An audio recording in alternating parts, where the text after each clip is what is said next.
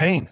Where am I? He abruptly opened his eyes, and a blend of sandalwood and the scent of joss paper assaulted his nostrils, causing him to cough violently. As he attempted to rise, he realized he was tightly bound to a rigid wooden plank bed. The flickering candlelight cast a dim glow, illuminating the scattered yellow papers, coins, and incense burners around him. This scene felt exceedingly antiquated. A sudden jolt of anxiety surged within him as he recalled the previous moment. Frantically coding at work, his breath suddenly became shallow, and his body uncontrollably leaned forward, a sharp pain radiating from his chest to his jaw.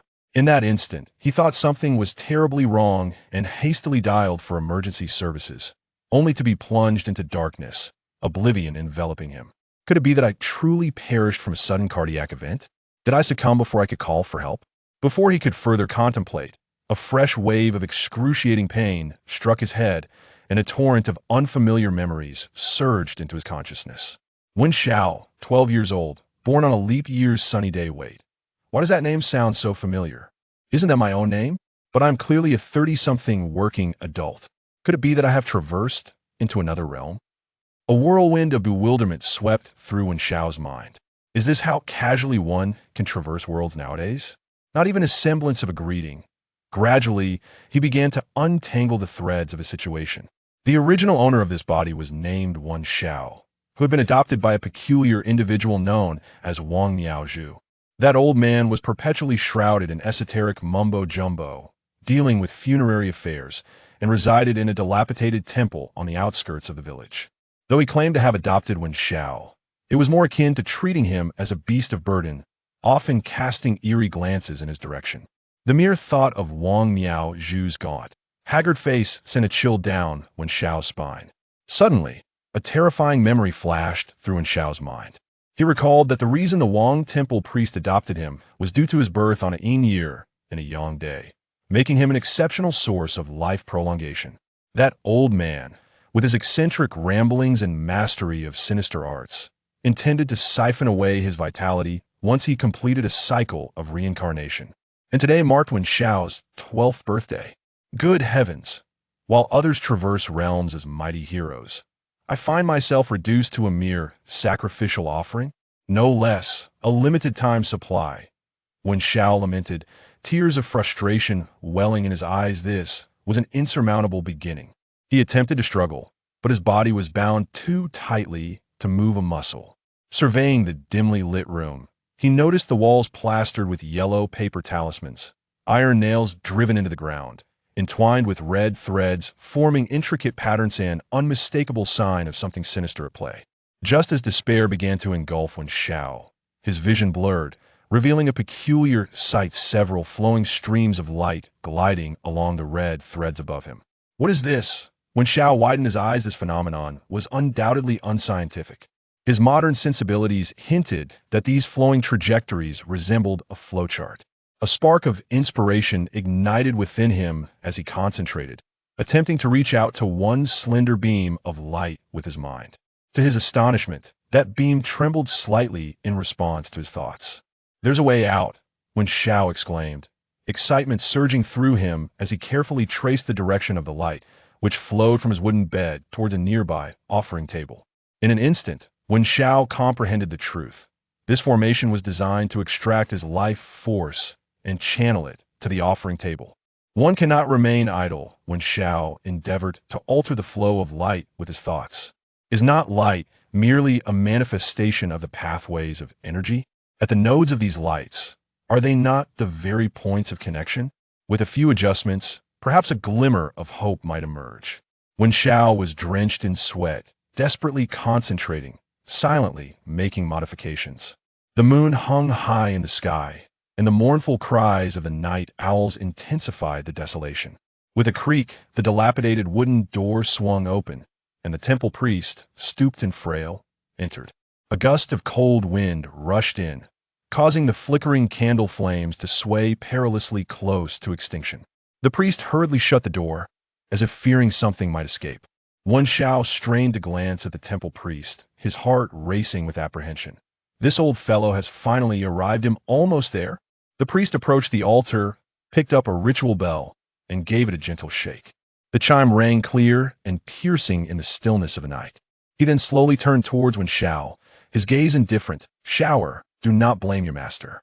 I have nurtured you for 9 years, and you have consumed a fair share of my sustenance. It is now time for you to repay me." Wen Shao's eyes widened in alarm, his anxiety mounting. Yet he could not utter a sound. He could only continue to modify the final node of the formation.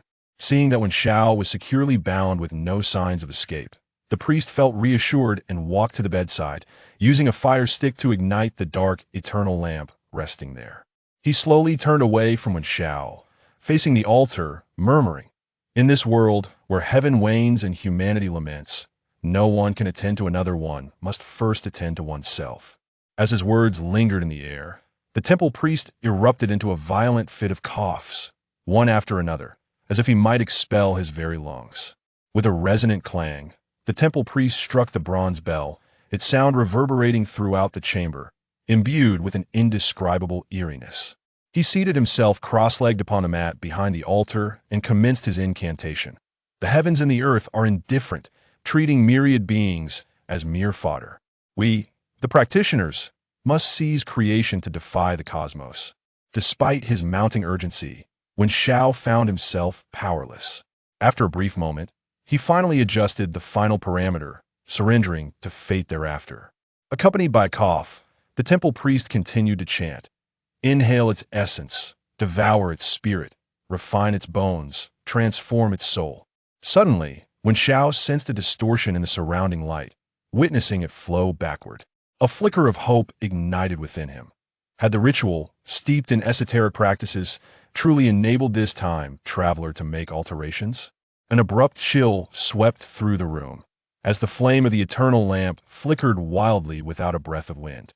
A frigid sensation surged over Wen Shao, akin to icy hands gliding across his scalp. Yet, the temple priest remained oblivious to the anomalies, persisting in his incantation. Seize its vitality, consume its soul, transmute its flesh and blood, that I may attain immortality.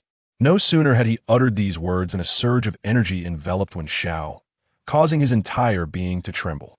The sensation intensified, yet he felt no discomfort. Instead, an inexplicable exhilaration coursed through him.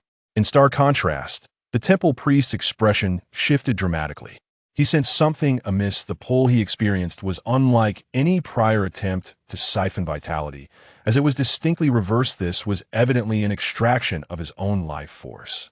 He attempted to rise, only to find himself firmly anchored to the mat, utterly immobilized. Panic seized him as he exclaimed, "What is happening? What is going on?" Wang Miao Zhu clutched the offering table with all his might, feeling an increasing chill enveloping his lower body, gradually numbing it. Looking down in horror, he was astonished to see his calves beginning to collapse, the skin swiftly turning ashen and shriveled, reminiscent of desiccated branches stripped of moisture. "Ah!" Wang Miao Zhu let out a terrified wail as a wave of cold surged from his feet to his head. His body was visibly withering, skin taut against bone, resembling a mummified corpse that had endured years of desiccation. Wen Shao could not perceive the transformations occurring within Wang Miao Zhu, yet he distinctly felt a pure vitality flowing ceaselessly into his own being, nourishing his limbs and bones. Simultaneously, an indescribable sense of euphoria welled up from the depths of his soul, and innate strength surged forth, enabling him to break free from the constraining ropes at his wrists. Chapter 2. The morning light of the hour of the Serpent. Wen Shao abruptly freed himself from his bindings, relishing the newfound freedom of his limbs. The numbness receded like a receding tide, and vitality surged back into his every sinew. He strode purposefully toward the altar, standing before the emaciated corpse of the Wang Temple's priest. The exhilaration of surviving a calamity still lingered, but it was soon accompanied by an indescribable sense of relief. Unable to restrain himself, he let out a boisterous laugh. "Ha ha, old fool, your cunning schemes have ultimately led to your own demise."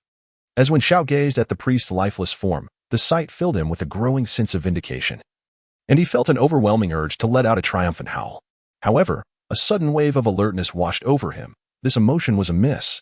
While escaping death undoubtedly brought joy, the intensity of his current elation was not a response befitting him. A dizzying sensation struck him.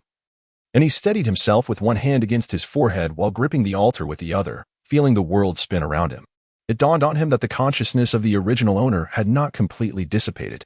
His own soul was subtly experiencing a sense of rejection. When Xiao attempted to communicate with that consciousness, and to his surprise, it responded with kindness. Instantly, a series of vivid images flashed before his eyes, a handsome yet slightly sinister man tenderly playing with him as an infant.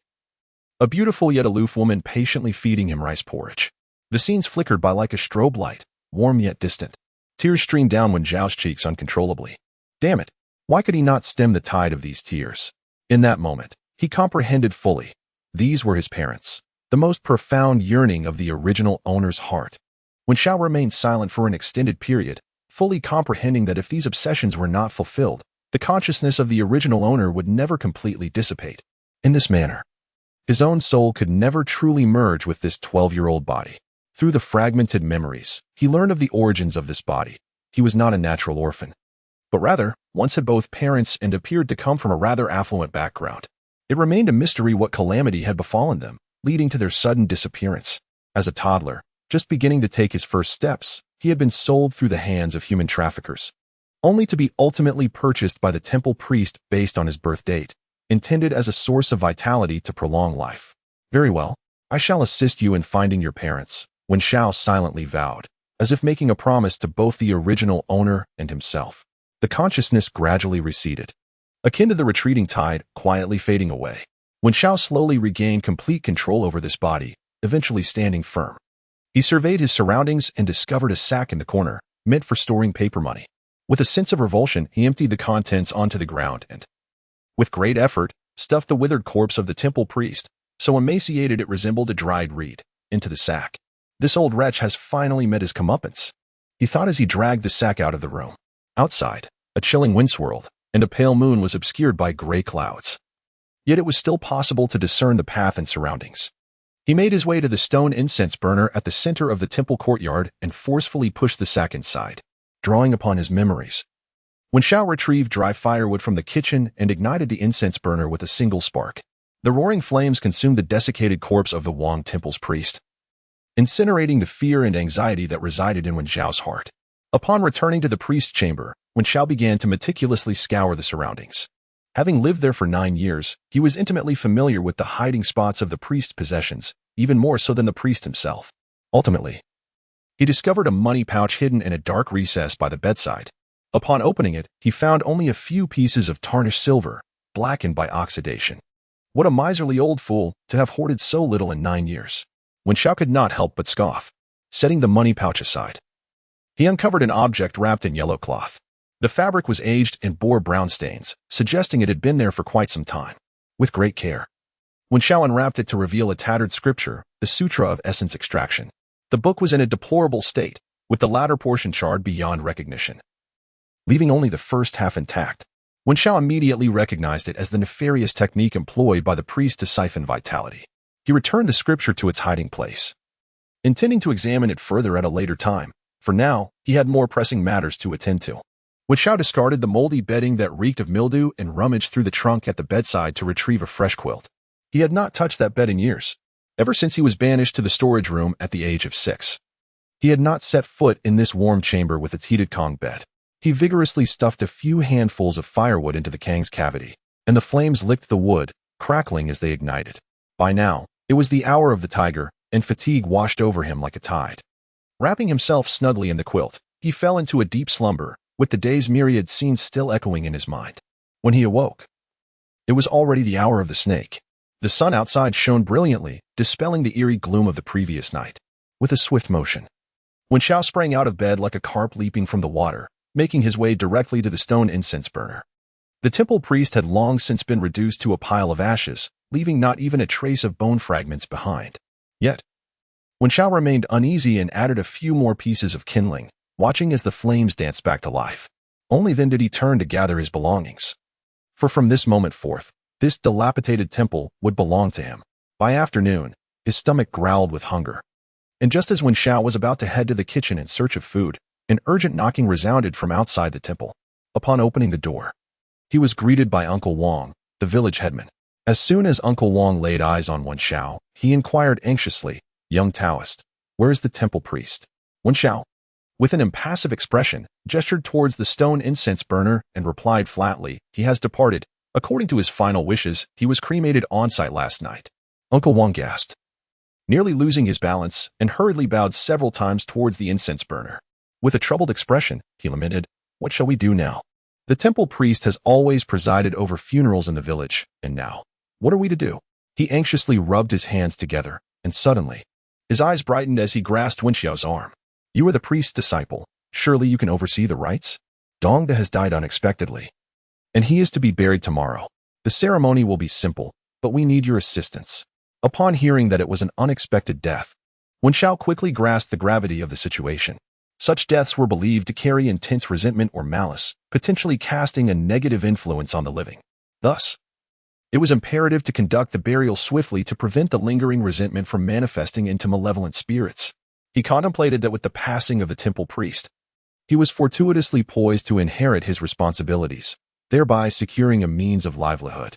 Uncle Wang, noticing that Wen Xiao remained silent, assumed he was reluctant and promptly added, the host has prepared a gratitude feast, abundant with exquisite delicacies. Young Taoist, do grace us with your presence. Upon hearing the mention of sumptuous food, Wen Xiao's stomach audibly protested, prompting him to feign modesty with a smile. He thought to himself, Uncle Wang is rather astute. He nodded in agreement, saying, very well. I shall take on this matter. With that, he returned to his room to gather his belongings from the altar, including the peachwood sword, the spirit bell, talismans, and cinnabar, stuffing them all into his satchel. Before departing, he remembered to securely lock the door of the Taoist temple. And only then did he follow Uncle Wang down the mountain. Chapter 3. The coffin breeds dark energy, the night cannot linger. Yeshutai, the village adjacent to the Taoist temple, bore this name. At the village entrance stood a century-old elm tree, its branches lush and sprawling like a grand, unfurled umbrella. Beneath its shade lay a stone platform, a gathering place for villagers to deliberate and converse. The villagers often remarked that this ancient elm possessed a spirit capable of bestowing peace upon the area.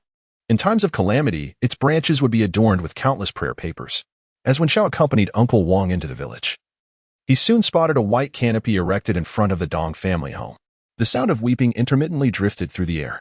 Dong's elderly father, a frail figure resembling a shriveled orange peel, stood at the entrance to welcome guests. Upon seeing Uncle Wang and Wen Xiao, he hurried over. Managing a smile that was more sorrowful than a frown, his voice hoarse, village head, where is the temple priest? Why has he not arrived? Uncle Wang's expression turned grave as he conveyed the news of the priest passing to Old Dong. Upon hearing this, Old Dong's mouth fell agape, and he remained speechless for a time. His hand, which clutched a dry tobacco pipe, dropped it with a dull thud onto the ground.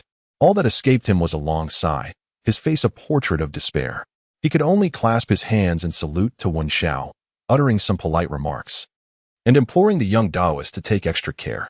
Wen Xiao nodded, assuring him of his utmost effort. It was only then that Old Dong led Wen Xiao into the room, heading towards the banquet table. A few individuals were already seated at the feast. Among them was a portly Taoist accompanied by two young apprentices, whom Wen Xiao immediately recognized. This rotund Taoist was the former partner of the temple's head priest, introducing himself as the Taoist of Flowing Dust. The two young acolytes, one male and one female, appeared to be around Wen Xiao's age, both in their teens. The male acolyte, named Ming Jing, usually resembled a sullen gourd, rarely engaging in conversation. The female acolyte, known as Mingjin, was a plump little girl with dark skin, currently clutching half a fish and devouring it with an oil-slicked mouth. It was evident that the Taoist of Flowing Dust had already heard of the head priest's passing from the local gossip. He set down his chopsticks, turned to Wen Xiao, and bluntly inquired, "Can you handle this ritual?" Wen Xiao mused to himself, thinking how this portly fellow was rather impolite, coming straight to the point. He felt no irritation, merely nodded in response, while internally calculating that managing such a situation should pose no great difficulty. Having spent years under the tutelage of head priest Wang, he had long since become well-versed in the ceremonial processes. Observing Wen Xiao's confident demeanor, the Taoist of Flowing Dust raised an eyebrow, both curious and skeptical. Before returning to the meal before him, Wen Xiao smirked inwardly, finding humor in the fact that this Taoist was merely a glutton, lacking any genuine skill, relying solely on his silver tongue. In front of head priest Wang, he acted like a subordinate, yet now he was trying to assert some authority. Nevertheless, it was true that he possessed a commendable singing voice. During the recitation of the scriptures, be it the scripture for exterminating sin or the scripture for delivering from sin, the cadence was remarkable, imbued with emotion and resonance. To the uninitiated, it might have seemed as though a truly enlightened master was present. As when Zhao's gaze swept across the banquet table, he noted that the offerings were rather meager. The so-called lavish feast consisted merely of some pork knuckles and carp, nothing more than humble fare. In comparison to the sumptuous banquets he had partaken in prior to his journey, this was a stark contrast. However, driven by hunger, when Xiao paid little heed to the lack of variety and eagerly seized his chopsticks to eat. As he dined, his mind wandered. Although the Luchun Daoist possessed little genuine skill, he was nonetheless a suitable aid. It would be practical to delegate the chanting of scriptures to him, while he himself presided over the proceedings. After satisfying his hunger, the greasy back of the Luchun Daoist casually wiped his mouth and called upon two young acolytes to begin tidying up and preparing for the ritual. Seizing the opportunity, when Xiao scanned the surroundings, catching snippets of conversation among the villagers. That Dongda was lively this morning, chopping wood on the back mountain. Who would have thought? Alas, struck by lightning. Struck by lightning? Such occurrences are rare. Honestly, only those who have incurred divine wrath meet such a fate. Dongda is a man of simple integrity. What could he have done to deserve such punishment? Who can say? In this world, the virtuous often receive no reward, let alone the honest. Although the villagers spoke in hushed tones, when Xiao grasped the essence of their discourse, he pondered why the Dong family was in such a hurry to bury him. His gaze fell upon the coffin, and a weight settled in his heart. He observed a faint, dark mist slowly rising from the coffin, gradually thickening. Seizing a moment during the Daoist chanting, when Xiao discreetly approached the Luchun Daoist and inquired softly, "Esteemed Daoist, do you perceive anything amiss with Dongda?" The wandering Taoist cast a glance at the coffin and nonchalantly remarked, "It is merely the appearance of a sudden death. There is nothing amiss." When Xiao pointed towards the casket, lowering his voice, and said, "Master, do you not see the ominous aura surrounding the coffin?" The Taoist was momentarily taken aback. Upon focusing intently, he discerned nothing out of the ordinary and shook his head in confusion. When Xiao understood at once, indeed, this dark energy was visible only to him. It seemed that Dong Da's demise was shrouded in mystery. Meanwhile, the Taoist's mind was filled with doubt. He had witnessed the prowess of the Wang Temple priest firsthand and had offered considerable silver to the Taoist temple in hopes of gleaning some knowledge. Yet, each time, he had been deterred by the fearsome visage of the priest. When Xiao, often subjected to the priest's scorn and beatings, appeared anything but favored. Could it be that he had truly inherited the priest's authentic teachings? With this thought, the wandering Taoist could not help but inquire, in your opinion, could there be any unforeseen developments during this ritual? When Xiao feigned profundity and nodded, there is indeed a problem. The Taoist's expression shifted. Yet he hesitated to fully trust Wen Zhao's words.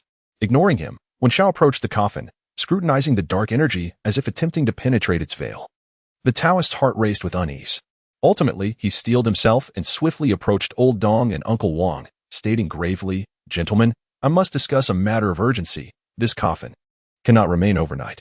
It must be interred this afternoon." Upon hearing this, Old Dong immediately expressed his displeasure. Uncle Wang, however, wore a serious countenance. He was apprehensive about any ill fortune befalling the village and nodded in agreement with the Taoist perspective. "Master, that simply cannot be," Old Dong exclaimed anxiously. "The funeral rites are charged by the day, and you say the burial will take place this afternoon. I can only pay for one day." The Taoist priest, feeling the pinch of his finances, nevertheless gritted his teeth and insisted, "Let us set aside monetary concerns for now. The young priest has stated that this coffin carries a grudge. It is best to inter it as soon as possible." Regret nodded him. Had he known, he should have negotiated a lump sum payment up front. Now, in his eagerness to prolong his sustenance for a few more days, he had intentionally opted for daily settlements.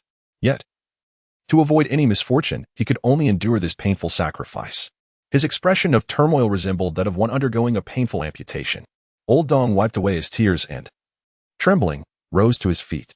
In a hoarse voice, he said, "This coffin was originally prepared for myself, but now it shall serve my son. Very well, let us proceed with the burial this afternoon." With that, he silently turned and, with a stooped back, walked toward the yard. He called to a few villagers with whom he shared a good rapport, pleading in a raspy tone, "My friends, could you please go to the back mountain and move the earth on my plot?" The villagers exchanged glances, their eyes filled with compassion. They knew that Old Dong had long chosen his final resting place on that summit slope of the back mountain, having even consulted an expert on feng shui. Now, He was yielding it for his son. The bittersweetness of the situation was palpable, even to outsiders. One villager sighed and said, "Brother, this is, alas. May you find solace in your grief." Another chimed in, "Indeed, brother, the dead cannot be brought back to life. You must take care of your health." Old Dong waved his hand, his voice choked with emotion. I understand. It's just that a white-haired person bids farewell to a black-haired one. My heart aches." His voice grew fainter, until it was nearly inaudible. The hunched figure, bathed in the waning glow of the sunset, appeared even more desolate. In this era, human life is as insignificant as grass. Partings between life and death are commonplace. Chapter 4. The Hardships of Life. Uncle Wong leaned closer to the coffin. Lowering his voice with a hint of unease, he inquired of Wenxiao, "Young Taoist, do you think old Dong might truly be that?" Uncle Wong's eyes flickered, and he uttered those two words with such delicacy, as if shrouded in a profound fear. Wenxiao's expression remained impassive. He nodded slightly, confirming the truth. Upon hearing this, Uncle Wong appeared as if pricked by a needle, anxiously stamping his feet. "Oh dear, what are we waiting for? We must hasten the burial." His voice cracked, clearly laced with panic. However, Wenxiao shook his head, presenting a starkly different perspective. He spoke with deliberate calmness. "Burial? I fear that is ill-advised. In my view, it would be far better to incinerate the remains entirely, eradicating any future troubles."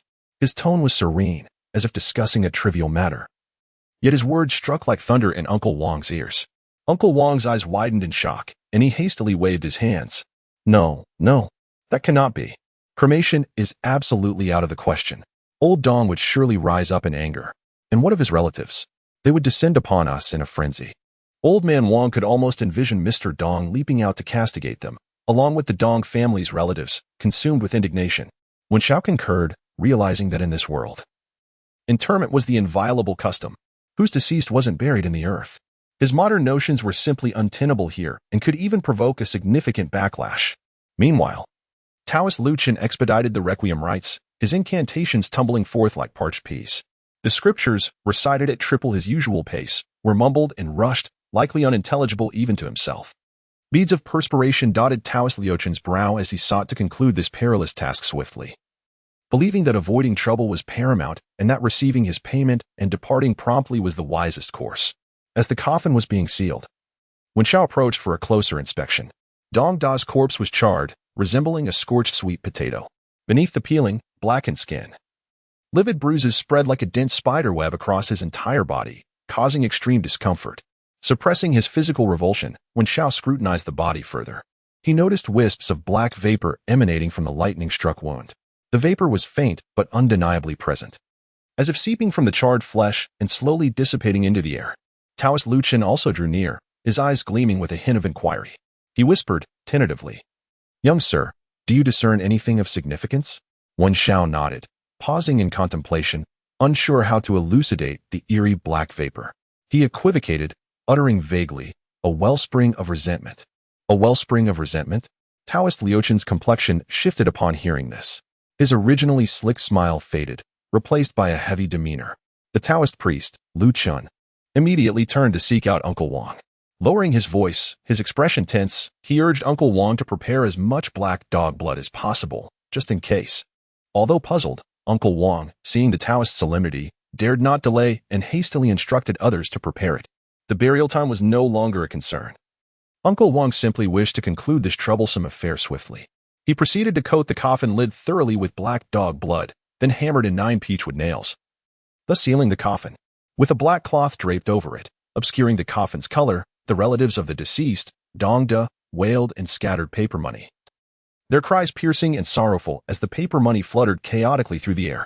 8 sturdy men struggled to carry the heavy coffin, their steps faltering as they made their way out of the village. However, as they reached a hillside, an unexpected incident occurred. The rope carrying the coffin snapped with a loud crack. The heavy coffin suddenly dropped, nearly crushing the feet of those bearing it. The scene erupted into chaos. A mysterious cold wind swept through, intensifying and howling, reminiscent of ghostly wails. It sent the fluttering paper money scattering in all directions, sticking to the faces of the mourners. The icy paper money, imbued with a sinister aura, clung stubbornly, as if entwined by malevolent spirits. The villagers became restless, cries and screams rising in a cacophony, plunging the scene into utter disarray. Uncle Wong shouted hoarsely, "Quick! Put down the coffin. Bury it at once. His voice trembled, clearly shaken by the sudden turn of events. The sturdy men, flustered, hurriedly placed the coffin into the pre-dug grave and began the hurried process of burial. The earth swiftly enveloped the coffin, as if to bury all unease beneath its surface. This dawn may truly be the harbinger of misfortune. As Wen Xiao gazed at the hastily interred coffin, he pondered silently. Having just taken over the business of the Wang Miao priest, his inaugural task was nothing short of exhilarating. Truly, what an astonishing stroke of luck. Wen Xiao mused, finding humor in his plight. Deep down, he was acutely aware that he possessed no real prowess in vanquishing spirits or demons. His previous posturing had merely been a facade, relying on modern knowledge and a modicum of cleverness. This funeral, it seemed, had reached its conclusion. Wen Xiao's remuneration amounted to a mere 2 coins. With these coins in hand, he felt their weight pressing down on him, yet his heart bore an even heavier burden. The trio of disciples from the Luqian Taoist sect collectively received only 1 coin. They gazed longingly at the contents of his purse. Their emotions a complex tapestry of envy, desire, and admiration, causing Wen Xiao to profoundly grasp the notion that knowledge can indeed alter one's fate. Merely by uttering a few words and occasionally indulging in a bit of theatrics, he had effortlessly earned 2 coins, while the diligent disciples toiled tirelessly, drenched in sweat, nearly scraping by. In this world, without genuine skill, one could only subsist on the meager winds of misfortune. Upon returning to the dilapidated temple, Wen Xiao plunged into his chamber. He deftly retrieved the tattered Cho Sui Jing from the concealed compartment at the foot of his bed. The scripture was frayed at the edges, forlorn and tattered, exuding a musty odor. Yet, to Wen Xiao, it was a treasure, and he cautiously opened it for inspection. It was crucial to recognize that the world was far from tranquil. Dongda had met his demise by lightning in broad daylight, the coffin shrouded in ominous clouds, and the peculiar incident of the rope snapping during burial cast an eerie shadow over the proceedings. The old fellow Wang Miaozhu, despite his frequent scolding and beating of himself, clearly possesses the ability to arrange formations, indicating that this world undoubtedly harbors supernatural beings. Today, in pursuit of mere sustenance, he is boldly engaged in a ritual, which is indeed audacious. It is imperative to swiftly acquire a skill for self-protection, preferably one that involves interaction with the arcane, to learn a few techniques necessary for survival in this realm. Wen Xiao gently opened the suction of Mero Sutra. The opening lines revealed ancient and profound words, using the heavenly spirit as a guide, bridging through the 100 bones, seizing the essence of myriad beings to nourish oneself, drawing vitality from all directions, refining the deathly energies of the 9 hells as a medium, claiming the essence of heaven and earth into Mero, forging an indestructible foundation of the Tao. What is this? Wen Xiao found himself utterly bewildered. How does this differ from the Northex's divine skill in the martial arts novels of his past life? Steeling himself, he continued to read, becoming increasingly astonished. This section of Mero Sutra was a fragmented manuscript, containing only the rudimentary level of knowledge. It stated that even with great effort to siphon another's vitality completely, one could only gain a mere 30%, and the introductory incantation was incomplete, rendering the absorbed vitality incapable of proper refinement, only providing slight benefits to the body. Utterly disappointing. Wen Xiao grimaced, feeling that this technique was rather underwhelming. Fortunately, there was a relatively complete formation described within the text, known as the Shuyuan Kirahanin. A thought sparked within Wen Xiao. Indeed, was this not the very formation that Wang Miaozhu had arranged upon his arrival in this world? This formation has the ability to automatically gather all vitality within its confines to the master of the array. Suddenly, Wen Xiao felt invigorated. Finding the once tedious scripture had transformed into something intriguing. He was quite familiar with this formation. Last night, in an effort to modify the backlash array of the Wang Temple, great diligence was devoted to the study of its intricacies, almost etching the formation into his mind. Engaging with it proved to be remarkably effective. Wen Xiao plopped down onto the Kong, his eyes alight with enthusiasm as he delved into the complexities of the Su Yuan Ku Rongyi. At times, he furrowed his brow in deep contemplation, while at other moments, enlightenment washed over him, illuminating his features with joy. He summoned the determination he had from his previous life's examinations to painstakingly explore this vital knowledge. After all, it was a matter of survival, and he needed to grasp it thoroughly. The night passed in silence. Knock, knock, knock. Early the next morning, the dilapidated door of the Taoist temple was pounded with a cacophony. Wen Xiao rubbed his bleary eyes and dragged himself out of bed, inwardly cursing the intruder for disrupting his peaceful slumber. Irritated, he unlatched the door and swung it open. Immediately, the anxious visage of Uncle Wang loomed large before him. flanked by two expressionless constables resembling stone sentinels, which instantly thickened the atmosphere with tension. "Little Taoist, quickly. There is trouble." Uncle Wong gasped, breathless and glistening with sweat. "Old Dong has passed away." "What?" A flicker of surprise crossed Wen Xiao's face, dispelling the remnants of drowsiness. Indeed. That ominous aura from the previous night was no mere coincidence. He had sensed the gravity of the situation. Yet, he maintained an expression of bewilderment befitting a 12-year-old. Blinking innocently, he asked, Old Dong has died? How did that happen?" Uncle Wong, exasperated and stamping his feet, yearned to convey the details without delay. "I don't know. He was perfectly fine last night, but when his wife went to wake him this morning, she found him cold." Wen Xiao feigned composure as he accompanied Uncle Wong and the constables towards the village. Along the way, his mind raced with calculations. Dong Da had been struck dead by lightning, a sinister aura enveloped his coffin, and soon after, Old Dong had followed suit. This situation was becoming increasingly troublesome. It was certainly no mere accident. I must keep my distance and refrain from getting involved. My frail frame cannot withstand such turmoil. Upon arriving at Old Dong's residence, the courtyard was already teeming with villagers, engaged in fervent discussions amidst a cacophony of noise. Wen Zhao's gaze quickly fell upon Taoist Lu Chun, who was surrounded by the constables and being interrogated by the clerk. The Taoist's greasy face contorted in distress, beads of sweat glistening on his forehead, his demeanor betraying panic. Two young acolytes trembled in fear, resembling quails, huddled in a corner, too frightened to utter a sound. The moment Taoist Lu Chun spotted Wen Xiao, it was as if he had seen a savior. His eyes brightened, and he waved frantically. "Young Taoist, you have arrived just in time. Please, tell the constables that I am in no way involved in this matter. I am merely a practitioner of rituals, performing tasks for a fee. How could I foresee a loss of life?" The Taoist hastily distanced himself from any blame, eager to absolve himself completely. Wen Xiao mused. This old schemer is adept at shedding responsibility. He feigned innocence, blinking his eyes and adopting a tone of bewilderment. "Taoist, did you not say that Dong Da bore signs of a violent death, which posed no issues? How then could old Dong also?" Wen Xiao intentionally steered the conversation towards Taoist Lu Chun, compelling him to provide an explanation. The Taoist found himself at a loss for words, unable to confess before such a large gathering that he had seen nothing amiss the previous night. That would undoubtedly tarnish his reputation. Chapter 5. The government's pressures unveiled to him. The Taoist Lu Chun awkwardly cleared his throat, attempting to salvage a semblance of dignity. Well, life is fraught with unforeseen fortunes and misfortunes. And who can truly predict? He feebly defended himself, adding, "Besides, the old man Dong is advanced in age. Perhaps he simply passed away peacefully in his sleep." The clerk clearly found this explanation unbelievable and scoffed. "Passed away peacefully? I suspect it's a case of untimely demise. You practitioners of the Jianghu, always engaging in tricks and deceit to swindle money." The clerk reprimanded without mercy. Lu Chun, thoroughly chastised, could only grin sheepishly, not daring to retort. The clerk then turned his gaze to Uncle Wong and inquired, "Is this the disciple of the temple steward?" Wen Xiao had intended to hide behind Uncle Wong, to become an invisible observer.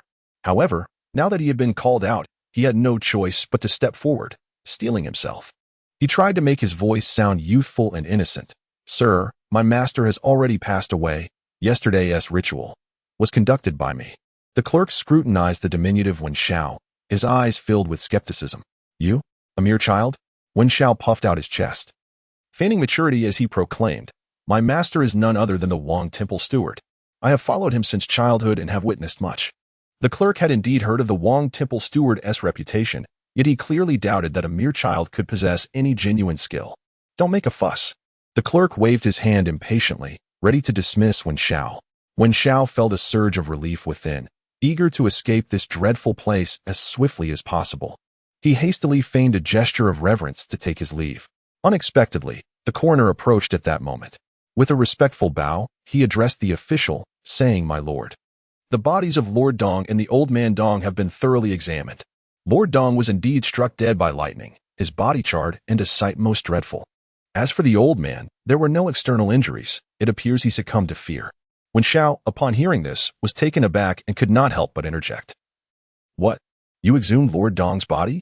The official shot him a glare and retorted sharply, "How else would we uncover clues? You, little Taoist, what do you know?" The coroner appeared hesitant, as if grappling with his words. Ultimately, he spoke, "My lord, while examining Lord Dong's remains, I discovered something peculiar."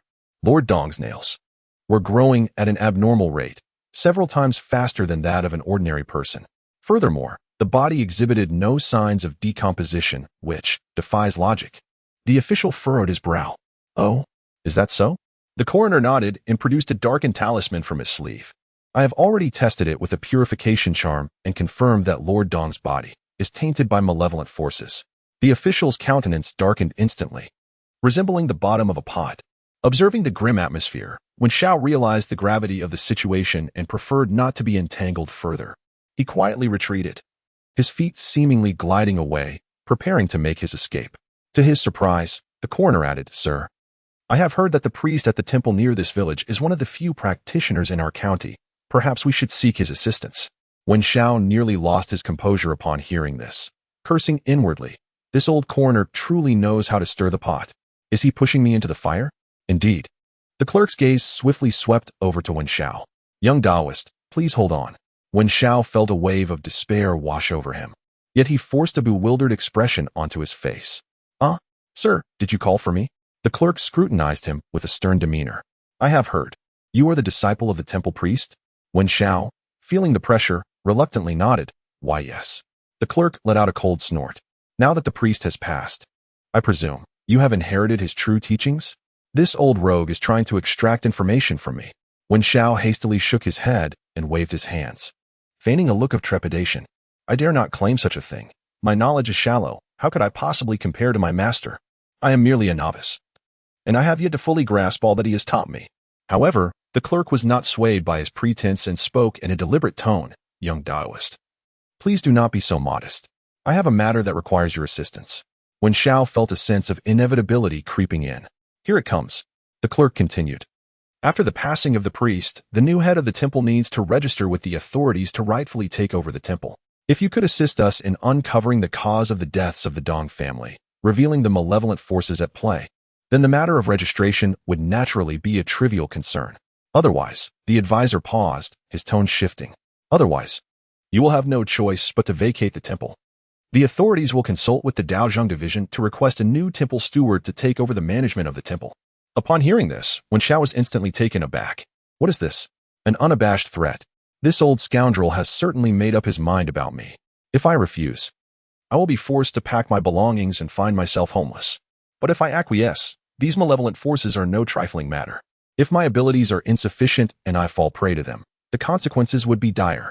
Wen Xiao could only nod, standing silently beside them, seemingly subdued. At that moment, the advisor stroked his beard and slowly spoke. "Ladies and gentlemen, I have a question. It is said that Dongdu was struck by lightning, yet to my knowledge, there was no rain that morning. This left everyone momentarily stunned. Indeed, when I awoke that morning, the sky was still clear. I did not hear any thunder." A thought struck Wen Xiao. He recalled vividly that he had slept as soundly as a log that morning. Not to mention thunder, even firecrackers would likely not have roused him. I don't think I heard any thunder either." Wen Xiao timidly echoed. The Taoist Lu Chun contemplated for a moment, his expression drastically changing. "Thunder from the heavens. This is no jest. Even malevolent spirits dare not provoke such celestial wrath. If it is not an evil spirit, then it certainly warrants caution." As soon as he uttered these words, the steward's expression darkened further. Since the investigation had commenced, it was imperative to visit the crime scene. The steward proposed a trip to the Red Maple Forest on the back mountain, the very place where Dongda gathered firewood. The group exited the village and followed the winding mountain path towards the vibrant red foliage. At this time of late autumn, the forest was ablaze with hues of crimson, the leaves carpeting the hills like a fiery tapestry. At last, they arrived at a clearing, where scattered remnants of broken branches and fallen leaves lay strewn across the ground. A few trees, charred by lightning, stood ominously, their trunks marred by ghastly black scars. Upon sighting the blackened, lightning-struck branches, the Taoist priest, Lu Chen, immediately brightened with excitement. He borrowed a machete from a villager's waist and hurriedly approached the dead tree, launching a vigorous assault upon it. Wood chips flew in every direction as Lu Chen, wholly absorbed in his task, disregarded any semblance of decorum. Wen Xiao, bewildered by the scene, could not restrain his curiosity and inquired, "Taoist, what are you doing? Have you discovered any clues?" Without lifting his gaze, Lu Chen continued to chop away, exclaiming with fervor, "This is lightning-struck wood. A treasure. It is an exceptional material for crafting talismans and magical implements, a rare find indeed. This could lead to great fortune." when Xiao nearly toppled over in disbelief, rolling his eyes in exasperation and shaking his head in resignation. Chapter 6. The Purification Talisman's Unveil Clues. Let us not dwell on how the steward and the constables sought out clues, while Luchin busied himself collecting the lightning-struck wood. His enthusiasm might have led an onlooker to believe he was gathering gold ingots. Suddenly, a startled cry escaped Luchin's lips, prompting the group to turn their attention toward him. He pointed to the ground, his voice trembling. "Hurry, come and see." Upon the earth lay several blood-red fissures, winding and twisting, particularly conspicuous against the soil. When Xiao recognized them at once as electric marks. Yet, these blood-red electric marks exuded an ominous aura, sending shivers down one's spine. What on earth is this? The steward was equally startled, hastily barking orders at the constables. "What are you standing there for? Quickly search the vicinity and see if there are any more of these ghastly things." When Xiao pondered uneasily, when lightning strikes, shouldn't the electricity be conducted into the ground? How could resistance form such a phenomenon? He sensed that this matter was far from simple. Approaching the steward, he whispered, "Sir, I suspect there may be something amiss underground. Shall we dig and see?" The steward, at a loss for direction, seized upon the suggestion without hesitation. With a sweeping gesture, he commanded, "Dig. Gather the villagers and excavate this area struck by lightning." Upon hearing the order to dig, the villagers felt a twinge of fear. Yet who would dare disobey the magistrate's command? Thus, a throng armed with hoes and shovels began their toil. Before long, they made a discovery. They unearthed some decayed animal remains, rabbits, foxes, and the like. The bones were crumbling and emitted a foul stench.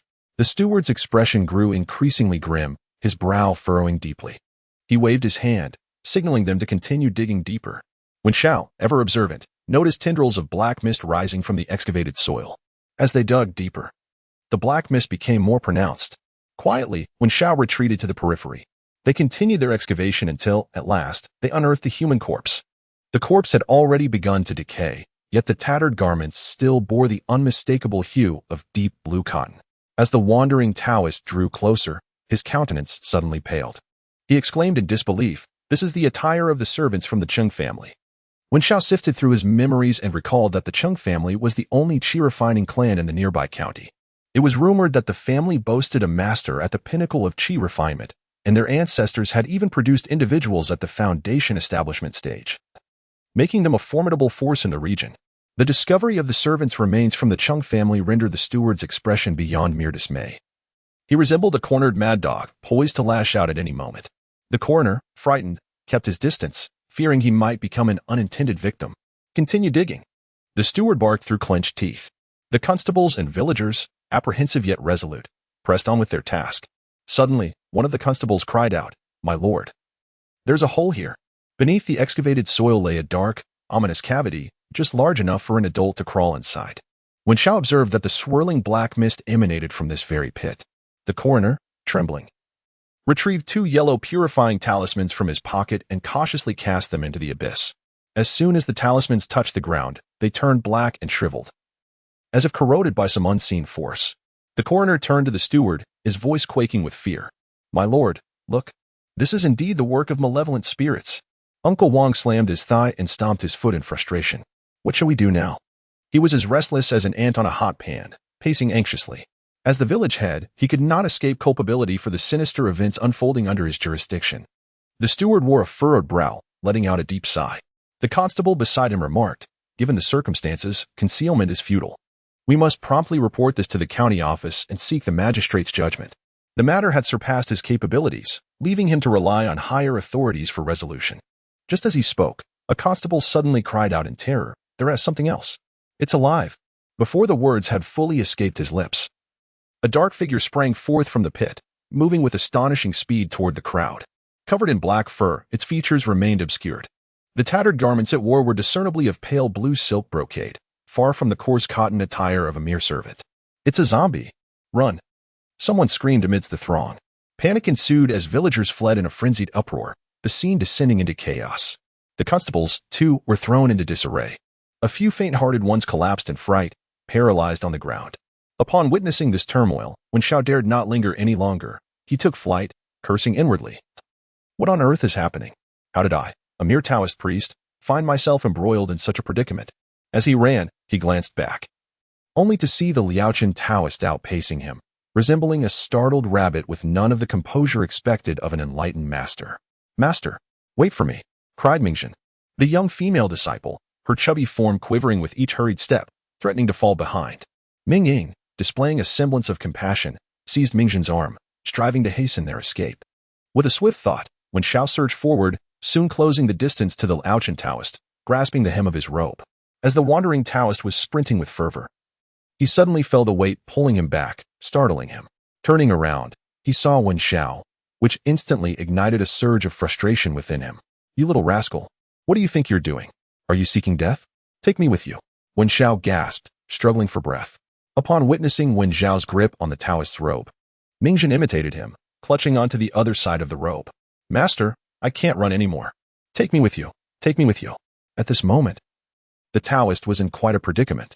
With 3 burdens hanging on to him, escaping became a daunting task.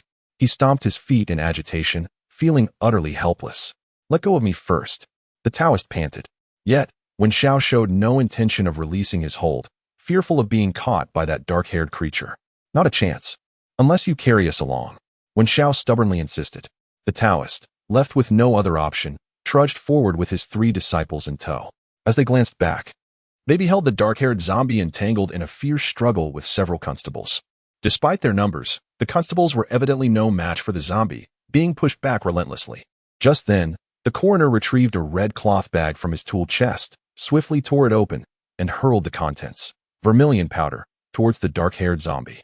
With a piercing howl, the zombie was struck by the vermilion, emitting a chilling screech as black smoke billowed from its body.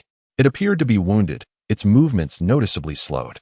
Observing the effectiveness of his actions, the coroner hastily grabbed another handful of vermilion and cast it towards the dark-haired zombie. The creature, seemingly terrified of the vermilion, staggered backward and limped away into the woods. Upon witnessing the scene, the crowd collectively exhaled in relief, halting their steps as they gasped for breath. Just as the atmosphere remained fraught with unease, the coroner steadied himself, his complexion ashen. He pointed towards the few constables still lingering nearby and bellowed, "What are you dawdling for? Hurry back. Incinerate the bodies of Dong Da and Old Dong. Reduce them to ashes. Otherwise, this village will inevitably face dire consequences. And there will be no escape for anyone." Chapter 7. The mystery of the missing bastard. Outside Yushitai village, a pile of dry timber blazed fiercely, flames soaring into the sky. The roaring fire illuminated the faces of the onlookers, casting a solemn silence. The crackling sounds echoed incessantly as the remains of Dong Da and Old Dong gradually turned to ash within the flames. Wang Dabo, the village head, wore a countenance of deep regret, his hands tightly wringing together. He turned to Wen Xiao, his voice hoarse. "Young Taoist, this is all my fault. Had I heeded your advice yesterday and burned Dong Da's body, Old Dong would not have suffered such a calamity." His tone was steeped in profound remorse and guilt. The scribe, standing nearby, raised an eyebrow upon hearing these words. He glanced at Wang Dabo, his gaze laced with curiosity. "Oh, the young Taoist advised you to incinerate the bodies yesterday?" The scribe's tone was tinged with intrigue.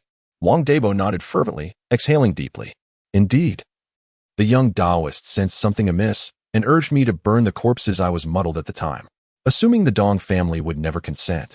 I thought it best to proceed with a hasty burial. Who could have anticipated such a turn of events?" The more he spoke, the more regret consumed him. He wished he could strike himself repeatedly.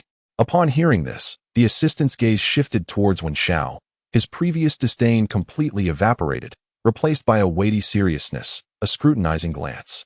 He slowly began to speak, his tone somber. "It seems that the young Taoist has indeed inherited the profound teachings of the temple, possessing exceptional insight."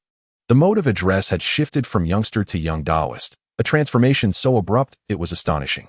Wen Xiao nearly rolled his eyes in exasperation, thinking to himself, "Is it merely because I alone can perceive the dark aura surrounding the corpse? Burning the body is simply the instinct of a modern individual. High temperatures for disinfection, simple and brutal, to eliminate future troubles." The assistant's tone grew more courteous. He slightly cupped his hands, lowering his posture. "If indeed there is a zombie causing mischief, surely the young Taoist must possess some clever strategy to deal with it." Although his tone was polite, it carried an undercurrent of probing. Wen Xiao hastily shook his head, feigning an innocent demeanor. His youthful voice rang out clear and bright. "Sir, you overestimate me. I am merely a young Taoist, How could I possibly possess any spells to combat zombies? I have never even encountered a zombie. Nor do I know how to handle such a situation. He exerted great effort to distance himself from the matter, fearful that this hot potato would land squarely in his lap. Yet the assistant refused to let him off the hook so easily. With a stern expression and piercing gaze, he declared, "Young Taoist, your words are misguided. The temple master oversees sacrifices and the affairs of yin and yang. It is your duty. Now that zombies have emerged, how can you shirk responsibility?" His tone was resolute, imbued with an unyielding command. When Xiao found himself unjustly burdened with a heavy accusation, feeling a silent despair within. The steward, clearly underestimating his youth, seemed intent on shifting this troublesome matter onto his shoulders. As the sun gradually descended, casting a dim shadow over the landscape, the steward summoned everyone to the village ancestral hall, claiming a need to deliberate on strategies. After a long day of toil, the villagers were left with empty stomachs, their hunger palpable. Just as they prepared to depart, a sudden clatter of hooves broke the serene stillness of the village, approaching rapidly from afar. Moments later, several constables appeared at the village entrance, accompanied by a retinue of finely dressed attendants, all gathered around a young gentleman. The Chung family had arrived. The leading young man, adorned in silk and brocade with jade at his waist, bore an ordinary visage, yet his every gesture exuded an air of arrogance, revealing his privileged upbringing. Upon his arrival, he frowned, surveying the surroundings with evident disdain, as if the place were a den of filth. The steward promptly approached him, bowing with utmost deference, his demeanor significantly diminished. "Young Master Chung, I apologize for my inadequate welcome," he implored, entirely stripped of his previous authority. Young Master Chung merely inclined his head in acknowledgement, his tone dripping with haughtiness and impatience. "Where's the body?" he inquired, as if uttering another word would squander precious time. The steward hastily gestured towards the remains brought back by the attendants, respectfully stating, "It lies over there." He then stepped aside, relinquishing control entirely to young Master Chung, adopting a posture that indicated complete subservience to the Chung family. With a wave of his hand, young Master Chung signaled for the attendants to approach and inspect the scene. Several servants, enduring the foul stench, rummaged through the unearthed remnants. One of them directly inspected the lining of a garment, peeling back a fabric that could barely be recognized as a fragment of undergarment. Faintly visible upon it were the characters Chung and Ding San. The servant, clutching the fabric, hastened to present it to Chang Yongzhen. "Young master, I have found it. There are inscriptions on the undergarment, confirming it belonged to a runaway servant of the fifth house."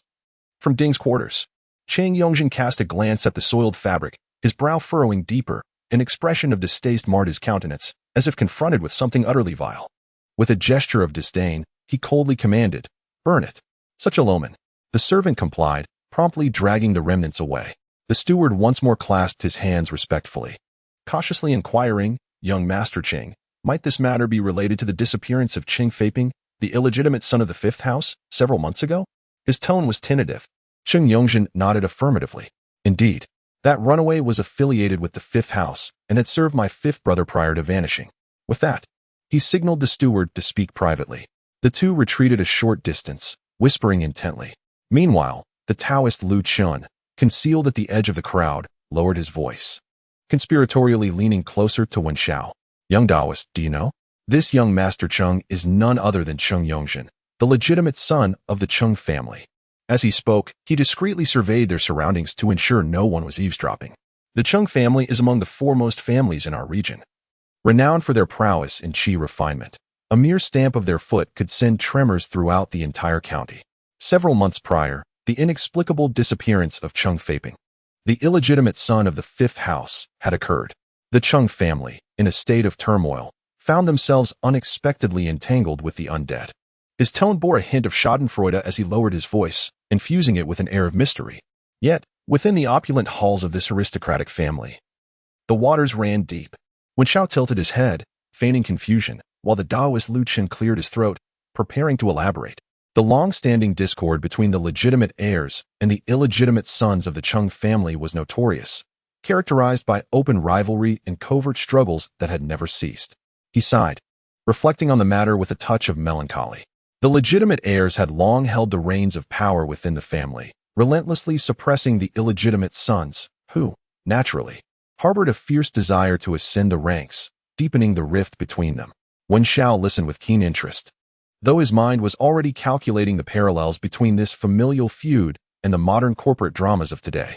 Taoist Lu Chun leaned in closer, lowering his voice even further. You know the one in trouble this time is Chung Faping, right? When Xiao nodded, realizing that the dark-haired zombie was likely this very illegitimate son of the Chung family. Chung Faping. Chapter 8. The corpse-restraining talisman and the vanquishing of the zombie Chung Faping had once shone brightly as a star within the Chung family. The tone of Taoist Lu Chun carried a note of regret. What a pity. He shook his head, seemingly reluctant to divulge more. When Xiao pressed him, what is so regrettable? After a moment's hesitation, Taoist Lu Chun revealed, it is a pity that he practiced a forbidden tome, leading others to accuse him of being an evil cultivator. When Zhao's heart stirred at the mention of the term evil cultivator, such a reputation is far from commendable. In light of this matter, Chung Faping's mother, a concubine of the Chung family, tragically took her own life by colliding with a pillar in the family ancestral hall to vindicate her son. This incident stirred considerable turmoil, compelling the head of the Chung family to impose severe punishment upon Chung Faping in an attempt to quell the public outrage. Ultimately, Chung Faping fled from the Chung family and has since vanished without a trace. When Xiao, upon hearing this, lamented that the feuds among the affluent are indeed steeped in bloodshed, Taoist Lu Chun, with a knowing expression, remarked that some matters are beyond the purview of us mere mortals. It is prudent for us to diligently attend to our own affairs and avoid inviting trouble. When Xiao nodded in understanding, he grasped the essence of Taoist Lu Chun's words. The waters of the Chung family run exceedingly deep, and it is wise for small fry like them to keep their distance. As dawn broke, commotion erupted outside the ancestral hall, while within, the floor was strewn with people in disarray. The previous night, Uncle Wang, the village head, had arranged for bedding to be delivered, alleviating their accommodation predicament. When Xiao and Taoist Lu Chun huddled together, managing to endure the night. In contrast, Cheng Yongzhen had tossed a few ingots of silver, compelling the villagers to clear a clean room for him, where he comfortably rested in solitude. The noise indicated that more members of the Chung family had arrived. Taoist Lu Chun rubbed his sleepy eyes and murmured a comment. When Xiao noticed the clamor, the atmosphere was bustling, far more animated than the previous day. Let us go outside and take a look, Taoist Lu Chun suggested as he swiftly rose. The two stepped out of the ancestral hall and were greeted by a courtyard filled with people, swarming with Chung family servants. When Xiao estimated there were over 30 in number, robust and upright, each individual exuded an aura of martial prowess. Among the crowd, a middle-aged man resembling a steward, with a burden slung over his shoulder, stood out conspicuously. Young Master Chung, I have brought what you requested, the steward said respectfully as he approached Cheng Yongzhen. Cheng Yongzhen nodded, accepting the package and unveiling its contents, a compass. The compass, entirely obsidian, was intricately etched with a multitude of runes, emanating a faint, ethereal glow. This was no ordinary compass. It was a magical artifact. The Taoist Lu Chun's eyes widened in awe as he leaned closer to Wen Xiao, whispering in hushed tones. Upon hearing the term magical artifact, curiosity ignited within Wen Xiao. The Chung family indeed possessed remarkable capabilities. Young Taoist, this compass is extraordinary. It can locate dragons and burying spots, ensuring fortune while averting calamity. It is truly formidable. Lu Chun's voice dripped with admiration, nearly causing him to drool. Cheng Yongzhen toyed with the compass, a triumphant expression gracing his face, and then waved his hand decisively. Prepare yourselves. We ascend the mountain. The steward led the constables, and alongside the 30-odd members of the Chung family, they formed an imposing procession of over 40 individuals, once again setting forth toward the crimson maple forest. Naturally, when Xiao and Taoist Lu Chun trailed behind, with the magical compass in hand, Cheng Yongzhen felt emboldened, urging the crowd to quicken their pace. Following closely behind Lu Chun, when Xiao pondered, the Chung family's grand display, with magical artifacts and ample manpower, undoubtedly concealed some unspeakable secret. Upon reaching the site struck by lightning, Cheng Yongzhen extracted the compass from his bosom. Its needle spun rapidly, emitting a faint, buzzing sound. His gaze sharpened. Indeed, there was the presence of corpse energy. Cheng Yongzhen spoke coldly, his tone laced with a hint of excitement. It seemed that the object had lingered in this place. With a wave of his hand, he signaled for the servants to follow. The group ventured deeper into the forest. Guided by the compass needle, the steward trailed closely behind, his expression tense. He hesitated numerous times, wrestling with his words, yet ultimately remained silent. After all, the Chung family wielded considerable influence, and he did not dare to offend them lightly. The further they advanced, the more treacherous the path became. The trees around them grew increasingly dense, their boughs intertwining overhead. Sunlight filtered through the foliage, casting mottled shadows upon the ground. The atmosphere gradually turned ominous. Uncle Wang, the village head, trembled as he brought up the rear of the procession. His face was pale, beads of sweat forming on his forehead. Young Master Chung, we cannot venture further. Uncle Wang's voice quivered with fear. We are entering an uncharted primeval forest. Before he could finish his sentence, Chung Yongzhen abruptly turned, his gaze sharp as a blade. Mind your own business. His reprimand sent a shiver down Uncle Wang's spine, prompting him to quickly fall silent. No longer daring to utter a word, Chung Yongzhen snorted coldly and pressed on. The compass needle spun with increasing fervor, and the buzzing sound grew louder, as if urging him to quicken his pace. The group traversed the dense thicket, covering more than a mile. The trees surrounding them had grown abnormally thick, so stout that two people might struggle to encircle one. Vines entwined, blocking out the sun, rendering the atmosphere nearly impenetrable. The forest lay in a state of gloom, the silence unsettling. Suddenly, the compass needle came to a halt, pointing toward a perilous ravine. At the center of the ravine stood a colossal ancient tree. The ancient tree stood with an astonishingly robust trunk, its bark fissured, and its lush foliage nearly enveloping the entire valley in shadow.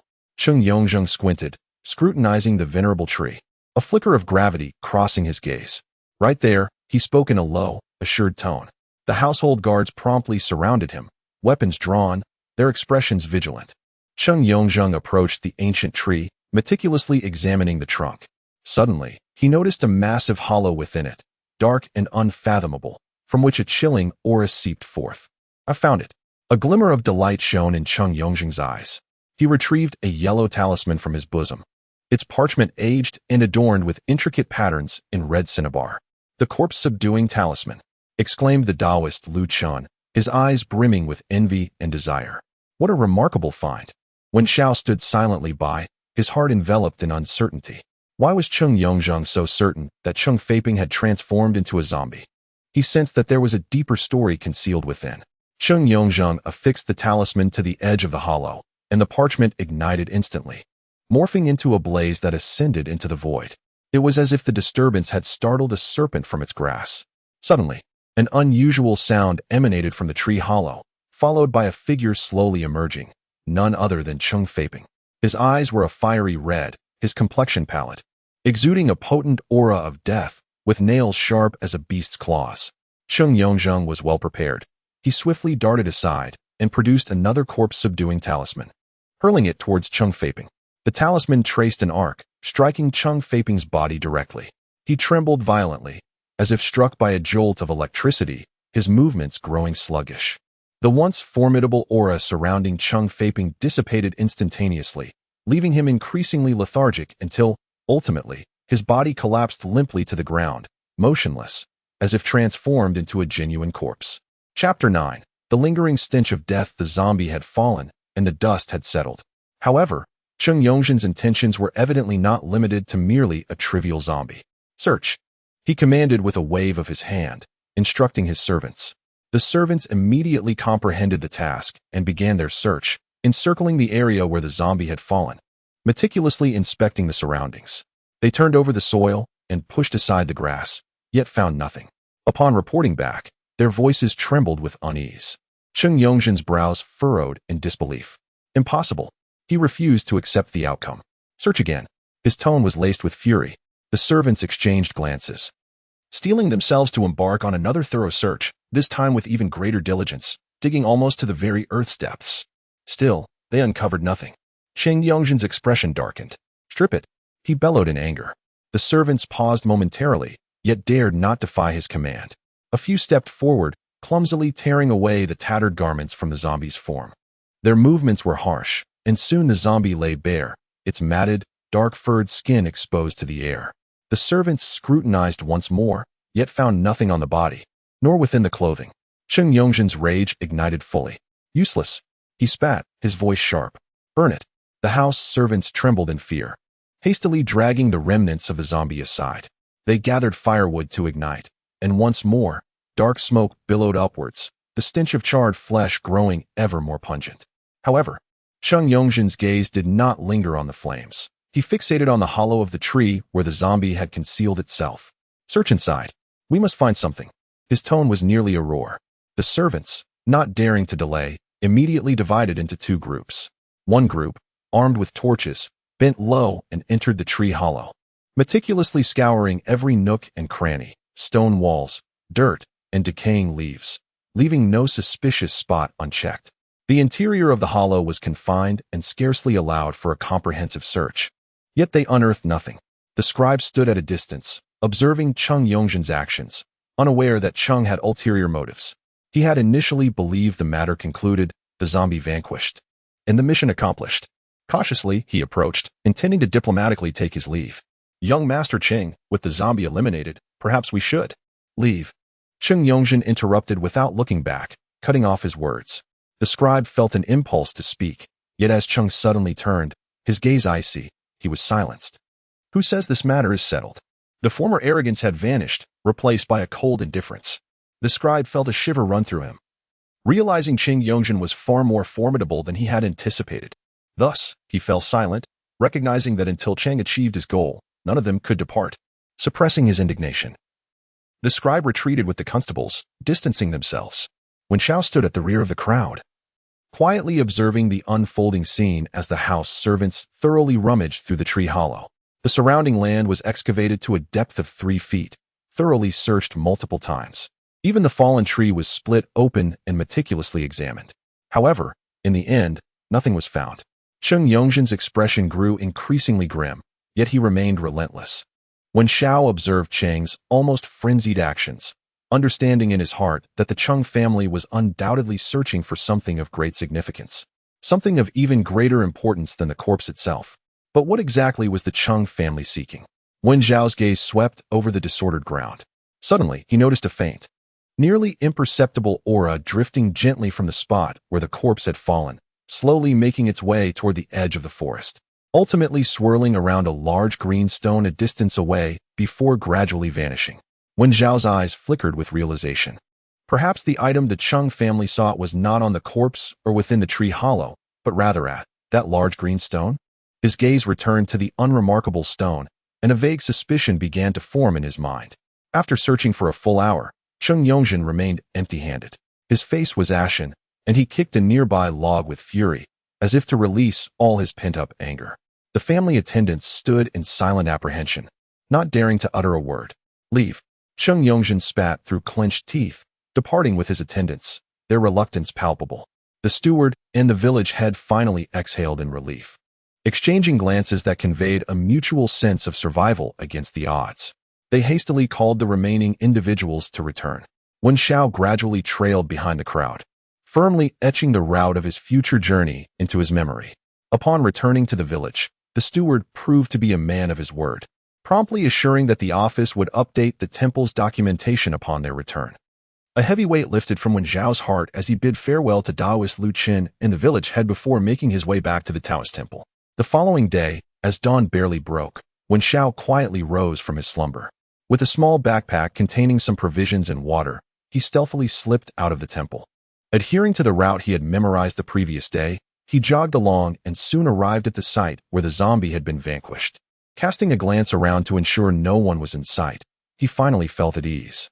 Approaching the large bluish stone, Wen Xiao began to scrutinize it meticulously.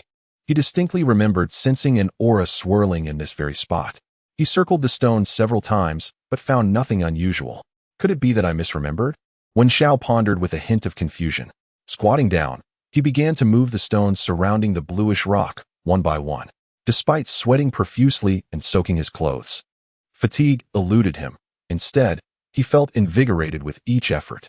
I refuse to believe I cannot find you, he encouraged himself as he continued to shift the stones. When he finally removed the 5th stone, Wen Xiao's eyes widened as he spotted a dark object nestled within the crevice. Found it, he exclaimed quietly, carefully extracting the item from the stones. Indeed, it was a palm-sized box made of camphor wood. Wen Xiao stealthily returned to the Taoist temple, confirming that the surroundings were clear before swiftly slipping inside. With a swift motion, he firmly closed the door to the observation room. securing it with a gentle click of the latch.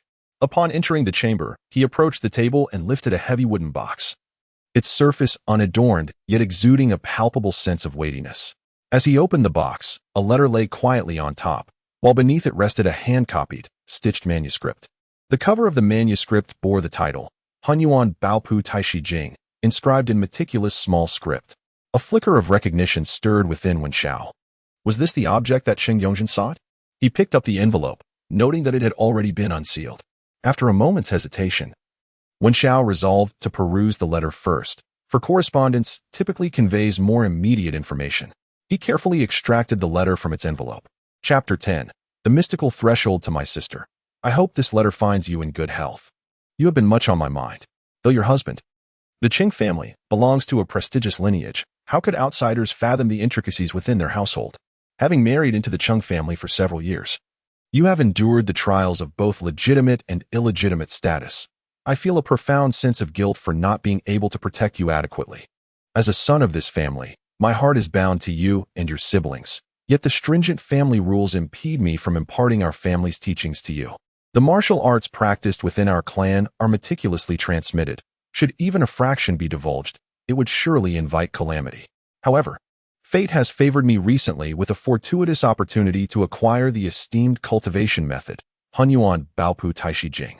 This technique embodies balance and equanimity, a lost art bequeathed by ancient practitioners. Furthermore, it is invaluable for its lack of sectarian affiliation, allowing one to cultivate without fear of inciting factional discord. The Chung family has always upheld a clear distinction between legitimate and illegitimate offspring. Your son, Chung Feiping, though endowed with remarkable talent, may find it challenging to gain the family's favor due to his humble origins. If one could master this technique, it would undoubtedly bolster their physical strength and pave new pathways ahead. My dear sister, remember this. The art of cultivation must remain shrouded in secrecy, never to be divulged even in the slightest.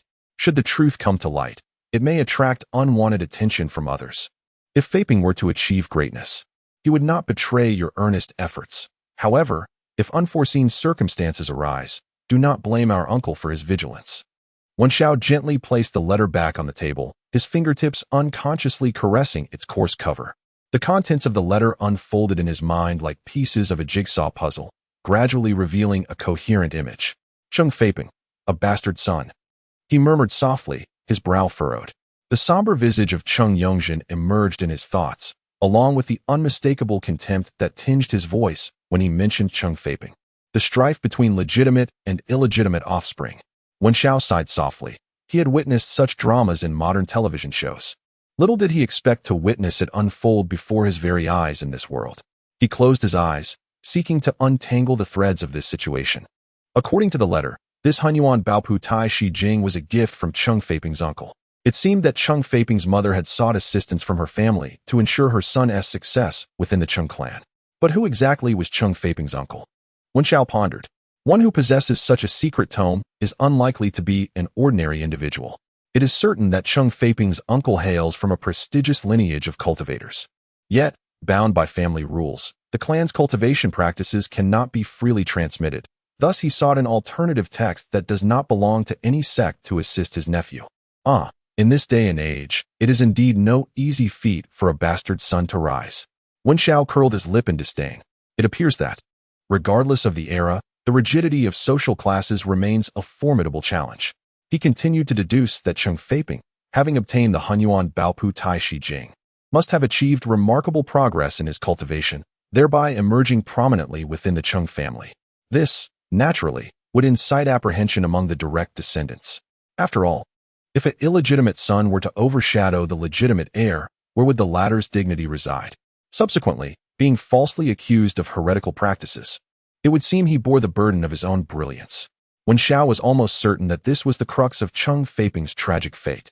A vivid image materialized in his mind, a spirited youth, ensnared by a secret manual, suffering disgrace and ruin.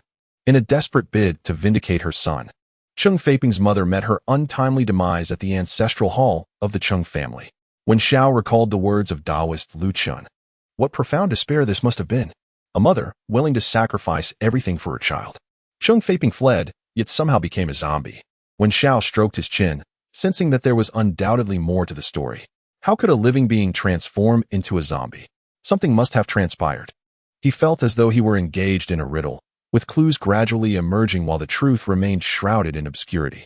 His interest in the Hunyuan Baopu Tai Shi Jing was intensifying. Slowly, he opened the somewhat weathered manuscript in his hands. The title page bore the inscription, "Before chaos was discerned, the primordial qi existed. A singular qi harmonizes to create the three talents." He held his breath and focused, continuing to read. His eyes were met with densely packed characters detailing the cultivation methods of the Hunyuan Baopu Tai Shi Jing. As his gaze swept across the words describing how the mortal body is tainted by the impurities of the grains, necessitating the use of the 9 return breathing technique to cleanse the internal organs, a flicker of curiosity ignited within him, compelling him to read further. Inhaling, he envisioned the brilliance of the stars entering his being through the Baihui point. While exhaling, he silently chanted the 6-character mantra, Shi, He, Hu, Su, Shui, Shi, corresponding to the hexagrams of Zhun, Li, Kuan, Dui, Kan, and Sun. The subsequent passages detailed the cultivation methods and incantations. Wen Shao devoured the text with an insatiable thirst. Each character, each phrase seemed imbued with an enchanting allure, drawing him deeper into its grasp. The first step in qi cultivation is the most arduous. The scriptures state that one must first perceive the qi, the flow of spiritual energy and vitality that permeates the cosmos. Only by sensing its existence and establishing a connection can one formally embark on the path of the cultivator. Yet, how to perceive this qi? The scriptures offered no explicit guidance. He slowly settled into a meditative posture, following the instructions to form the Zawuju hand seal. With a touch of awkwardness, he extended his hands, his left thumb pinching the base of his ring finger, the Mingmen point, while his right thumb pressed against the middle joint of the middle finger, the Liyuan point. A subtle tingling sensation coursed through his fingertips. It is said that this hand seal can calm the restless spirit, aiding the practitioner in swiftly entering a state of deep concentration. When Shao closed his eyes, striving to still his mind, he began to experiment with the 9 return breathing technique as described in the text. Inhaling, he visualized the Baihui point, guiding the imagined starlight gently into his body. Exhaling, he silently recited the mantra. A faint rush of air escaped between his teeth. Once, twice, thrice. When Shao repeated the breathing and incantation over and over. Yet, as time slipped away, each second felt like an eternity. Aside from a persistent tingling sensation emanating from his posterior, he felt naught of the so-called qi. Was it due to his own inadequacies? Was this alleged cultivation truly nothing more than an ephemeral illusion, forever out of reach? When Shao resolved to adopt a different approach, this time, he made no deliberate effort to sense the qi. Instead, he directed his focus inward, meticulously observing every part and corner of his body. He endeavored to employ the unique vision of his golden finger to capture the traces of spiritual energy. Suddenly, at the location of his lower dantian, a faint glimmering light of a firefly-like hue appeared, flickering intermittently. Though weak, its existence was undeniable. Had he found it? Was this the spiritual energy? He held his breath in exhilaration, scrutinizing the flickering glow with heightened attention. The luminescence danced gently with his breath, growing slightly brighter as he inhaled and dimming as he exhaled, as if resonating with his very breath. However, in mere moments, that faint luminescence extinguished like a candle caught in the wind, vanishing without a trace. When Shao reopened his eyes, filled with confusion and bewilderment, what had that light signified? Why had it suddenly disappeared? He pondered this conundrum endlessly. He picked up the Hunyuan Baopu Tai Shi Jing once more, swiftly flipping through its pages, seeking answers within its text. When his gaze fell upon a particular passage, his eyes suddenly sparkled with realization. The gateway to the profound is neither within nor without, but in the depths of the abyss. Suddenly, the winds and thunder of midnight arise, capturing the northern dipper and transforming the celestial patterns.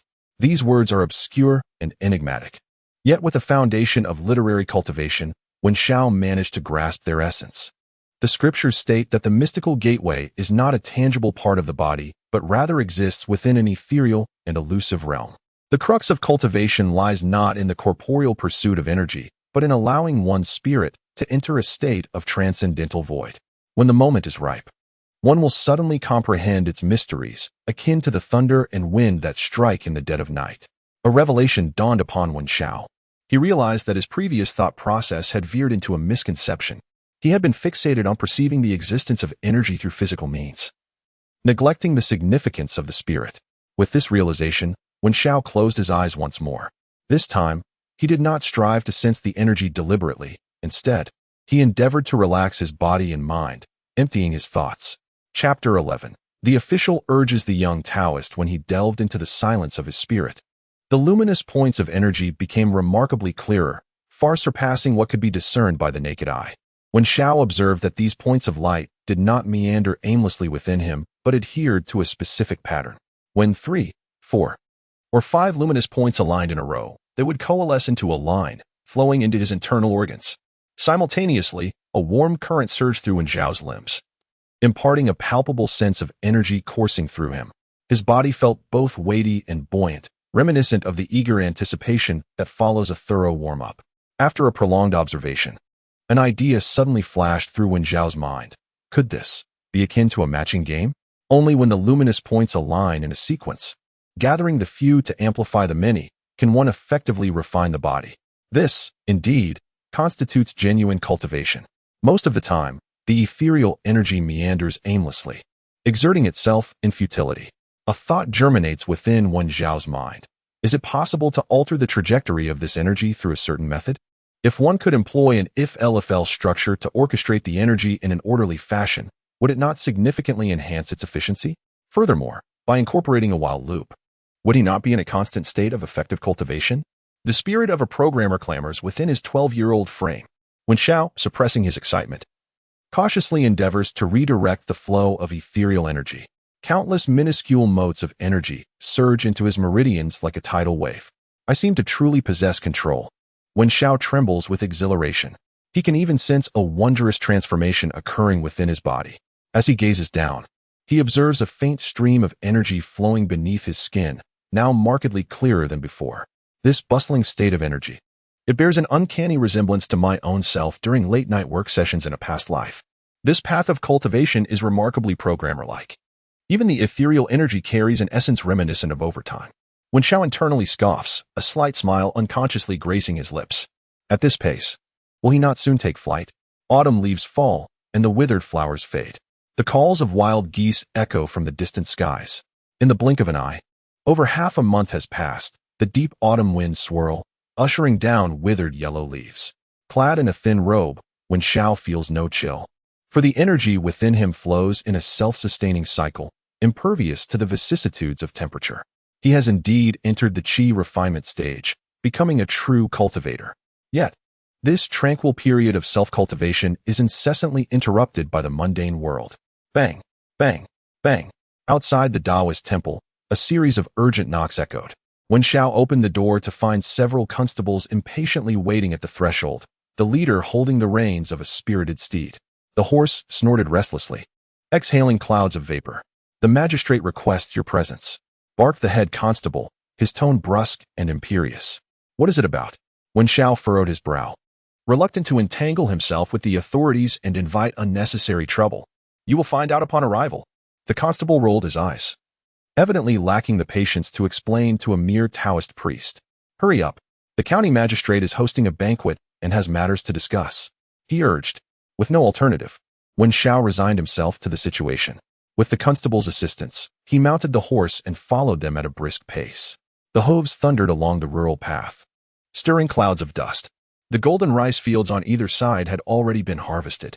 In the distance, wisps of smoke curled up from the village of Yushutai, accompanied by the faint barking of dogs, creating a semblance of pastoral tranquility. However, this serenity was soon shattered by the clamor of the approaching county town. It was Wen Xiao's first visit to the city, and he found himself wide-eyed with wonder. The streets were lined with bustling shops, their signs fluttering in the breeze, while vendors hawked candied hawthorns, their voices ringing out, candied hawthorn, sweet and crunchy. The sound was resounding and compelling. Within the blacksmith shop, the rhythmic clang of hammer on anvil filled the air, sparks flying in every direction. The bun shop staff was vociferously advertising their wares. Freshly steamed buns, meat-filled, vegetarian. We have it all. The rich aroma wafted enticingly. Wen Xiao marveled silently. This ancient county town was far more vibrant than he had ever imagined. Upon reaching the yamen, His eyes were opened even wider. The imposing gatehouse, adorned with a vermilion door, flanked by stone lions, led into the courtyard of the yamen. Upon entering, Wen Xiao discovered he was not the sole visitor. The wily Taoist Lu Chun was engaged in animated conversation with a corpulent monk, accompanied by his two rather simple-minded disciples. The monk, his face glistening with grease and his belly round, stood beside a mysterious oracle who clutched a tortoise shell in her hands. It appeared that the county magistrate had summoned all the notable figures from the region. Wen Xiao speculated inwardly, pondering the nature of the troubling matter at hand. Seated at the head of the assembly was Magistrate Zhang, a man of broad features and large ears, donned in an official robe and a cap of authority. His clerk stood attentively beside him. As the gathering reached its full complement, Magistrate Zhang cleared his throat and began to speak. His voice low yet imbued with an undeniable gravitas. "Gentlemen, I have summoned you here today to discuss a perplexing case." He paused, scanning the faces before him. "Recently, our county has been plagued by bizarre occurrences, including the mysterious disappearance of 5 children." His tone grew somber. All of these incidents transpired at night, with living souls simply vanishing without a trace. At this juncture, Magistrate Zhang's brow furrowed deeply. Reports have emerged of strange cries and footsteps echoing in the night. Some have even claimed to see shadowy figures darting about as he spoke. His complexion paled slightly. What is even more alarming is that several constables witnessed a child being drawn into the earth. With this revelation, a wave of murmurs swept through the assembly. It was evident that the officials were unable to investigate this matter further. Thus, I have summoned you all to assist in uncovering the truth of this matter. Master Zhang's gaze swept over the assembly, tinged with a hint of exasperation. "Why not invite the Taoist Jingxi?" The portly monk beside Taoist Lu Chun inquired, his fingers deftly manipulating the prayer beads. County Magistrate Master Zhang hastily clasped his hands in greeting. "To inform Elder Pujin, the procedures for inviting Taoist Jingxi are quite cumbersome. By the time they navigate through the bureaucratic maze, the opportunity would have long passed." A smile adorned Master Zhang's face, yet his tone betrayed his resignation. Moreover, he paused, lowering his voice. "The county's finances are strained, and there are no surplus funds available. The fees for summoning Taoist Jingxi are far from trivial." Master Zhang shook his head, leaving the thought unspoken. Elder Pujin remained silent for a moment. "Are we truly certain that the child was drawn underground?" The clerk stepped forward to interject, affirming, "Indeed. There were constables present, along with the child's parents, who witnessed it firsthand. Digging 3 feet down with a hoe, we found nothing but earth." The clerk's voice grew somber. "Otherwise, we would not have concluded it as a supernatural occurrence." Elder Pujin recited a sutra, Amitabha. "The old monk has no further inquiries." Observing this, the clerk hastily continued, "I have instructed the head constable, Iron Catcher, to lend his utmost support to you all." The clerk added, "Please, I implore you to exert every effort, and the expenses incurred during the investigation will be covered by the county office." Chapter 12. The necessity of an if-loop in cultivation. Upon exiting the county office, Taoist Liuchuan's gaze remained fixed upon Wen Xiao. Initially, he intended to engage in casual conversation with Wen Xiao, but the words faltered on his lips, replaced by a sense of astonishment. "Young Taoist, you." He scrutinized Wen Xiao from head to toe, his brow furrowed in perplexity. "There is an indescribable aura about you." Wen Xiao offered a faint smile, fully aware that this peculiar impression stemmed from his successful cultivation of qi. Ascending to immortality through the refinement of qi had transformed him fundamentally. Although his outward appearance had not changed significantly, the vitality and spirit he exuded were now worlds apart from that of an ordinary individual. Wen Xiao blinked innocently. "What do you mean, Taoist? I am still the same person." Taoist Lu Chun shook his head in disbelief. No, he muttered to himself, unable to articulate his thoughts. Standing nearby was the burly iron constable, who, with a sword at his waist, grew increasingly impatient. In a gruff voice, he inquired, "Where shall we go to investigate now?" Elder Pujin pondered for a moment. "Let us first visit the location where the child went missing." The group proceeded to a cluster of dilapidated dwellings in the eastern part of the city. The houses were low and crumbling, the streets narrow and littered with stagnant water, epitomizing the scene of an urban village. In a relatively open area, the freshly turned earth revealed a patch of disturbed soil. The Iron Constable pointed to the plot. "It was right here." At that time, the patrolling brothers heard someone cry for help and rushed over. They saw a shadow emerge from the alley, clutching a child. "We blocked the path ahead, and that shadow simply vanished into the ground, along with the child." He gestured animatedly, his face still bearing traces of confusion. The neighbors who had come chasing after also noticed the commotion, and everyone wielding their hoes dug for half a day, yet uncovered nothing. When Xiao approached the freshly turned earth, crouching down to scrutinize the ground, sensing a chilling aura, faint yet palpable, Elder Pu Jun also stepped closer, his expression grave. Indeed, there were traces of a spell. He asserted that malevolent energy lingered in this place, undoubtedly the work of nefarious practitioners. A shiver ran through Xiao's heart. It appeared that Elder Pu Jun possessed genuine expertise. While he could directly perceive the truth with his unique ability, the elder relied solely on instinct. Taoist Lu Chun leaned in and whispered, "I have heard of a peculiar technique known as the earth-walking art, which allows one to traverse underground."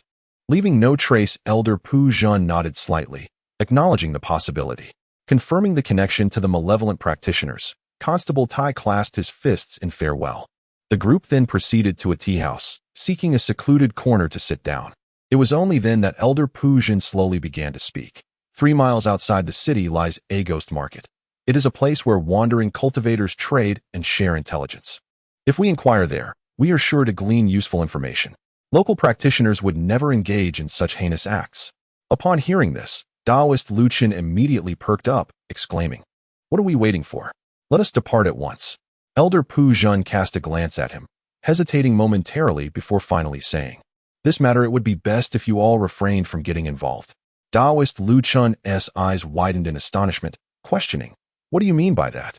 At this moment, a fortune teller nearby cackled sharply, her voice grating, "You are not practitioners. Getting involved will only lead to your demise." The Taoist of flowing dust felt a tightening in his throat and, mustering his courage, argued, "I have cultivated for decades, capturing ghosts and subduing demons. How can I not be regarded as a practitioner?" A flicker of disdain crossed the shaman's eyes, and a mocking smile graced her lips. "You? Merely a charlatan masquerading as a practitioner," she retorted. With that, she dismissed him, engrossed in fiddling with the turtle shell in her hands. Flowing dust Taoist, stifled and turning various shades of pale and flushed, resolved to prove himself at the ghost market. The group decided to rest momentarily within the city, replenishing their strength as they awaited the onset of night. As darkness fell, they stealthily exited the city. The wilderness greeted them with a chilling wind that sent shivers down their spines. After walking approximately 3 miles, a dark silhouette emerged before them. As they approached, they discerned it to be an abandoned brick kiln accompanied by several dilapidated thatched cottages. The kiln had partially collapsed, surrounded by rampant weeds and strewn with debris. A few crows cawed ominously, taking flight from the kiln, heightening the eerie atmosphere. Elder Pu Jun stepped forward to the kiln, inhaling deeply before striking the kiln's entrance 3 times with his hand. Suddenly, his figure flickered, and, astonishingly, he vanished into the kiln. The shaman cast a sidelong glance at the flowing dust Taoist, sneering, "What, afraid to enter?" She then taunted, "Let us see if you can make it inside." With that, she too flickered and disappeared into the kiln. Gritting his teeth, flowing dust Taoist steeled his resolve and dashed forward. A cry of distress echoed, "Ouch!" as he tumbled headlong into the kiln, covered in dust and debris. The 2 young disciples, Ming Jing and Ming Jin, were taken aback, urgently calling out, "Master, be careful." When Xiao observed with clarity, this brick kiln, seemingly ordinary, actually concealed profound mysteries. Those who practice cultivation can traverse effortlessly through it, entering the ghost market. Ordinary individuals, devoid of spiritual energy, would inevitably be obstructed, colliding directly with the kiln's wall. Taoist Lu Chen stood outside the brick kiln, scratching his head in frustration. He circled the kiln several times, attempting to find a way in, yet no matter how he tried, he could not make a single step inside. The kiln resembled an invisible barrier, keeping him firmly at bay. Wen Xiao smiled gently and began to circulate his internal energy. He stepped forward, heading towards the kiln. In his ears, he heard Taoist Lu Chen exclaim in astonishment, "Young Taoist, how can you possibly enter?" Without looking back, Wen Xiao continued his stride. A flash of light enveloped him, and he found himself inside the kiln, not the cavern he had imagined, but an old room. The room was barren, devoid of furniture, with a closed wooden door several paces away. Elder Pu Jun's expression was solemn as he regarded Wen Xiao, saying, "I did not expect, young benefactor, that you have progressed so remarkably in your cultivation at such a tender age. Wen Xiao smiled slightly and politely replied, "Elder, you flatter me." The fortune teller, silent, directly pushed open the wooden door. With a creak, the door swung open, revealing a cacophony of sounds from outside. As he stepped out, he realized he had emerged from a humble earthen house by the street. The thoroughfare was narrow, flanked by numerous stalls, brimming with an array of peculiar items. A cursory glance revealed an assortment of objects he could not comprehend. The street was short, merely a few hundred steps in length. The fortune teller led the way, not uttering a word, while Wen Xiao and Elder Pu Zhan followed closely behind. The trio made their way straight to the street's end, which culminated in an inn. The inn's exterior was modest, slightly weathered. At this moment, the Taoist Lu Chuan paced anxiously outside the dilapidated village kiln, beads of sweat trickling down his forehead. He occasionally peered into the cavern, murmuring to himself, "Why hasn't he come out yet? What shall we do?" The two young disciples, Mingjing and Mingjin, stood timidly to the side, their faces etched with unease. Mingjing tugged at Lu Chuan's sleeve, her voice barely above a whisper. "Master, what should we do now?" Mingjin echoed her concern. "Yes, master. Should we consider leaving this place?" Lu Chuan shot them a glare, hissing in a subdued tone. "What nonsense are you spouting? Do you think I am the kind to abandon my post in times of crisis?" Yet, inwardly, he was in turmoil. I misjudged the situation, truly misjudged it. Who would have thought that this young Taoist was also a practitioner? It is worth noting that although Lu Chuan was somewhat slick and avaricious in his daily conduct, the yearning for the path of cultivation was ingrained in his very being. Now, having encountered a potential fellow practitioner, how could he possibly let this opportunity slip away? No, I must not miss such a celestial connection.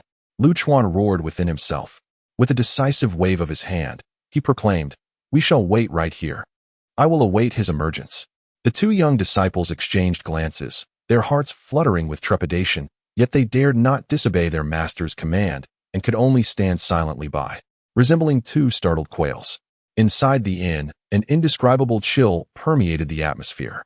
When Xiao observed that a few scattered patrons occupied several tables, most of whom remained taciturn, the shaman continued to exhibit a stoic demeanor, uttering not a word as she selected an unoccupied table for the three of them to sit down.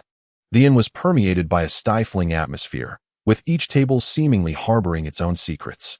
One by one, the guests rose and ascended to the second floor, only to return hastily after a while, engaging in hushed conversations before promptly vacating the inn. When Xiao watched this unfold, his curiosity intensifying, suddenly, Elder Pu Zhan stood up and made his way directly to the second floor. After what felt like the duration of a fragrant incense stick, he descended once more. Approaching Wen Xiao, he gestured subtly, signaling for them to follow. The three exited the inn and arrived at a secluded corner of the street. Elder Pu Zhan spoke with a grave tone, acknowledging that several itinerant practitioners had indeed visited this place some weeks prior. The matter of the missing children could very well be linked to them. Upon hearing this, Wen Xiao's heart began to falter. Although he had entered the Qi refinement stage, he had never learned any offensive techniques. If danger were to arise, would he not be rendered helpless? "Master Pu Zhan, I must confess, I am merely a temple steward," he admitted candidly. "Typically, I only engage in mundane rituals for the deceased. I fear I may not be of any assistance in this matter." Elder Pu Zhan offered a slight smile, reassuring him, "Do not worry, young acolyte. I understand you have been compelled by the county magistrate to come here. Rest assured, once the truth is uncovered, it will be duly reported to the proper authorities." The shaman let out a cold laugh, remarking, "That magistrate is merely concerned about how this might affect his examination in the Ministry of Personnel, which is why he dares not report it. Yet, how could such matters be within his purview? Once it is determined that the malevolent sect is involved, failing to report, it would only exacerbate his culpability. He expects us to risk our lives. Does he truly believe we would be willing to do so for him?" Elder Pu Zhan, upon hearing this, fell silent, seemingly weighing the pros and cons. At that moment, a commotion erupted in the ghost market. When Xiao looked up to see a young gentleman in a green robe engaged in a heated dispute at a nearby stall. It was none other than Cheng Yongzhen, the legitimate heir of the Cheng family. Observing Cheng Yongzhen embroiled in the altercation, an elderly man in gray robes approached leisurely and uttered a few words. The individual arguing with Cheng Yongzhen immediately retreated, allowing Cheng to raise his chin in satisfaction. The gray-robed figure was none other than Cheng Yongzhen's uncle. The fortune teller spoke with a hint of disdain, identifying him as Chung Jin-lin, the second in command of the Chung family. The Chung family had long been accustomed to their tyrannical ways in this locality. Wen Xiao mused to himself, realizing that the Chung family wielded considerable influence in the ghost market. No wonder Chung Yongzhen was so arrogant. After observing for a while, he turned to bid farewell to Elder Pujin, who encouraged Wen Xiao to do as he pleased. Feeling a sense of relief, Wen Xiao then greeted the fortune teller before making his exit. Retracing his steps, the ghost market remained bustling and vibrant, filled with the clamor of voices. At one stall, a one-eyed old crone suddenly grasped Wen Xiao's sleeve. Her face was a tapestry of wrinkles. One eye was clouded, while the other gleamed with an eerie light. "Young lad, you look so familiar." Her voice was raspy, akin to the sound of sandpaper. Wen Xiao was taken aback and quickly interrupted her. "Grandmother, you must have mistaken me for someone else. I have no money to purchase anything. I merely wish to make my escape." The one-eyed crone chuckled sinisterly, refusing to release her grip. "Could it be? You were born on a day of Yin during a year of Yang?" Wen Xiao was taken aback, exclaiming, "How do you know?" This was a secret he had only come to learn after seizing another's body. The crone's smile grew more ghastly, reminiscent of a predatory old cat lurking for its prey. "Indeed, it is as I thought." She loosened her hold on Wen Xiao's sleeve and began to peddle her wares. "Behold my Yin locust flower pollen. Dear young sir, purchase a bit, and the old woman shall reveal to you a secret." Wen Xiao furrowed his brow, sensing that this old woman was far from ordinary. He patted the pouch of coins at his side, left to him by the priest from the Wang temple, containing a few scattered silver pieces. "I do not possess much." Wen Xiao retrieved the pouch and extracted a small handful of silver, roughly 2 taels. The one-eyed crone curled her lip in disdain. "Is this all?" "That is all I have," Wen Xiao replied helplessly. The crone, though appearing discontented, snatched the silver pieces with vigor. Very well. Remember to bring spirit stones next time, for those are truly valuable." "Spirit stones?" Wen Xiao's curiosity piqued. "What are spirit stones?" The crone shot him a glance of annoyance, remaining silent as she delicately picked up a pinch of Yin locust flower pollen with her fingernail and placed it into a small paper bag. Handing the bag to Wen Xiao, she spoke in a low tone. "Those born on a day of Yin during a year of Yang. At a time of chaotic Yin and Yang, find the energies within them at odds, difficult to harmonize. The path of cultivation prioritizes the balance of the inner and outer realms, achieving equilibrium between Yin and Yang. Should this harmony falter, the path of cultivation shall be fraught with obstacles." When Xiao accepted the paper bag, though light in his hand, he sensed a chilling aura emanating from it. However, the one-eyed crone smiled with a veneer of warmth that belied her true intentions, stating that there exists a notion wherein the dual forces of Yin and Yang are incompatible.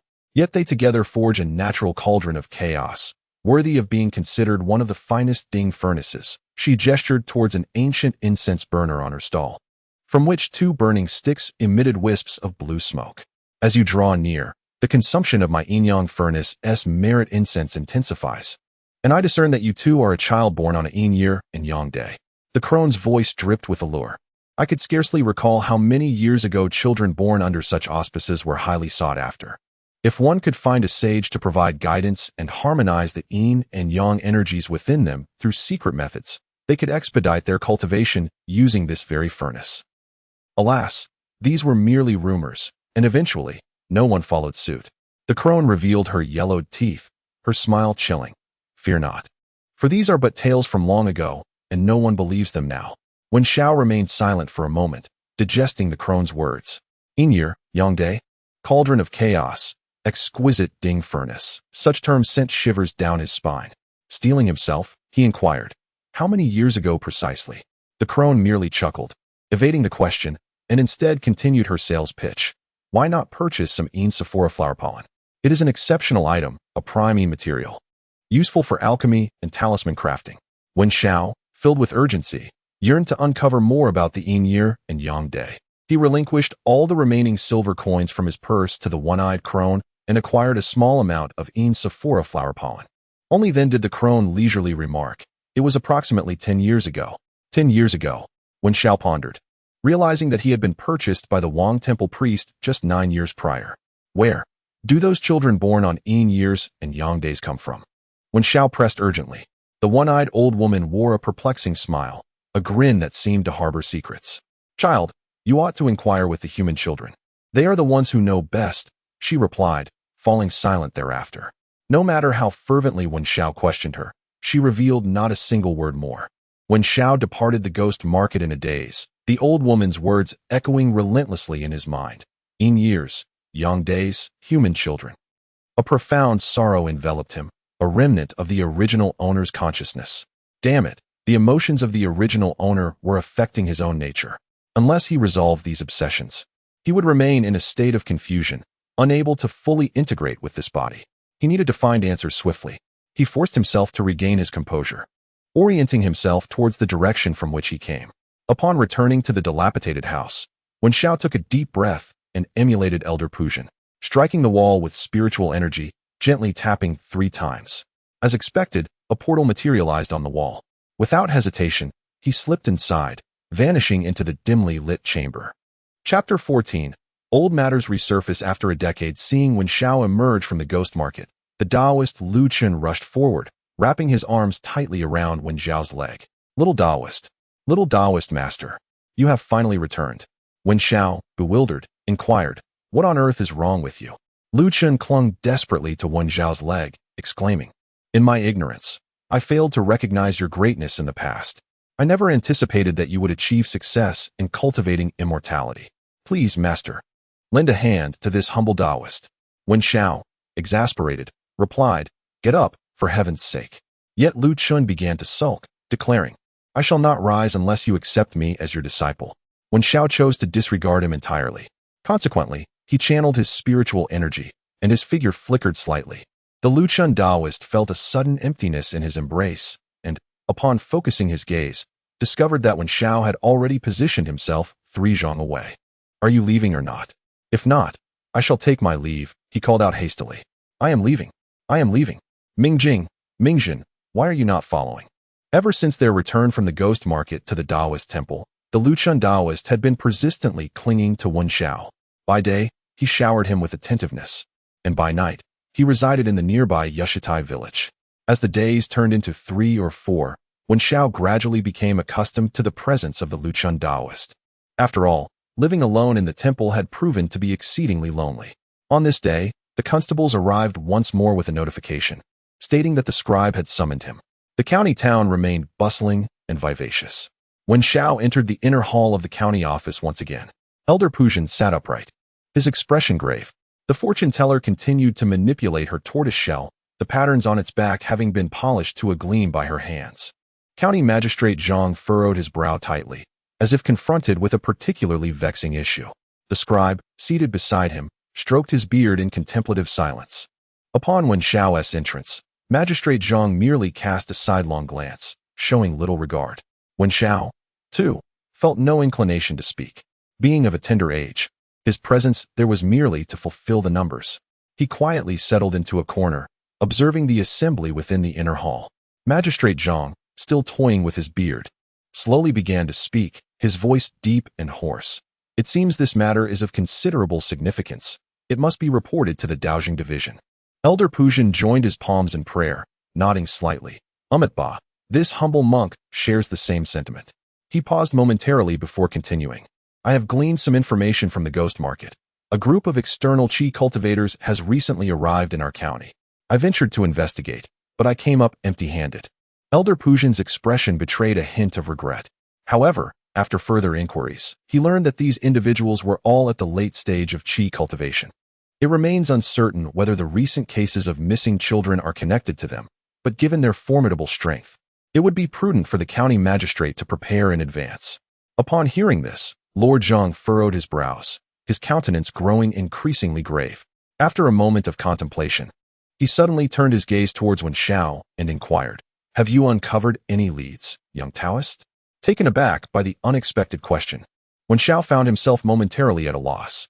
Internally, he deliberated, but maintained a composed exterior, responding with a delay, there are indeed some clues. Yet they have yet to be fully substantiated. A flicker of barely perceptible sarcasm flashed in Lord Zhang's eyes as he nonchalantly pressed on, do not hesitate to speak. Taking a deep breath, Wen Xiao replied slowly, might I suggest that the governor investigate whether the missing children share any common characteristics? He paused for effect, noting that the attention of the assembly was now captivated by his proposition, before continuing. For instance, were they born on Yin years and Yang days? At this revelation, Elder Pujan's eyes widened in shock, filled with astonishment. The seer beside him set aside her tortoise shell, her sharp voice cutting through the tension. What the young Taoist has said is quite possible. I urge the governor to swiftly verify the household registrations. Elder Pujan implored urgently. Lord Zhang, not daring to delay, promptly instructed his secretary, hurry at once. Hurry and retrieve the household registration of the missing children. The assistant took his leave promptly, his steps hurried. Moments later, he returned, cradling a stack of household registration documents. Based on the records he had unearthed, the shaman extended her fingers to perform a calculation. Time passed slowly, the atmosphere in the room heavy and oppressive. At last, the shaman lifted her head, her voice hoarse yet resolute. Indeed, among the 5 missing children, 3 were born in the current year and 2 in the year of Gui. Their birth dates corresponded to the yang aspects of the earthly branches, Zi, Yin, Chun, and Wu. It is indeed a Yin year with a yang day. The shaman's voice resonated with conviction. Elder Pujan let out a deep sigh, reciting a Buddhist chant, Amitba. Observing this, Wen Shao inquired, if that is the case, what shall we do next? I implore you, esteemed governor, to make a decision. Lord Zhang, still in a state of confusion, failed to grasp the intricacies of the matter. He turned to Elder Pujan with a puzzled expression, awaiting clarification. Elder Pujan spoke slowly. If born in a Yin year on a Yang day, the balance of Yin and Yang within them becomes difficult to harmonize, rendering their path of cultivation fraught with obstacles. However, approximately a decade ago, a notion circulated among practitioners. The elder's voice lowered, imbued with compassion. Forcing those born in a Yin year on a Yang day to refine their qi would lead to an internal conflict between the Yin and Yang energies, making them incompatible. These energies, unbound and restless, would await the opportune moment for absorption, thereby greatly enhancing one's cultivation and elevating one's realm. The shaman interjected, adding, however, for those compelled to cultivate qi during the years of Yin and the days of Yang, it is an immense suffering. The consequences can range from unstable foundations and difficulties in mastering techniques to severe repercussions such as the rupture of meridians, falling into madness, or even death. Elder Pujan recited a Buddhist chant once more, signifying his agreement, his expression revealing a sense of compassion. Wen Shao bowed his head in contemplation. Could the cultivation of qi during the Yin years and Yang days truly result in such grave outcomes? Why had he not perceived this before? He recalled the letter written by Cheng Feiping's uncle, which mentioned the Hunyuan Baopu Taishi Jing. This technique is balanced and impartial, a treasure left behind by ancient cultivators. Fortunately, he was practicing the Hunyuan Baopu Taishi Jing, a method devoid of any biased attributes, which spared him from making a catastrophic error. Perhaps this was also connected to the unique advantage he possessed, having employed programming to correct the most efficient route for his cultivation, thus avoiding any deviations during practice. A sense of relief washed over Wen Shao. Suddenly, old Master Zhang slapped his forehead with a resounding crack. His face was etched with annoyance and agitation. His voice rising by an octave, damn it, why does this matter have to be such a nuisance? 10 years ago, before I took office, what did such trivial matters have to do with me? As he continued, his anger escalated, culminating in a forceful bang on the table. Ironically, during my tenure, this issue resurfaces, truly. He swallowed the rest of his words, leaving only a heavy sigh. Elder Pujan spoke slowly, in truth. This so-called concept of Yin and Yang Qi is nothing but a baseless tale. He paused momentarily, seemingly in the midst of formulating his thoughts. There were no particular insights to be gleaned. It was utterly impossible to harmonize the dual energies of Yin and Yang through any arcane methods. Even more challenging was the fact that there existed no means to absorb the unclaimed energies into oneself. Elder Pujan shook his head. Thus, the rumors gradually faded away. Little did he expect that today, a malevolent practitioner would once again engage in such heinous acts. Truly, he chose not to elaborate further, a glint of coldness flashing in his eyes. However, Wen Shao felt a stir within. Was it truly impossible to absorb the unclaimed energies of Yin and Yang? Perhaps not. He recalled the mysterious suction of essence scripture from the Wang Temple.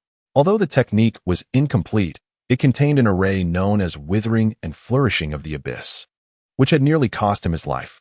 Could this not be a method of absorbing the energies of yin and yang? Chapter 15. The helpless sigh of the wandering cultivator. Esteemed guests, Master Zhang said with a respectful gesture, I shall report this matter to the relevant authorities. Yet it remains imperative to rely on your continued investigation. He exchanged a knowing glance with the steward. The steward understood, bringing forth a tray laden with silver ingots. Approaching Wenxiao, Elder Pujin, and the fortune teller, the steward presented each with 3 ingots. Wenxiao accepted them, their weight substantial in his hands. The silver ingots were considerably larger than the fragments he possessed, and he could not contain his joy as he weighed them. However, Elder Pujin merely lowered his eyelids.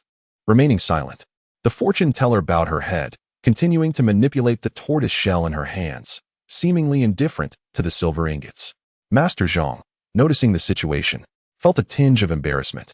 He cleared his throat and added, Of course, there will also be spirit stones offered. The steward then brought forth another tray. On the tray lay 3 small stones, their surfaces smooth as jade, with a faint glimmer visible within. In Wenxiao's eyes, these stones shone like candles, exuding a subtle aura of spiritual energy. Rest assured, I shall not let you toil in vain. Please accept these, declared Master Zhang. The shaman then lifted her head, a peculiar smile curling at the corners of her mouth. I shall certainly do my utmost.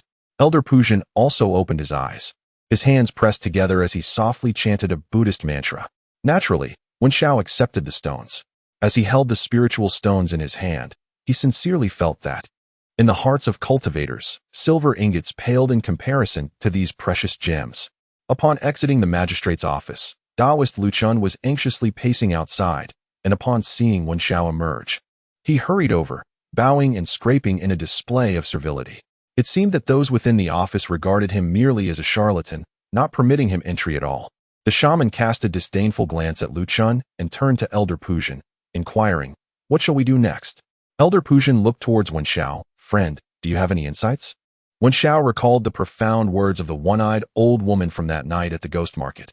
Child, such matters are best directed to the locals. They know best. After a moment of contemplation, he spoke. Perhaps we should inquire with the locals. Upon hearing this, the shaman let out a peculiar, cackling laugh. The locals? I happen to know of a place. We must seek the serpent twined with lotus, she added, her voice hoarse like that of an owl at night. What is this serpent twined with lotus?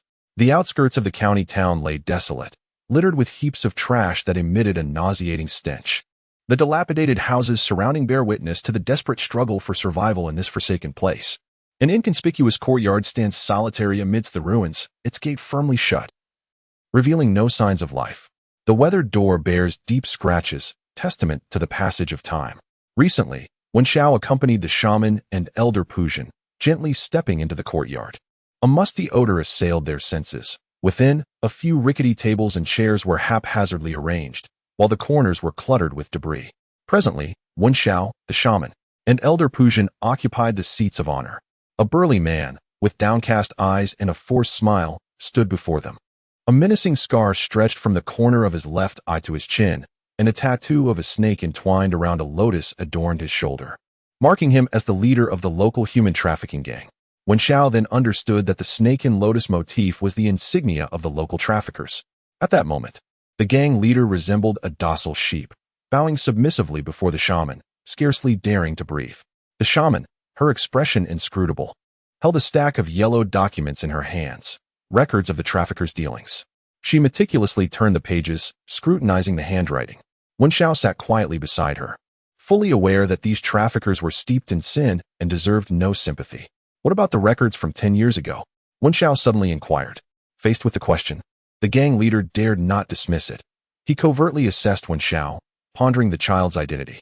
The elderly, Taoists, monks, children, and women, these 5 categories were the ones most prudent to avoid in the world of the underbelly. Having navigated this realm for many years, he understood this principle well. This seemingly innocuous child, despite his harmless appearance, was not to be underestimated.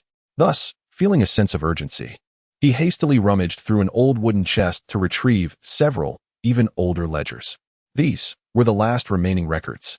He spoke with a hint of trepidation, noting that much had been lost over the passage of time. Wenxiao took the ledgers and began to peruse them meticulously. Inside the room, The sound of turning pages echoed softly as Wen Xiao and the shamaness sifted through the documents, while Elder Pu Jun silently manipulated his prayer beads. The leader of the gang stood nearby, nervously rubbing his hands, beads of sweat forming on his forehead. Time slipped by gradually. Wen Xiao's pace was languid, as he scrutinized each word and every line with utmost care. At last, his gaze settled upon a page of yellowed paper. Name, unknown. Age, 3 years. Characteristics, male child, with jet black hair and bright eyes, born in the Yin year on a Yang day. Place of origin, Gusu City, led by the notorious Qin. Transaction price, 25 taels of silver. Buyer, outside Yushitai village, Xiancheng Temple, Wang Miaozhu. Wen Zhao's pupils constricted slightly. He had found what he was searching for. Are there any recent inquiries for children born in the Yin year on a Yang day? The shamanist's hoarse voice inquired. The leader of the traffickers, wearing a forced smile, nodded eagerly. Indeed, there is. Fu Ji is looking to procure a batch of children, specifically requesting those born in the Yin year on a Yang day. The shamanist's expression changed dramatically. She fixed her gaze on the trafficker's leader as if she could devour him whole at any moment. The trafficker felt a chill run down his spine, his smile frozen upon his face. After a pause, the shamanist suddenly stood up. Without uttering a word, she turned and left. The three exited the courtyard. Elder Pu Jun intoned a Buddhist chant. Amitba. His voice carried a sense of resignation, as if he had foreseen this outcome. Shaking his head, Elder Pu Jun spoke slowly. Let us put this matter to rest, leaving its resolution to the Taoist Jingxi. Wen Xiao found himself utterly perplexed, unable to grasp the situation. Fuji is a property of the Chung family. As the fortune teller explained while walking, her words were laden with trepidation. When it involves the Chung family, we, as wandering cultivators, are powerless. The three remained silent for a while before, resigned. They went their separate ways. In the days that followed, Wen Xiao chose to reside within the temple, turning a deaf ear to the affairs beyond his window, solely focused on nurturing his own growth. The meager silver coins bestowed by the county office alleviated his concerns for the days ahead. Consequently, he became increasingly disinclined to attend funerals, leaving the entirety of such matters to Taoist Lu Chun, who took it upon himself to manage everything. Now, as a practitioner of Qi refinement, Wen Xiao had entirely cast aside the responsibilities of a temple steward. To be candid, of late, Taoist Lu Chun, accompanied by his 2 disciples, Ming Jing and Ming Zhen, had seen to Wen Xiao's every comfort. Serving tea, washing clothes, and preparing meals, they treated him with a familiarity that surpassed even that of a biological son. Wen Xiao felt a sense of guilt watching their devoted service. In light of this, he decided to open the temple, allowing the trio to reside there. As there were ample vacant rooms, and idleness was not to his liking, he was certainly aware of Taoist Liu Chuan's motives. The old priest's eyes seemed to be inscribed with the desire for martial arts knowledge. Wen Xiao, however, was not stingy. Rather than pursuing solitary excellence, he believed in the strength of mutual growth and thus imparted the Hunyuan Baopu Taishi Jing to Taoist Lu Chun and his disciples. Taoist Lu Chun was overwhelmed with excitement, nearly kneeling to pay his respects, repeatedly calling Wen Xiao his master and benefactor, tears mingling with his heartfelt gratitude. Wen Xiao hurriedly intervened, joking that he did not wish to take on disciples of such age. Being both teacher and friend was more than sufficient. Wen Xiao shook his head, internally murmuring, "This old Taoist performance is excessively theatrical. It is truly a pity he does not pursue a career in acting." Nevertheless, considering his earnest efforts, he reluctantly accepted this gesture of filial piety. "Thank you, Taoist one. Such kindness shall be forever etched in this humble Taoist's heart." The Taoist Lu Chen once again bowed deeply, his tone imbued with genuine sincerity this time. The 2 young disciples, Ming Jing and Ming Zhen, also followed suit in their reverence. Although they were still quite young, they understood that this was an invaluable opportunity. Chapter 16. The surge of spiritual energy when Xiao casually tossed the Hunyuan Baopu Taishi Jing to the disciples of Taoist Lu Chun before plunging headlong into his study of the Chou Sui Jing. The intricate principles of the Su Yuan Ku Rong Yin recorded in this scripture had nearly cost Wen Xiao his life in the past. Now, having attained a modest level of Qi cultivation and equipped with a fortunate advantage, he was finally grasping the threshold of this formation. Reflecting on the scene when the Wang Miao priest invoked this malevolent array, Wen Xiao could not help but curl his lip. The ritual involved shaking bells on the offering table, guiding spirits with red threads, igniting everlasting lamps, and pasting talismans, all resembling a chaotic performance, a veritable excess of ritualism. Humph. Such flamboyant theatrics. I, a programmer educated in modernity, prioritized the essence beneath the surface, Wen Xiao scoffed. Seated on a mat, he closed his eyes, focusing intently as he deconstructed the Su Yuan Ku Rong Yin into its most fundamental steps. The first step involved drawing talismans and outlining the formation diagram, symbolizing the devouring and cyclical nature of the Su Yuan Ku Rong Yin, akin to a loop statement in coding. Wen Xiao murmured to himself, his fingers tracing invisible patterns in the air. In the second step, one must infuse the talisman with spiritual energy to activate the formation, akin to compiling and executing code to set it in motion. The final step involves drawing vitality into the array to ensnare the target. At this moment, Wen Xiao pondered, recalling his own dismal experience of being bound hand and foot to a wooden bed.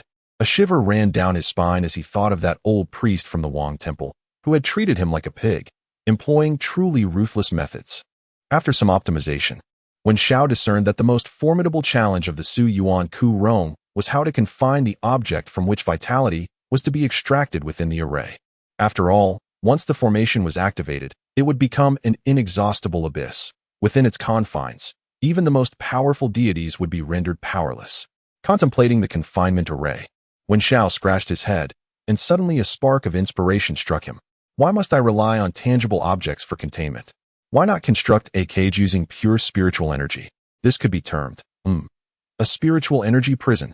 The more he contemplated, the more feasible it appeared. Wasn't this akin to the if statement in code?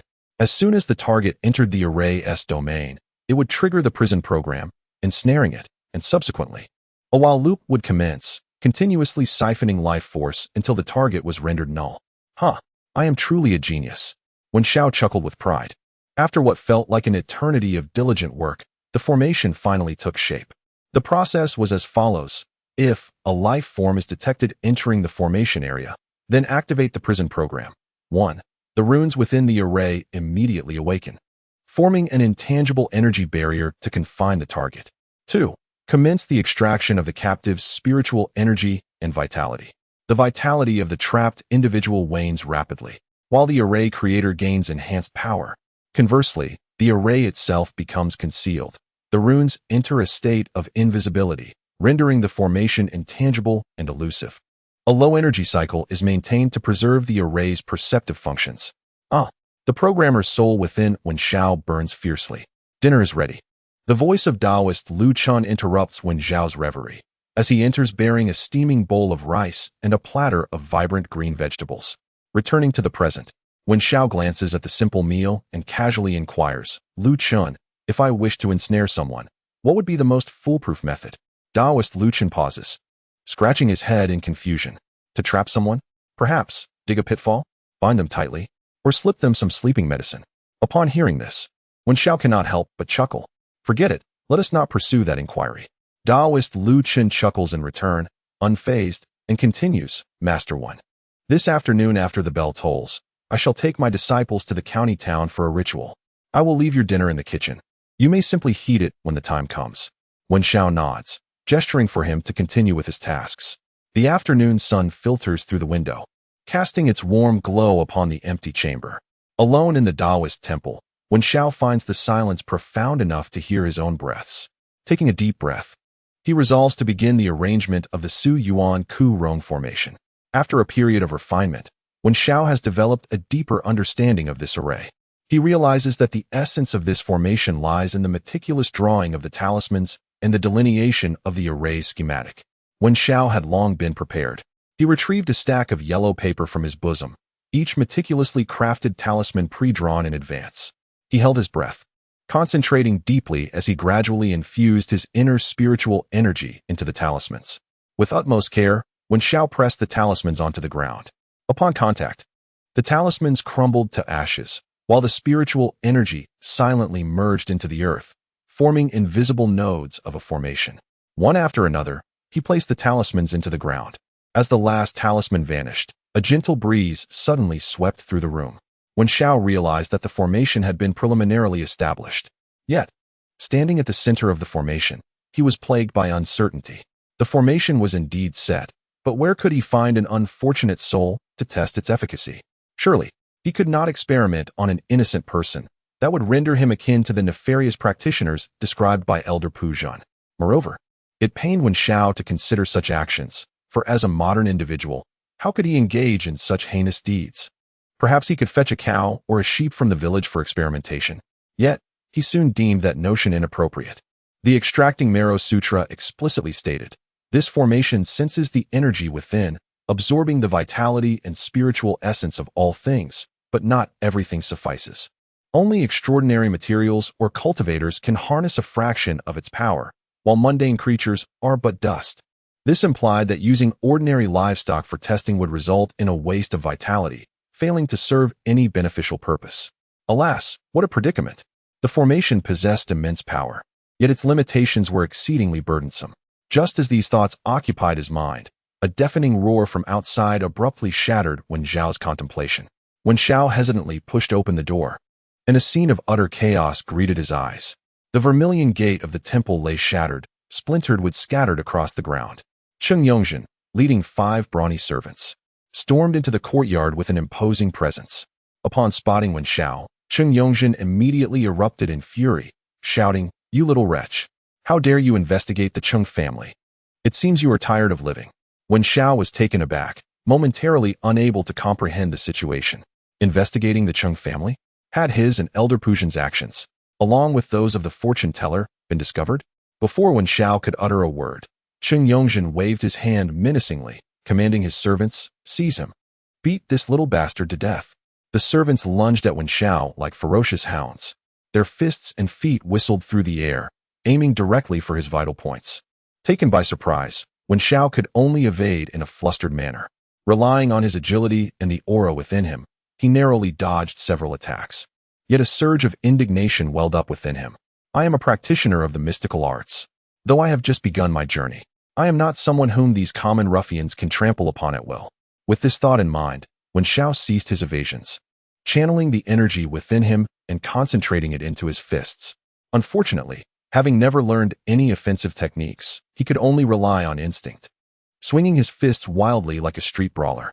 However, the punches infused with spiritual energy were anything but ordinary. The force behind his energy-laden strikes was astonishing.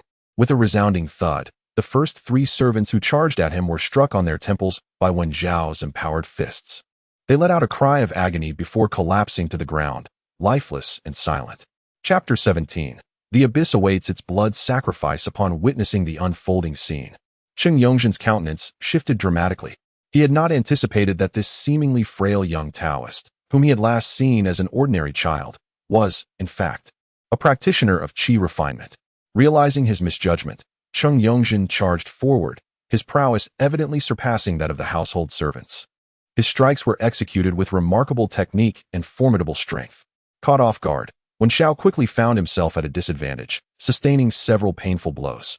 Just as he began to struggle under the onslaught, Cheng Yongzhen let out a sinister laugh, producing a glowing talisman from his bosom.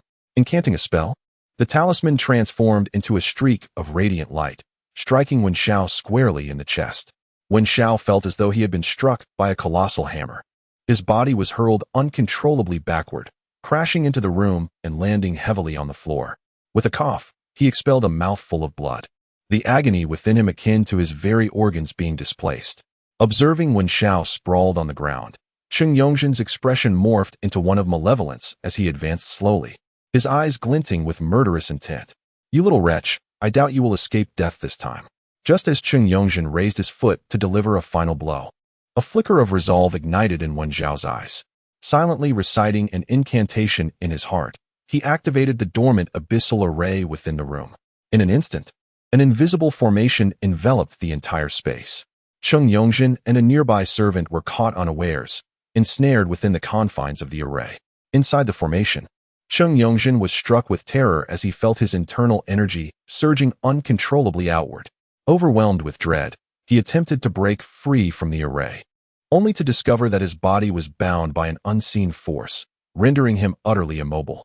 In the brief span of mere breaths, Cheng Yongzhen and the affected servant visibly withered, their flesh and vitality fervently drained by the formation's insatiable grasp. Ultimately, they collapsed lifelessly to the ground, resembling desiccated corpses stripped of all essence. The last remaining servant, witnessing this harrowing scene, was utterly paralyzed by terror. With a piercing scream, he turned to flee. Wen Xiao, his gaze icy, understood that the events of this day could not be resolved amicably. Having resorted to violence, he could not allow any future repercussions. Gritting his teeth against the excruciating pain in his chest, he dashed outside, seizing a stone brick from the pile in the corridor, and pursued the fleeing servant. The brick soared through the air with a whistle, striking the servant's nape with a resounding thud. The servant let out a chilling cry and crumpled to the ground, blood staining the earth beneath him. Standing beside the lifeless body, Wen Xiao's chest heaved violently, his breaths ragged. A tumult of emotions swirled within him. The peaceful existence of modern society seemed to drift ever further from his grasp. After a moment of labored breathing, he staggered to the wasteland behind the temple, a place so desolate that even wild dogs rarely ventured. He found a patch of yielding earth and, wielding a hoe with all his might, excavated a deep grave. Hastily interring the bodies of Cheng Yongzheng and the servant, clumsily covering them with soil. Returning to the temple entrance, he gazed at the 6 majestic steeds tethered there. A dilemma weighed upon him. He could not possibly slay these horses as well. Reluctantly, he resolved to employ his usual method once more. With a determined bite of his lip, he activated the Su Yuan Ku Rong formation. As the array came to life, the 6 magnificent horses neighed in distress, thrashing desperately. Yet they were utterly ensnared by an invisible force. Before long, they had transformed into mere skeletons, collapsing lifelessly to the ground. Wen Xiao dug another pit and buried the horses' remains within it. Upon completing this grim task, he did not feel fatigued. After all, he was no longer an ordinary human. I have taken a life. I have truly taken a life, Wen Xiao murmured to himself. Though he hailed from the modern world and had traversed into this realm, the act of killing weighed heavily upon him, rendering it difficult to accept. What should I do? The Cheng family would undoubtedly seek retribution. It was only a matter of time before they traced the events back to this place. I must flee promptly. His mind was a tumultuous storm, yet he forced himself to regain composure, plotting his escape route. Gazing at the shattered entrance of the Taoist temple, a myriad of emotions swirled within him. This dilapidated sanctuary, which he had believed would serve as his refuge, was now a place he had to abandon so swiftly. Taking a deep breath, he turned back into the temple to gather his belongings. As he stepped outside, he cast a final glance at the crumbling structure, a bittersweet pang resonating in his heart. Uncertain of his destination, he resolved to escape this place of strife. Wen Xiao purchased a gaunt old donkey in the village and ambled towards the county town. The town bustled with life, a cacophony of voices and activity, yet it felt utterly disconnected from him. His sole desire was to locate the wandering Taoist, Lu Chun, to discuss their forthcoming strategies. He arrived at a run-down residential area, where the houses were low and the streets narrow, permeated by an unpleasant odor. Before one home, a makeshift mourning tent had been erected, from which the sounds of sorrowful music emanated. The Taoist wore a tattered robe, shaking a bronze bell in his hand, swaying rhythmically as he chanted sutras. Mingjin and Mingjing stood to the side, their expressions grave as they struck the wooden fish. With keen eyes, Mingjin soon spotted Wen Xiao standing at the edge of the crowd. She quickly nudged the Taoist Lu Chun with her elbow, whispering, "Master, the young Taoist has arrived." Lu Chun raised his gaze, noticing Wen Xiao observing him from outside the throng. He nodded slightly, then resumed his pretense of reciting scriptures, shaking the copper bell with renewed fervor, projecting an air of professionalism. After the scripture recitation concluded, a brief intermission ensued. Lu Chun, having completed his tasks, hurried over, but was abruptly pulled aside by Wen Xiao to a secluded spot. "Young Taoist, what is the meaning of this?" Lu Chun queried, bewildered by the sudden action. Wen Xiao lowered his voice.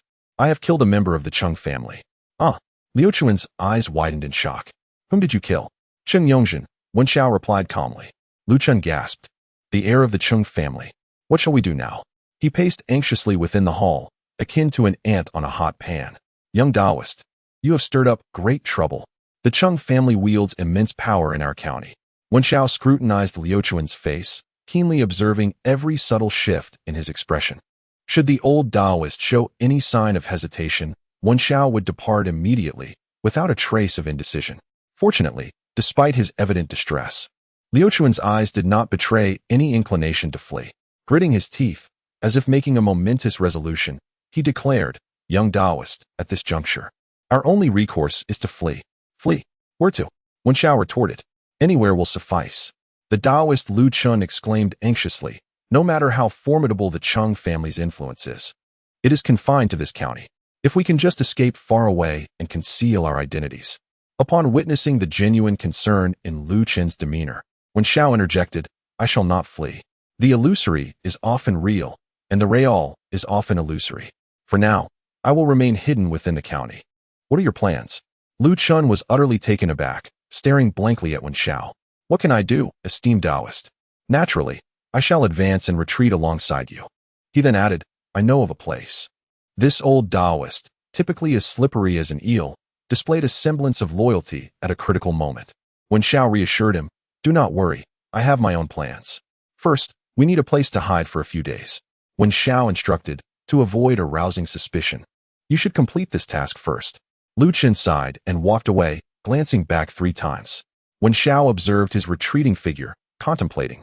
Although this old Taoist is greedy and apprehensive, he is at least somewhat reliable. However, hiding is not a long-term solution. A method to thoroughly resolve the Chung family's troubles must be devised. Since the Chung family relishes in oppression, let them experience what true cultivation techniques entail.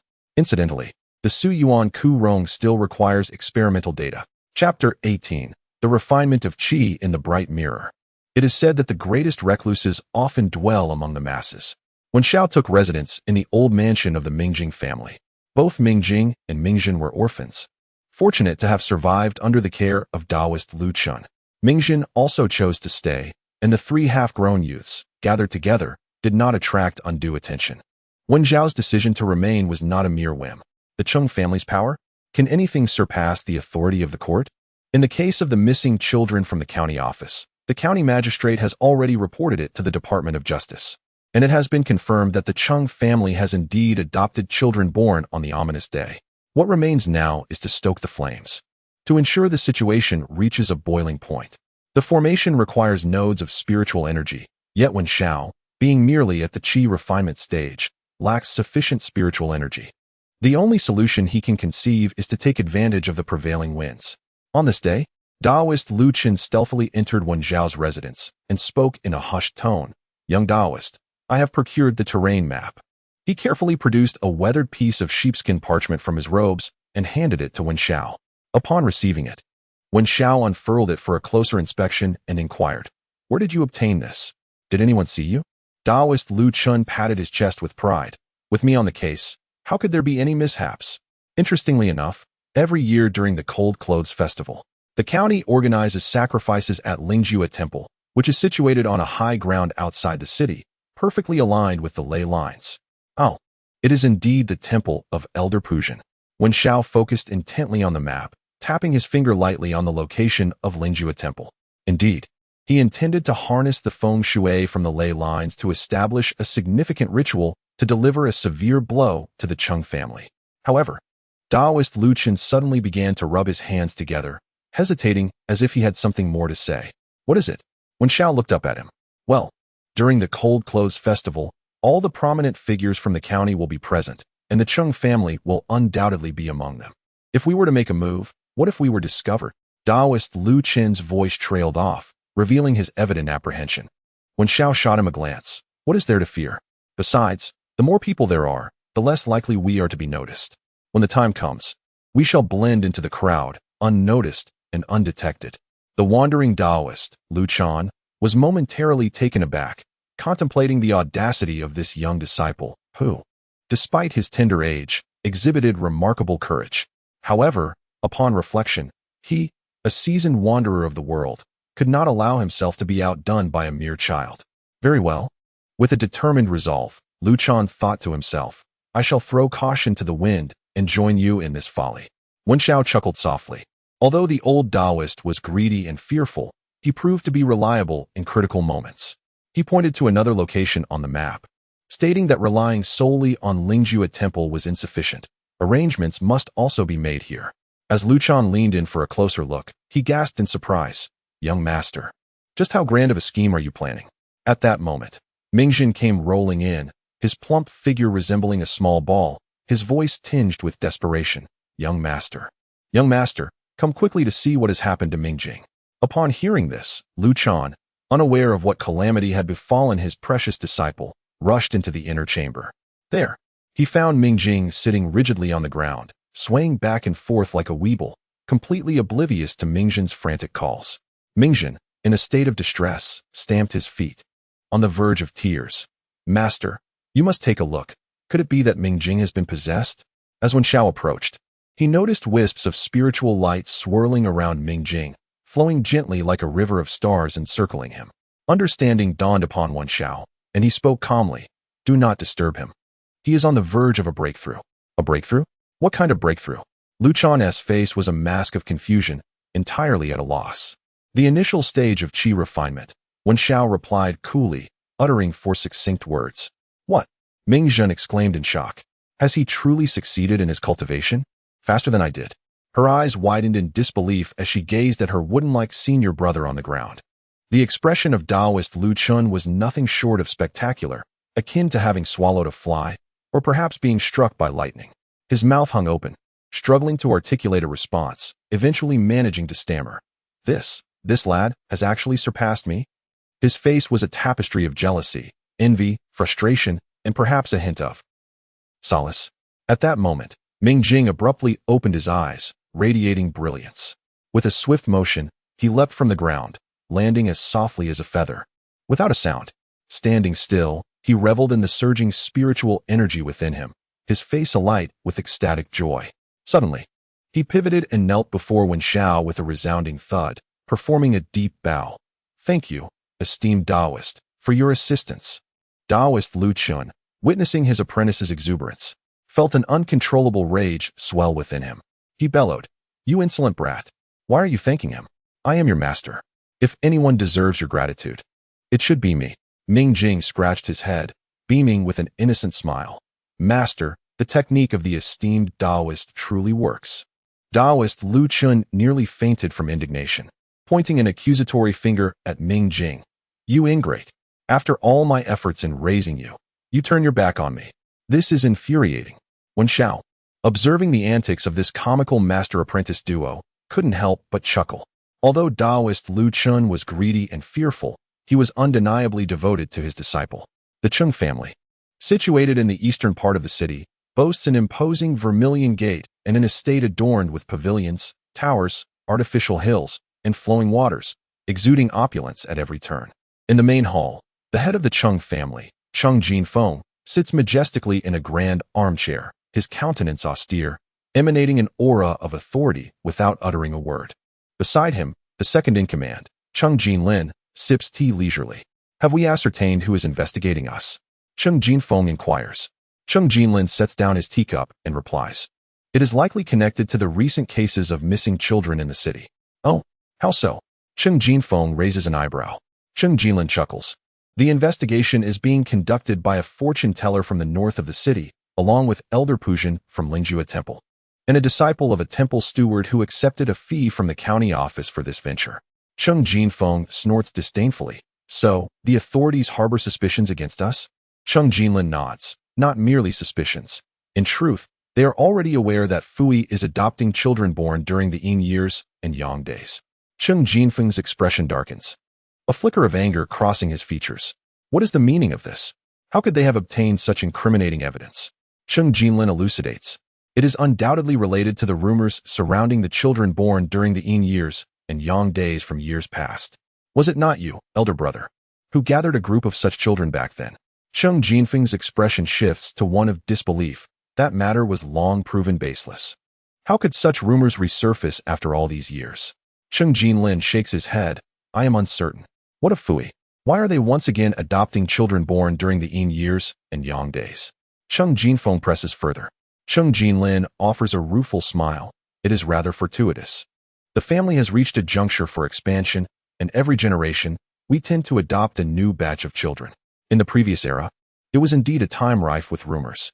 Did we not instruct the adoption of children born in the shadow of the lunar year? In this current era, we continue to adhere to the established norm of adopting children, having long since forgotten the intricacies of this matter. Thus the customary practice remains unchanged.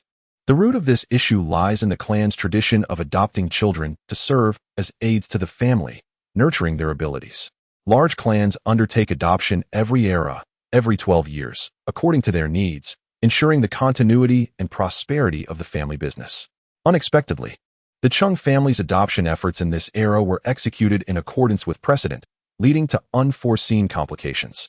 Chapter 19. The urgent plea of the medium. Upon hearing this, Chung Jinfeng fell silent for a moment, then suddenly slammed his hand down on the table, leaving an imprint on the exquisite Wangwali wood surface. A bunch of incompetents. They cannot even handle such a trivial matter. His voice reverberated through the hall. Chung Jinlin hastily interjected, "Elder brother, please quell your anger. This was indeed an oversight on the part of our subordinates. However, what is most pressing now is to consider how to respond to the government investigation." Chung Jinfeng then nodded, saying, "You speak wisely. I entrust this matter to you." Chung Jinlin set down his teacup, reassuringly stating, "Rest assured, elder brother." In recent days, when Xiao feigned the demeanor of an innocent child by day, while by night, he infiltrated the rear mountains of Lingjue Temple. The consecrated grounds, filled with incense during daylight hours, fell into silence at night, providing him the perfect opportunity to make arrangements. Utilizing the power of the Earth's geomancy, he had quietly been preparing for days, with only a few critical nodes yet to be established. The secluded mountains behind Lingjue Temple, vast and sparsely populated, provided an ideal cover under the shroud of night, allowing no one to perceive his movements. This evening, when Xiao returned to the mountains once more to inspect the final node, the spiritual energy of the earth pulsed like invisible threads, the contours of the formation now distinctly apparent. Awaiting the opportune moment to complete the last node, he could summon the power of the earth's veins, bestowing a significant gift upon the Chung family. As the darkness deepened, the forest grew increasingly tranquil. Engrossed in his task, when Xiao was suddenly startled by the distant sound of urgent hoofbeats at the edge of the thicket, shattering the night's serenity. He swiftly concealed himself within the foliage. Holding his breath in focused anticipation, bathed in the sparse moonlight, he discerned a familiar figure, a diviner desperately fleeing upon a horse. Hot on her heels was a magnificent white steed, galloping with greater speed, rapidly closing in on the diviner. The cloaked assailant on the horse was agile, leaping into the air with a long sword glinting ominously, aimed directly at the diviner's vulnerable back. A surge of alarm coursed through Wen Xiao. Was this truly an attempt on her life? The diviner, reacting with remarkable swiftness, produced a turtle shell, activating it in an instant. It radiated a ghostly blue light, forming a protective shield just in time to deflect the sword's tip. The clash between the blade and the shield emitted a piercing sound, as the sword itself began to shimmer with an eerie crimson glow. The interplay of red and blue luminescence was striking against the night. A battle among Qi refiners? Wen Zhao's eyes widened in astonishment. This was his first experience witnessing such a confrontation at such close quarters, the spectacle utterly captivating. Through the radiant light, he finally recognized the pursuer's face. It was none other than Chung Yongzhen's second uncle, Chung Jinlin. Just days prior, he had encountered this individual at the ghost market. The Chung family has indeed made their move. When Xiao mused inwardly, it appears that the witch has also drawn the ire of the Chung clan. The witch was far from a match for Chung Jinlin, and within just a few exchanges, she found herself at a disadvantage. Though her techniques were insidiously treacherous, Chung Jinlin effortlessly countered each one. With the sword in his hand dancing gracefully, the sword energy surged forth, forcing the witch to retreat repeatedly. With a sharp crack, the protective tortoise shell the witch had employed was shattered by a single stroke of Chung Jinlin's sword. Hidden within the dense forest, Wen Xiao dared not breathe, fearful of being discovered by Chung Jinlin. Realizing she was outmatched, the witch clenched her teeth, and with a swirling black mist enveloping her, she transformed into a dark cloud. Fleeing towards the back mountain, Chung Jinlin let out a cold snort and pursued relentlessly. The black mist moved with astonishing speed and swiftly floated to the edge of the cliff, revealing the witch's figure. Faced with her pursuer, she did not hesitate and leapt off the cliff. Chung Jinlin arrived at the cliff's edge, standing with his hands clasped behind his back. After a moment of waiting, he snorted coldly and turned away. In the distance, Wen Xiao remained hidden in the forest for some time, ensuring that Chung Jinlin had departed before cautiously retreating from the forest's edge. As he walked, he replayed the harrowing scene in his mind, still shaken. No, I must check on the witch. Suddenly, Wen Xiao halted, pivoting to sprint towards the foot of the back mountain. At the base of the mountain lay a vast depression, overgrown with weeds. Wen Xiao searched the area, yet the witch was nowhere to be found. Growing somewhat disheartened and preparing to leave, he suddenly felt his feet tighten as a mass of writhing weeds ensnared him. Who? Startled, Wen Xiao nearly cried out. It's me, came the witch's weak voice from behind, heavy with labored breaths. Turning to look, Wen Xiao gasped in shock. Before them stood the oracle, her form drenched in blood, her garments tattered, and her body marred by several ghastly sword wounds, still oozing crimson, a sight both harrowing and shocking. I witnessed Cheng Jinlin pursuing you, Wen Xiao remarked, his tone laced with anxiety. The Cheng family is truly tyrannical. The oracle gritted her teeth, her voice seething with boundless hatred. Has the incident been uncovered? Are they searching for you?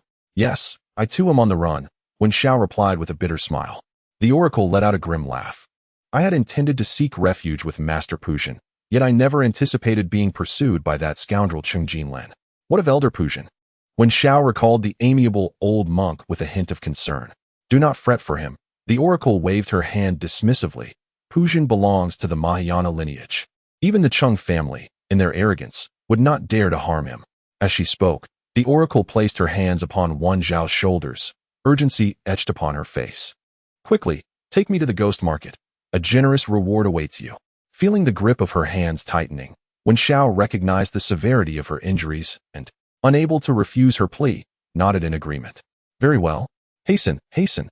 The oracle urged. Be wary of the Cheng family. Should they discover my lifeless body, they will not rest until they seek retribution, and then you shall be embroiled in their troubles.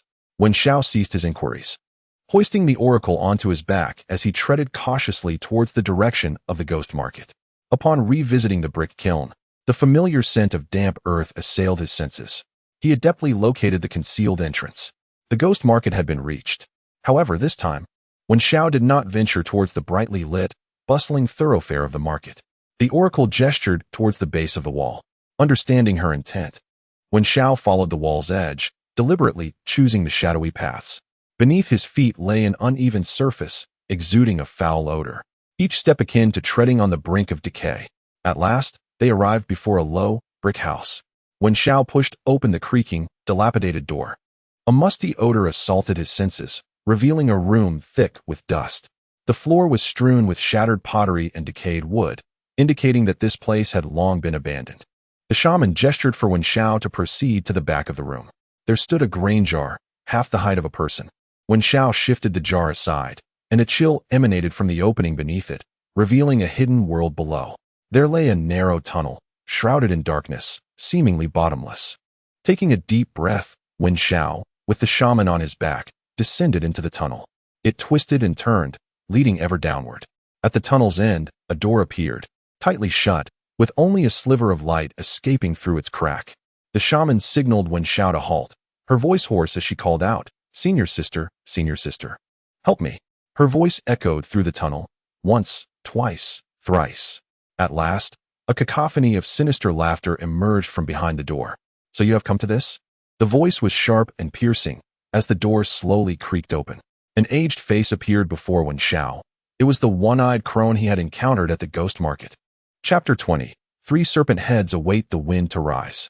The one-eyed crone waved her hand, and a flurry of unsettling, prickly sounds filled the air.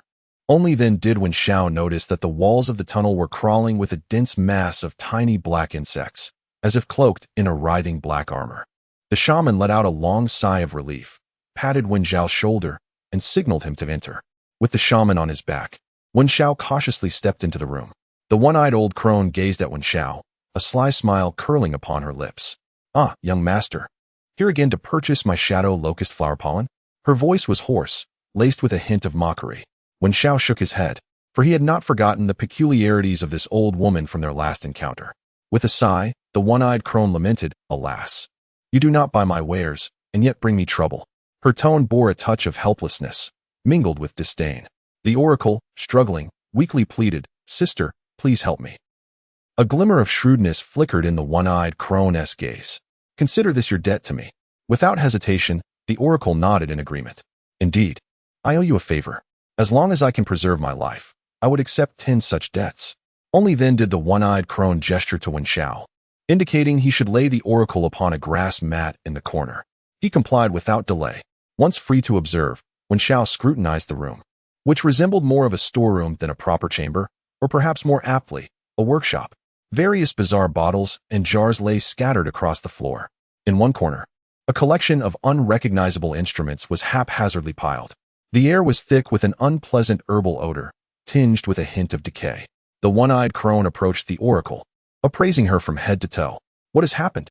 she inquired. The oracle's voice was frail, barely audible. "It is the Chung family." The One-Eyed Crone shook her head disapprovingly. "How did you provoke this local tyrant?" Her tone was laden with reproach. The oracle offered a bitter smile. "It was my greed. I should not have involved myself over a piece of spirit stone." "A spirit stone?" A flicker of avarice ignited in the One-Eyed Crone's solitary eye. "Do you possess a spirit stone?" she pressed, her curiosity piqued. The old shaman, somewhat irked, declared, "It is now yours. If I were to perish, you would gain nothing." The One-Eyed Crone cackled heartily. "You shall not die." She procured a viscous, dark ointment from a shadowy jar and forcefully administered it to the shaman. Wen Xiao, observing the grotesque scene, felt his stomach churn and could no longer endure the atmosphere. "Esteemed elder, I shall take my leave," he announced. However, the One-Eyed Crone halted him, saying, "Wait."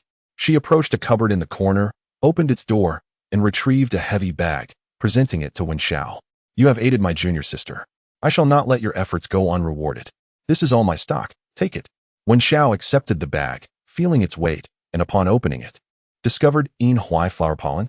The shaman interjected, "Yin Hui flower pollen is a specialty of our Qing Luo cave, rich in pure Yin energy, making it highly suitable for spellcasting."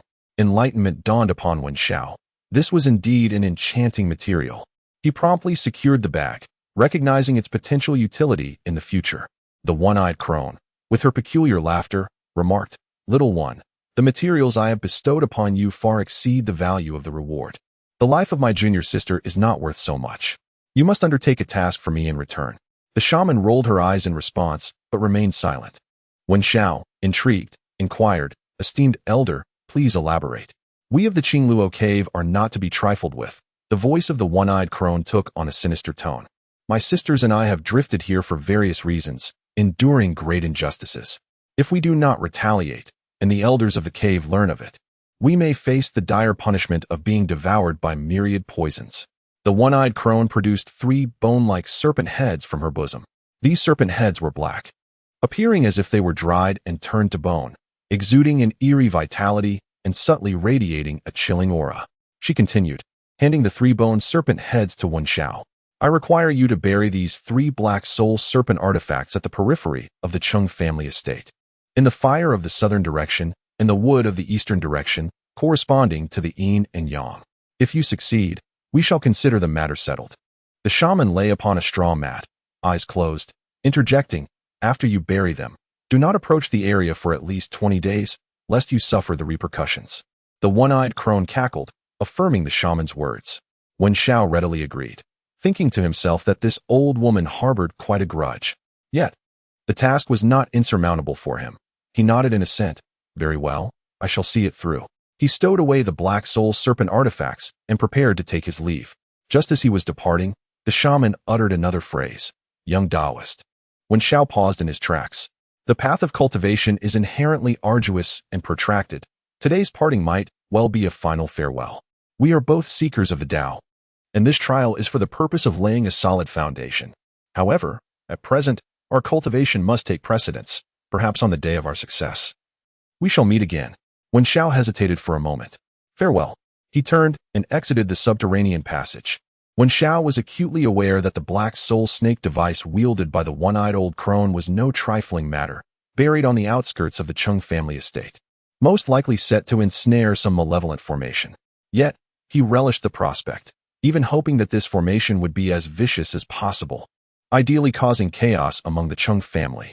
Days later, the weary Taoist Lu Chun returned to his hideout, entering with a thirst that compelled him to gulp down several mouthfuls of water before collapsing onto a stool, breathlessly exclaiming, "Young Taoist, the task you entrusted to me has been successfully completed. The 3 snake heads have been buried, as per your instructions, in the eastern, western, and northern peripheries of the Chung estate, ensuring that no one is the wiser. Wen Xiao smiled faintly, patting the Taoist's shoulder. You have worked diligently, my friend, and executed this task splendidly. Upon hearing these words, Lu Chun immediately perked up, straightening his back and revealing a grin that showcased several yellowed teeth. Of course, one must consider who I am. When undertaking a task for you, I shall give it my utmost effort. He paused, lowering his voice conspiratorially. By the way, while returning to the city, I caught sight of the Dao Zhengxi's personnel. Wen Zhao's eyes sparkled with intrigue as he inquired, the Dao Zhengxi has arrived? Lu Chen nodded, brimming with pride. Indeed. Though they attempted to disguise themselves, how could they possibly evade my keen eyes? Honestly, do they not realize who they are dealing with? I have encountered multitudes of people. What monstrous entities could escape my discerning gaze? There were about 30 of them, and each one was glaringly out of place. Upon entering the city, they promptly commandeered an inn. The leader, accompanied by several attendants, made a direct course towards the county office. If one were to consider the timing, the county magistrate had reported to the Daozheng division, and this moment aligns perfectly. Who else could it be but the Daozheng division? Upon hearing this, Wen Xiao felt a surge of elation. The arrival of the Daozheng division undoubtedly exerted immense pressure on the Chung family, providing him with even greater opportunities to navigate the murky waters. Yet, a formidable challenge loomed. How could he convince everyone that the Chung family was the true mastermind behind the missing children case? He caressed his chin, lost in contemplation. Suddenly, a spark of inspiration ignited within Wen Xiao, and a sly smile crept upon his lips. He mused to himself, Chung Jinlin, O Chung Jinlin, do you not possess a nose more acute than a hound's? This time, I shall allow you to truly discern what it means when yellow mud falls into the trousers. It is not excrement, yet it is excrement. Chapter 21. The blood and tears of the Chung residents in the chilly autumn as autumn lingers. Who can endure the desolation brought by the winds and rains? Just a few days have passed, yet the Chung family is steeped in profound sorrow. They are shrouded in a pall of gloom, with mournful melodies echoing and cries reverberating. The atmosphere in the main hall is suffocating. Cheng Yongzhen's lifeless body lies there in silence. Cheng Jinfeng slumps in a chair, his eyes vacant and complexion ashen, teetering on the brink of despair. He cannot fathom that his beloved son has departed in such a manner. Zhener, my dear Zhener, he murmurs, his voice hoarse and laden with boundless grief. Cheng Jinlin stands nearby, his eyes reddened as he struggles to contain his emotions. A few women huddle together, softly weeping. However, upon closer inspection, it becomes evident that only Cheng Yongzhen's biological mother is genuinely heartbroken. The remaining concubines merely put on a faade, some even displaying a barely concealed smirk at the corners of their lips. The coldness of human nature was unmistakably laid bare at this moment. How could Zhener have perished at Xianchong Temple? Cheng Jinfeng raised his head, his voice laden with boundless sorrow and indignation. Cheng Jinlin took a deep breath and slowly replied. According to the housekeeper's report, Zhener, upon hearing about the recent events, must have wished to alleviate our elder brother's troubles. She surely sought out that little Taoist who mingles with Pujin and the so-called sorceress. At this point, Cheng Jinlin's voice began to choke with emotion. He lowered his gaze, unable to meet Cheng Jinfeng's eyes. Zhener had been silent for 5 consecutive days before the housekeeper sensed something amiss and reported it to me. I dispatched a team to Xianchong Temple, only to uncover the faintest traces. Cheng Jinlin's voice dwindled to a whisper. Ultimately, they unearthed Zhener's lifeless body. The women's wails arose once more, filled with profound sorrow. Cheng Jinfeng's body stiffened as he slowly turned his gaze towards Cheng Yongzhen's corpse. The body lay shriveled and blackened, resembling a mummy. This is the result of dark sorcery. Cheng Jinfeng abruptly sprang to his feet, his eyes aflame with fury. He pointed at Cheng Yongzhen's remains, his voice hoarse as he bellowed. Xianchong Temple must be the lair of malevolent practitioners. Cheng Jinlin continued, I have already investigated. The temple priest died over a month ago. That wretched little creature is the priest's disciple, who assumed the priest's duties. Now, he has fled like a coward. Cheng Jinlin added, his tone rife with animosity. Search for him. Find him. I vow to rend him limb from limb. Cheng Jinfeng roared, his voice resounding like thunder. At that moment, the steward stumbled in, alarm etched across his pale face. Master, something terrible has happened, he exclaimed, his voice trembling with fear. All the animals in the courtyard have gone mad. Cheng Jinlin was comforting his elder brother when he heard these words. He abruptly turned around and demanded, "What did you say?" Following the steward, Cheng Jinlin hastily exited the hall and arrived at the livestock shed. The scene before him rendered him speechless. Chickens, dogs, sheep. The normally docile domesticated animals were now engulfed in a frenzy. Some lay on the ground, barely alive, while the others darted about wildly, tearing at each other. The chaos was overwhelming, with the stench of blood permeating the air. "Second master, look at your horse." The steward pointed towards the stable, his voice tense. Cheng Jinlin's heart sank as he rushed over. He beheld his beloved white horse, lying on its side, frothing at the mouth, its limbs convulsing, on the verge of death. A chill coursed through him, making the hairs on his neck stand on end. "Investigate," he gritted through clenched teeth. "Check the water source for poison." Meanwhile, the Cheng family found themselves amidst a tumultuous season, besieged by both internal strife and external threats. On another front, the team from the Daozhong division, led by Elder Pujin, moved with unwavering determination towards a concealed stronghold outside the city. This stronghold was the refuge for a group of rogue cultivators from distant lands. Clad in his monk's robe and wielding prayer beads, Elder Pujin emanated an aura of authority that commanded respect without the need for anger. Earlier in the ghost market, he had keenly detected some subtle clues, which pointed towards the elusive whereabouts of these enigmatic Qi practitioners. Today, a surprise attack unfolded as anticipated. The foreign Qi refiners, upon encountering the personnel from the Daozhong division, were instantly thrown into disarray. Some attempted to resist stubbornly. However, their efforts appeared feeble in the face of the well-trained and well-equipped Daozhong division. A fierce battle ensued, concluding swiftly. The foreign Qi refiners were completely annihilated. Corpses lay strewn across the ground, and the scent of blood permeated the air. The members of the Daozhong division began to meticulously search the scene. "Sir." A team member hurriedly approached the leading official, cupping his fists in salute. The official, clad in a dark robe and wielding a sword at his side, bore a resolute expression, exuding an aura of righteous authority. "What is it?" he inquired in a deep voice. "This individual has confessed." The team member pointed to a Qi refiner slumped on the ground. "He claims they are indeed connected to the Cheng family. The Cheng family adopts children born on the Yin and Yang days, but the number of volunteers is woefully insufficient. Consequently, the Cheng family discreetly offered a handsome reward. This group, blinded by greed, began to abduct children who met the criteria and subsequently sold them to the Cheng family's Fuji Trading Company." Upon hearing this, the official's brow furrowed and his eyes narrowed slightly. "Just as I suspected," he snorted coldly. "Since it has been confirmed, what are we waiting for? Send a formal notice to the Cheng family." The official's voice resonated with authority. "I shall see how the head of the Cheng family intends to explain this." His tone brimmed with the implication of retribution to come.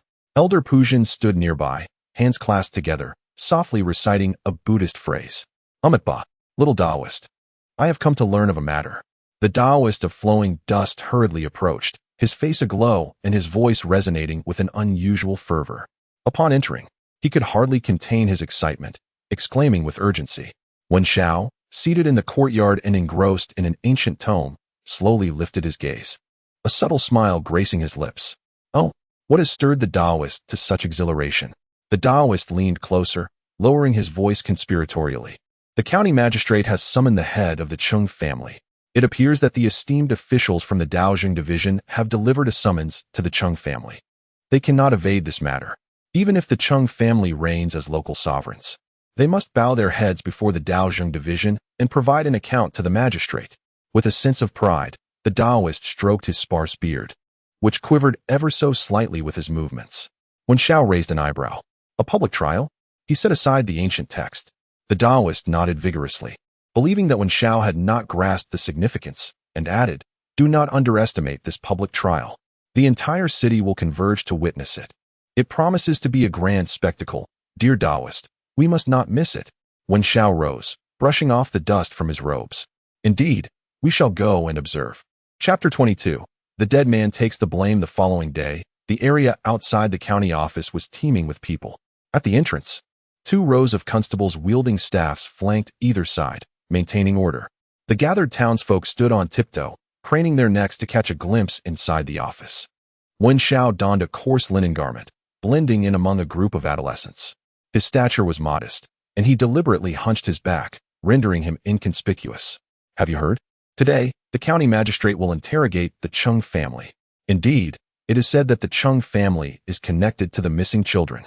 Alas, what a calamity! Within the grand hall of the county office, Lord Zhang sat at the center with an imposing presence. As he struck the judgmental wooden block, an immediate hush enveloped the room. Court is in session. The bailiffs proclaimed in unison, their voices resounding. Shortly thereafter, Chung Jinfeng strode confidently into the hall. Bowing respectfully to the magistrate, Lord Zhang. Lord Zhang, he addressed him. Zhang raised his chin slightly, cleared his throat, and inquired, Chung Jinfeng, are you aware of the recent uproar surrounding the case of the missing children? Chung Jinfeng remained composed and responded in a clear voice, in response to your inquiry. My lord, the case of the missing children is indeed related to my Chung family. His declaration elicited a wave of astonishment among those present. Hidden within the crowd, Wen Xiao felt a twinge of surprise at Chung Jinfeng's candid acknowledgement. He had anticipated that, given the Chung family's influence, they would vehemently deny any wrongdoing. Yet Chung Jinfeng displayed such forthrightness. Raising his voice, Chung Jinfeng continued, the unworthy scion of the Chung family, Chung Feiping, has strayed onto a nefarious path, misguidedly believing that children born in the years of Yin and Yang can aid in his cultivation. This individual has succumbed to madness, traversing the dark arts. He seeks to exploit children born in the years of Yin and Yang as pawns to enhance his sinister practices. Such conduct is truly an affront to both humanity and divinity. He paused for a moment, his tone tinged with sorrow. Regarding this matter, the Chung family feels profound remorse. In order to provide an explanation to the world, we, the Chung family, have enacted a severe measure, expelling Chung Feiping from our lineage. What is even more heartbreaking is that his mother, overwhelmed by shame, took her own life. The entire Chung family is engulfed in deep sorrow. At this point, Chung Jinfeng's eyes glistened with unshed tears. Recently, Chung Feiping was pursued in Yeshitai village by our family's legitimate heir, Chung Yongzhen. At that moment, Chung Feiping resisted fiercely and was tragically struck down in the ensuing conflict. To serve as a deterrent, I have commanded that Chung Feiping's remains be utterly destroyed. As a testament to his heinous crimes, Chung Jinfeng's voice resonated powerfully throughout the hall. Below, the townsfolk stood in stunned silence, unable to fathom that the Chung family could act with such moral fortitude. Murmurs arose once more. The Chung family feels an overwhelming sense of shame and is willing to take responsibility for this matter. Chung Jinfeng took a deep breath and continued. The Chung family has pledged to compensate all families of the missing children. Furthermore, we are prepared to accept any punishment as a demonstration of our remorse. As for the children adopted by Fuji, we have already returned them to their original homes. Those who are left without a place to go will continue to be supported by the Chung family, as a gesture of our desire to atone for our mistakes. Old Master Zhang stroked his beard and replied slowly, Master Chung, to possess such profound moral clarity is indeed a rare quality. Since the principal offender is deceased and the Chung family has expressed genuine remorse, I am prepared to deliver my judgment. He struck the gavel emphatically and proclaimed in a resounding voice, the Chung family shall compensate each afflicted household with 30 taels of silver as restitution. Additionally, a fine of 5,000 taels shall be imposed as a form of punishment. Upon hearing these words, a wave of astonishment swept through the hall. This verdict, while not excessively harsh, was certainly not lenient. For the common folk, 30 taels of silver is no trivial sum. The populace buzzed with discourse. Wen Xiao furrowed his brow in deep contemplation. Suddenly, Chung Jinfeng raised his voice, exclaiming, My lord, this case is far from resolved. Investigations reveal that Chung Feiping had accomplices. The priest and disciples of Xianchong Temple conspired with Chung Feiping, colluding insidiously to orchestrate the abduction of this child. Though Chung Feiping has met his demise, and the priest of Xianchong Temple is also dead, there remain those who have evaded justice. One such individual is the priest's nefarious disciple, Wen Xiao. As Chung Jinfeng uttered Wen Xiao's name, his teeth clenched in fury, as if he wished to consume him whole. Moreover, I, Chung Yongzhen, the legitimate heir of the Chung family, tragically fell victim to treachery while pursuing Wen Xiao, meeting an untimely end. This villain, Wen Xiao, still roams free. I beseech you, my lord, to render a just decision in this matter. Chung Jinfeng's declaration resonated with authority, casting the entire blame upon Wen Xiao. This cunning fox was indeed a master of deceit. Lord Zhang abruptly struck the gavel and commanded with a booming voice, "Silence." The truth of this case has now been revealed. Wen Xiao, the priest of Xianchong Temple, is guilty of heinous crimes, his actions utterly abhorrent. Therefore, I hereby order that a decree be issued to all regions, ensuring his capture and return to justice. Upon hearing this, Wen Xiao felt an overwhelming surge of indignation flooding to his head. Without a moment's hesitation, he turned on his heel and strode away, his steps quick and urgent, nearly losing his footing in the process. His heart brimmed with frustration as he muttered, "Is the county magistrate a chameleon? How can his demeanor shift so abruptly? Just moments ago, he was steadfast in his convictions, and now he has retreated without a whisper. What performance is this? Moreover, what of the officials from the Justice Department, who prided themselves on their impartiality and their role in vanquishing evil? Why did they fall silent upon arriving at the Chung residence?" The more he pondered, the more stifled he felt. Power, power. Ultimately, it all boiled down to a lack of strength. Wen Xiao, in a fit of vexation, raked his fingers through his hair. "If only I possessed the ability to move mountains and drain seas, I would march straight into the Chung household and deliver retribution upon those scoundrels, sparing myself this humiliation." He began to question his own naivety. Should he simply walk away, choosing not to see and thus not to be troubled? For 2 consecutive days, Wen Xiao confined himself to his room, feeling as despondent as a frostbitten eggplant. Ming Jing and Ming Jin looked on anxiously, pacing in a frenzy, yet they dared not intrude. "Master, I have gathered more intelligence." The Taoist Lu Chun swept into the courtyard like a gust of wind. Wen Xiao leaned languidly in his chair, devoid of energy and spirit. "Oh," he replied, barely lifting his eyelids. Lu Chun, unperturbed, settled onto a small stool beside him. "A significant event has transpired at the Chung household," he whispered, his tone shrouded in mystery. "It is rumored that they have fallen under a curse. First, their livestock, chickens, ducks, cattle, and sheep, have been dying off one after another. Next came the servants, one after another succumbing to illness, experiencing severe bouts of vomiting and diarrhea, none of them in good health. Most disturbingly, both concubines from the second branch of the Chung family suffered miscarriages." The voice of the Taoist Lu Chun carried a hint of schadenfreude. The atmosphere within the Chung household was rife with anxiety, with whispers circulating that they were haunted by malevolent spirits. It was then that Wen Xiao slowly lifted his head to cast a glance at Taoist Lu Chun, who tentatively inquired, "Could it be related to the snake heads we buried that day?" Wen Xiao shook his head, signaling that this matter should not be mentioned again. Taoist Lu Chun nodded eagerly, professing his understanding, though his heart remained uncertain. Wen Xiao scoffed inwardly, pondering what he truly understood. This affair was at the behest of the One-Eyed Crone, and it bore no significance to the larger situation. It was merely an outlet for venting grievances. Noticing Wen Xiao's waning interest, Taoist Lu Chun spoke in a conspiratorial tone. "In truth, I may have discerned the reason behind the sudden shift in the government's attitude." Wen Xiao raised his eyes, prompting him to clarify. His tone remained indifferent, revealing no trace of emotion. Taoist Lu Chun cleared his throat and continued. "For those of us engaged in funerary rites, we often require items such as vermilion, talismans, auspicious implements, and ritual swords. These items must be procured from government-designated establishments, some of which are even operated by the government itself." Wen Xiao found this curious. "Aren't these items typically sold at the Jinji shops?" Taoist Lu Chun responded with a wry smile. "For common folk, such shops sufficed. However, for those of us registered with the authorities, we are mandated to purchase them directly from the government. Moreover, certain authentic talismans are available solely through the government."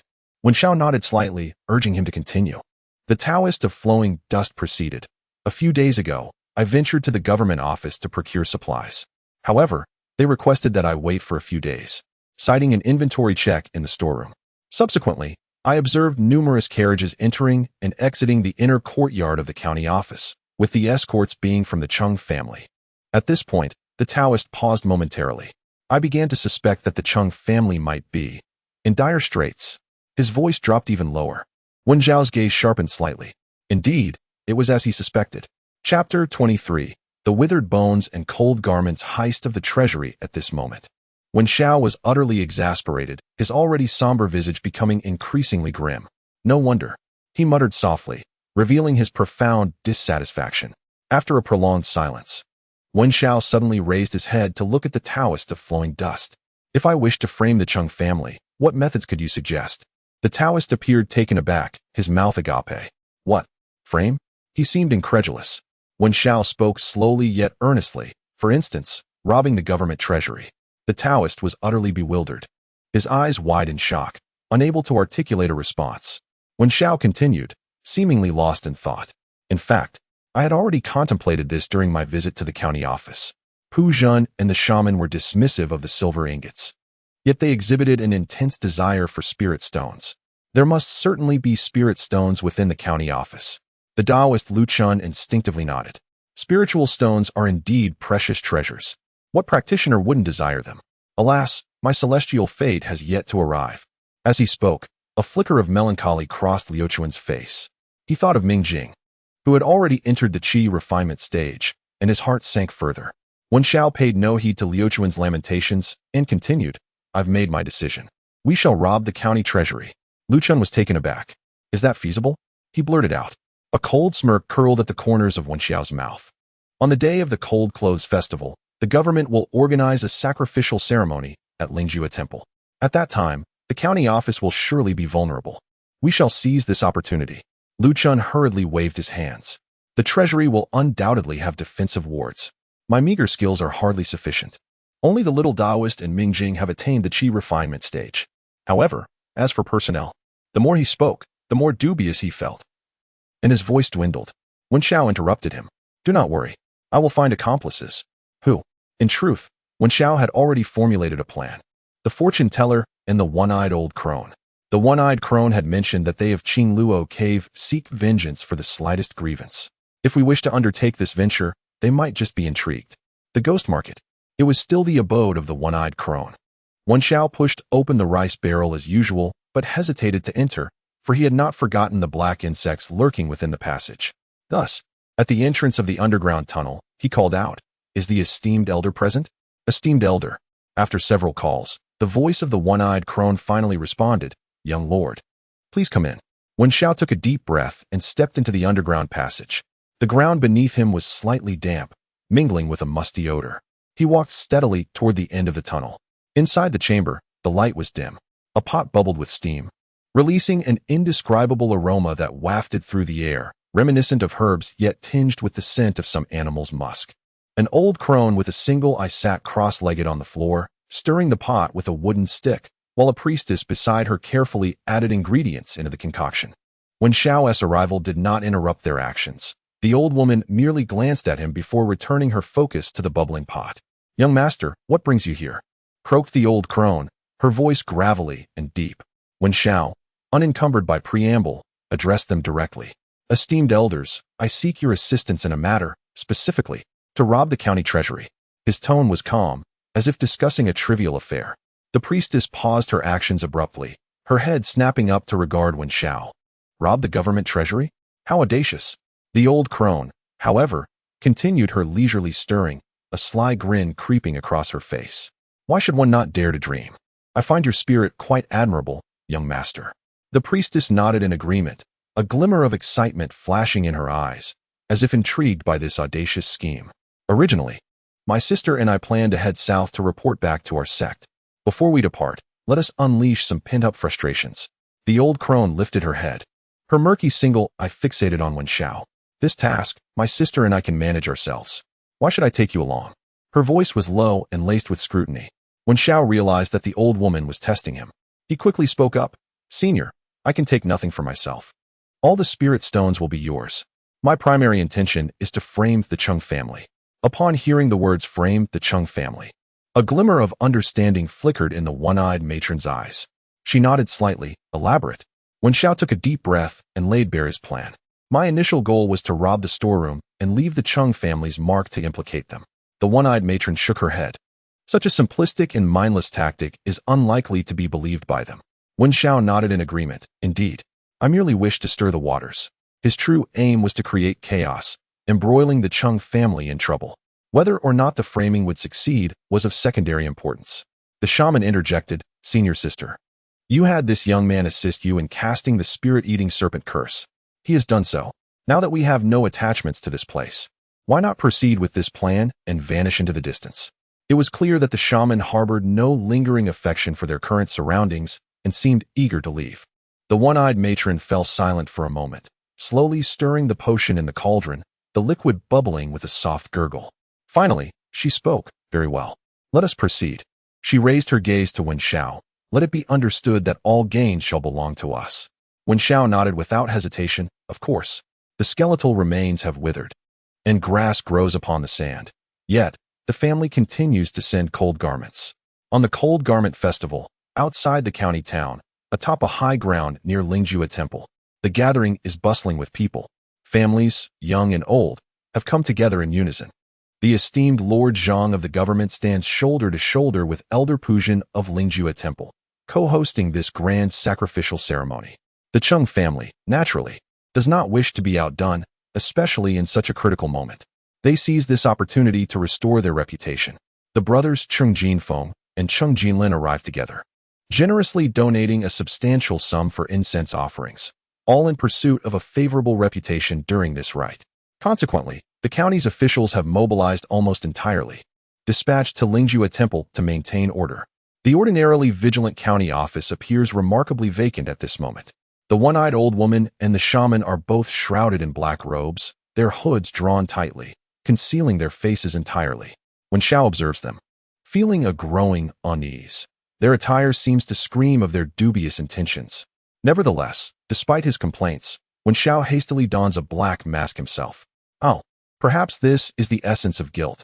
He too wishes to remain concealed. The side entrance of the county office, typically devoid of visitors, is where the trio chooses not to forcefully enter through the main gate, but instead quietly appears here. Wen Xiao walks at the rear, cautiously surveying his surroundings, ensuring that no one notices their presence. Though the entrance is guarded by officials, it feels utterly insignificant in the presence of the one-eyed old woman. A faint wisp of smoke wafts by, carrying a cloyingly sweet fragrance. The once sturdy officials sway, as if intoxicated, before collapsing limply to the ground. Not even a muffled groan escaped his lips. The shaman and the one-eyed crone exchanged a glance, remaining silent, and strode directly inside. Wen Xiao swiftly advanced, dragging the fallen constable to the shadowed corridor behind the ceremonial gate, where it was shrouded in darkness and difficult to detect.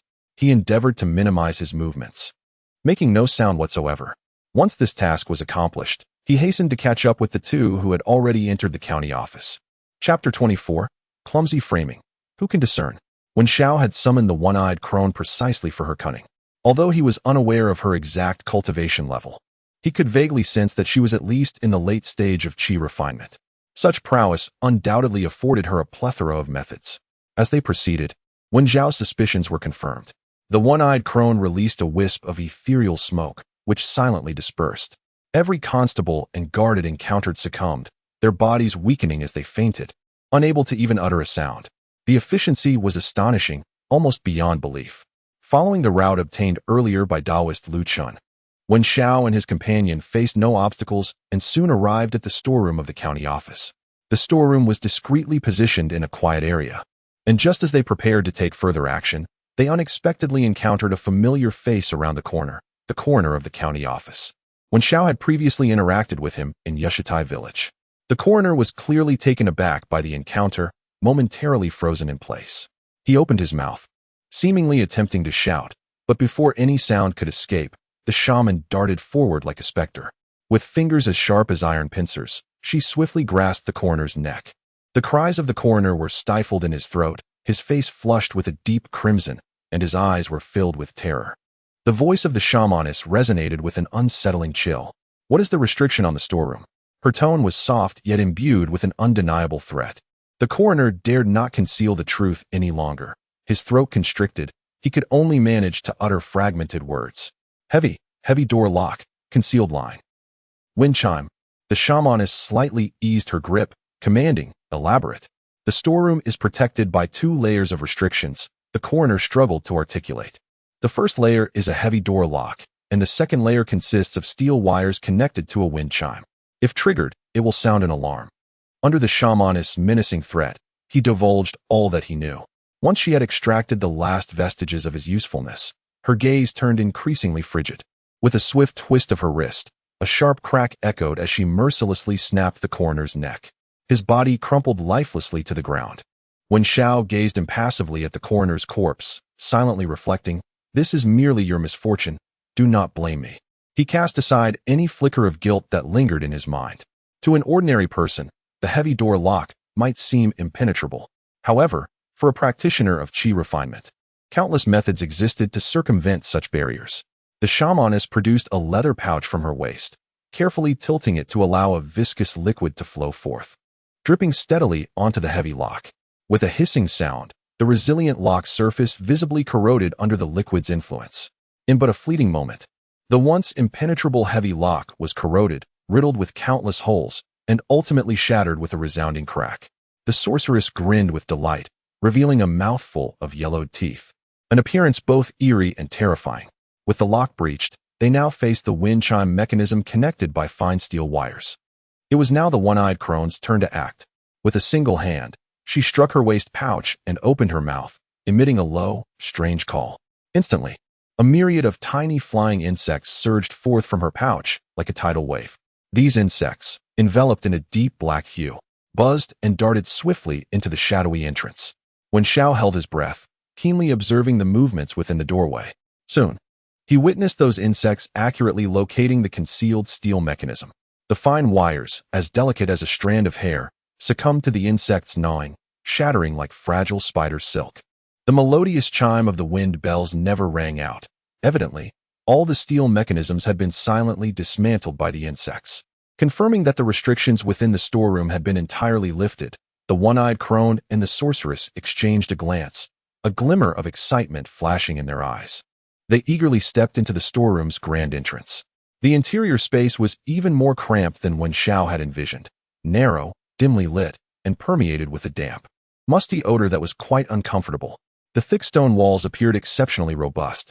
At the end of the storeroom, several boxes of silver ingots were neatly stacked, shimmering with a bright luster under the glow of the oil lamp. Yet, the One-Eyed Crone and the sorceress paid no heed to the gleaming treasures before them. Their gazes were almost simultaneously drawn to several wooden cabinets nestled in the corner of the storeroom. Each cabinet bore the official seals of the authorities, indicating that they housed items of significant importance. The One-Eyed Crone approached one of the cabinets, tore open the seal, and flung the door wide. Inside, the shelves were neatly stacked with bundles of talismans. Beneath the talismans lay an unassuming deer-hide pouch. Without a moment's hesitation, the One-Eyed Crone seized the pouch, opened its mouth, and eagerly grasped a handful of its contents.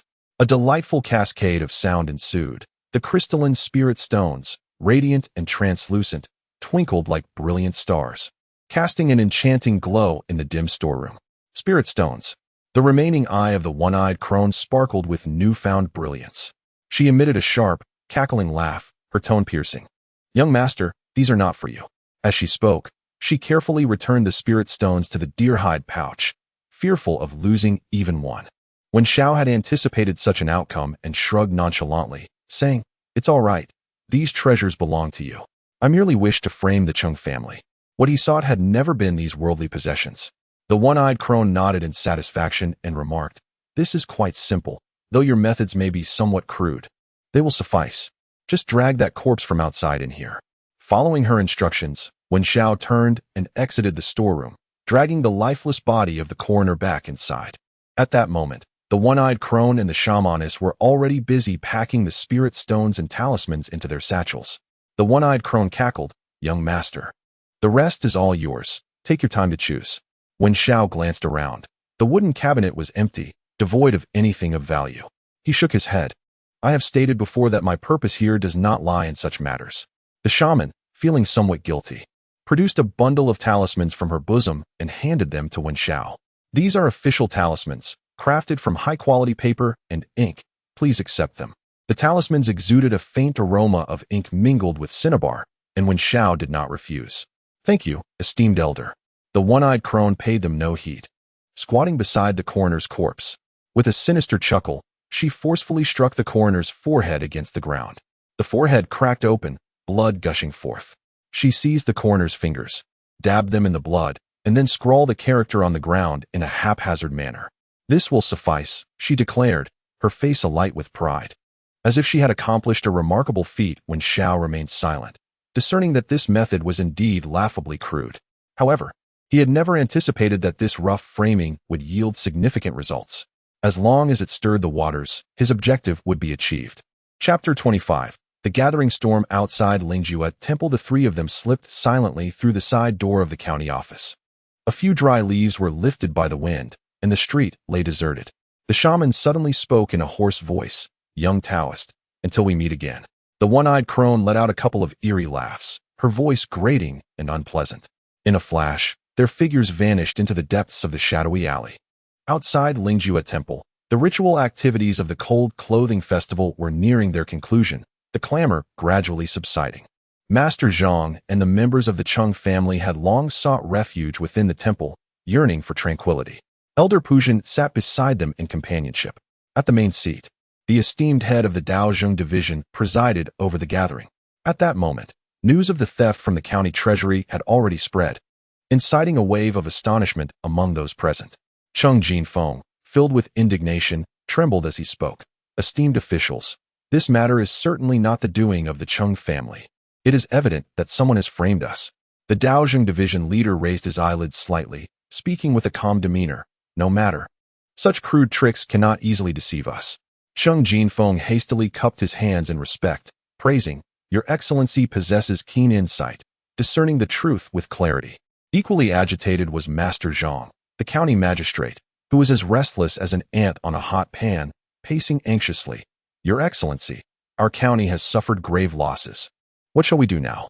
The treasury had been plundered, and fortunately, not a coin of silver was taken.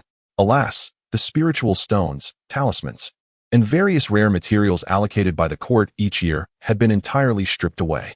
Particularly, the spiritual stones, of which only a meager few were distributed annually, had now emptied the reserves accumulated by past magistrates. Master Zhang felt a profound anguish. However, the Daozhong division leader merely chuckled lightly, dismissing the issue as if it held no significance. A bitter realization settled in Master Zhang's heart. He understood that the Daozhong division would not intervene in this matter. Observing this, Chung Jinfeng seized the opportunity to incite further discord. "It must surely be that little thief, Wen Xiao, who is responsible." The Daozhong division leader lifted his teacup, taking a gentle sip before slowly proclaiming, "This is the witchcraft of the southern frontier, akin to the curse previously placed upon the Chung residents." Chung Jinfeng gritted his teeth, a flicker of ferocity flashing in his eyes. "That must be Wen Xiao's accomplice. That which did it. They are all cut from the same cloth." As he spoke, his countenance darkened as he cast a scornful glance towards Elder Pujin. The elder's expression was no more favorable. After all, he had indeed once had dealings with Wen Xiao. However, he chose to disregard Chung Jinfeng's provocation, calmly stating, "At that time, this humble monk was merely entrusted by the county magistrate to assist in the investigation." Lord Zhang hastily interjected to mediate. "Why must the head of the Chung family be so forceful? Hasn't the misunderstanding already been resolved? It was solely the doing of the ungrateful Chung Faping." Chung Jinfeng snorted coldly, falling silent. The magistrate of the Daozhong department set down his teacup and spoke. "Head Chung, were it not for the favor of Deputy Minister Chung, this matter would not have been so easily settled." His tone bore an undertone of warning. "If you do not tidy up the loose ends, the Daozhong department will have difficulty reporting to the court." Chung Jinfeng quickly clasped his hands in a respectful gesture. "Sir, regarding the whereabouts of that scoundrel Wen Xiao and the witch, perhaps we should inquire of Master Pujin? After all, they have worked together before." Elder Pujin joined his hands in prayer, murmuring a Buddhist chant, a flicker of anger gleaming in his eyes. Chung Jinfeng. His voice was low and filled with indignation. "Do you truly believe that the profound teachings of Mahayana Buddhism hold no weight? Let it be known, your Chung family has produced but a mere deputy minister." The Cold Clothes Festival ceremony was drawing to a close. The daytime rites had concluded, and the people gradually dispersed, returning home to prepare for the burning of cold clothes. After all, none are made of iron. Everyone must eat and drink. The remaining moments were merely the twilight hours, during which the esteemed figures such as Lord Zhang made their appearances for the final rites of offering cold garments, thereby concluding the ceremony with a sense of completeness. Wen Xiao concealed himself within the dense forest behind Lingjue Temple. After bidding farewell to the shaman and the One-Eyed Crone in the city, he took refuge here. He had not forgotten the painstaking efforts he had invested in harnessing the ley lines to establish the cycle of decay and renewal. Originally, when Xiao intended to deal a severe blow to the Chung family.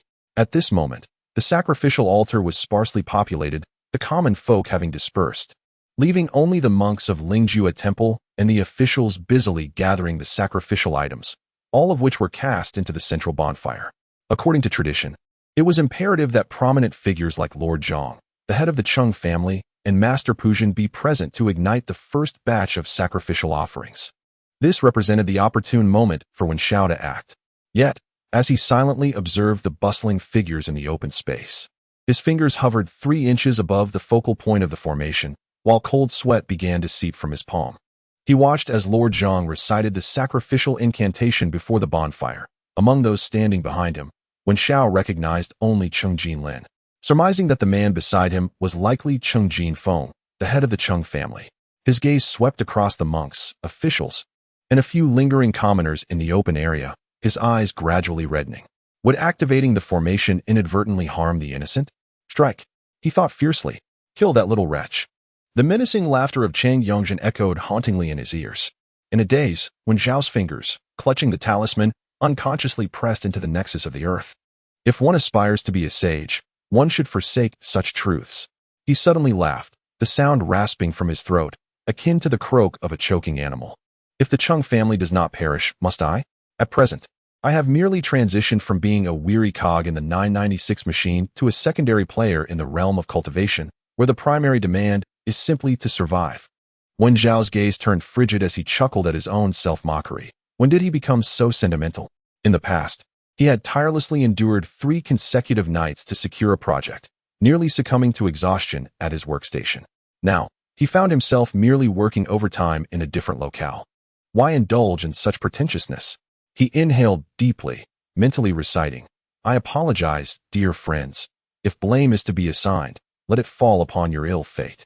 In your next life, remember to steer clear of the Chung family. With a sudden press of the talisman, the earth's veins began to stir, awakening like a slumbering serpent. Twitching slightly, the gathering of worshippers outside the Lingjue temple remained blissfully unaware of the unfolding events. However, Wen Xiao felt as if struck by lightning. He let out a muffled groan as his body uncontrollably toppled backward. The spiritual energy within him surged forth like a torrential flood, rushing into the earth beneath his feet. In a moment of peril, he endured the excruciating pain, rolling away desperately from the nexus of the earth's veins. Upon finally rising, Wen Xiao was drenched in sweat, utterly drained, as if he had just completed a marathon. His internal spiritual energy was nearly depleted, leaving him in a state of dizzying emptiness. Only he could perceive the golden spiritual streams, weaving together like a delicate spider's web, stitching together the earthly nodes within a 2-mile radius. Deep within the earth's veins, a thunderous rumble resonated, as if some colossal entity was stirring from slumber. This is when Xiao was struck with terror, having never before witnessed such a spectacle. Is the earth dragon awakening? Far off in the clearing, Chung Jinfeng frowned, sensing the tremors beneath his feet, as if his heart were being struck by a heavy hammer. A wave of unease rising within him. Elder Pu Zhen also ceased his chanting, his expression grave. With his profound cultivation, he sensed a more intense tremor. What is happening? Why can I not maintain my balance? The corpulent figure of Zhang Lao Yi swayed precariously, nearly toppling over, as he frantically scanned his surroundings. The vibrations of the earth intensified, and an increasing number of individuals began to notice the unusual occurrences, stirring the crowd into a state of unrest. Chapter 26. Withering and flourishing, invoking the transformation of heaven and earth within Lingjue Temple. The previously unengaged Lord Daozhong was leisurely savoring his tea. Suddenly, his visage changed dramatically. He abruptly prostrated himself on the ground, pressing his left ear against the earth to employ the technique of earth listening. Crack, crack. The subterranean realm emitted a series of crisp sounds akin to shattered glass, one after another, growing denser and louder. Lord Daozhong sprang to his feet, exclaiming, "This is not good. There is movement beneath the earth. We must go investigate." He disregarded his composure, clutching his robe as he stumbled out of the temple. A vague suspicion stirred within him. This disturbance was likely connected to the recent theft from the storeroom. Yet, the commotion was excessively great. Could that which truly upheave the world? He inwardly cursed. These inept fools cannot even secure a storeroom. Upon my return, I shall thoroughly admonish them." With a hurried pace, his heart burned with anxiety. He silently prayed, "Let there not be any grave consequences. Otherwise, I fear my esteemed position may be at stake." Meanwhile, Wen Zhao's ears and nose slowly oozed blood, yet he grinned. What a close call. What a close call. The formation utilizing the Earth's energy required an overwhelming amount of spiritual essence. Just moments ago, he had nearly drawn too much and risked his life. He struggled to rise to his feet. As he gazed towards the direction of Lingjue Temple, several teams of individuals clad in black emerged. Wen Zhao could not help but let out a bitter laugh. There were indeed more of them than he had anticipated. This place was no longer tenable. Stumbling, he turned and sought refuge in the nearby woods, hastening his descent down the mountain. Along the way, he fortuitously encountered the Taoist Lu Chun and his disciples, who had come to his aid. Upon seeing Wen Zhao in such a disheveled state, the Taoist exclaimed in alarm, "Little Taoist, are you unscathed?" Wen Zhao wiped the blood from his nose and urged, "We must leave, quickly." Without hesitation, Ming Jing hoisted Wen Zhao onto his back and sprinted downhill. The Taoist Lu Chun followed closely, tugging at the corpulent Ming Jun, now too concerned to inquire about the reasons for their hasty retreat. For he too had heard the ominous rumblings resonating from the depths of the earth. Cheng Jin Feng, possessing the most profound cultivation, was the first to sense the anomaly. A heavy, viscous sensation enveloped him, growing increasingly oppressive. His movements became significantly hindered. The spiritual energy confinement had taken form. The great array of Su Yuan Ku Rong had officially commenced. If the Qi refiners were affected thus, the ordinary folk, like Zhang Leoi, fared even worse. Their limbs felt as if weighed down by lead and mercury. The pressure at the Yongquan point beneath their feet was akin to icy daggers, sending a bone-chilling sensation coursing through their bodies. He could not help but cry out, "What is happening? What is happening?" In the clearing, the bonfire suddenly surged upwards, flames leaping as if ignited by some unseen force. Just as Dao Zhengxi dashed out from the gates of Lingjue Temple, he witnessed this bizarre spectacle. He shouted to his followers, "Do not approach. We must evacuate this place." With that, Dao Zhengxi turned and swiftly made his way down another mountain path. The grand formation of Su Yuan Ku Rong harnessed the power of the earth's veins, incessantly extracting the ethereal and sinister energies from deep underground. A portion of these spiritual forces surged forth, causing the once even terrain to swell and form numerous small mounds. The ethereal energy clashed violently with the sinister forces within the rock layers, akin to two cornered beasts engaged in a desperate struggle, emitting a series of low, haunting roars. Ultimately, they dissipated into the vastness of the cosmos, as if they had never existed at all. Lord Zhang was the first to bear the brunt of this phenomenon. He barely had time to emit a cry of despair before his body rapidly withered away before the naked eye. His skin cracked inch by inch, resembling parched earth. As a gentle breeze swept by, he transformed into a heap of fine sand, scattered by the wind. His bones, fragile as if they had been desiccated for centuries, succumbed to the same fate as the other ordinary individuals, who likewise met their end in a manner identical to Lord Zhang, turning to dust and returning to the earth. Elder Pujin conjured a string of prayer beads. The Buddhist relic emanated a faint yellow glow, barely forming a protective barrier around him. Yet, in the face of such formidable power, this thin veil of protection appeared exceedingly fragile, teetering on the brink of collapse, as if it would shatter completely in the next moment. The brothers Cheng Jinfeng and Cheng Jinlin stood back to back, clinging tightly to one another. They grit their teeth, desperately resisting the terrifying pull. The air was filled with a deafening roar. Upon closer examination, it became apparent that the sound was merely the frantic rush of their blood coursing through their veins, amplified countless times over. A heavy taste of rust pervaded their tongues, the unmistakable flavor of blood.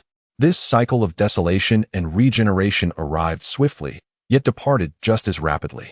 After all, Wen Zhao was merely a novice cultivator in the Qi refinement stage, and the spiritual energy he could summon from the earth was, in truth, quite limited.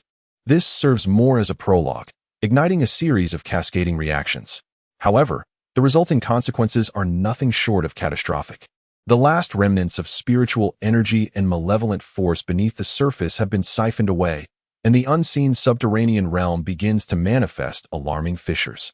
These cracks spread like a spider's web, ultimately converging into a golden river. It is the dragon's vein. The essence of the dragon's vein begins to seep out gradually. As if sensing a threat, the dragon's vein activates its self-protective mechanism. The golden river slightly contracts, and the fissures subtly shift in position. The essence of the dragon's vein ceases to escape. Yet, even this minuscule release of dragon's essence is beyond what the people above can endure. The ground quakes violently, akin to a colossal drum being incessantly struck. Elder Pujan's Buddhist treasure finally succumbs to the strain. With a crack, it shatters completely. Elder Pujan lets out a cry, spewing a mouthful of blood, yet his voice is swallowed by an invisible force. All of his cultivation dissipates under the impact of this power. He slowly collapses to the ground, resembling a puppet whose soul has been extracted. Cheng Jinfeng suddenly envelopes Cheng Jinlin's head with his palms from a distance. Wisps of spiritual mist escape between his fingers. Elder brother, Cheng Jinlin exclaims in astonishment. Second brother, Cheng Jinfeng's voice is intermittent and exceptionally strained. This matter is exceedingly peculiar. We fear we have fallen into a trap. Once our cultivation is drained, death is inevitable. As brothers, you possess the greatest talent. Therefore, you must endure. The future of the Cheng family relies upon you. Cheng Jinfeng exerted every ounce of his strength, channeling his entire cultivation into Cheng Jinlin. He hoped that this would enable Cheng Jinlin to withstand the impending calamity for a while longer. The garments of both men billowed as if stirred by an unseen wind. Cheng Jinlin dared not utter another word. He tightly focused his energy, synchronizing with Cheng Jinfeng's movements. Cheng Jinfeng's lower dantian began to collapse, forming a vortex-like black hole. His lifetime of inner strength transformed into golden grains of sand, flowing slowly from this abyss. Cheng Jinfeng's body gradually became emaciated. He slowly fell to the ground. Cheng Jinlin absorbed a portion of Cheng Jinfeng's cultivation, barely enduring the remnants of the formation. However, his skin had become a mass of wrinkles, resembling the bark of a century-old tree, rough and uneven. His meridians bulged beneath the surface, akin to a parched riverbed, a sight most distressing. His internal cultivation diminished to a mere fraction. Ultimately, he succumbed to unconsciousness. Chapter 27. The Path of Obsession and the Woe of Insufficient Fate. The esteemed Dao Jingxi, having arrived ahead of time, stood upon the mountainside, unscathed by the tumult. Yet his countenance was ashen, lips pressed tightly, fingers turning pale from the strain, clearly betraying his inner turmoil. Meanwhile, 1,000 miles away in the imperial capital, within the Qintian Observatory, the night shift clerk was fixated on the star clock. Suddenly, the 72-star track copper beads on the dial began to move erratically, akin to frenzied dice, shifting without any semblance of order. What is happening? The chief scribe's eyes widened in astonishment, beads of sweat forming on his forehead. The young acolyte, startled by this sudden phenomenon, cautiously approached the celestial disk and timidly inquired, "Master, is this an omen of fortune or misfortune?" "Silence," the chief scribe reprimanded, an ominous premonition creeping over him. Suddenly, a deep rumbling emanated from the earth below, causing the entire observatory to tremble slightly. The acolyte, petrified, fell to the ground, his face ashen. "Master, the earth dragon stirs." The chief scribe, disregarding the scolding of the acolyte, hastily made his way to the center of the grand hall and lifted a massive black tortoise brick. Beneath it lay a replica of the map of mountains and rivers. Astonishingly, a shocking crimson mark appeared in the southwestern quadrant of the replica, as if slashed by a sharp blade. "This is dire," the chief scribe exclaimed, his complexion turning pale. "The dragon vein is disturbed." Without a moment's hesitation, he stumbled out of the hall and fervently struck the warning bronze bell. Dong, dong, dong. The urgent, piercing chimes shattered the silence of the imperial capital's night. The head of the observatory, upon hearing the bell, leaped from his bed, neglecting even to put on his shoes, and rushed towards the stargazing platform. In the southwestern quadrant, the dragon vein is devoured. A malevolent force is tampering with the celestial axis. The head was so frantic that he lost his voice. Fully aware of the gravity of the situation, he hurried to the Hall of Nurturing the Heart to report this matter to the emperor. Upon hearing the news, the emperor's countenance darkened with fury, and he immediately commanded, "Proclaim my edict. Unleash the tiger talisman. Depart the capital with haste. Investigate this matter thoroughly until the truth is revealed." At the sound of a command, 3,000 armored soldiers swiftly assembled, mounting their spotted Chilan beasts. and charged out of the capital like a tempest. Where their hooves struck the ground, purple flames erupted, creating a scene of awe-inspiring might. Simultaneously, the station troops near the county town received an urgent military order from the Ministry of War. The Earth Dragon flag ignited spontaneously, pointing towards the southwest. The Minister of War himself conveyed the order. The Earth Dragon stirs. Investigate promptly. There must be no mistakes. The mountains trembled lightly, and rocks tumbled down. Mingjing, carrying Wenxiao, raced down the mountain with reckless abandon. Meanwhile, the Taoist Luchun dragged Mingjin forward as if seizing a chick, incessantly scolding, "You foolish girl, after consuming so much. You're as plump as a meatball, unable to run at all. Master, please hold on to me. I truly cannot run any longer." Mingjin gasped out. The Taoist, frustrated, retorted, "Even if you can't run, you must. If we don't hurry, we shall both meet our end here." As the Taoist shouted, he exerted all his strength to pull forward. Yet, unexpectedly, Mingjin suddenly seemed to find her stride, her short legs moving with remarkable speed, and in an instant, she surged ahead. It was then that the Taoist realized he was being dragged along, stumbling in her wake. "Alas!" the Taoist exclaimed, nearly losing his balance in astonishment. "What has happened to you?" Mingjin, still sprinting, called back, "Master, run faster." On Mingjing's back. Wenxiao watched this comical scene unfold and couldn't help but burst into laughter. "It's done. It's done." Mingjin has successfully refined her energy. Upon hearing these words, the Taoist of flowing dust gaped as if he had just swallowed a fly, rendered speechless. Oh. Before he could finish his sentence, Mingjin suddenly halted, breathless, and turned to look at the Taoist. In a moment of distraction, the Taoist collided with Mingjin's broad back, causing him to see stars and nearly lose his breath. Mingjin quickly turned back, supporting her master with concern. "Master, are you all right?" The Taoist, clutching his nose, felt as though blood might spill forth at any moment, and he shouted in exasperation, "You little wretch! Are you attempting to murder your master?" Mingjin hastily replied, "Master, let me carry you." As she bent down, the Taoist hesitated for a moment but eventually climbed, albeit unsteadily, onto Mingjin's sturdy back, muttering, "This is more like it. My old bones can hardly withstand much more turmoil." However, after just a few steps, this seemingly dignified old Taoist suddenly burst into tears, wailing uncontrollably, with tears and snot streaming down his face. Wenxiao turned back, puzzled, and inquired, "Old Tao, what performance are you putting on?" With a heart-wrenching cry, the Taoist lamented, "I, who have tirelessly vanquished demons and honed my skills throughout my life, have not even brushed against the threshold of chi cultivation, and yet my two wayward disciples have succeeded before me.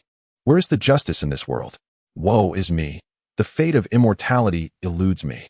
Alas! Alas! Was this not enough to drive the old Taoist to madness? Alas! The more he cried, the more sorrowful he became, feeling as though his life had been in vain. His two disciples, one dull-witted and the other gluttonous, had both embarked on their journey of cultivation before him. What a predicament! Master, Mingjin, while running, turned back to offer consolation, saying, "Do not be disheartened. We shall support you for the remainder of your life. Away with you."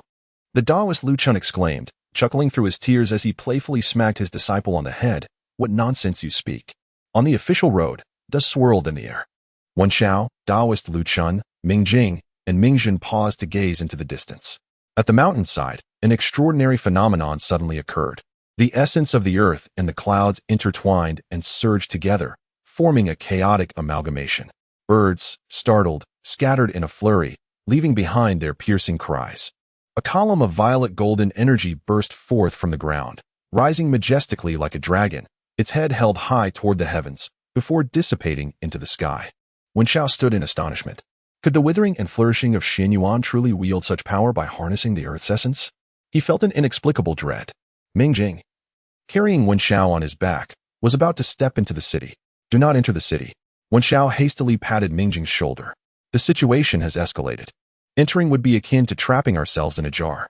Mingjing halted, a look of utter confusion etched upon his honest face. "Then, where to?"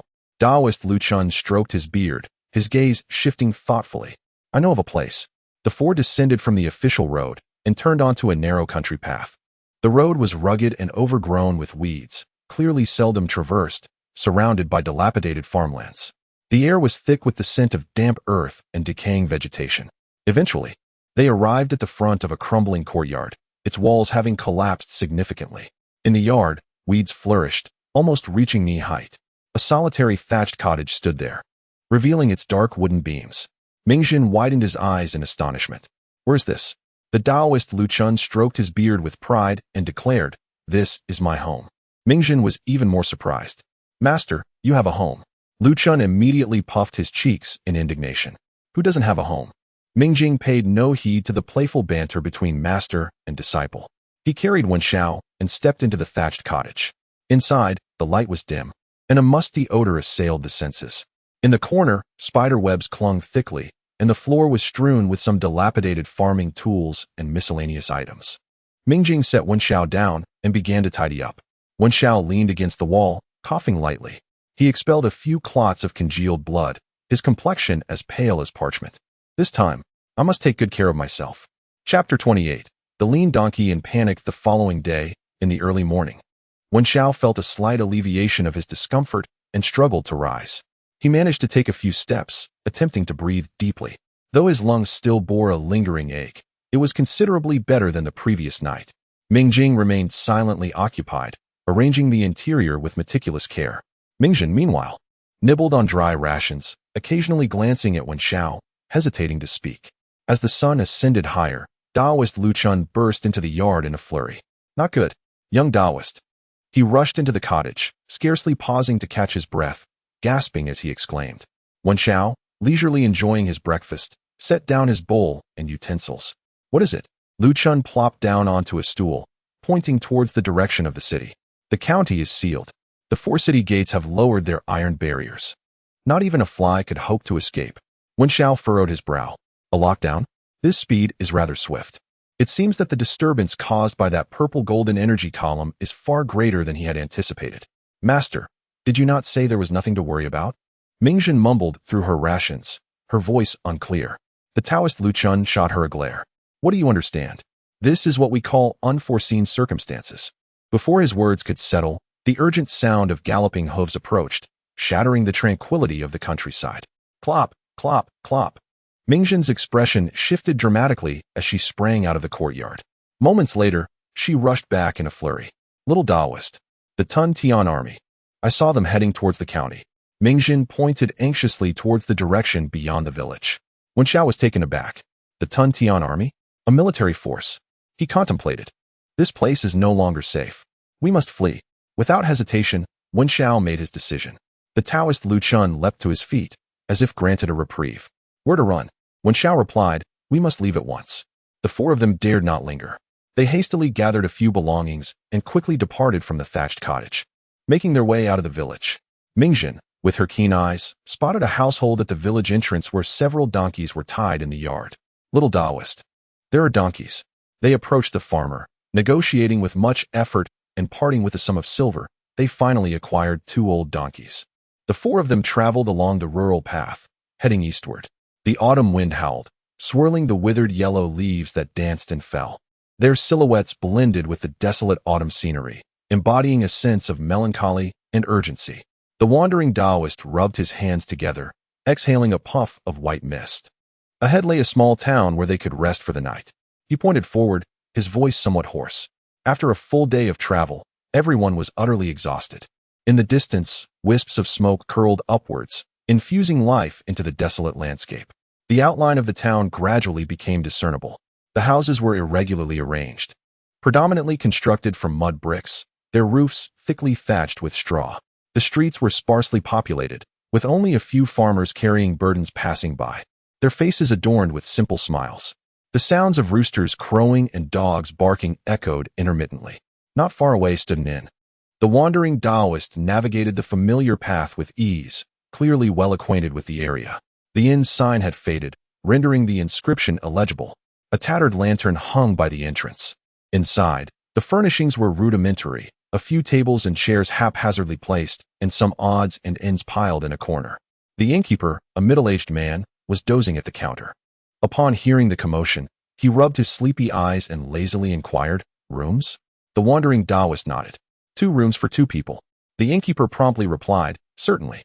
He then retrieved 2 wooden tokens from behind the counter and handed them to the Taoist. Second floor, turn left.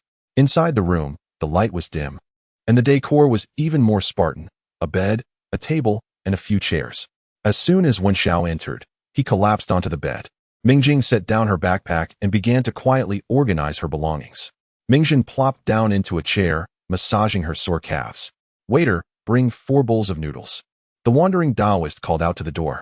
Moments later, the waiter entered, balancing a tray. On a tray lay 4 steaming bowls of noodles, adorned with a few leafy greens and morsels of meat. The enticing aroma wafted through the air, igniting a fervent appetite. However, the Taoist priest, Lu Chun, furrowed his brow. A look of distress etched upon his face. The funds were dwindling. He sighed, his voice tinged with helplessness. All his savings were left in the county town. Wen Xiao retrieved the remaining 2 taels of silver from his pocket and handed them to Lu Chun. This was a reward bestowed upon him by the county magistrate long ago. "Spend it wisely," he urged. Lu Chun accepted the silver, his expression instantly brightening. He weighed the coins in his hand and stowed them away with care. Meanwhile, Mingjing and Mingjin had already seized their bowls, devouring the noodles with unrestrained enthusiasm. Suddenly, a rapid clatter of hooves echoed from outside the inn. The sound grew closer, eventually halting at the entrance. Listening intently, the newcomers dismounted and entered the establishment. Lu Chen set down his bowl, his expression shifting dramatically as he muttered, "Could they be pursuing us?" He stealthily approached the door, peering through the crack to glimpse outside. Moments later, he turned back, his face drawn as he proclaimed, "It is indeed the Daozhong Si that has come for us." Wen Xiao felt a jolt of alarm and, disregarding his meal, swiftly rose to his feet. He cautiously opened the door a fraction, peering out. In the inn's main hall sat a dozen figures clad in black robes, engaged in raucous conversation. Each bore a long sword at their waist. At the forefront stood a stern-looking middle-aged martial official dressed in dark official garb. "Innkeeper, bring forth your finest dishes and wines. We shall take all the remaining rooms." These individuals were unmistakably from the Daozhong Si. Wen Xiao cast a sidelong glance at the Taoist Lu Chun, urging him not to be overly alarmed. In a hushed tone, Wen Xiao remarked that they were not necessarily being pursued. Nevertheless, Lu Chun remained somewhat uneasy, his eyes darting restlessly outside. The night passed in silence, save for the raucous revelry of the Daozhong Si group, who continued their drinking games into the early hours. As dawn broke the next day, the 4 companions rose from their slumber. Mingjun complained, rubbing her sore backside, lamenting the discomfort of riding a donkey. "If I had known, I would have preferred walking," she grumbled with evident reluctance. Mingjing scratched his head and offered a sheepish smile. "Shall I carry you?" To which Mingjun rolled her eyes in response. Drawing upon his experience, Lu Chun procured a cart from the innkeeper, drawn by 2 lethargic old donkeys. The cart was laden with provisions and water. The 4 set out early, their hearts heavy with trepidation, eager to avoid any encounter with the Daozhong Si. As the sun ascended, casting its golden rays through the trees and creating a mosaic of light and shadow, Lu Chun guided the rickety donkey cart at a leisurely pace. 3 young acolytes sat upon the cart, enjoying a moment of tranquility. At midday, the group sought refuge beneath the shade of a roadside tree to rest. Mingjun retrieved some provisions from her pack and distributed them among the group. As Lu Chun munched on his rations, he suddenly inquired, "Little Taoist, where exactly are we headed?" Wen Xiao paused for a moment before responding, "To Suzhou City." His tone was unassuming, yet imbued with resolute determination. "What?" Lu Chun exclaimed, nearly spitting out his food in shock. His eyes widened as he gazed at Wen Xiao, a wry smile creeping across his face. "Little Taoist, Gusu City lies to the south, yet we are heading east." He pointed ahead, his voice tinged with a hint of helplessness. However, Wen Xiao waved his hand nonchalantly. "No worries, we shall proceed slowly. Time is plentiful." After pondering for a moment, the flowing dust Taoist suggested, "Let us follow this path until we reach the main road. Then turn south." "Excellent," Wen Xiao replied with a smile and a nod. Chapter 29. The donkey cart moved slowly through the mountain pass due to the sudden change in route. The flowing dust Taoist diverted the donkey cart onto a secluded dirt road. On one side of the path lay a dense thicket of trees, while on the other, a meandering stream flowed gently. The presence of water indicated nearby habitation, which brought a sense of relief to the flowing dust Taoist. He cracked the whip, urging the 2 old donkeys to quicken their pace, hoping to find a place to rest before sunset. Suddenly, a rapid clatter of hooves echoed behind them. Mingjin, who had been seated at the rear of the cart, balancing it with her weight, was startled by the sound. Her body trembled slightly as she lowered her voice to a whisper. Little Daoist, the Daozhong division is in pursuit. The flowing dust Daoist's hand trembled, nearly dropping the whip. The incessant sound of hoofbeats had instilled a profound fear in him. He had not known a moment's peace since leaving the county town. He turned abruptly to glance back. Meanwhile, Wen Xiao remained remarkably composed, leaning against the donkey cart as he calmly stated, "Do not panic, make way." Though uncertainty gnawed at him, the flowing dust Daoist obeyed and guided the cart off the dirt road, bringing it to a stop by the side. The sound of hooves grew increasingly closer. Several magnificent steeds kicked up a cloud of dust as they thundered past the donkey cart. The riders, clad in dark, form-fitting attire and armed with long blades, bore expressions of stern resolve. At the forefront, one individual exuded an imposing aura, a palpable air of intimidation surrounding him. They belonged to the Dark Riders of the Justice Department. With not but a fleeting, cold glance at the donkey cart, they galloped away without a moment's pause. Only then did the Taoist Lu Chun release a long sigh, feeling the dampness on his back. He turned to Wen Xiao, his voice tinged with curiosity. Esteemed Taoist, what is their intent? Are they traveling the same path as us? Wen Xiao remained leaned against the donkey cart, his eyes closed, seemingly indifferent to his surroundings. He replied slowly, "Do not be alarmed. The county magistrate met his demise early. The orders to apprehend me may not yet have reached every corner. They may not even recall my visage." He paused, a slight smile gracing his lips. "Moreover, children grow rapidly. I change by the day. In 2 years' time, not even the men of the Justice Department, let alone my own mother, would recognize me if she stood before me." As he opened his eyes, a glimmer of sorrow flickered within them. "Furthermore, I was abducted in my youth, lacking even a household registration. What means do they possess to verify my identity? Even if they were to capture me, it would take considerable effort to prove I am indeed Wen Xiao. In that span of time, we would have ample opportunity to escape." A grimace more pitiable than a cry spread across Lu Chen's face, and he dryly remarked, "That is indeed reassuring." The donkey cart continued to creak and groan as it traversed the rugged mountain path, moving slowly forward. At a mountain hollow, the cart came to a halt. This place seemed even more desolate, with a few dilapidated thatched cottages scattered across the hillside, their roofs long since torn asunder by the wind, revealing dark, gaping holes. The local officials were taking a rest in the village, their boisterous voices echoing in the distance, shattering the tranquility of the mountain hamlet. An elderly man, his hair streaked with gray and his face lined with wrinkles, approached unsteadily. He introduced himself as the village head, surnamed Sunday, stooping slightly. The elder performed a respectful bow to the group led by Daoist Lu Chun, his voice hoarse as he inquired, "Esteemed Daoists, are you merely passing through this place?"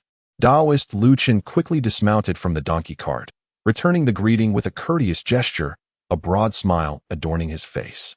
"Respected elder, we are 4 wandering disciples, journeying through various lands. We happen to pass through your esteemed village and seek a place to rest for the night, if it would not be too much trouble." Elder Sun's expression faltered, his rough hands rubbing together as he hesitantly replied, "Daoist, to speak candidly, several officials from the government have come to the village, requisitioning most of the dwellings."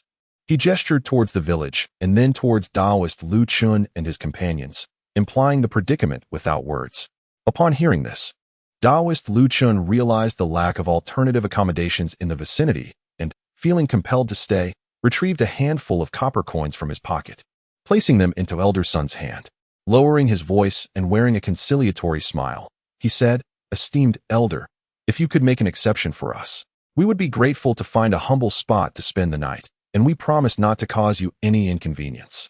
Elder Sun weighed the coins in his hand and, after a moment's deliberation, finally nodded in agreement. "Very well, since you have spoken thus, please follow me. However, the accommodations are rather humble. I hope you do not find them lacking." "Not at all, not at all. As long as there is somewhere to stay," the Daoist Lu Chun replied repeatedly, though inwardly he lamented his predicament. Old Sun led them through a labyrinth of paths until they arrived before a dilapidated woodshed. The door hung precariously on its hinges, the walls were adorned with cobwebs, and a musty odor assailed their senses. This is too much." Mingjin couldn't help but cover her nose, her expression one of distaste. Lu Chen shot her a glare, signaling her to remain silent. Old sir, is this habitable? Ming Jing scratched his head, asking innocently. Alas, there is no other option in the village, so you shall have to make do for one night. Old Sun sighed and turned to leave. Inside the woodshed, there was not even a bed, only a disarray of firewood. The four of them exchanged glances, momentarily at a loss for words. Master, are we to sleep here? Ming Jun pointed to the ground, her voice tinged with a whimper. Where else would you suggest sleeping? Lu Chen retorted, his tone irritable. Let us lay on the ground for tonight. It will have to suffice. Tomorrow morning, we shall depart. In truth, they all understood that in this remote wilderness, having a shelter from the wind and rain was already a blessing. As night fell, the mountain village descended into silence, with only the occasional distant barking of dogs breaking the stillness. Within the woodshed, the four lay side by side on straw, with merely thin bedding beneath them, yet sleep eluded them. Suddenly, a series of urgent knocks echoed through the night, shattering the tranquility. Knock, knock, knock. Who goes there? The wandering Taoist, Lu Chun, jolted awake, rising from the ground and inquiring, Who is it? A coarse voice responded from outside, Open the door. Taking a deep breath to feign composure, Lu Chun opened the door. Before him stood two members of the Daozhong division, swords sheathed at their waists, their expressions fierce and menacing. An immediate wave of tension washed over Lu Chun, beads of sweat forming on his forehead. May I ask what brings you here, esteemed officials? Lu Chun inquired, bowing with a forced smile. One of the Daozhong members scrutinized him from head to toe, coldly asking, Are you itinerant Taoists? Indeed, indeed. We are a group of four, traveling and exploring. We merely passed through this area, seeking a place to rest for the night, Lu Chun hastily explained. Come with us. The second member of the Daozhong division interjected, his tone firm and unyielding. What have we done to warrant this, esteemed official? Lu Chun exclaimed, bewildered and at a loss. Enough of this nonsense. You will understand once we arrive, came the curt reply. Resigned. Lu Chun had no choice but to lead his three disciples, following the Daozhong officials out of the humble abode. Chapter 30. The summons with no escape inside the ancestral hall of the village. The flickering lights cast an ominous glow, creating an atmosphere as tense as a drawn blade. The Daozhong officials had encircled the hall, with dozens of villagers crammed into the courtyard, each face marked by terror and trembling. Lu Chun was ushered into the hall, where he immediately noticed a high-ranking official seated at the head. Not daring to show any disrespect, he quickly bowed deeply. Esteemed official, may I inquire what commands you have for summoning me at such a late hour? Lord Dao's Hengxi, with piercing eyes, slowly scanned the Taoist priest Lu Chun. From whence do you come? Do you possess a travel permit? My lord, we indeed possess a travel permit, Lu Chun replied promptly, hastily retrieving a crumpled document from his bosom and presenting it with both hands.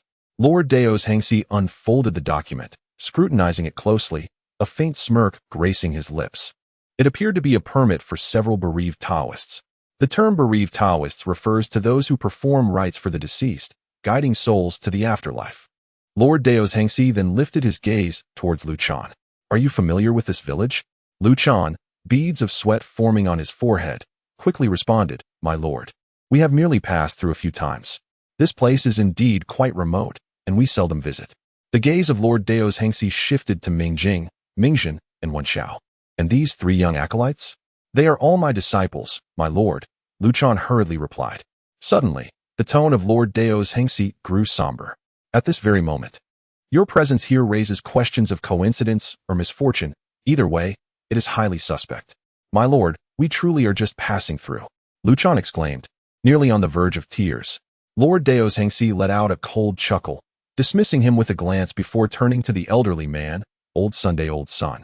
At this juncture, do you still refuse to speak the truth? He pointed towards an incense burner placed upon the table. What is the origin of this object? Wen Xiao's gaze also fell upon the incense burner, which was entirely black, crafted in an ancient style, adorned with intricate carvings. It was evident that it was no ordinary item. Old Sun gazed at the incense burner, his lips tightly sealed, remaining silent. Suddenly, with a resounding clap of his hand upon the table, Master Zhao of the inspection department bellowed, Speak the truth. This item was seized from the Chung family. Their members have already confessed. How long do you intend to conceal the truth? The Chung family? Which Chung family? The Taoist Lu Chun was taken aback by this unexpected turn of events. His face paling as cold sweat trickled down his brow. Wen Xiao was equally astonished, his eyes widening as he quickly contemplated the connections within this unfolding drama. Old Sun's body trembled slightly. At last, he spoke, his voice low and hoarse. This item was indeed sold to the Chung family by our village. From where did it come? The officials of the inspection department pressed, their tone sharp and insistent. Old Sun refrained from providing a direct answer and instead inquired, Sir, may I ask who you are? Humph. I am from the inspection department, supervising the officials. My surname is Zhou. The inspector coldly declared, revealing his identity, Inspector Zhou. Upon hearing this, Old Sun was momentarily stunned, and after a brief pause, terror washed over his face. He fell to his knees, repeatedly bowing his head. I have seen the mighty Inspector Zhou. Please spare me. Inspector Zhou's expression remained impassive as he replied in a calm, yet commanding tone. Can you now disclose the truth? Old Sun, now trembling with fear, dared not withhold any further information. This item was excavated from the back mountain. Elaborate. Inspector Zhou's voice rose sharply. Daoist Lu Chen, witnessing this, felt a sense of dread.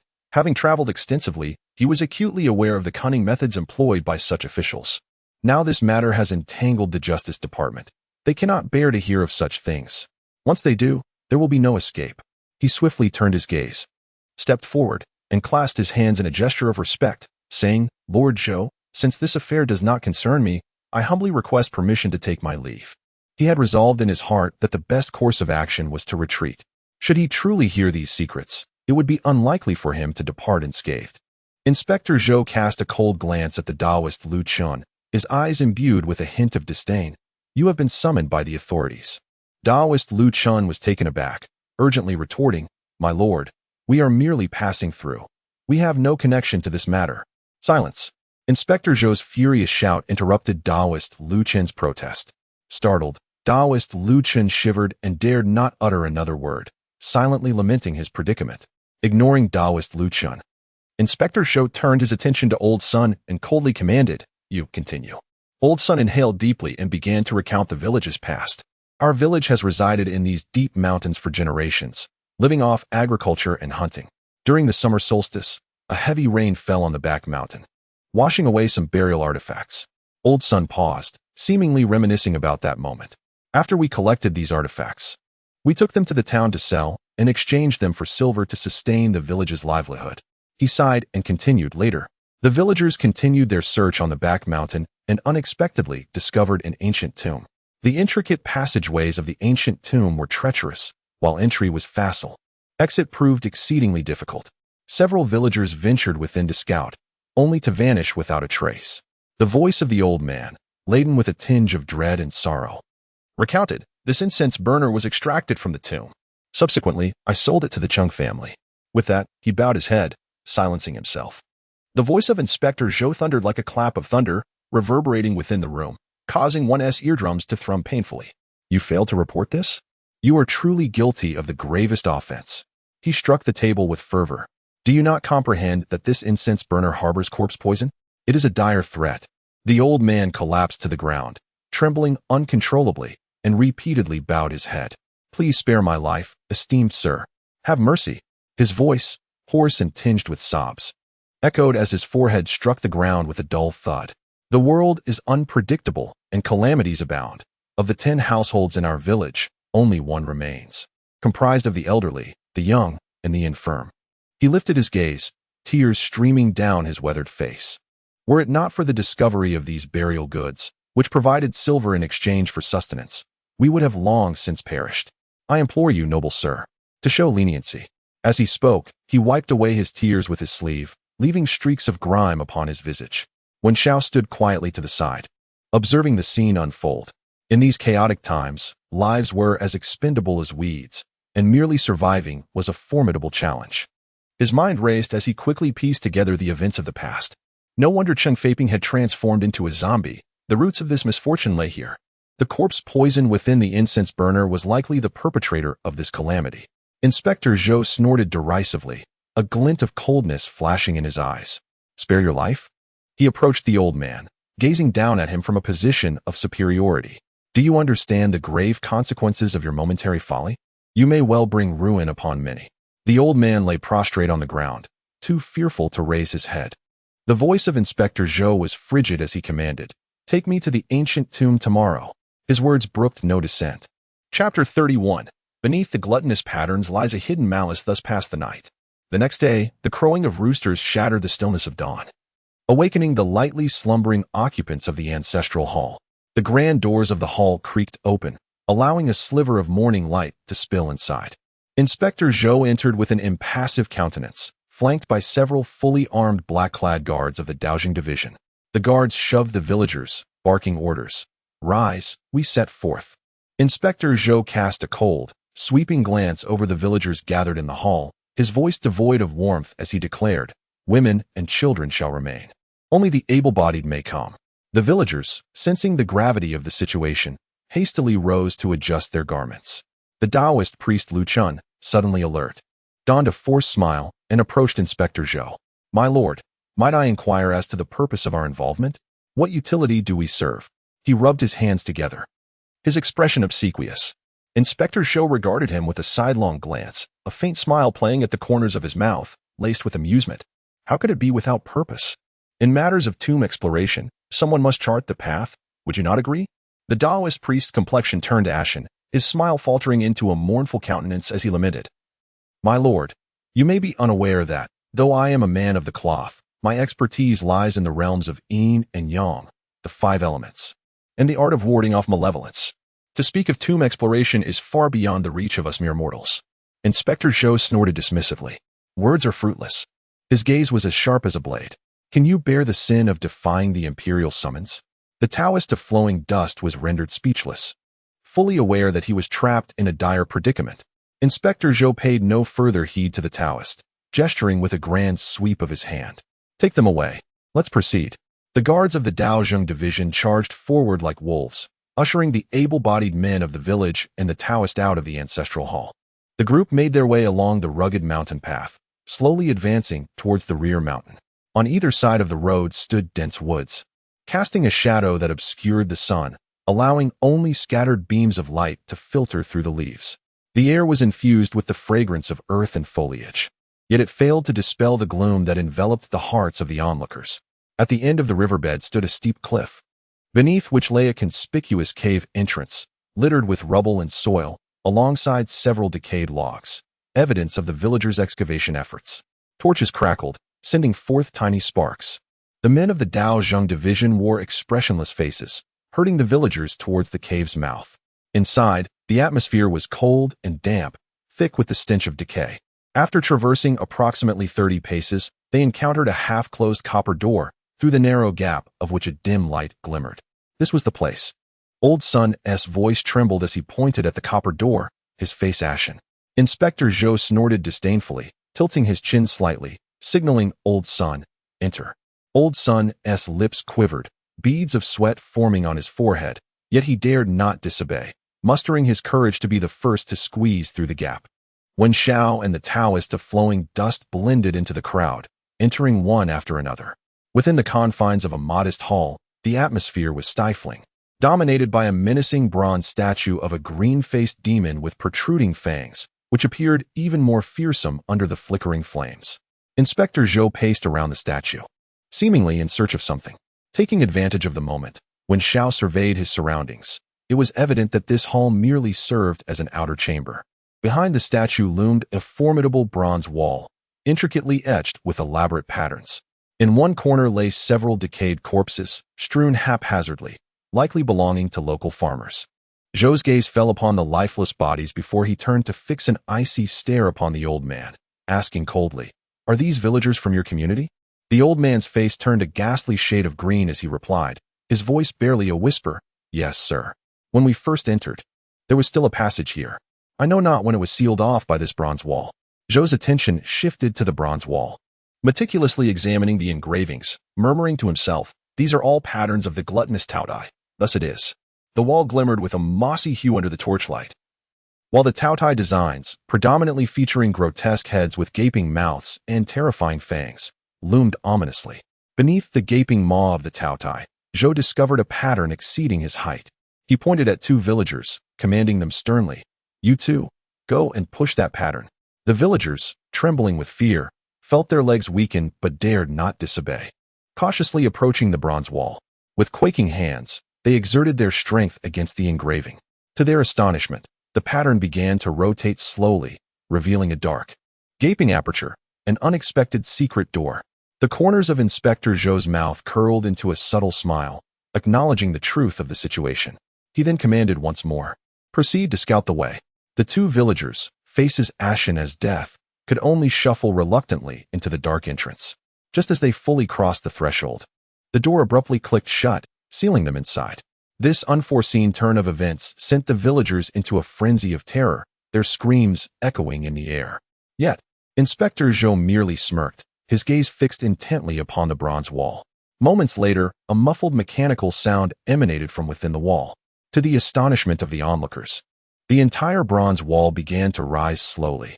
As it ascended, a deep, shadowy passage gradually revealed itself, just as Old Sun had described. Suddenly, a resounding thud pierced the air as two lifeless bodies plummeted from above the passage, crashing heavily to the ground. Their forms were mangled beyond recognition, bones shattered and flesh torn, a sight too gruesome to behold. The villagers, already paralyzed by fear, could no longer contain their terror, their cries and wails merging into a cacophony of despair. A shiver ran through Wen Xiao, prompting him to instinctively glance back. Clang! Inspector Zhou, expressionless, suddenly slammed the hilt of his dark iron sword against the ground, producing a dull thud. Behind him, over 20 black-armored guards of the Daozhong division, in perfect unison, drew their blades from there while several villagers acquainted with him rushed forward, their hands and arms working in unison to extricate him. After considerable effort, they finally managed to free the villager's foot from the crevice, but it was evident that his ankle had twisted grotesquely, rendering him lame. He collapsed onto the ground, racked with pain, his body convulsing and cold sweat pouring from him. Inspector Zhou let out a cold snort, devoid of any sympathy, and uttered 4 words: "Utilize the useless. Continue leading." The villager's complexion turned ashen, his lips trembling, yet he dared not show any sign of defiance. Struggling to rise, he limped forward. The passageway, stretching for dozens of yards, seemed to elongate infinitely at that moment. Fortunately, the subsequent stretch of road presented no further traps. The group, filled with trepidation, reached the terminus of the passage. There stood a heavy bronze door, adorned with the fierce visages of beast heads, each mouth clutching a copper ring, which was glistening with beads of moisture, emanating an icy chill. Inspector Zhou once again turned his gaze to the limping villager. "Open the door." The villager's body trembled uncontrollably. Gazing at the dark, gaping bronze door, he felt as though he were staring into the maw of hell itself. Yet, Inspector Zhou's eyes grew increasingly frigid. "Are you afraid?" His voice was soft, yet it resonated like a death knell. Unable to withstand the pressure any longer, the villager shakily extended his hand and grasped the cold copper ring of the beast head. Summoning all his strength, he yanked it with fervor. Creaking, the heavy bronze door began to swing open, accompanied by a disquieting, grating sound. Chapter 32. The hidden perils behind the dragon stone. A chilling wind emanated from within the door, causing the villager to tremble uncontrollably. Inside the door, an abyss of darkness loomed, obscuring all visibility.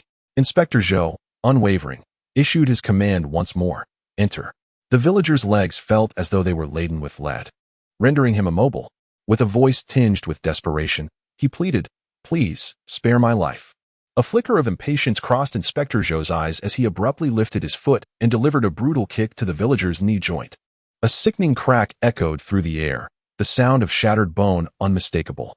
The villager let out a harrowing scream, collapsing backwards with a thud against the cold, unforgiving surface of the bronze door. Immediately, a series of muffled mechanical whirs emanated from the depths below. 3 glimmers of cold light flickered. Wen Xiao's pupils constricted sharply as he witnessed 3 sharp bronze spikes erupting from the ground, piercing through the villager's chest. Blood instantly stained the earth crimson. "Ah!" Ming Zhun beside him emitted a heart-wrenching shriek, her pallid face quivering in terror. Wen Xiao, too, was paralyzed by the gruesome sight, cursing his own impotence. The black-armored guards of the Daozhong division were all practitioners at the Qi refinement stage, while Inspector Zhou was a master in the late stages of Qi refinement. In their presence, he felt as insignificant as an ant, helplessly awaiting his turn for the same fate. Inspector Zhou snorted dismissively, signaling for them to advance.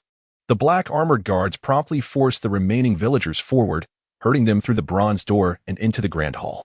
Upon entering, They were struck dumb by the sight that greeted them. It was a vast circular hall, measuring a full 10 zhang in diameter, with a soaring dome intricately adorned with elaborate star charts. Around the grand hall, 12 massive stone pillars stand tall, originally adorned with vermilion incantations, now faded to a dark brown hue. Even more bizarrely, as air rushes in, the extinguished eternal lamps within the hall begin to reignite one by one, their flickering flames dancing in the vastness of the chamber. The Taoist priest, Lu Chun, turned pale, unable to suppress his exclamation. So this is the tomb's entrance. At the far end of the hall, there stood another closed bronze door, strikingly similar to the previous one, but even taller and more imposing. Flanking the bronze door were two fierce guardian beasts, their fangs clutching copper lanterns that now shone brightly. Inspector Zhou cast a glance at Lu Chen, his eyes reflecting a hint of impatience. Do you truly understand this? Lu Chen silently cursed himself for speaking out of turn, yet dared not retort. Mustering the courage to respond, as a practitioner of funerary rites, I possess some knowledge of these matters. He swallowed hard, his voice trembling. Sir. The Vidra statues we passed in the anteroom were likely intended to suppress the ancient tomb. This place, however, is the true entrance to the tomb. Observe the peeling vermilion incantations on the stone pillars. No tomb owner would choose to be buried with such items. It is a profound disrespect to the deceased. Thus, the tomb. Lu Chen's voice was filled with conviction, suggesting that there may be significant issues at hand. Inspector Zhou furrowed his brow tightly, sensing the strangeness of this ancient tomb himself. In truth, the objective of this operation has been achieved. The origins of the incense burner have been clarified. As long as this ancient tomb is reported, the mission can be considered successfully completed. However, a glimmer of greed flashed in Inspector Zhou's eyes. An unexamined ancient tomb could very well harbor treasures of immeasurable worth. The risks and opportunities coexisted, and the immense profits proved difficult for him to relinquish. Inspector Zhou's expression hardened, his fingers clenched tightly, knuckles turning white. He suddenly gestured forcefully and barked, "What are you all standing there for? Drive the villagers away and open the tomb door." The black-armored guards of the Dao Zheng division lunged at the villagers like wolves, shoving and berating them, causing chaos to erupt.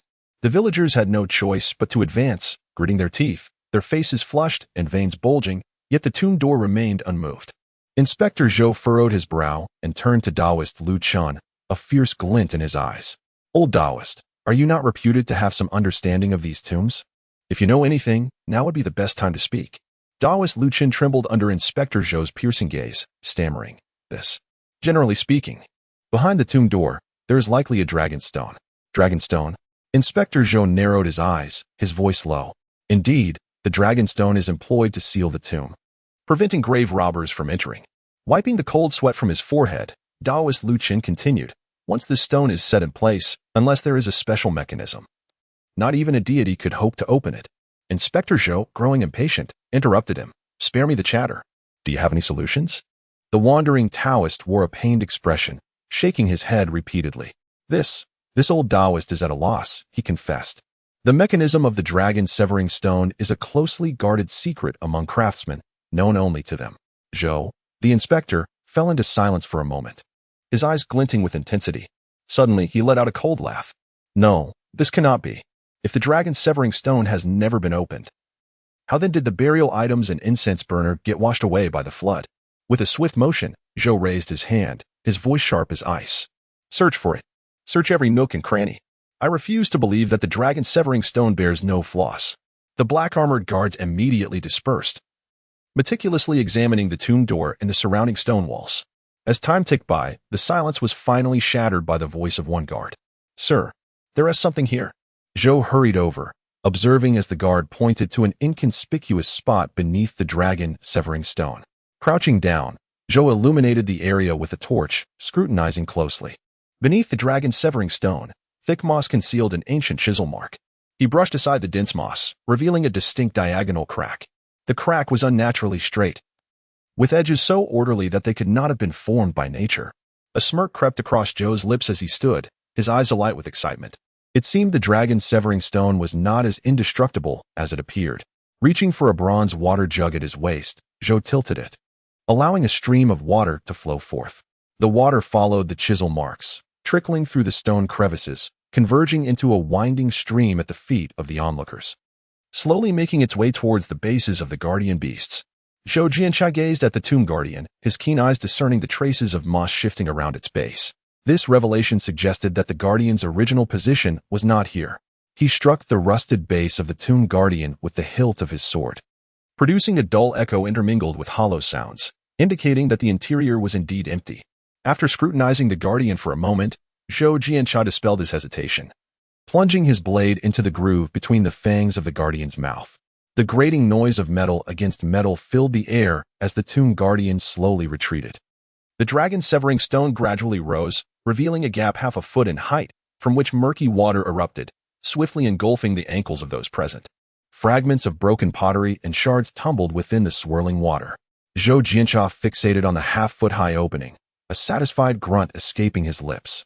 Chapter 33. The unresolved predicament of life and death. As the dragon's severing stone fully ascended, Zhou Jiancha ceased speaking, merely gesturing for the team to advance. The passage behind the stone was shrouded in darkness, a void where one could not discern their own hand. Only the flickering torch held by the black-armored guards of the Daozhong division emitted a feeble glow. Suddenly, an eerie phosphorescence flickered in the air ahead. "What in the world is that?" a black-armored guard exclaimed in terror. Zhou Jiancha furrowed his brow and barked, "Silence." No sooner had his words left his lips than a piercing scream echoed from ahead. Several villagers at the front were instantly engulfed by the phosphorescence, their bodies igniting in green flames. Chaos erupted in an instant. The flowing dust Taoist, quick-witted and agile, seized Wen Xiao without hesitation. He pulled Mingjing and Mingjin behind him, sheltering them in a corner of the tomb passage, evading the onslaught of phosphorescent flames. The group halted, helplessly witnessing the villagers perish in flames. A guard, summoning his courage, timidly suggested, "My lord, we cannot advance any further." Zhou Jiancha cast a cold glance at him, his right hand slowly resting upon the hilt of his dagger at his waist. His icy gaze was as sharp as a blade. "Do you wish to defy orders?" The guard's face turned pale, and he hastily lowered his head. "I dare not." At that moment, Wen Xiao whispered to the Taoist Lu Chun beside him, "Let us find a chance to escape." The Taoist nodded slightly. The procession continued through the tomb passage, traversing the charred remains of the villagers. Before long, a commotion arose ahead. A black-armored guard shouted, "My lord, there is something ahead." Zhou Jiancha's expression darkened as he strode forward. Wen Xiao tiptoed, peering through the gaps in the crowd, and beheld the ground ahead swarming with black insects. These creatures, roughly the length of a finger, were flat-bodied, adorned with sharp, backward-facing spines, glimmering with an eerie cold light under the torch's glow. Indeed, the corpse beetles commonly found in ancient tombs. Zhou Jiancha snorted, "A pack of beasts." Daring to be unruly, he ordered the guards to drive them away. However, the sheer number of corpse beetles was overwhelming. The frontline guards were soon engulfed by the swarm, and as torches swung to disperse them, the air was filled with crackling sounds, accompanied by the chorus of anguished cries. Several unfortunate villagers were overwhelmed by the swarm of corpses, struggling to escape the relentless tide of insects. In an instant, the procession found itself blocked by the minuscule horde. Rendered immobile and helpless, the countenance of Inspector Zhou was exceedingly grim. He had not anticipated that such insignificant creatures would pose an obstacle. Ling Xiao, concealed at the rear of the group, fixated intently on the grotesque insects. He had presumed that by perceiving the flow of spiritual energy, he could navigate the ancient tomb with ease, yet he now confronted nothing but mechanical traps, leaving him with a profound sense of impotence. Anxiously, he pondered how to leverage the existing conditions to extricate himself from this predicament. "Pour the tongue oil." Inspector Zhou bellowed with fury. The black-armored sentinels, well-trained, swiftly retrieved several bamboo tubes from their waists, uncapping them and hurling them toward the swarm of corpses. The tubes arced gracefully through the air, releasing their contents, which splattered onto the ground and formed a slick pool of oil.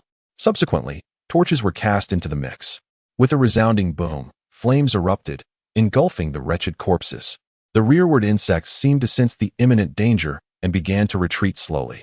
As the burning oil gradually extinguished, only a layer of charred insect remains, emitting a foul odor, remained on the ground.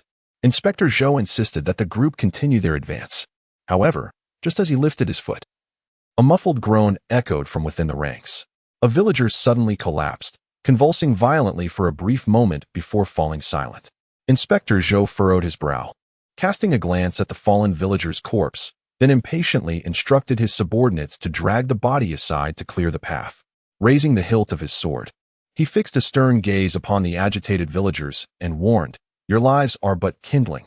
To serve as a guide for this official is already a privilege." Relentlessly driving the villagers onward, treating them as mere expendables for exploration, Wen Xiao silently trailed behind the procession before suddenly halting. His gaze fixated on the stone wall ahead, where an inconspicuous rune was etched, a faint azure aura swirling around it. His heart began to race with fervor. He realized that the long-awaited opportunity had finally arrived for his golden finger to shine. Simultaneously, a fierce determination ignited within him. Wen Xiao quietly vowed that if the chance arose, he would ensure that Inspector Zhou paid dearly for his actions. As he passed the rune-engraved stone wall, he distinctly observed the rune beginning to emit a soft glow. Suddenly, Ming Zhun came to an abrupt stop, gripping the sleeve of the Taoist Lu Chen tightly. In a hushed tone, Lu Chen inquired, "What is it?" Ming Zhun shook his head, his pallor evident. "I hear someone calling my name." The atmosphere within the group grew restless as the villagers began to murmur among themselves, claiming to have heard peculiar sounds, akin to voices or perhaps the whispering of the wind. When Xiao understood, he recognized that the runes were starting to exert their influence. This auditory hallucination was likely a manifestation of the rune's power. An unfamiliar dread spread through the crowd. Inspector Zhou listened intently for a moment, his expression growing impatient as he waved his hand, urging, "Stop dawdling. Let us move quickly." At last, the group traversed the lengthy tomb passage and arrived at a spacious stone chamber. There, prominently displayed, was a stone table upon which rested a chessboard. Flanking the board were two boxes, and across the surface, black and white pieces were interwoven, revealing a game that had yet to reach its conclusion. Zhou Jiancha's gaze was firmly fixed upon the chessboard. He slowly raised his hand, making a gesture. The black-armored guards behind him instantly understood and cautiously approached the stone table, preparing to inspect the board. However, Wen Zhao's attention had long since drifted away from the chessboard. His eyes were drawn to the ground, where crimson strands of spiritual energy began to quietly emerge, spreading like a spider's web. "Retreat." Wen Xiao urgently grasped the arms of the flowing dust Taoist. Along with Ming Jing and Ming Zhen, his voice tinged with desperation. He could not afford to explain. He simply pulled the three of them back in a frantic attempt to avoid the eerie red patterns. The flowing dust Taoist was utterly bewildered, having no inkling of what was transpiring. Yet, he possessed an inexplicable trust in Wen Zhao's peculiar insights. Thus, he refrained from questioning further, tightly clutching his two disciples as they stumbled backward in Wen Zhao's wake. Zhou Jiancha noticed the unusual movements. He abruptly turned, his gaze sharp as a blade, fixated on Wen Xiao and his companions, and barked, "What are you doing?" Wen Zhao's forehead was already beaded with fine sweat. He understood that any further explanation at this moment was futile. He could only shout in the most direct manner, "Fall back." However, it was already too late. Just as the hands of the black-armored guards were about to touch the stone table, the ground suddenly fissured.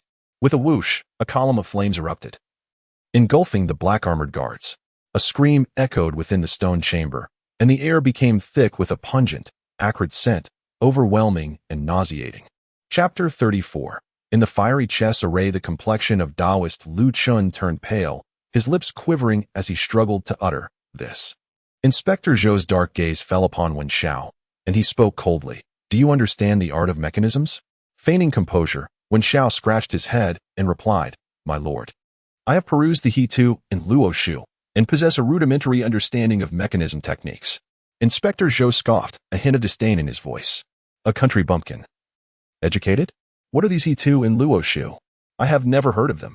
Observing the unfolding situation, Taoist Lu Chen hurriedly stepped forward. A sycophantic smile plastered on his face. "My lord, please do not be angered. We come from the Xiandu Temple, and naturally have some knowledge of such matters." His words were pure fabrication.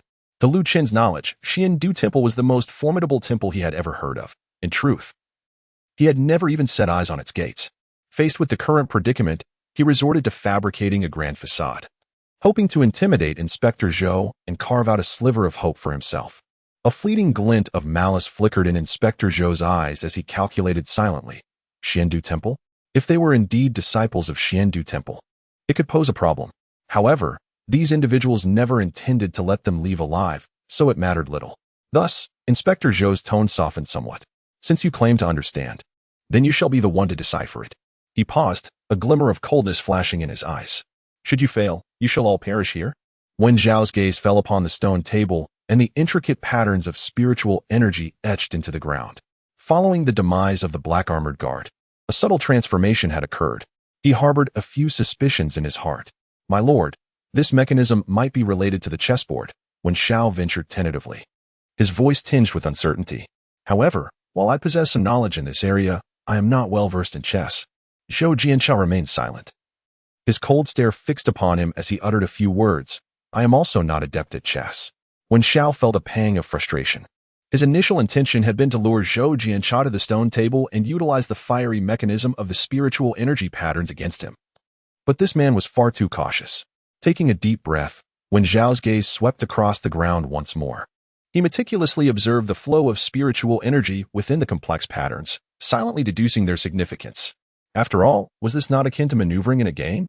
Thus, Wen Xiao blurted out, the guard who just perished must have inadvertently stepped into a fatal position, which led to his fiery demise. He paused for a moment before continuing. "We must proceed this way." He pointed decisively to the left. "Follow me." With that, Wen Xiao took the lead, carefully avoiding the spiritual energy patterns that were visible only to him. Lu Qin, the Taoist, squinted his eyes, closely trailing behind Wen Xiao while gripping Mingjing's arm. Fearful of making a wrong move, Mingjing clutched Lu Qin's sleeve tightly, her small face ashen, unwilling to stray even a step away. Observing this, the villagers hastily followed suit. Zhou Jianchao, with no other recourse, was compelled to place a temporary trust in Wen Xiao, signaling the black-armored guards to remain vigilant and to follow closely. The procession gradually advanced in accordance with Wen Xiao's lead. He feigned a meticulous observation of his surroundings while secretly keeping a watchful eye on Inspector Zhou's movements. Then he gestured, instructing to take the left path, steering clear of the table. However, Wen Xiao deliberately blurred the boundaries, making the route ambiguous. Just as several black-armored guards were about to step onto a particular area, he suddenly shouted, "Be careful!" Almost simultaneously, the ground trembled violently. Boom! A searing flame erupted, instantly engulfing the three unsuspecting black-armored guards. Their screams abruptly ceased, leaving the air thick with the scent of charred flesh. Inspector Zhou's face turned a ghastly shade of blue. He whirled to glare at Wen Xiao, his eyes brimming with murderous intent. "You!" He spat through gritted teeth, his voice a low growl. Yet, Wen Xiao remained unperturbed, replying calmly, "My lord." Such is the nature of formations, unpredictable and requiring constant exploration. He paused, glancing once more at the ground. The spiritual energy patterns on the surface had indeed morphed, now appearing even more intricate than before. Wen Xiao comprehended the situation and once again led the party, cautiously maneuvering around the stone table, advancing toward the rear of the stone chamber. Each step required meticulous avoidance of the patterns, executed with utmost caution. At this moment, everyone had reached the backside of the stone chamber. However, those peculiar spiritual energy patterns re-emerged, obstructing their path. Wen Xiao halted. Inspector Zhou's countenance darkened ominously. He coldly inquired, "Why have we stopped?" His voice resonated with suppressed fury. Wen Xiao offered a wry smile, shaking his head in resignation. "My lord, I am not entirely certain of the way forward. We need someone to scout ahead to uncover any hidden intricacies." A glimmer of cold light flickered in the eyes of Inspector Zhou. Without a shred of hesitation, he commanded, "You two, go ahead and scout the path." He pointed at the two villagers at the forefront of the group. Instantly, their faces turned ashen, their legs trembling, nearly unable to support them. They gazed at Inspector Zhou in terror, their lips quivering as they pleaded, "My lord, spare us. We do not wish to die." Zhou cast a sidelong glance, his finger making a motion that delicately traced across his throat. With a swift motion, a black-armored guard unsheathed his sword without hesitation, in one fell swoop. He beheaded one of the villagers. Blood gushed forth, staining the ground crimson. The other villager, paralyzed by fear, nearly collapsed. Zhou's icy voice resonated once more. "Why do you hesitate? Move." The villager, trembling uncontrollably, inched forward under the guard's coercion. At last, he reached the azure aura's ethereal patterns. Flames consumed his body, transforming him into a fiery specter, writhing in anguish upon the ground. His screams gradually faded, ultimately extinguished, leaving only a charred corpse behind. Wen Xiao took a deep breath, forcing himself to avert his gaze from the grim scene nearby. Upon sensing the alteration in the spiritual patterns, he noted that the path ahead was now unobstructed. Only then did he speak, "Follow me." He led the group, circumventing the perilous spiritual patterns, and finally emerged from the eerie stone chamber. A rare smirk not of joy but of relief tinged with coldness, curled at the corner of Zhou's mouth as he trailed behind. He secretly rejoiced, thankful that Wen Xiao still possessed some utility in mechanisms. Otherwise, this peculiar chessboard trap would likely have led to the demise of all present. As they traversed the stone chamber, the tomb passage extended straight to its terminus. When their gaze pierced through the intricately adorned archway, a foreboding underground hall loomed before them. The thick tomb bricks constructed the walls, while several robust bronze pillars silently supported the vaulted ceiling. The atmosphere within the hall was suffocatingly oppressive. At this moment, the once mighty procession had dwindled to merely a handful of individuals. The remaining villagers, tattered and weary, bore vacant expressions, resembling startled birds, each step taken with trepidation. The once formidable black-armored guards had suffered near annihilation, with the survivors all wounded and their morale in tatters. Chapter 35. The 1,000-pound mechanism falls into a dead end. Inspector Zhou surveyed the grand hall, his gaze ultimately settling upon the center. There stood a stone platform approximately a foot high, upon which rested an enigmatic coffin. The paint on the coffin remained bright and vibrant, as if newly applied. Yet, the question loomed: who or what was contained within? A surge of heat coursed through Zhou's heart as he recalled the magical incense burner. If this coffin indeed housed burial treasures, then... However, the myriad traps encountered along the way instilled a sense of caution in him. He turned to Wen Xiao and said in a low voice, "Young man, examine carefully to see if there are any traps." Wen Xiao's gaze fell upon the stone platform, where a dense, ominous black mist enveloped the area above. Wen Xiao recalled the time in Yushitai village when there were but a few wisps of thin black mist hovering above Dongda's coffin. In stark contrast to the rolling black fog enveloping the stone sarcophagus before him, it was as if he were comparing heaven and earth.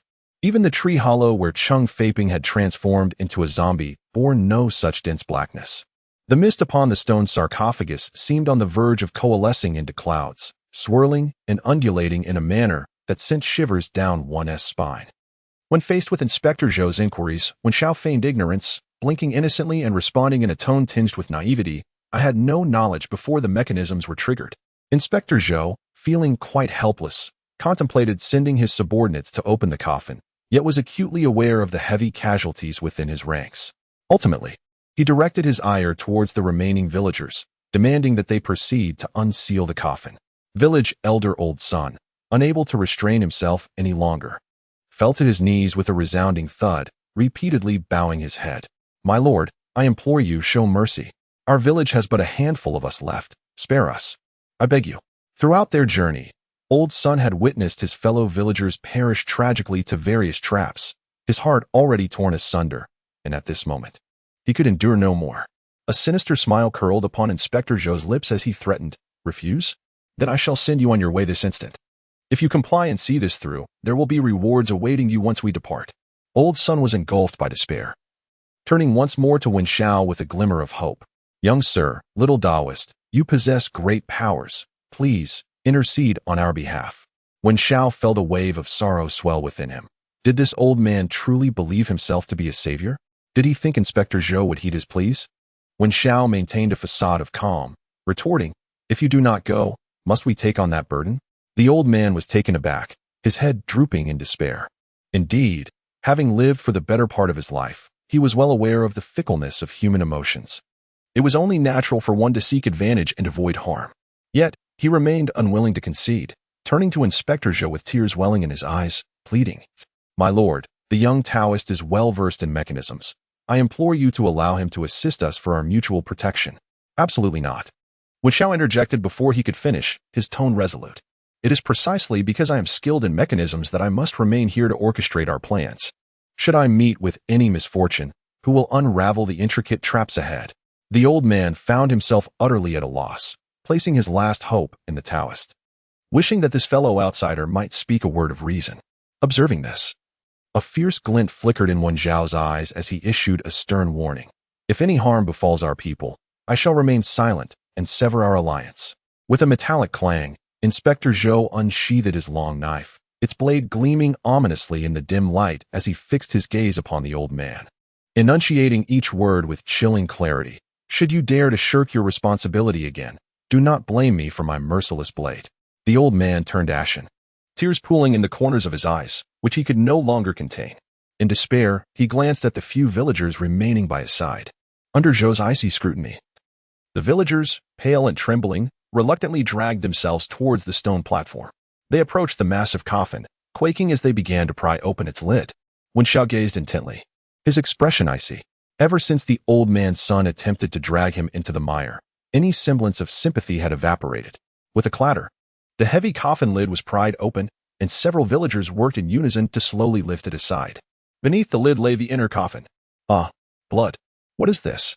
The villagers gasped in shock, their composure shattered. It turned out that the inner coffin was submerged in a pool of blood. The bizarre sight left the villagers in a state of panic, their faces drained of color. At that moment, a sudden upheaval occurred. The blood in the pool erupted as if boiling, splattering toward the villagers like a torrential downpour. Ah, help, help. The piercing screams echoed throughout the grand hall. Those who were doused by the blood rain watched in horror as their flesh corroded at a visible rate, emitting a sizzling sound. Wen Xiao looked on helplessly as the old man's son was drenched in the blood, his entire face dissolving, leaving behind ghastly cavities that hissed ominously. Ming Zhen, terrified, let out a shrill scream, clutching Ming Jing tightly, her face as pale as death. The Taoist priest Lu Chen fared no better, his complexion turned ashen, lips trembling. He frantically implored Wen Xiao, what shall we do? Young Taoist, please think of a solution. The villagers writhed on the ground in agony, their anguished cries tearing through the air, their skin grotesquely corroded beyond recognition, a scene too horrific to behold. The black-armored guards of the Daozhong division were equally in disarray, drawing their weapons and vigilantly scanning their surroundings, fearful that the sinister blood would splash upon them.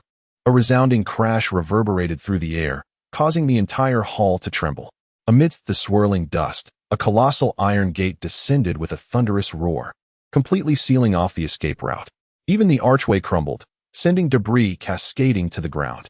A wave of despair washed over Wen Xiao with the gate's descent. The hall had transformed into a veritable tomb. On the stone platform, the villagers lay motionless, their anguished cries echoing through the chamber. The coffin lay shattered, blood splattering the surroundings.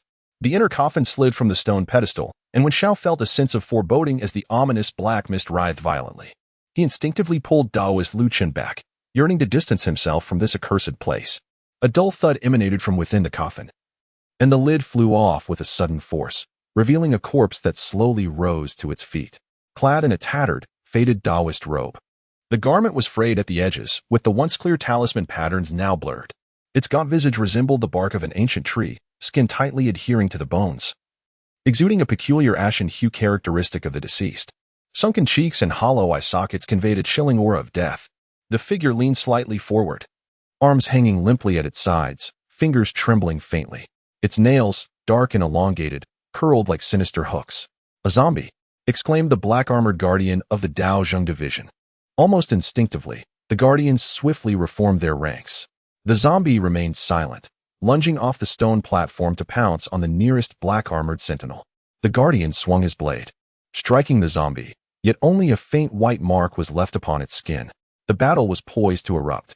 The black-armored guardians engaged in a fierce battle with the zombies, but the latter exhibited an extraordinary strength, each attack intensifying the pressure on the guardians. Chapter 36. The formation locks the fierce corpse's fate. At this moment, Wen Xiao's heart raced, and cold sweat trickled down his brow. He possessed no real combat experience. The last encounter with the zombie, Chung Faping, had been resolved by Chang Yongzhen, leaving Wen Xiao with no stake in the matter. The only means at his disposal to inflict any damage was the formation of Shu Yuan Kerong. With the situation dire, he resolved to take action. Clenching his teeth, he thought it best to set up the formation while the zombie and the Daozhong division were locked in a fierce struggle, seizing the initiative for himself. He steadied Ming Zhen beside him and urged, quickly, let us find a place. Before he could finish, he heard Ming Zhen's voice tremble with a sob. I cannot move. Turning his gaze, Wen Xiao saw Ming Zhen's legs shaking uncontrollably, the hem of his Daoist robe soaked, having been frightened to the point of losing control. In contrast, the usually slick Daoist Lu Chun remained remarkably composed. He seized Ming Zhen and whispered urgently, listen to me. We must get farther away. Meanwhile, below the stone platform, the black-armored guardians were locked in a fierce struggle with the zombies. Observing that ordinary blades and swords could not harm the zombies, Inspector Zhou resolutely commanded, pour the tongue oil. The guardians sprang into action, retreating briefly to prepare bamboo tubes filled with tongue oil, which they then hurled forward. The viscous oil coated the zombies, and shortly thereafter, torches were thrown into the fray. Boom! Flames instantly engulfed the zombies, transforming them into towering torches of fire. However, the heart of Inspector Zhou gradually sank. The zombie, far from being reduced to ashes by the flames, became even more ferocious. It swung its flaming arms, each attack accompanied by a searing wave of heat, forcing the black-armored guardians to retreat in distress.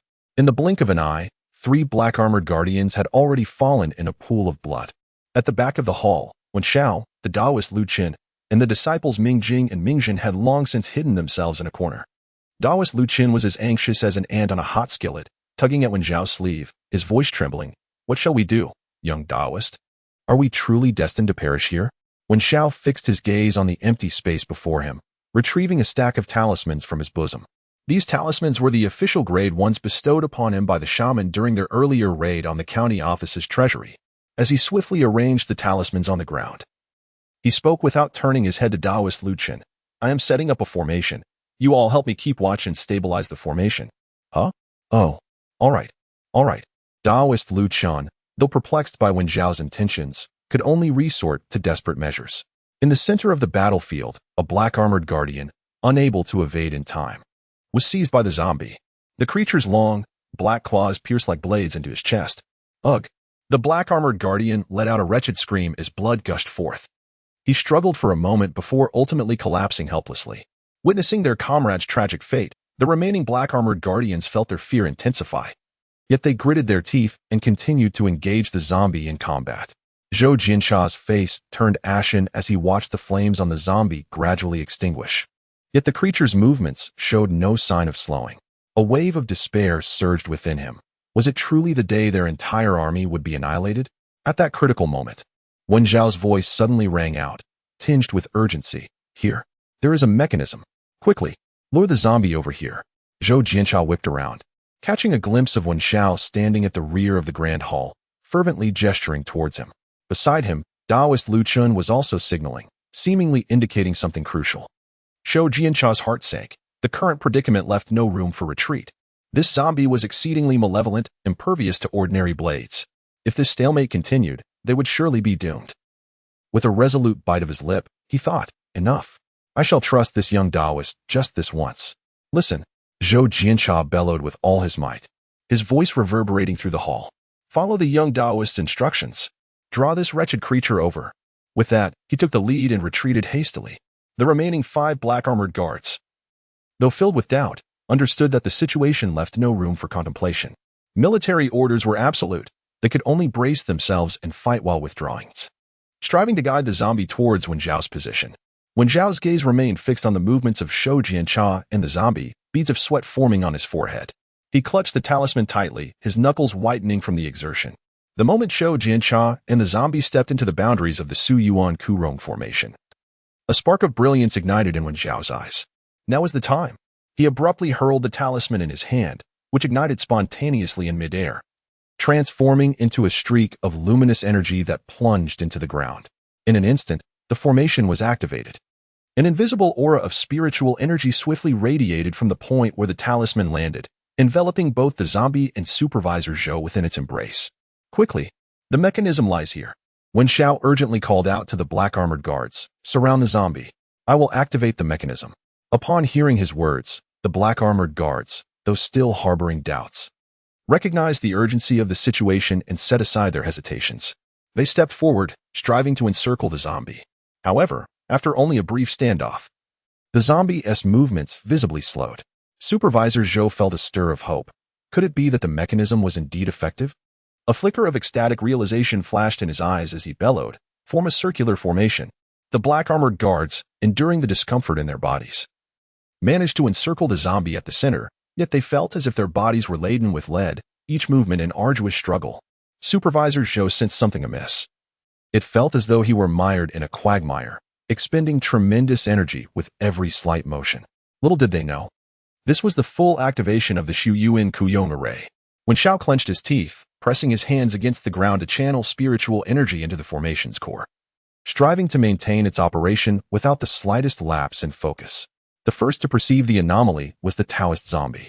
Once fiercely aggressive, It had sought to break free from the encirclement of the black-armored guards, but suddenly its movements became even more sluggish.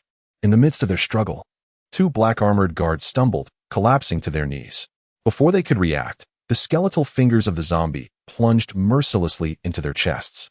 Splurt, splurt, blood gushed forth, and the black-armored guards fell lifeless in an instant. Zhou Jianxia, witnessing this horrifying scene, felt a chill run down his spine, an ominous premonition surging within him. He glanced at the back of his hand, only to see his once taut skin rapidly becoming loose and wrinkled before his very eyes. This was not merely the result of aging.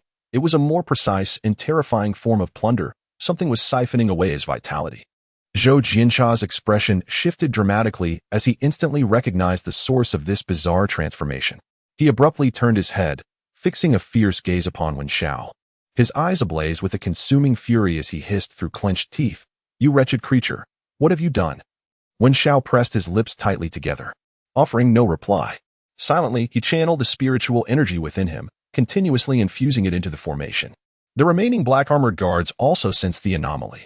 In terror, they discovered that the once jet-black hair of the Taoist zombie had begun to disarray, strands gradually turning a ghostly white. Soon after, an overwhelming sense of weakness swept over them.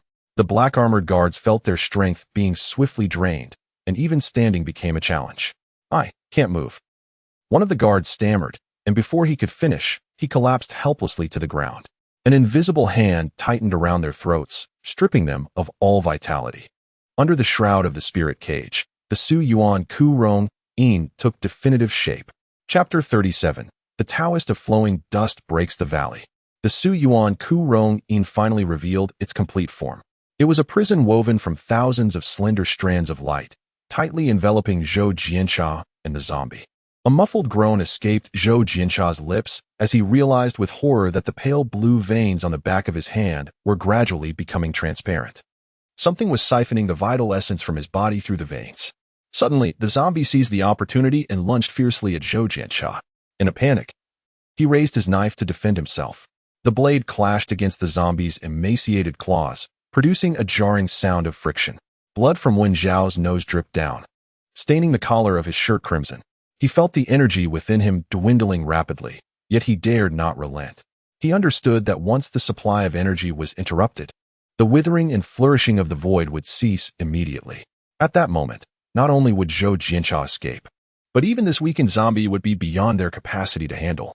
Everyone present would meet their demise. Although Mingjing was usually dull-witted, he suddenly appeared enlightened.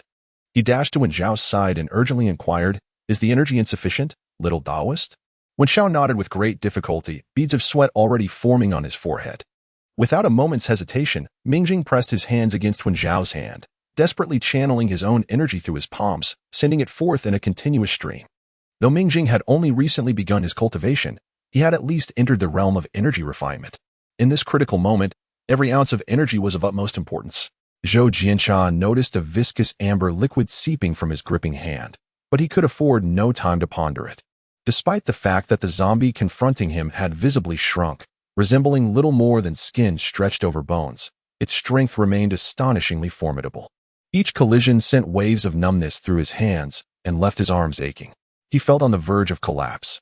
Inspector Zhou endeavored to channel his spiritual energy in resistance. Yet, to his horror, he realized that each time he summoned his power, the vitality coursing through his meridians dwindled at an alarming rate. This peculiar formation was specifically designed to counteract his spiritual force. The operation of the void's withering and flourishing accelerated rapidly, necessitating an ever-increasing amount of spiritual energy. He watched helplessly as Wen Xiao and Mingjing struggled to maintain their stance. Suddenly, Mingjing shouted, "I shall assist too." Without a moment's hesitation, she rushed forward. Placing her hands upon the palms of Wen Xiao and Mingjing, which were pressed against the formation's core, she fervently urged the meager spiritual energy within her. Unfortunately, having only recently entered the Qi refinement stage, her scant reserves were but a drop in the bucket for such a vast array, rendering her efforts nearly futile. Yet, at this moment, even the slightest hint of spiritual energy was invaluable. The fallen black-armored sentinel lay utterly still, devoid of life. Inspector Zhou's once firm grip on the black iron blade had turned frail and powerless, no longer able to clutch the hilt. Clang! The black iron blade clattered to the ground, producing a sharp sound. The The zombie's eyes glinted with a sinister crimson light as it lunged at Inspector Zhou, its razor-like claws piercing deeply into his shoulder. A cry of agony escaped his lips as he summoned the last vestiges of his strength to cling desperately to the creature, both of them tumbling to the ground. Witnessing this, Wen Xiao felt an overwhelming urgency. He understood that the spiritual energy of the three had nearly been depleted, rendering them incapable of sustaining the formation for much longer. Although the zombie was suppressed, it could still move. Should it break free, the consequences would be dire. What to do? What to do? Fine beads of sweat began to form on Wen Zhao's forehead as he anxiously pondered a strategy. At that moment, the observing Taoist Lu Qin perceived a glimmer of insight. A spark of brilliance flashed in his eyes, and he spoke urgently. This zombie had become a body of copper and iron. As long as its corpse energy remained intact, it would be impervious to blades and spears, sustaining no injury whatsoever. Upon hearing this, Wen Zhao's heart began to sink. He finally understood why the zombie remained so ferocious within the formation. Yet, at present, he found himself utterly helpless. Could it be that their efforts would come to naught? A wave of despair surged within Wen Xiao. Taoist Lu Qin also recognized that they were at a critical juncture between life and death. If the zombie could not be eliminated, he and his two disciples would surely perish here. A glimmer of determination flickered in his eyes as he clenched his teeth. The zombie, born against the natural order, had its 9 orifices sealed, and its corpse energy unyielding, which made it formidable. He abruptly turned to Wen Xiao, his tone resolute. If its 9 orifices could be opened, the corpse energy would dissipate, leading to the zombie's self-destruction. Without hesitation, he charged into the formation. Seeing this, Mingjing's expression changed drastically as she cried out, "Master!" "No." Mingjing, too frightened, sank to the ground. "Master, please come back." As Wen Xiao gazed at the determined figure of Taoist Lu Qin, a wave of sorrow washed over him. The Taoist was prepared to risk his life to secure a sliver of hope for them. Lu Qin dashed into the formation, swiftly retrieving the black iron blade that had fallen from Inspector Zhou's grasp. At that moment, the zombie was pressing down on Inspector Zhou, relentlessly tearing at him. Its back turned. Taoist Lu Qin took a deep breath, gripping the hilt of his sword tightly, raising the black iron blade high, wielding it as a longsword. He aimed for the zombie's posterior, exerting all his strength, and plunged down fiercely. The target was none other than the zombie's anal sphincter. Previously drenched in tongue oil by Taoist Zhang, the zombie's clothing had been completely incinerated. The blade pierced through without any obstruction. A chilling howl erupted from the zombie as its body trembled violently. However, Taoist Lu Qin was also affected by the influence of the Shiyuan Ku-Rong formation, his body beginning to weaken. Although the strike hit a vital point, it failed to inflict a fatal wound. Moreover, the once jet black hair of Taoist Lu Qin rapidly turned gray at a visible pace. "Master, no, please don't abandon us," Mingjing cried out, his voice hoarse. Wen Xiao gazed at Taoist Lu Qin's face, which had aged dramatically in an instant, his heart heavy with sorrow. Yet, an unforeseen turn of events took everyone by surprise. Taoist Lu Qin appeared frenzied, his eyes glowing red, veins bulging, a surge of newfound strength coursing through his body. Feeling suddenly light and powerful, Taoist Lu Qin let out a deafening maniacal laugh. "Today, I shall vanquish demons and exorcise evil." As if experiencing a moment of clarity, he forcefully drove the heel of his boots into the ground. At the precise moment the tip of the black iron blade touched the zombie's posterior, he transitioned from a thrust to a jab. With all his might, Taoist Lu Qin pressed down on the hilt, the sharp edge of the blade precisely penetrating through the gap between the zombie's tailbone and the anal canal. The sensation was akin to a blazing steel rod piercing effortlessly through a block of butter. The flowing dust Taoist astonishingly breached the zombie's defenses in an unfathomable manner. With a dull thud, the zombie's valley abruptly constricted, followed by an outpouring of dense corpse energy gushing forth like a flood released from a dam.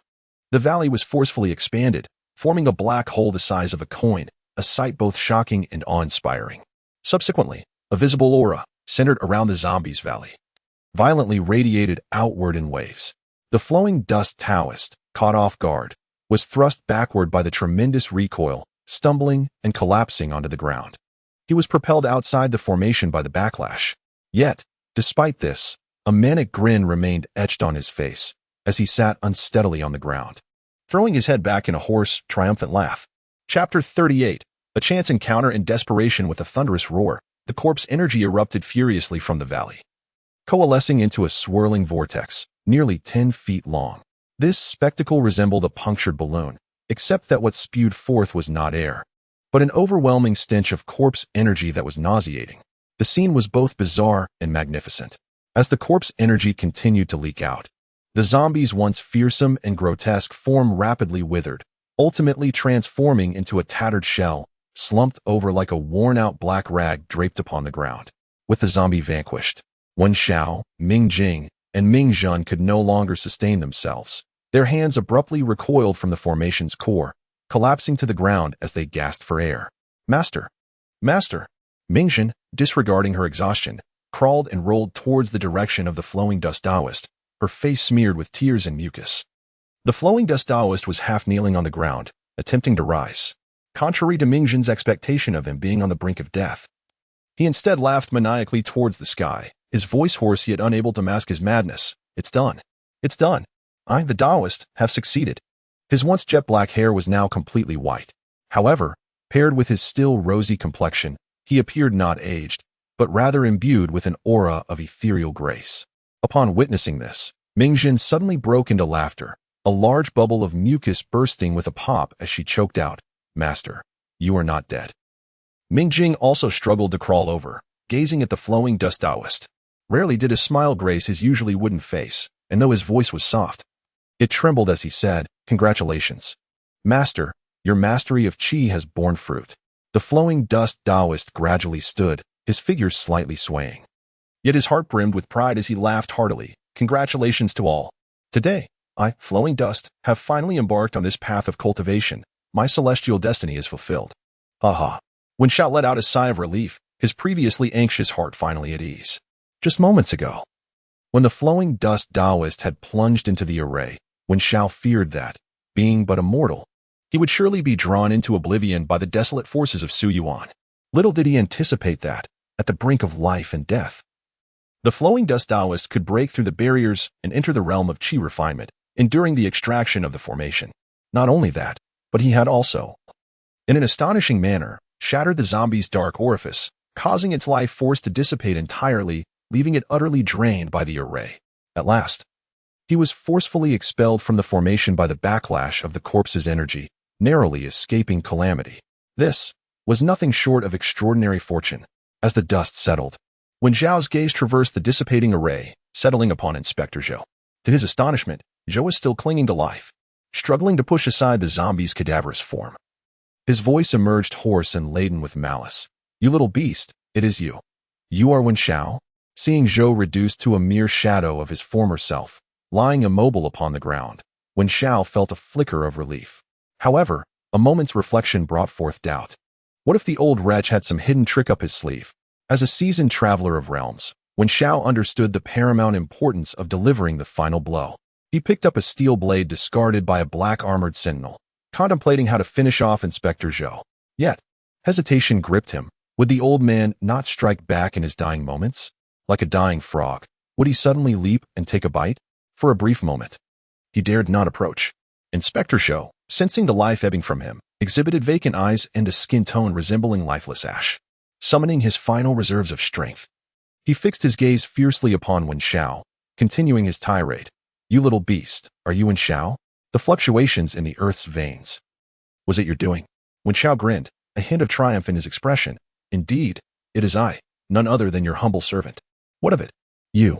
Inspector Zhou, overtaken by rage, abruptly coughed forth a mouthful of black blood, his voice dwindling further. Beast, you deserve 1,000 deaths.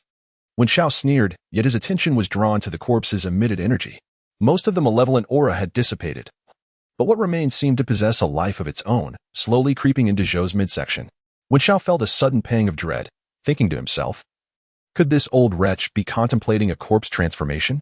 He hoped that this undead aura would not manifest into something troublesome. Everyone was already at the brink of exhaustion. Another fierce battle would surely be fatal. Without further hesitation, he hurled the steel knife with all his might. The blade sliced through the air with a glint of cold light, precisely embedding itself in the crevice between Zhou Jincha's collarbone and neck armor. Zhou Jincha shuddered. His intended curses abruptly lodged in his throat. He breathed his last. Wen Xiao stared blankly for a moment, until he confirmed that Zhou Jincha had indeed ceased to exist. Allowing a sigh of relief to escape his lips, beside him, Taoist Lu Chun had already risen, surveying the surroundings with a grave expression.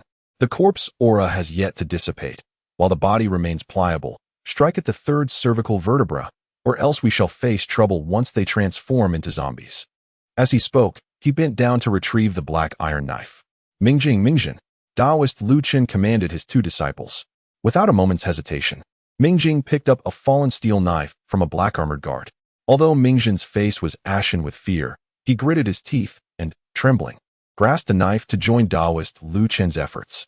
Wen Xiao wished to assist, yet a deep-seated aversion to filth, a remnant of his modern sensibilities, rendered him motionless for a moment.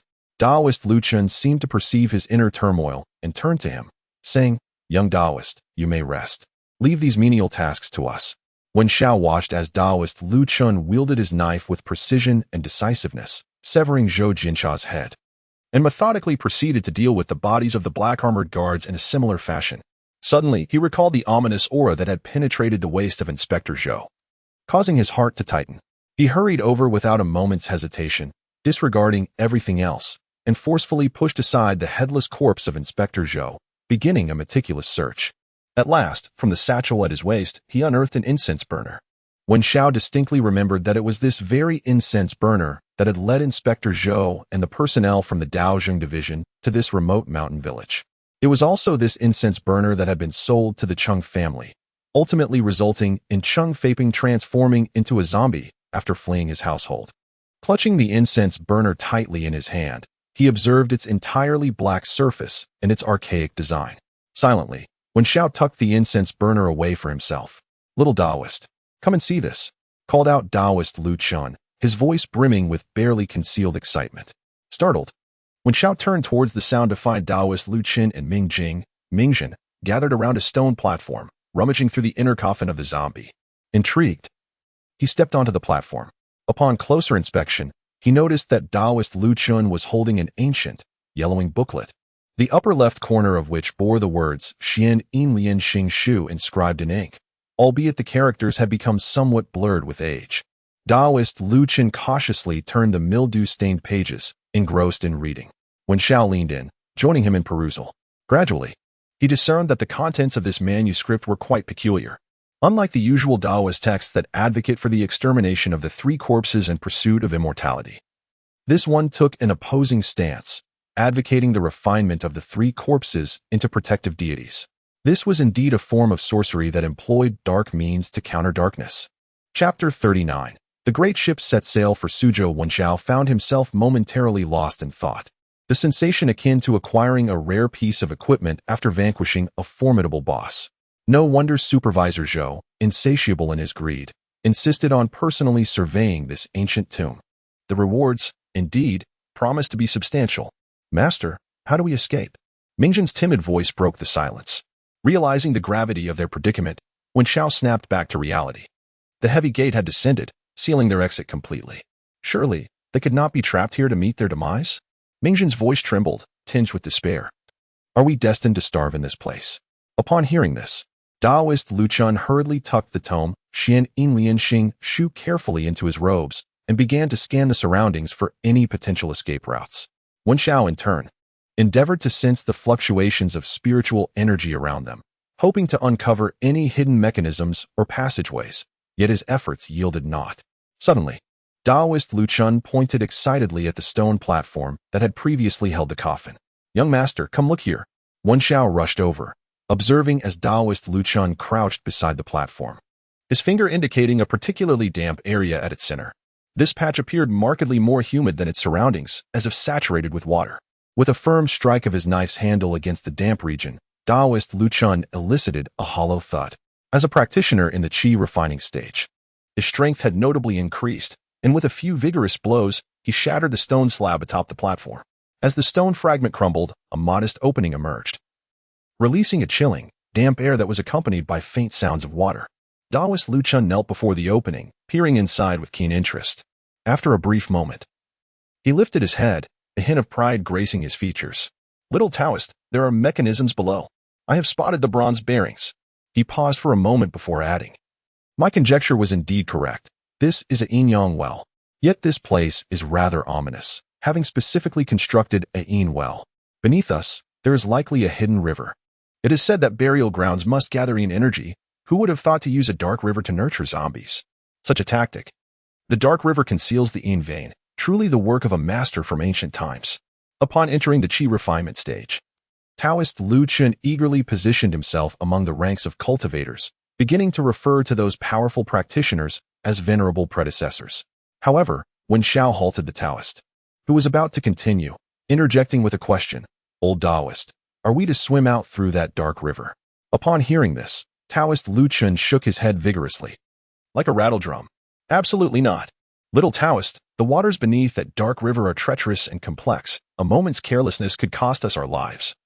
With an uncertain future awaiting us, it is far too perilous." When Xiao found himself momentarily at a loss for words, unsure of how to proceed, Taoist Lu Chun quickly leaned in, a smile plastered across his face. "Do not fret, little Taoist. I have made some discoveries. Observe this stone platform and the indentations." Listening intently, Wen Xiao promptly lowered his head for a closer inspection. The once smooth surface of the stone platform had been deliberately chiseled to create a recess for securing the coffin, preventing it from shifting. However, now, with the coffin dismantled and its inner contents scattered, this recess had oddly risen. Wen Zhao's mind raced with clarity as he grasped a pivotal insight. "Are you suggesting that this depression is, in fact, a mechanism?" Under normal circumstances, the weight of the coffin keeps everything stable, but once the coffin is moved, the weight shifts, causing the depression to rise and the heavy trap to descend. The Taoist Lu Chun slapped his thigh and chuckled heartily. "Precisely. You catch on quickly. After over 40 years of conducting funerals, I have gleaned some understanding of the intricacies within this tomb. This is merely a common ruse involving the dragon-breaking stone. I surmise that below, the flow of the hidden river is used to activate the mechanism." When Xiao suddenly comprehended and decisively declared, "What are we waiting for? Let us get to work. We must promptly apply pressure to this mechanism." The four men, not daring to delay, sprang into action. They united their strength to push the coffin, which had slipped aside, toward the depression, yet the weight seemed insufficient. Gritting their teeth, they also moved the bodies of the black-armored guardians atop the coffin. Indeed, as the weight increased, the depression gradually sank. Soon after, a series of clicking sounds echoed, the gears grinding as the entire stone platform began to tremble slightly. The heavy trap also began to sway gently. Seeing this, the four felt a surge of joy and hurried towards the exit, positioning themselves before the trap. Although the trap vibrated, it did not immediately rise. Taoist Lu Chun stroked his beard and explained, "We may need to wait a little longer. The mechanism is likely gathering energy." Wen Xiao nodded in realization, smiling. "Just like a water wheel, it requires patience." "Yes, exactly." The Taoist of flowing dust raised his thumb, a visage filled with flattery, exclaiming, "Truly, the young master is exceptionally astute." Before Wen Xiao could respond to the Taoist's obsequiousness, the heavy gate began to rise slowly. "Hurry, let us depart," the Taoist urged impatiently, disregarding the fact that the gate had not yet fully ascended, and he was the first to crouch and squeeze through the opening. On the official road, two aged donkeys pulled a cart, moving leisurely along the path. The driver, an elderly Taoist with a head of white hair and youthful features, bore an air reminiscent of celestial beings. On the cart sat three young Taoist disciples, two boys and a girl. Typically, children of such tender years are lively and exuberant. Yet these three appeared wise beyond their years, diligently practicing gestures and immersed in their cultivation. "Heh, I believe I can feel the stirrings of the three corpses within my dantian," Ming Zhen suddenly proclaimed, a hint of pride in his voice.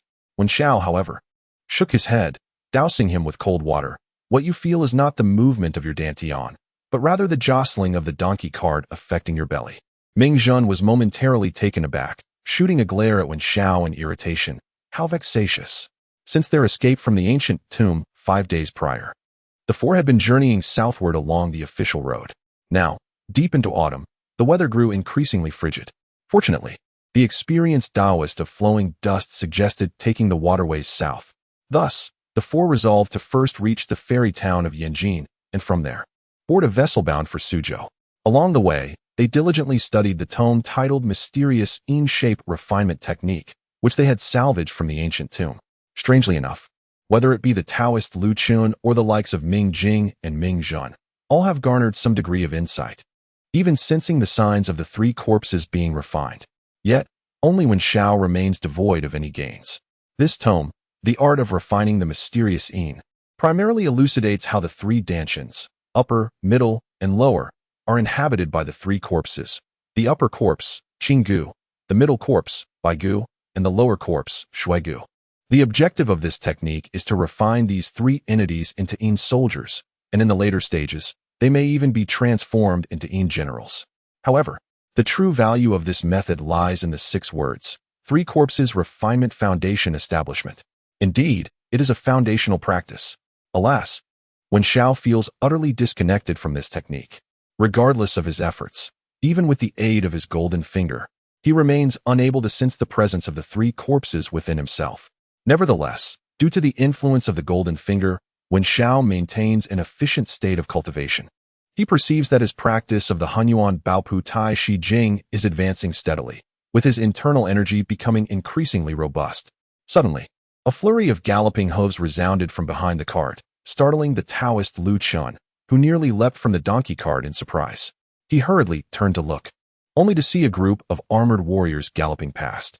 Upon witnessing this, Ming Zhen could not help but chuckle. "Master, why does the sound of hooves frighten you so?" The Taoist Lu Chun offered a wry smile and shook his head. "Isn't it all due to those rascals from the Daojing division? They've left me jumpy." He sighed, then turned to Wen Xiao and said, "Young Taoist, we should reach Yanjin Ferry by evening. At that point, we can procure a boat straight to Suzhou. However, it has been many years since I last set foot on a boat, and I am unaware if the fare has changed." Wen Xiao inquired, "What? Do we not have enough silver?" The Taoist Lu Chun hurriedly waved his hand, smilingly replying, "How could that be? We have amassed a considerable amount of silver. More than sufficient. A time traveler who cannot handle corpses, can they truly be called a time traveler?" During their time in the ancient tomb, the 4 of them had thoroughly plundered the black armored guards of the Daozhong office, especially from Inspector Zhou, who possessed quite a few golden beans. As they traveled along the official road, the number of people gradually increased. The donkey cart ambled along for a day, and in the distance, the city walls became vaguely visible, shimmering with a golden hue under the setting sun. Lu Chun could not help but exclaim, "Little Taoist, we have arrived." Wen Xiao gazed at the distant Yanjin Ferry, a bustling county town. Upon entering the city, the donkey cart halted in front of an inn adorned with red lanterns. The innkeeper warmly welcomed them, ushering Lu Chun and the others inside, where they rested for the night. The following morning, before dawn had fully broken, the 4 of them arose. According to the information they gathered from the innkeeper the previous day, there was a dedicated shipping business at the ferry terminal selling water tickets. In Wen Xiao's eyes, these water tickets were akin to modern-day boat tickets. The 4 of them made their way down the street towards the dock, where the number of pedestrians increased and the clamor of carriages filled the air. Upon reaching the dock area, the lively atmosphere intensified. People bustled about, bumping shoulders as carts creaked under the weight of goods, and laden mules occasionally let out whinnies. Upon locating the business, Wen Xiao looked up to see the signboard displaying 3 prominent characters: Qianwei Association. The bustling commercial establishment was filled with a throng of patrons, many of whom sought the coveted water tokens. Wen Xiao, opting for a brief respite, chose to linger at the tea house with Ming Jing and Ming Zhen, while the Taoist of Flowing Dust ventured alone into the marketplace. After a considerable interval, the Taoist emerged, his expression one of distress. "Young master," he stammered, "the procurement of a water token necessitates an official pass from the authorities. I fear we may be at an impasse."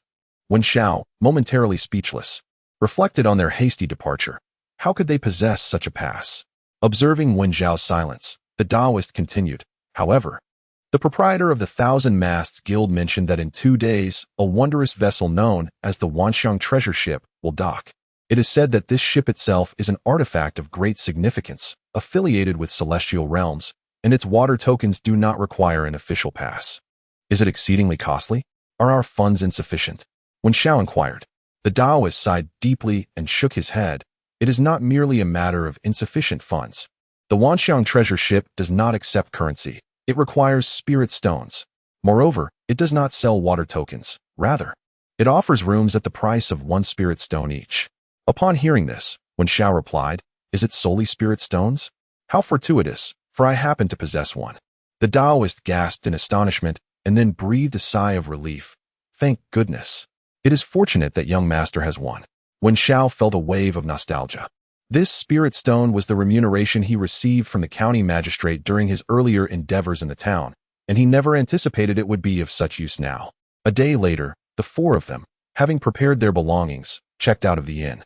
They exchanged a cart and 2 old donkeys with the innkeeper as payment for their lodging, and then, burdened only by their respective packs, they set forth towards the harbor.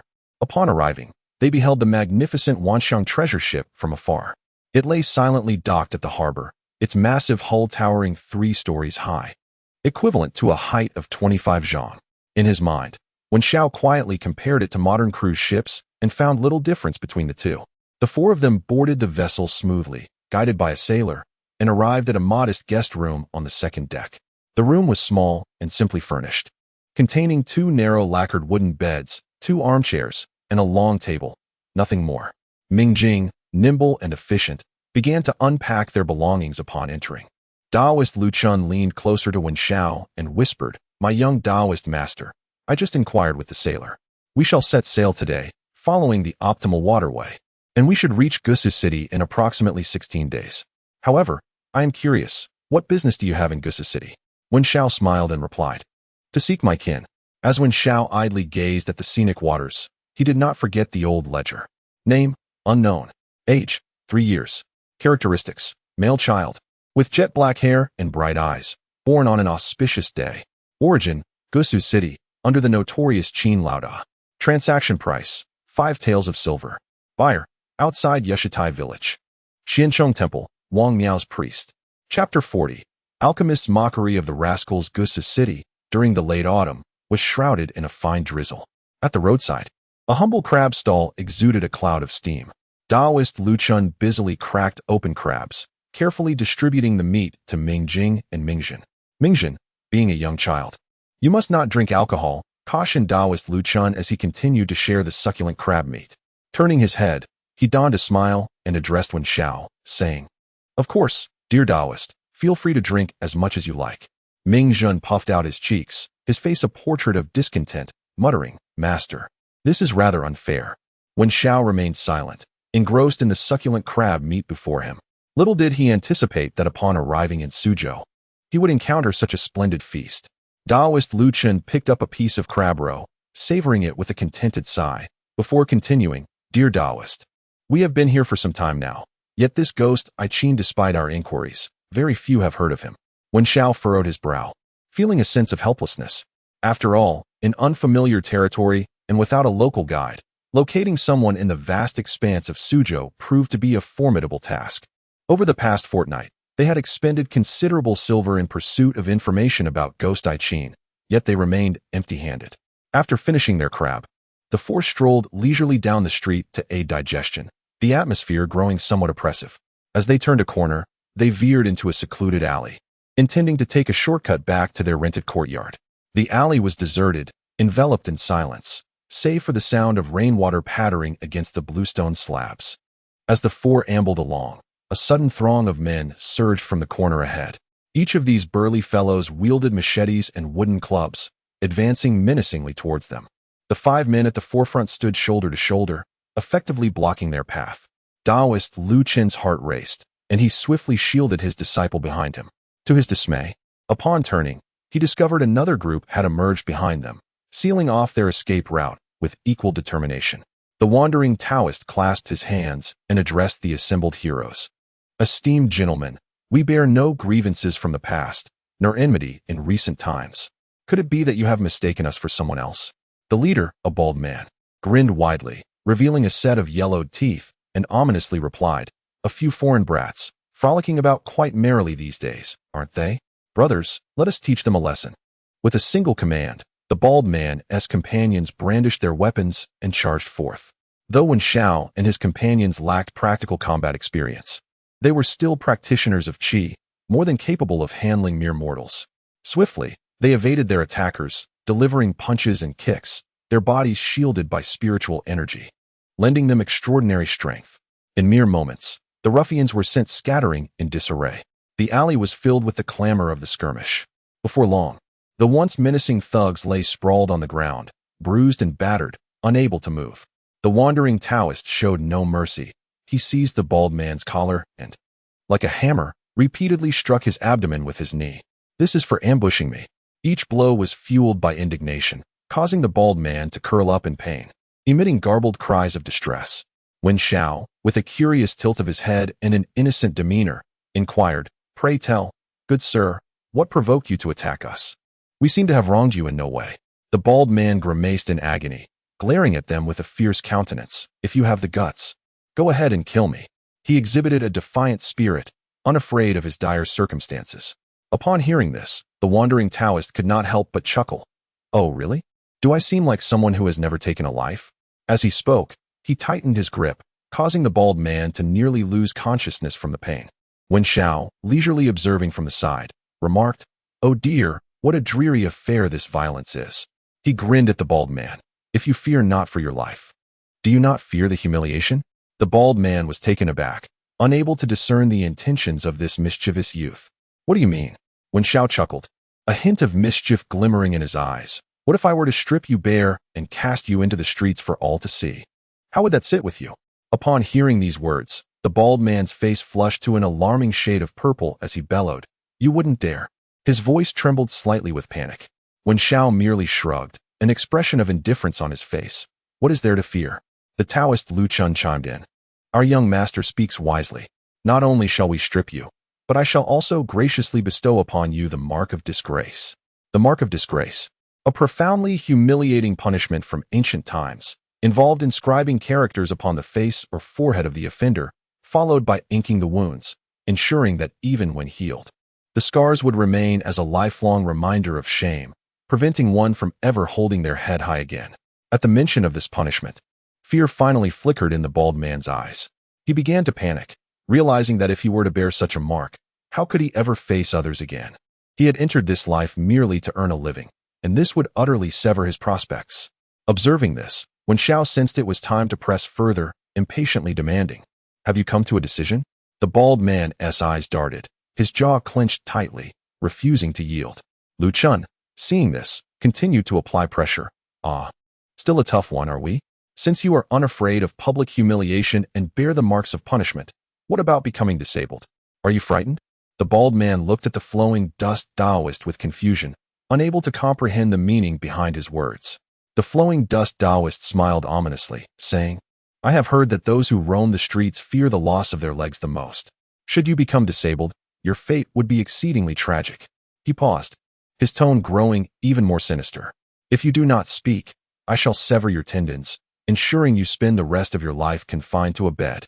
The bald man's expression changed drastically, genuine fear etched on his face. If his tendons were truly severed, it would spell the end for him. He shouted in a blustering tone, "How dare you? I will fight you." As he spoke, he attempted to struggle, but his body was weak and lacking the strength to resist. Moreover, he was held down by the already initiated flowing dust Taoist, rendering all his efforts futile.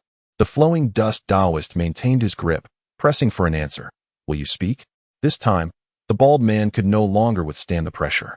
After a moment of hesitation, he finally relented, sounding deflated like a punctured balloon as he admitted, "I will tell you. It was Master Tiger who instructed me." Upon hearing this, Wen Xiao grinned widely, revealing a satisfied smile. "Where can I find Master Tiger?" Chapter 41. A chilling wind that dares the enemy's courage in the city of Gusu. Various underground forces spontaneously organized a loose alliance known as the Harmony Society. This society was not registered with the authorities and was coordinated by a leader elected among the heads of various factions. However, the doors of the Harmony Society were suddenly smashed open. An elderly Taoist, accompanied by 3 young disciples, stormed in as if they were entering an uninhabited realm. A few guards at the entrance had long been beaten to a pulp, sprawled on the ground, unable to rise. Lord Tiger sat in a grand chair, his forehead throbbing with veins, his eyelids twitching, clearly incensed. He barked sternly, "Cease at once. Who dares to wreak havoc here?" Before the wandering Taoist could respond, Wen Xiao forcefully pushed the bald man forward. Upon seeing Lord Tiger, the bald man trembled uncontrollably, a woeful expression on his face as he lamented, "Lord Tiger, I am but a useless wretch, unable to withstand their torments. I confess it all. I beg your forgiveness." Observing the scene, Lord Tiger's comprehension dawned. He snorted coldly, a smile devoid of warmth gracing his lips. "Gentlemen, since you are here, Please, do take a seat. The wandering Taoist, emboldened by his skills, showed no fear as they all settled down. He clasped his hands and addressed the matter directly. Might I inquire how we have offended Lord Tiger to warrant such a welcome? Lord Tiger, without lifting his gaze, replied languidly, Recently, I have received reports that someone has been probing into matters best left undisturbed, and it turns out to be you. Wen Xiao, taken aback, thought it remarkable that they had stumbled upon the information without effort, realizing that their inquiries had inadvertently alerted the very source of their search. A sense of hidden delight surged within him, though his demeanor remained impassive as he awaited a response. The wandering Taoist, undeterred, stated plainly, We seek the ghost-eyed Lord Qin and hope Lord Tiger might illuminate our path. Lord Tiger let out a cold snort, his gaze drifting to the ceiling, remaining silent. Before them stood dozens of guards, swiftly drawing their elongated knives with synchronized precision, their blades gleaming ominously, a silent threat palpable in the air. The Taoist Lu Chun, unfazed by the tension, formed a hand seal with a single gesture. In an instant, a chilling wind swept through the hall, and a shadow materialized.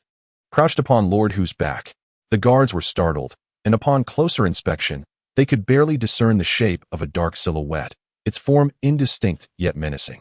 Cold sweat trickled down Lord Hu's brow as he felt the shadow's breath chillingly caress his neck, sending shivers down his spine. With a self-satisfied smile, Lu Chen addressed him. So you are Lord Hu? We indeed have pressing matters to discuss. Rest assured, this is not an act of vengeance. We simply seek your esteemed introduction. Clenching his teeth, Lord Hu mustered his courage and retorted, So it is the immortal who stands before me. Nevertheless, you lack the standing to meet Lord Qin. Listening to their back and forth, Wen Xiao felt his patience waning and interjected, Lord Hu, it would be prudent to comply, lest you find yourself in dire circumstances. To reinforce Wen Xiao's warning and amplify the intimidation, both Ming Jing and Ming Jin simultaneously formed their own hand seals.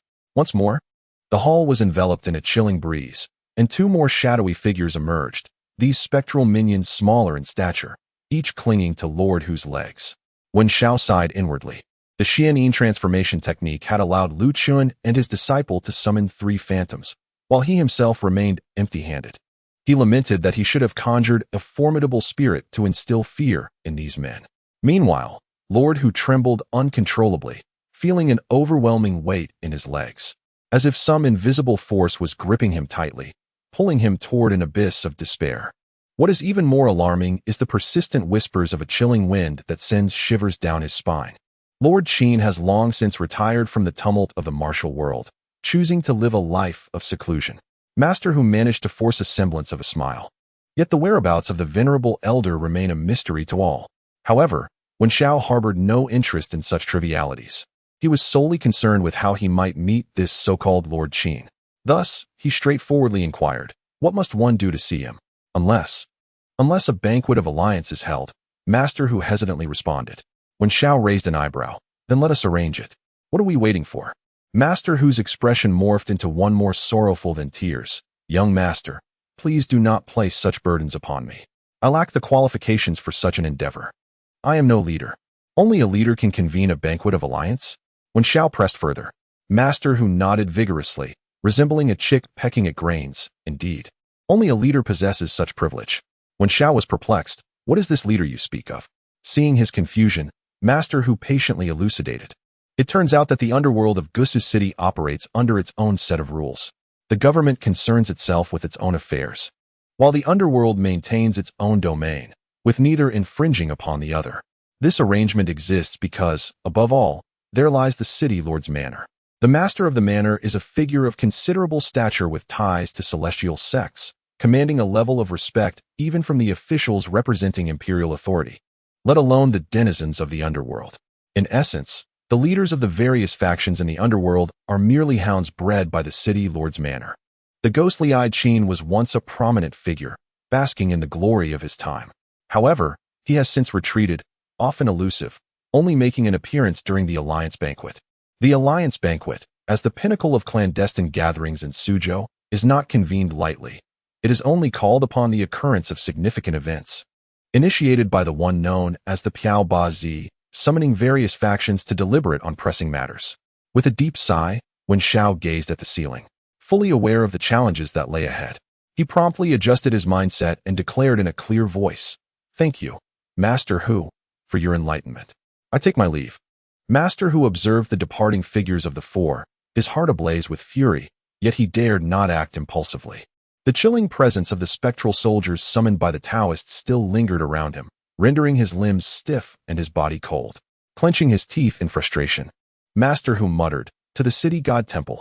I must burn incense and beseech the sage to dispel the malevolent spirits." As evening descended and the moon rose above the treetops, the four had just finished their dinner and were resting in the courtyard. When Xiao gazed at the solitary moon on the horizon, with only a gentle breeze rustling the treetops, producing a soft whisper, the leisurely Taoist, Lu Chun, broke the silence while savoring his tea. "Young Taoist, what occupies your thoughts?" When Xiao withdrew his gaze and replied softly, "I am pondering the matter of the Piaobazi." Lu Chen's expression darkened in concern. "Young Taoist, with the ghostly presence of Qin Shun appearing and vanishing at will, where shall we search for him? What shall we do?" When Xiao rubbed his temples, gathering his thoughts, "Today, we have gathered sufficient information. Only the Piaobazi can convene this alliance banquet. And these 5 masters respectively control the salt and iron trade, the transport of goods, gambling houses, usury, as well as the overt and covert banditry." When Xiao paused, a glimmer of cunning flashing in his eyes, "I ponder, if I were one of these masters, could I perhaps convene a meeting of alliances proactively?" Chapter 42. The false uncle recognizes kinship and bestows fine silk. In the dining room of the dockside restaurant, the aroma of dishes intertwined with the faint fishy scent wafting from the canal outside. The Taoist of flowing dust withdrew his gaze from the window, settling it upon the delicacies laid out on the table. "Young Taoist, I have gathered all the information. At this Suzhou dock, the government oversees its own transport. While the smugglers control their illicit trade, the two sides maintain an unspoken boundary. However, the smuggling operations here are now dominated by the Four Seas Hall. This Four Seas Hall is formidable. It only emerged last year and has successfully ousted the former transport guild." When Xiao responded with an "oh," gently stirring his chopsticks in the plate, contemplating that it seems the waters of the transport trade run deeper than anticipated, having just undergone a significant power shift. The Taoist of flowing dust continued. "The leader of the transport guild is known as Wu the Cripple.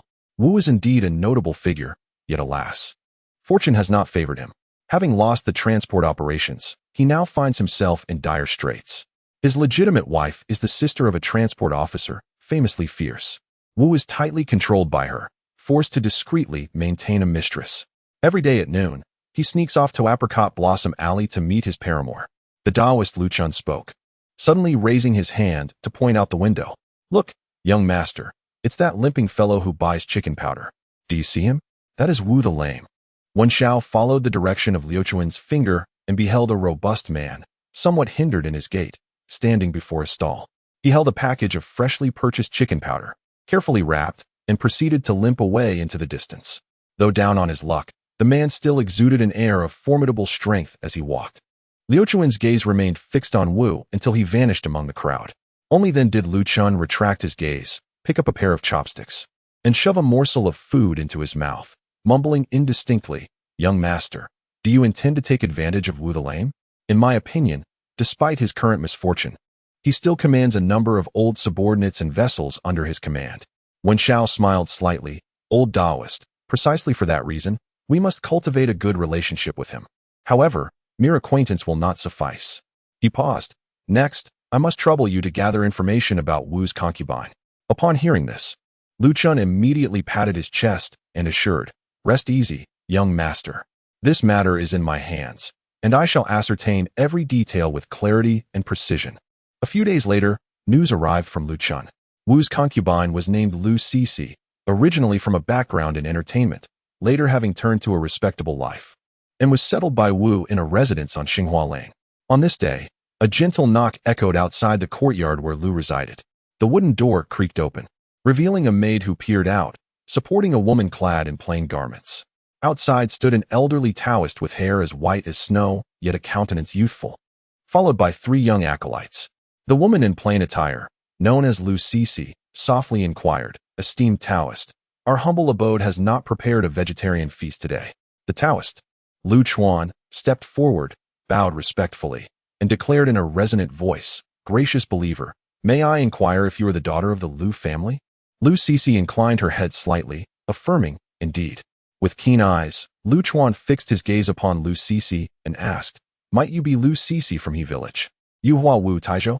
Upon hearing this, Lu Cece instinctively took a half-step back, a flicker of caution dancing in her eyes. "How does the Taoist know my name?" Lu Chuan, having prepared for this moment, produced a yellow genealogy scroll from his robes, unfolding it slowly. "Your father, Lu Nantong, was born on the 7th day of the 3rd month in the year of the rat, at the hour of the rabbit. He bears a birthmark the size of a coin on his left shoulder, does he not?" Lu Cece, her delicate hands twisting a handkerchief, spoke with a tremor in her voice. "Indeed, that is my father's birthday, but that birthmark." Before she could finish her sentence, Lu Chuan abruptly opened the left side of his robe, revealing a shoulder adorned with a vermilion birthmark, crimson as blood. "I am his younger brother, Lu Beitong," he declared emphatically. "I was taken away at the age of 7 by the venerable immortal of Yunkong Temple to cultivate the Tao. The 3rd page of the genealogy bears my name." "Oh," the maid gasped, exclaiming, "Rogue." Lu Chuan's face flushed crimson, and he hastily waved his hands, concealing his robe, and urgently explained, "A misunderstanding, please do not shout, esteemed lady." He trembled as he withdrew a gilded seal from his bosom, presenting it to Lu Cece. "This relic was entrusted to me by your grandfather on his deathbed, inscribed within with Lu Min Yong Chong. This golden seal, of course, was a forgery, crafted specifically by the Taoist priest Lu Chun for the purpose of today's performance." Lu Cece's delicate fingers gently traced the indentations of the seal. Her gaze clouded with confusion. "But my father never mentioned having a brother." Observing her reaction, Lu Chun immediately commenced his act. He covered his mouth with the back of his hand, feigning a cough, his voice rasping. "I am cursed by the child's calamity. Only by renouncing worldly ties can I preserve my family's life. My days are numbered." He deliberately paused, pretending to struggle for breath, his chest heaving violently. "This deed for 700 mu of medicinal fields, 12 boxes of cloud brocade." As Lu Chun reached the pivotal moment of his performance, his voice quivered with emotion. "Now, I am unable to rest easy concerning my earthly kin. Having come to conclude my earthly ties, I beseech my niece to allow me." "Uncle, the deed for the medicinal fields? The cloud brocade?" Upon hearing these two phrases, Lu Cece's eyes sparkled with a glimmer of surprise, which she swiftly masked with a facade of concern. She stepped forward, her tone gentle. "Taoist priest. Uncle, please accompany me to the floral hall for tea." Meanwhile, Wu Keizi, as was his custom, carried with him chicken powder and cured beef, sauntering into the outer chamber. Today, however, was somewhat different, for there were guests present within the room. Lu Cece hurriedly took the items from his hands, and only then did Wu Keizi notice the commotion in the room. He caught sight of the tear stains lingering at the corners of Lu Cece's eyes, and, with a hint of curiosity, inquired about the Taoist priest present in the hall. "Is there a visitor?" Lu Cece's voice was soft and choked with emotion as she replied, "It is my uncle, who has traveled a great distance to see me." Wu Keizi acknowledged with a simple "oh" and, without further contemplation, approached the Taoist priest, Lu Chuan, to engage in conversation. The Taoist maintained the same practiced demeanor as before, responding with impeccable composure. Wu Keizi felt a surge of delight as he observed the land deed and the silk ticket presented by Lu Chuan. While the deed was indeed genuine, the medicinal fields purportedly located in distant Taizhou were non-existent upon inspection. He promptly instructed the maid to procure some fine wine and delectable dishes, expressing his intent to toast with Lu Chuan and solidify this familial bond. As the wine flowed and the dishes were savored, the evening darkened gradually. Being well aware of the dangers that lurked, Wu Keizi refrained from spending the night outside and stood to take his leave. Lu Chuan also rose, sharing laughter and conversation with Wu Keizi as they exited Xinghua Alley. The alley was tranquil, deep, and resonant with silence. Although Suzhou was vibrant, the nighttime illumination was scarce. A few dim lights flickered from the neighboring residences, casting faint shadows. Wu Keizi, in an unusually buoyant mood, was engrossed in light-hearted banter with Lu Chuan when suddenly, an inexplicable sense of alertness surged within him. Instinctively, he halted, scanning his surroundings. A profound silence enveloped the surroundings, seemingly devoid of any anomalies. Yet, The instincts honed through years of traversing the martial world incessantly warned him of impending danger. Chapter 43: The Perilous Predicament of Itsong Gang, a Young Man's Scheme. Wu Keizi came to a halt. Suddenly, a flurry of arrows whistled through the air. However, the Taoist Lu Chun beside him merely waved his sleeve with nonchalance, summoning an ominous breeze that rendered the oncoming barrage of arrows powerless, causing them to plummet helplessly to the ground.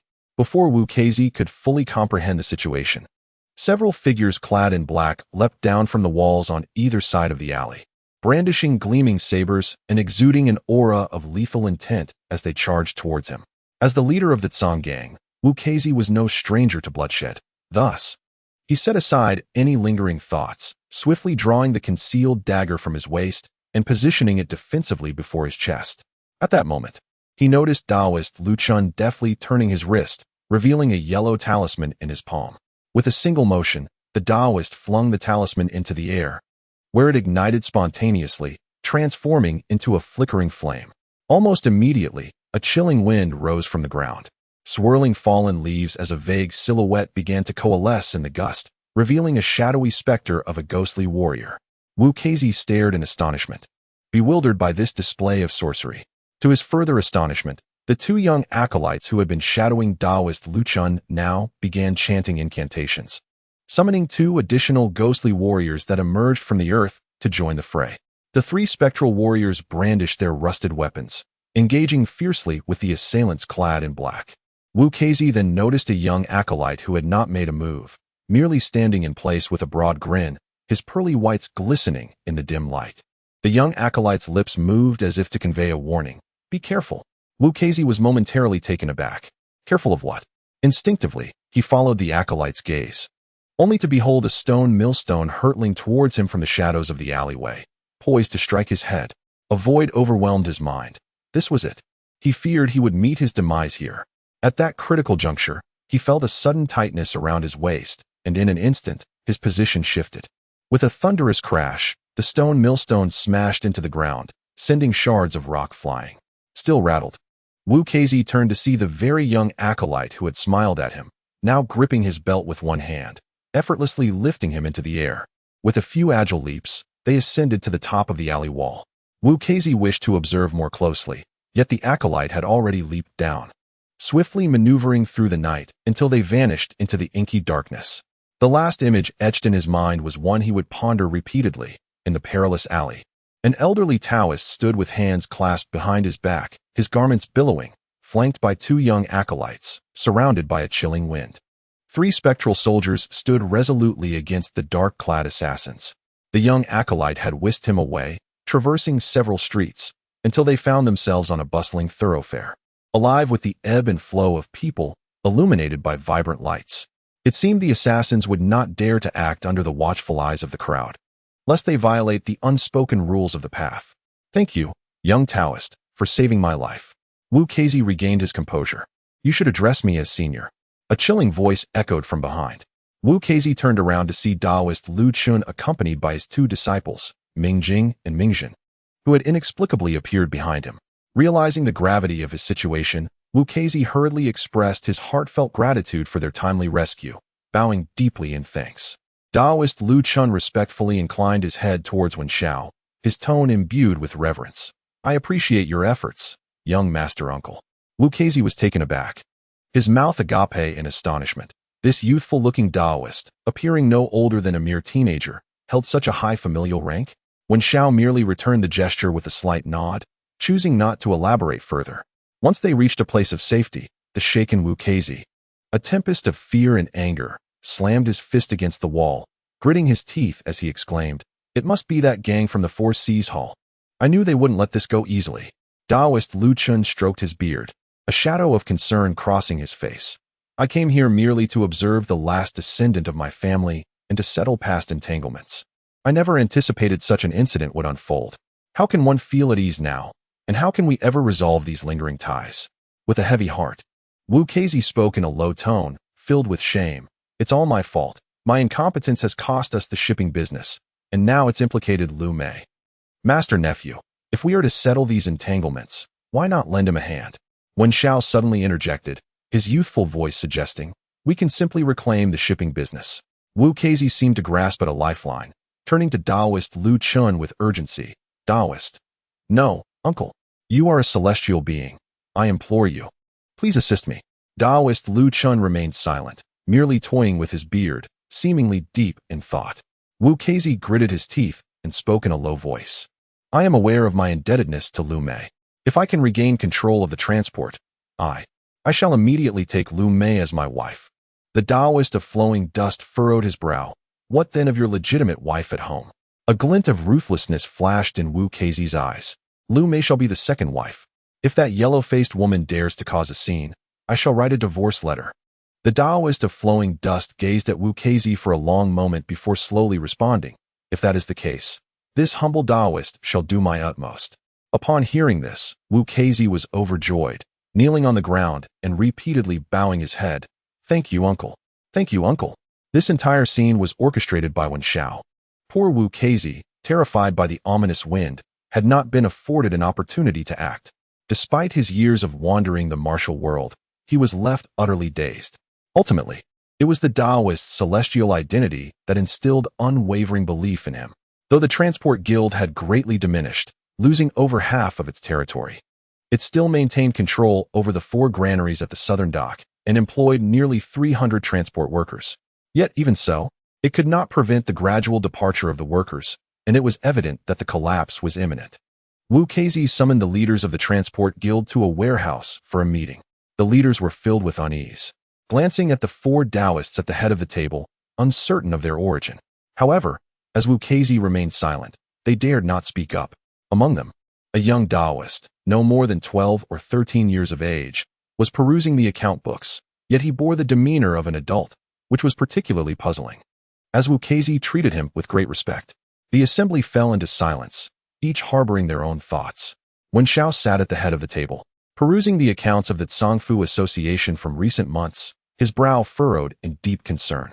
The situation mirrored that of his previous life, where companies faced continuous losses, mounting debts, and ultimately, a catastrophic cash flow collapse, teetering on the brink of disaster. With the smuggling profits from the river transport dwindling, the Zongfu Association was deteriorating, and if this stagnation persisted, they might soon be unable to even pay their workers. Setting the ledger aside, Wen Xiao exhaled softly. If this status quo continues, your enterprise is destined for ruin. Upon hearing this, Wu Keizi respectfully clasped his hands before Wen Xiao and implored, Esteemed Taoist, please impart your wisdom. Wen Xiao did not shy away, stating plainly, let us first discuss measures for increasing revenue and reducing expenditure. Wu Keizi listened intently, lowering his posture even further. I beseech you to enlighten me. Wen Xiao's voice rang clear. Change the workers' wages to a daily settlement. Furthermore, based on the quantity of goods they load and unload each day, offer a reward of 20% of the profits. As for the monthly salaries of the foremen, reduce them by half for now, but allow them to partake in dividends each month. Wu Keizi promptly acquiesced. We shall proceed as you advise. No sooner had he spoken than the previously quiet conference hall erupted into a cacophony of buzzing discussions. It was no surprise, the proposals Wen Xiao put forth, while commonplace strategies for addressing losses in the modern world he hailed from, seemed excessively radical, even heretical, in this current era. Especially those leaders, who originally received a fixed salary every month, guaranteed to be unaffected by droughts or floods, now suddenly face a halving of their income, with bonuses contingent upon overall performance. How could they possibly accept such a change? Chapter 44. The Soul of Birds and the Cold Eyes of the Cat.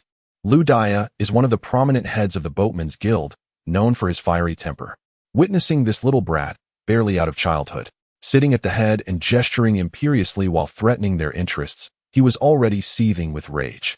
The wages of the boatmen were changed to daily payments with a commission. While the incomes of the lower-tier workers doubled, he couldn't care less. But the leaders' monthly salaries were slashed in half, although there were promises of bonuses. Who knew how much they would actually receive? With the Boatmen's Guild in decline, wouldn't the bonuses dwindle even further? The more Lu Dia pondered, the angrier he became. And he shouted at Wu Keizi, Brother, who is this person? How dare he speak such nonsense? Wu Keizi's face turned ashen as he rebuked, Impudent. Lu Dia, emboldened by the support of the third chief, showed no fear and continued to stoke the flames. Brother, We cannot allow our comrades to lose heart. When Xiao interrupted him, casually uttering a few words, "Oh, you oppose?" Lu Dia's neck stiffened, his eyes wide with fury. "I was killing men when you were still in your cradle. Speak. Who exactly are you following?" When Xiao remained silent, merely fixing him with a gaze as cold as that reserved for the dead. Just as Lu Dia was about to retort, he suddenly felt an eerie wind swirling around his feet, stirring up dust. Confused, he wondered where such a wind could be coming from in the granary. Before he could comprehend it, a chill shot through the back of his head, followed by excruciating pain that spread like wildfire. Lu Dia didn't even have time to grunt before he collapsed to the ground, lifeless. When Xiao broke into a smile, revealing a set of delicate white teeth. Now, who is in favor and who is against? The assembled leaders fell silent, their voices stifled by an eerie atmosphere. The preceding moment had been utterly bizarre. A chilling wind had arisen from nowhere, and a spectral soldier had silently appeared behind Lu Dia, claiming his life in the blink of an eye. Anyone witnessing such a scene would be rendered momentarily dumbfounded. Among the gathering were men accustomed to peril, their reactions swift. One immediately adopted a sycophantic grin, clasping his fists and declaring, "Since the elder brother insists, we shall all heed his words." The other leaders, regaining their composure, hastily voiced their loyalty. Observing this farce, When Xiao maintained a facade of indifference while inwardly reveling in delight. The mere utterance of who is in favor and who is against had exhilarated him to his core, causing the hairs on the back of his neck to stand on end. Finally, he had played this card. With his authority established, it was now time to win hearts with tangible benefits. As night descended, the dock area lay enveloped in an unsettling silence. When Xiao, accompanied by the flowing dust Taoist and his disciples, stealthily concealed themselves upon a small vessel. Not far away, 3 cargo ships gleamed with bright lights. Wu Keizi, leading a meticulously selected group of 40 skilled men, had already slipped into the water unnoticed. Though Wu Keizi struggled with mobility, he was a man of courage, having emerged from a tempest of bloodshed. Before long, the sounds of fierce combat echoed from the cargo ships. The flowing dust Taoist, along with Mingjing and Mingjin, swiftly commenced their incantations, directing the spectral soldiers to board the vessels.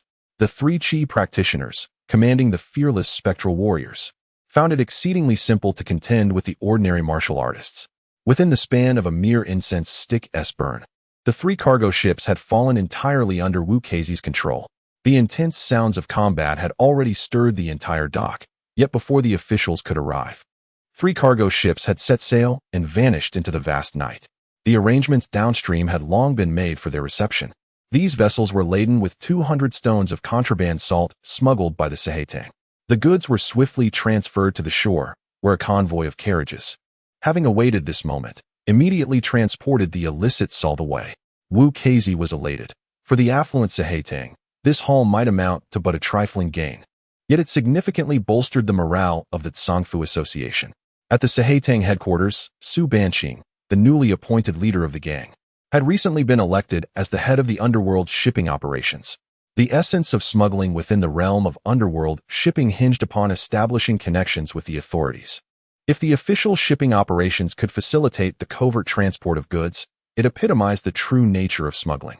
This time, the officials had reported a loss of 200 stones of salt, while discreetly handing over this batch to the Sehetang. Little did they expect that it would be seized by thieves that very night, catching them completely off guard. Su Banqing, incensed, slammed his palm onto the table, causing the teacups to tremble. Gritting his teeth, he concluded that this must be the work of the remnants of the Tsangfu Association. He had presumed that they had been entirely subdued, yet here they emerged again, audacious and defiant. Unbeknownst to him, the Tsangfu Association now had celestial support and was no longer the meek prey it once was. With the acquisition of these 200 stones of contraband salt, Wu Keizi excitedly patted his chest, assuring that within 10 days, this batch of salt would be quietly disseminated. The world is densely populated, with the city of Suzhou alone housing tens of millions, making Wu Keizi's words not mere exaggeration. When Xiao specifically instructed to ensure that the welfare of the gang members was properly dispensed, otherwise, all prior efforts would be rendered futile. Wu Keizi nodded repeatedly, indicating his understanding.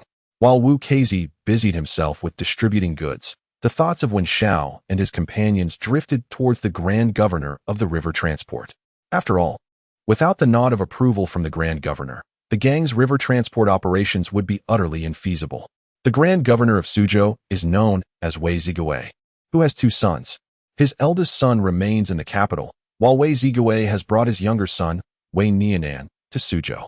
Wei Nianan, lacking in academic prowess, nonetheless benefits from having a father in such a prestigious position. In Suzhou, he manages to navigate life quite successfully, enjoying both influence and favor. As Wei Nianan exited the Chunyu building, it was already midnight.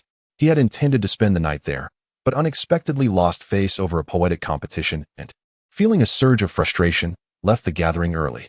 Clad in a fox fur collar, he traversed the long street, attempting to ward off the chill of the night. Suddenly, a rush of wind swept above him, prompting Wei Nianan to instinctively look up, where he observed a large white bird gliding overhead. Following the bird's trajectory, he noticed a black old cat perched on a rooftop, gazing at him with an enigmatic intensity. An inexplicable sense of unease stirred within Wei Nianan, compelling him to hasten his return home. As he turned into an alley, the moon was abruptly engulfed by dark clouds, plunging the surroundings into utter darkness. A sudden sound echoed in the night. A thick, viscous sound echoed beneath his feet. Wei Nianan lowered his gaze, and in the dim light, he discovered that the soles of his shoes were stained with a dark red liquid, resembling blood.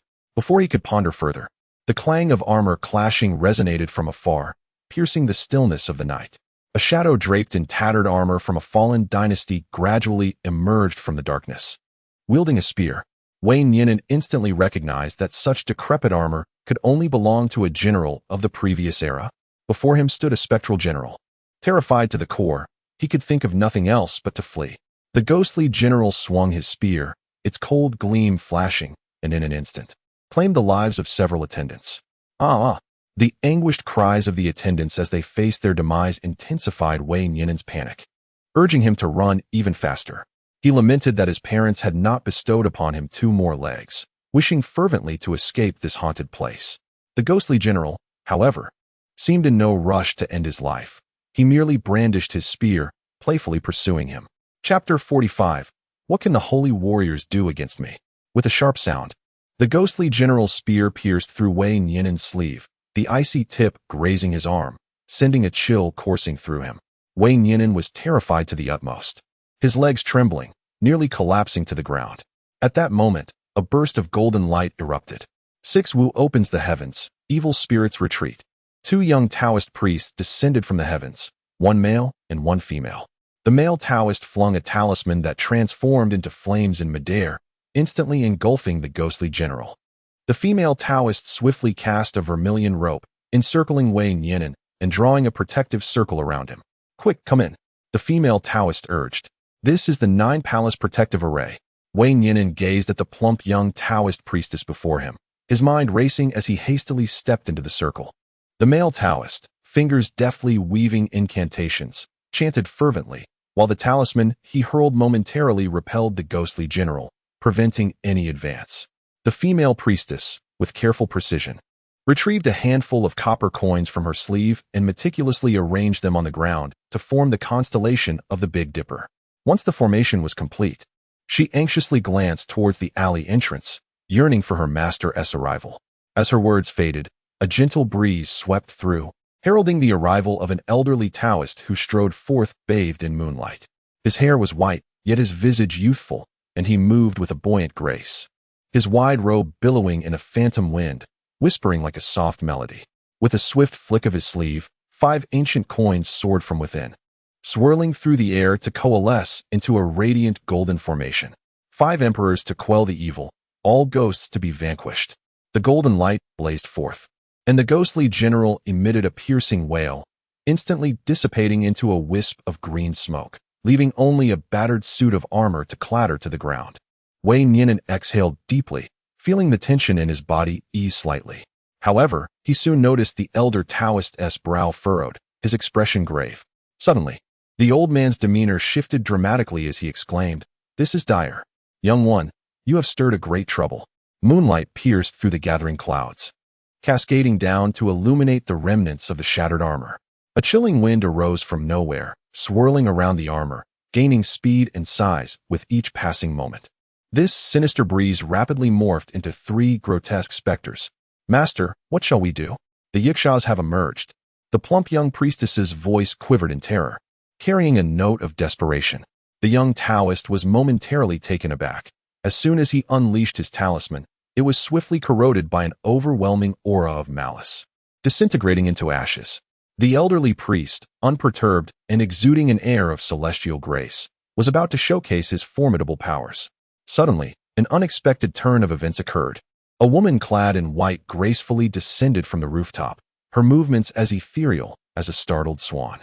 With a delicate gesture of her hand, a cascade of silvery powder poured forth like a river of stars, instantly enveloping the 3 fearsome, malevolent spirits. An eerie spectacle unfolded. The sinister specters, upon contact with the silver dust, melted away as if they were snow under the blazing sun, disappearing without a trace. This unforeseen occurrence left the flowing dust Taoist astounded, nearly causing him to exclaim in shock and reveal a fatal flaw. He quickly positioned himself in front of Wei Yinan, noticing out of the corner of his eye that she resembled a frightened quail, huddled tightly behind him. At that moment, a piece of blue tile whizzed through the air with a sharp sound, hurtling towards the woman in white. With remarkable agility, she paused momentarily and evaded the tile, which grazed her garment with a sharp crack, echoing piercingly in the stillness of the night alley. Soon after, several more tiles came hurtling towards her, at awkward angles and with increased velocity. The woman's gaze sharpened, and without a hint of hesitation, she pivoted and pursued the direction from which the tiles had come. The flowing dust Taoist watched as the woman in white was lured away by the tiles, allowing his anxious heart to finally relax. Meanwhile, Wen Xiao was sprinting desperately ahead, with the woman in white in hot pursuit. As he ran, he silently cursed under his breath. What was meant to be a flawless performance was quickly unraveling due to an unanticipated interloper. The sudden appearance of this woman almost jeopardized his grand undertaking. Fortunately, he reacted swiftly, diverting her attention with a blue tile. Otherwise, the performance today would have been ruined. "Where do you think you're running, scoundrel?" With a sharp rebuke, she flicked her left hand from within her sleeve, sending silver needles slicing through the air. Wen Xiao narrowly evaded, only to find his path obstructed by the pursuing woman. It was then that he discerned her true nature, a young lady, barely in her 20s, clad in fitted attire, with brows resembling distant mountains and eyes akin to autumn waters. Yet at this moment, her exquisite visage was marred by frost, her almond-shaped eyes wide with a fierce spirit. As Wen Xiao appraised this timeless beauty, he did not linger in speech, adopting a tone of youthful innocence. "Miss, why are you pursuing me?" The woman, her brows furrowed in indignation, retorted, "You wicked sorcerer, how dare you masquerade in the city of Suzhou? Such transgressions warrant punishment." Before her words could dissipate, she sprang into action. Her movements were agile, her palm winds fierce, each strike aimed directly at Wen Xiao's vital points. Wen Xiao found himself in a perilous predicament, left scrambling without a single method of defense despite his profound spiritual energy. Faced with such a tenacious opponent, the woman produced a talisman from her sleeve, traced a symbol in the air, and commanded, "Great in-shape refinement." A surge of white mist erupted from the talisman, rushing towards Wen Xiao. He hurriedly dodged, but where the mist passed, the cobbled ground was instantly encrusted with thick frost. That was close. Wen Xiao silently rejoiced, undeterred by her missed strike. The woman retrieved a water pouch from her waist and produced another talisman, affixing it to the pouch. With a swift turn and a rhythmic step, she chanted incantations, culminating in a fierce cry, Spirit Pivot Dragon Summoning Technique. Upon hearing the call, Wen Xiao's heart raced with alarm, sensing impending danger as he instinctively turned to flee. However, it was already too late. The water pouch in the woman's hand suddenly swelled and burst, the water within crystallizing mid-air into a formidable 3-zhonglong water dragon. This dragon, glistening and ethereal, twisted into a vortex, surging towards Wen Xiao with astonishing force. In that critical moment, a spark of inspiration ignited within Wen Xiao. Instead of retreating, he charged forward. He dashed towards the woman, closing the distance to within 3 steps just as the water dragon lunged at him. Wen Xiao understood that this water dragon technique was undoubtedly a wide-area assault. Since evasion was futile, he decided to take a gamble. He glided past the water dragon, thinking that if it was indeed an area of effect attack, it might harm its own wielder in the process. Indeed, The woman appeared to lack combat experience, as when Xiao advanced. She seemed flustered in her attempt to direct the water dragon after him. Seizing the opportunity, when Xiao rolled forward, although he felt the dragon's claws graze his back, leaving a stinging pain, he successfully reached the woman's rear. Seeing this, she had no choice but to dissipate the water dragon. Swiftly, she flipped her hand, pinching a talisman between her fingers, her lips moving rapidly as she chanted, 6 changes, all shadows. Before she could complete her incantation, Wen Xiao, quick-witted and agile, seized a handful of dirt and flung it forcefully into her face. The woman, taken by surprise, spluttered and coughed, unable to continue her spell. Witnessing the efficacy of his tactic, Wen Xiao felt a surge of joy. Casting his gaze around, it landed on a hardened lump of dog feces nestled in the corner. Without the slightest hesitation, Wen Xiao picked up a piece of dog excrement and hurled it at the woman's face, while unable to restrain himself from mocking. If you wish to fight, then fight. Do you think you are a Saint Seiya, shouting your techniques before you strike? The woman, clearly oblivious to what a Saint Seiya was horrified to see the foul object hurtling towards her and hurriedly dodged, her face paling. Wen Xiao successfully interrupted her spellcasting and seized the moment to flee. As he ran, he felt a twinge of frustration. Despite possessing a wealth of spiritual energy, he lacked any decent means of attack, which was truly vexing. Furthermore, a sense of caution crept into his mind. This young woman, despite her age, displayed a diverse array of skills, indicating she was not to be trifled with. Fortunately, his profound spiritual energy saved him, or he might have met his demise today. Chapter 46. A song of turbulent waves overturning merchant ships. The woman was evidently infuriated, her silver teeth clenched, wishing she could consume Wen Xiao alive. Shameless thief! You are as good as dead, she exclaimed, her figure like the wind as she relentlessly pursued him. This time, Wen Xiao had learned his lesson, strategically maneuvering into narrow alleys and corners. Utilizing his nimble physique, he twisted and turned, swiftly making his way to the riverbank. Just as he was about to be caught, Wen Xiao steeled his resolve and plunged into the river, disappearing beneath the surface. The woman reached the riverbank, stamping her foot in frustration, cursing the water's surface. Yet she was powerless to act.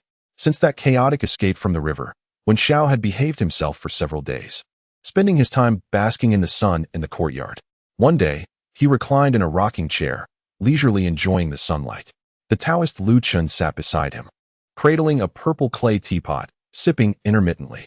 Since the recent rescue of Wei Nianan, the Taoist Lu Chun and his disciples have become esteemed guests at the governor's office of the shipping administration.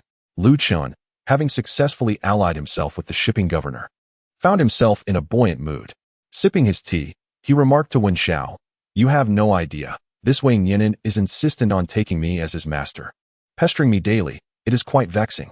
Wen Xiao, with a mischievous glint in his eye, replied, "Isn't that fortuitous? You could feign acceptance and gain an advantage. How delightful that would be." However, Lu Chen's expression turned grave as he shook his head. The saying, "Once a teacher, always a father," is not to be taken lightly. Accepting him would be simple, but the consequences thereafter, that would be a different matter entirely. Upon hearing this, Wen Xiao recognized the significant generational divide between himself and Lu Chun. While the Taoist was adept at cunning and deception, formally accepting Wei Nianan as a disciple would alter their relationship irreparably. The bond of master and apprentice is not a matter to be trifled with. "Then, perhaps you should delay," Wen Xiao suggested thoughtfully. Lu Chun nodded in agreement. "That seems to be the only course of action." As they conversed, Wu Keizi suddenly paid a visit, his face drawn with distress. Upon entering, he lamented, "Uncle, the retribution from the Four Seas Hall has arrived. They are attacking our people at the docks and colluding with the authorities to inspect our vessels. What shall we do?" Yet, Lu Chun remained unperturbed, lifting his teacup and gently blowing on it. He responded with calm assurance, "No need for alarm. I shall speak with Governor Wei about this matter." Wu Keizi's eyes brightened with hope as he eagerly inquired, "Does uncle have a connection with the esteemed governor?" The Taoist of flowing dust proudly lifted his chin and, feigning profundity, remarked, "Naturally." However, Wen Xiao waved his hand and interjected, "Let us not rush. This matter involving Governor Wei cannot be employed for trivialities." Upon hearing this, Wu Keizi immediately grew anxious, exclaiming, "Then what shall we do?" A glimmer of cunning flashed in Wen Xiao's eyes as he replied, "In the realm of the rivers and lakes, one must deal with matters as they arise. If he strikes you, you shall retaliate. Wu Keizi was taken aback, scratching his head in confusion, and inquired, I beg your guidance. With a smile, Wen Xiao responded, this matter is not simple. We require detailed intelligence. We must deliberate carefully. Wei Nianin was adamant about taking the Taoist of flowing dust as his master, effectively becoming the Taoist sycophant. Yet the Taoist continuously kept him at bay, citing that the timing was not right. Nevertheless, Wei Nianin, resolute as iron, was almost entirely at the Taoist's beck and call.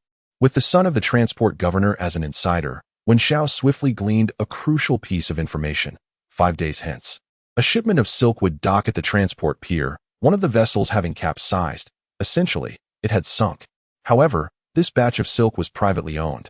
Part of a transaction between the local merchant alliance and the transport service, involving numerous interests, from officials to merchants, all entangled in the affair. The Four Seas Hall merely served as a courier in the matter. Upon hearing this, Wu Keizi confidently declared that such a substantial cargo could only be unloaded in a narrow segment of the canal, adhering to long-standing customs.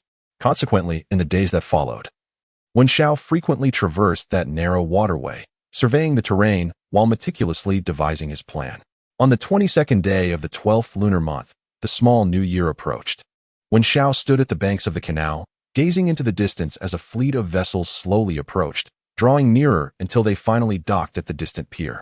Where Wen Xiao stood was a tributary of the dock, a clandestine waterway for smuggling operations. Wu Keizi had long since concealed himself with his men in the shadows, awaiting Wen Xiao's command. After much planning, today was the day to ensnare their quarry. The waters here were tumultuous, and not far upstream lay a dam used for irrigation. Wu Keizi believed this to be a mere ambush, unaware that the scheme Wen Xiao had orchestrated was far grander than he could fathom. As anticipated, a cargo ship laden with silk gradually deviated from the transport fleet, navigating along its designated course into the narrow tributary. Downstream, the awaiting crew of the Sahaitang was already in position, bustling with anticipation, ready to commence unloading the moment the ship docked. Just as the cargo vessel leisurely entered the waterway, almost within arm's reach of the waiting team, and was about to begin unloading, a series of muffled explosions suddenly erupted from the dam upstream. The sturdy structure collapsed under the force of the blasts, enveloped in a cloud of dust. The flood surged forth like a wild stallion, carrying with it silt and rubble, surging into the narrow waterway with overwhelming ferocity. This unforeseen calamity was clearly no natural disaster. Though Wen Xiao lacked direct means of attack, he was well versed in the art of gunpowder, having traveled from a more modern era. He had discreetly instructed the flowing dust Taoist to ingeniously embed explosives in the dam's critical points using spectral forces. Remarkably, even the seasoned Wu Keizi remained oblivious to these machinations. The flood, unleashed by the breached dam, surged forth with a formidable force, mercilessly sweeping away boats and individuals on the shallows. Cargo vessels, battered by the monstrous waves, swayed precariously before ultimately succumbing to the inevitable and stranding upon the sandbanks. The diligent rescue personnel, bustling about the shallows, were instantaneously engulfed by the deluge. Their cries for help rose and fell, only to be swiftly drowned out by the furious roar of the floodwaters, leaving their fates uncertain. Once piled high, the cargo was scattered chaotically by the torrent, resulting in substantial losses. From a distance, Wen Xiao surveyed the chaotic scene, devoid of any compassion in his heart. He composedly signaled for Wu Keizi to come and manage the aftermath.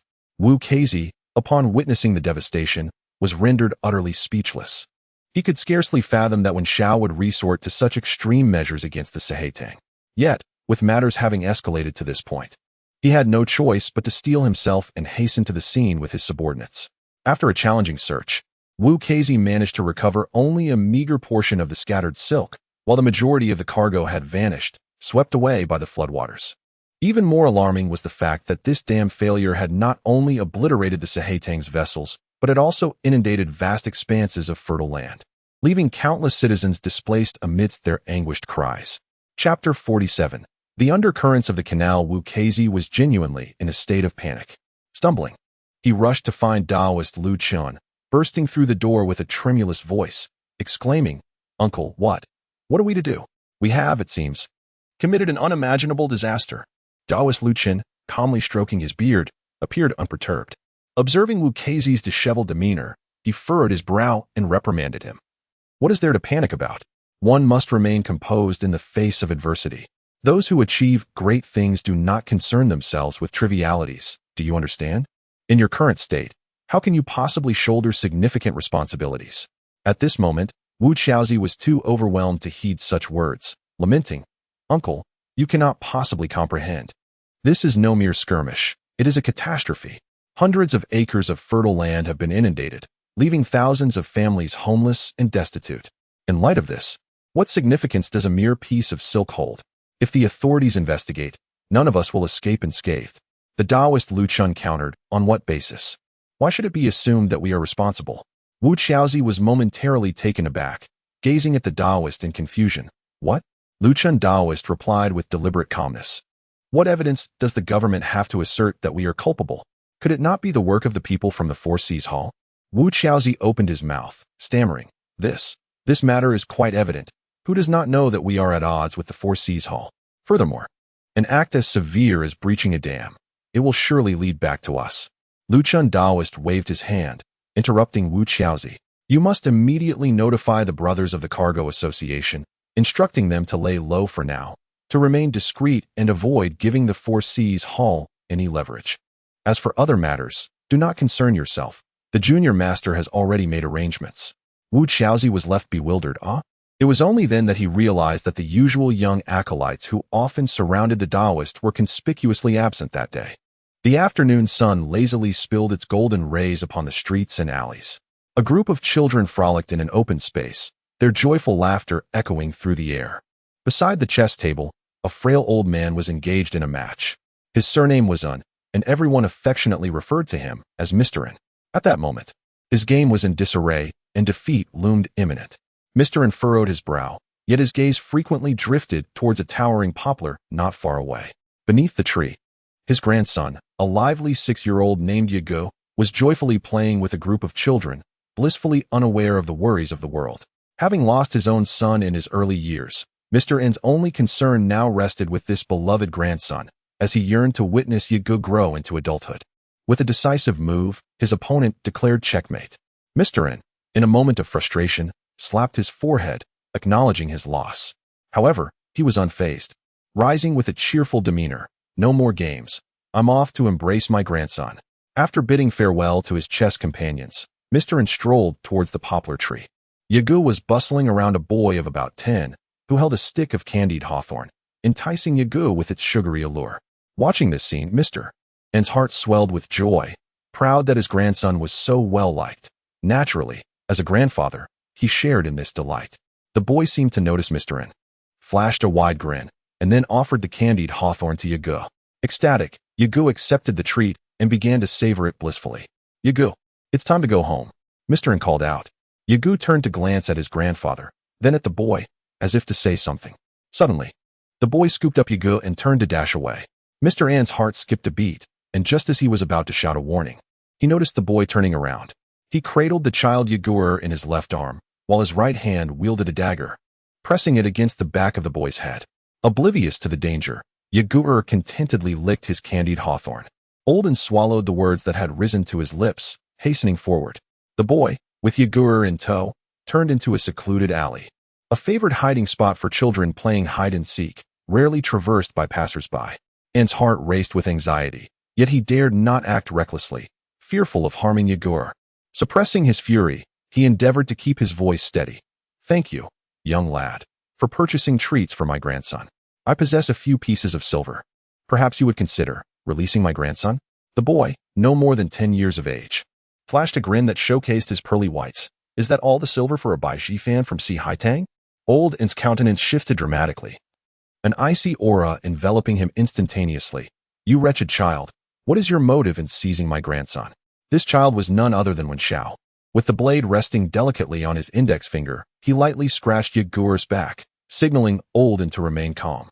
Before leisurely responding, "I have heard that Si Haitang has lost a ship of silk." N's heart jolted, and clarity dawned upon him.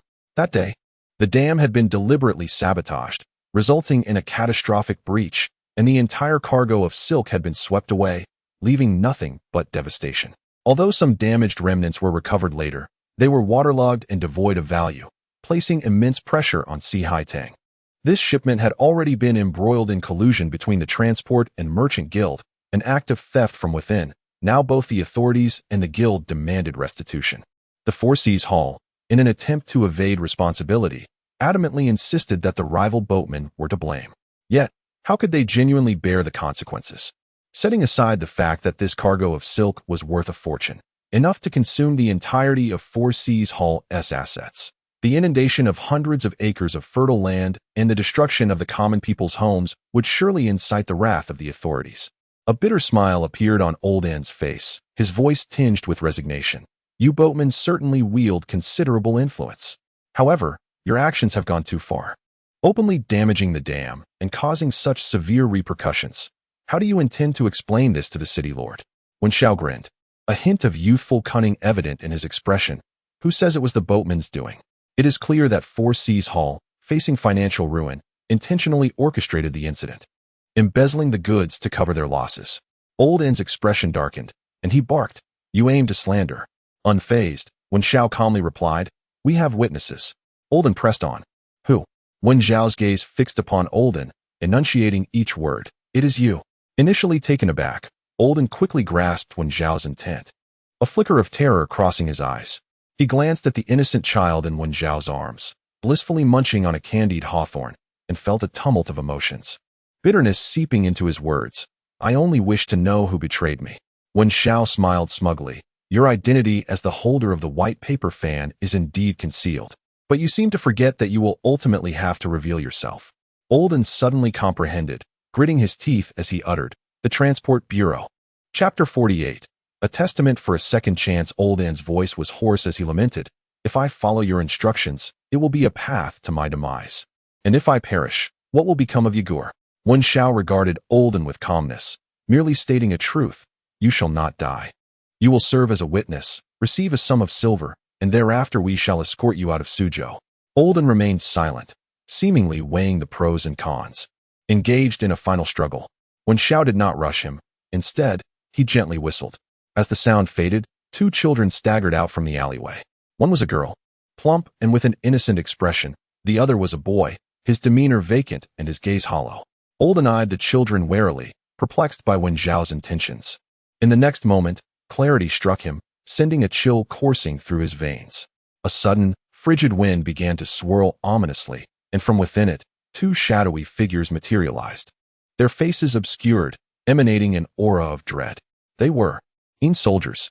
The two soldiers advanced slowly towards Yigur, mimicking the act of siphoning away his vitality. Finally, sensing the encroaching terror, Yigur burst into a fit of cries.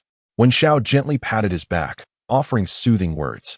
The soldiers then transformed into a gust of chilling wind, vanishing into thin air. Olden's body was covered in a sheen of sweat, his hair standing on end as he struggled to speak, his voice raspy. "Since you are beings of divinity, why must you torment us mortals?" Wen Zhao's face bore an expression of regret. "We wish for no such outcome, but the stakes are considerable. It is in your best interest to comply." Old Master and cast his gaze upon the weeping Yage, who was sobbing uncontrollably, and remained silent for an extended period. Finally, Wen Xiao delivered the most devastating blow. "As you have seen, we have just imposed a restriction. If you do not comply with our demands, in 10 days, Yage's vital energy will be completely drained by the malevolent spirits." At last, Old Master crumbled, his eyes bloodshot. "Very well. I shall do as you say. I only ask that you spare my grandson." Wei Ziguei, serving as the governor of the grain transport, found himself in a dire predicament. Traditionally, he could rely on fabricating reports of ship losses and engaging in the interception of goods to reap some benefits. However, this time, he had miscalculated. The internal strife within the Grain Guild had led to the destruction of the dam, resulting in calamity. When he sought accountability from the Sihai Tang, they shamelessly deflected blame onto the grain workers. Wei Ziguei cared little for who was responsible for this mess. He only knew that someone must bear the consequences. Who would be accountable for the loss of an entire shipment of silk? The merchants' funds had long been embezzled and divided among the higher-ups.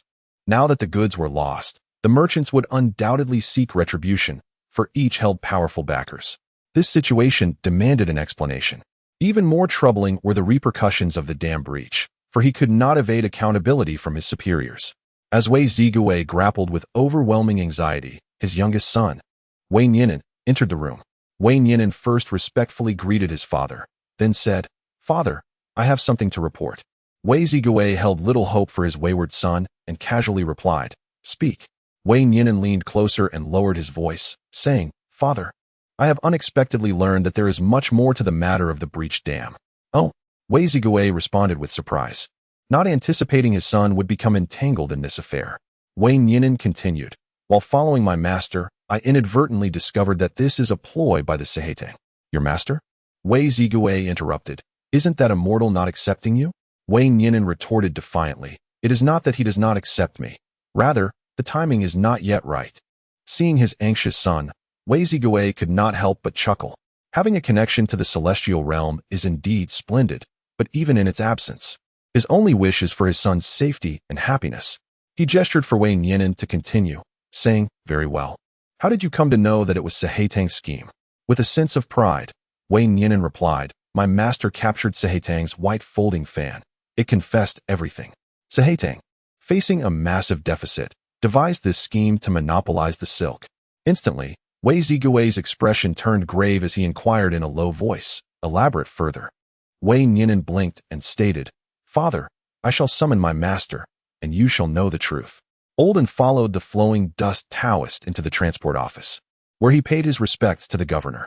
Weak in his knees, he collapsed onto the ground, exclaiming, "I, the sinner, have come to see you, my lord." Wei Ziguo paid him no heed, instead turning to the flowing dust Taoist, bowing politely and expressing gratitude. "Thank you, immortal, for your assistance in revealing the truth of this case." The flowing dust Taoist returned the gesture with a single hand, adopting an air of ethereal grace. "You honor me with your words, my lord. It is not that I am overly concerned, but they have indeed gone too far, causing countless common folk to be displaced." "How lamentable, how lamentable." Wei Ziguo nodded repeatedly, acknowledging, "The Taoist exhibits compassion for the suffering of the world. Commendable, commendable." After a brief exchange of pleasantries, Wei Ziguo turned his attention to the old man and, who was kneeling before him, "Speak of all that you know, from beginning to end, with utmost clarity. You must be judicious and prudent in your words." Old man trembled, cupping his hands in a gesture of respect, his voice hoarse. "My lord, the Sehetang has long been in financial distress, desperately needing to cover its losses, which is why they plotted to seize this batch of goods." He paused for a moment. When the fleet was navigating the canal waterways, the embankment suddenly breached. "My lord, please do not mistake this for a natural disaster. It is evident that this was a deliberate act of sabotage. They had calculated the timing perfectly. This breach of the embankment was indeed man-made." As he spoke, Old Man produced a ledger from his sleeve, raising it above his head with both hands and offering. "The accounts that have been officially exchanged are all false. They secretly resold the goods to the barbarian merchants of the northern territories. I had intended to dissuade them, but each time I attempted to speak, I was threatened with silencing. That man surnamed Su, he even tampered with the ledger. The true accounts are contained within this." Wei Ziguo took the genuine ledger presented by Old Man and began to flip through its pages rapidly, his expression growing increasingly somber. Finally, he slammed the ledger shut with a resounding thud, his fury palpable. "Su Banqing, how dare he act in such a manner?" Old Man pressed his forehead to the ground, bowing repeatedly. His voice, choked with despair, pleaded, my lord, please see clearly." The old man expressed his willingness to reveal all the incriminating evidence against the Four Seas Hall, seeking only the protection of the authorities for himself and his unfortunate grandson. Wei Ziguo, with a countenance as grave as water, regarded the elderly man from his elevated position. "I can indeed offer you protection." He paused momentarily, his tone abruptly transforming into one as sharp as a blade. "However, you must immediately present all authentic accounts and evidence without omitting a single detail. As for the matter of protection," Wei Ziguo's gaze locked onto him with a promise, "I shall make the necessary arrangements." The old man bowed his head heavily against the cold blue bricks, a hint of relief washing over him. "Thank you, Supervisor." Chapter 49. Discussion of lengths at the Alliance banquet. Once the old man was taken away, silence enveloped the hall. Wei Ziguo lifted his teacup, gently stirring the floating leaves. "Dear immortal, I beg your pardon. The Four Seas Hall is indeed audacious, its crimes utterly unforgivable. The Taoist of flowing dust stroked his beard and sighed. My lord, it is not that I wish to meddle in affairs that do not concern me. However, I do have a matter I wish to discuss with you. Only then did Wei Zigui raise his gaze towards him, gesturing for him to continue.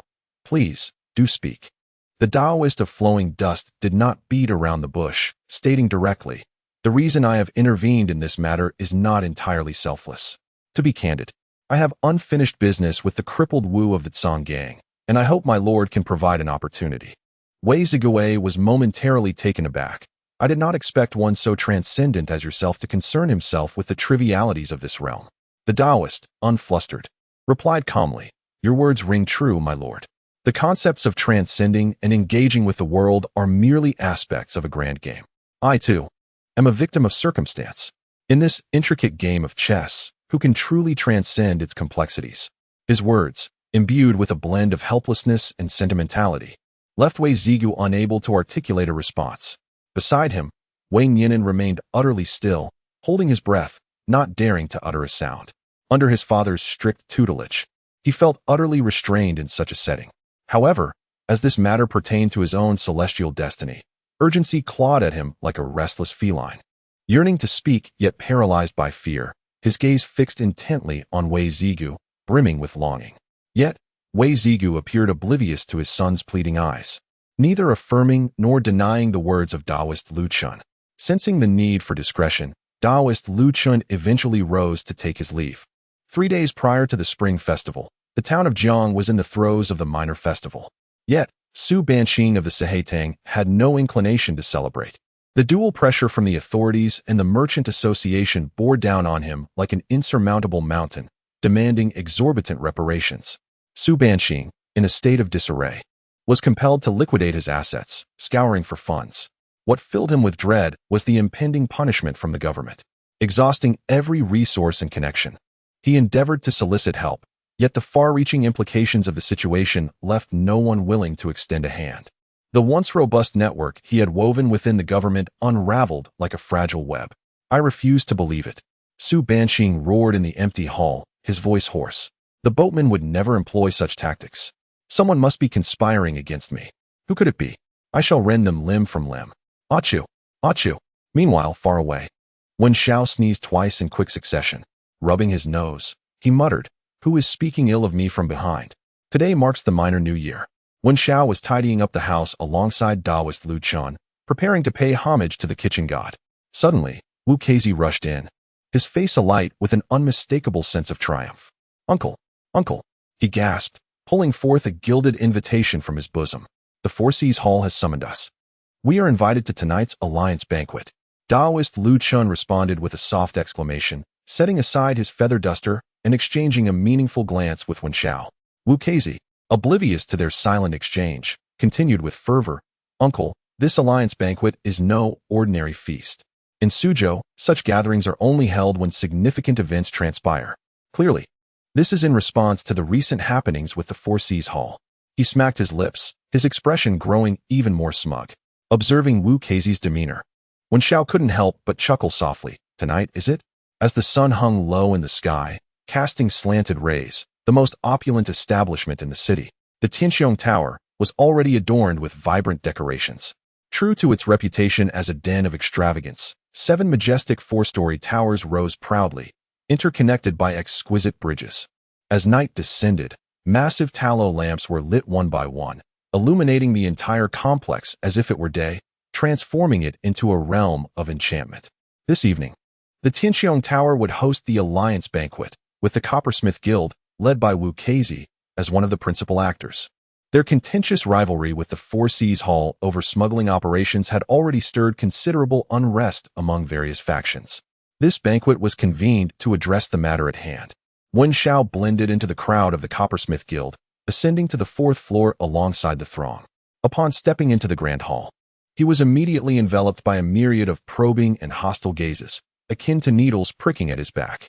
Yet, he remained unfazed, engrossed in his surroundings. His eyes swept over the central area where, at the head of 3 main tables, a few individuals sat scattered about, evidently indicating that the prominent figures had yet to arrive. The Taoist Lu Chun, accompanied by his disciples Ming Jing and Ming Zhan, settled at a table following the transport governor. Meanwhile, Wen Xiao feigned ignorance of their presence, engaging in casual conversation with the members of the Stevedore Union, thereby evading the notice of onlookers. As time passed incrementally, more guests began to arrive. The hall gradually grew lively, with clusters forming here and there. A throng of heads bobbing. The majority were rugged men, while those donned in finery had already made their way directly to the esteemed positions at the head of the hall. Amidst the clamor, a voice suddenly rose above the din, commanding attention. Esteemed friends, those who gather here are all valiant heroes. We ought to drink together, forge friendships, share blessings, and endure hardships alike. The speaker rose, lifted his cup, and poured its contents onto the ground in homage to heaven and earth. He paused, surveying the audience, his voice growing ever more resounding. Today, I trust we are all aware of the reason for our gathering. Recently, the Sehatang lost its goods, and the dam has collapsed. Such outrageous deeds, if not addressed today, will leave no one here unscathed. At this, a group on the right side of the hall erupted, with a middle-aged man shouting hoarsely, "Indeed, our Sehatang has lost its goods. But this is entirely the fault of the Stevedore Union for their disregard of chivalric conduct, brazenly sabotaging the dam. Let us deliberate. Who bears the blame for this affair?" "Su Banqing, you speak nonsense." At that moment, Wu Keizi interjected, "You lost your cargo. So why do you blame us, the boatman?" Just then, the doorman at the entrance shouted with a booming voice, "The city lord's manor, the fourth young lady has arrived." This exclamation seemed to possess an enchanting power, as the previously bustling hall fell into an immediate hush. With a rustle, almost simultaneously, everyone in the hall rose to their feet, including the transport commissioner, Wei Zigui, who straightened his attire and stood to welcome her. Wen Xiao also stood up, stretching his neck to glimpse the entrance. There appeared a woman clad in a delicate yellow dress, gracefully approaching, accompanied by a wiry old man, followed by several individuals dressed in diverse and distinctive attire, unmistakably not of ordinary standing in the Jianghu. The group proceeded directly to the principal table. It seemed all the important figures had finally gathered. Chapter 50. The white paper fan and the breach of the dike. Wen Xiao, however, dared not show his face. Retreating discreetly into the crowd, he felt a pang of guilt. The fourth young lady of the city lord's manor, the woman in the yellow dress, was none other than the one who had deceived Wei Nianan that night, the unexpected challenger who had emerged like Cheng Yaojin. That evening, when Xiao had nearly flung a handful of filth in her direction, who could have imagined that she had transformed into the fourth young lady of the city lord's manor? This truly was a case of fate's cruel irony. With all the significant figures seated, Transport Commissioner Wei Zigui raised his hand, signaling Su Banqing, "You may continue." Su Banqing promptly clasped his fists and bowed, saying, "My lord, aside from the Boatmen's Guild, no one else dares to take such responsibility." "Nonsense."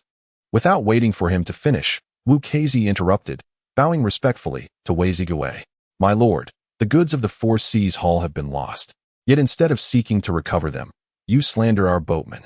I implore you to adjudicate this matter." Wu Keizi exhibited no signs of anxiety. His uncle shared a table with Wei Zigui, which lent him an air of righteousness.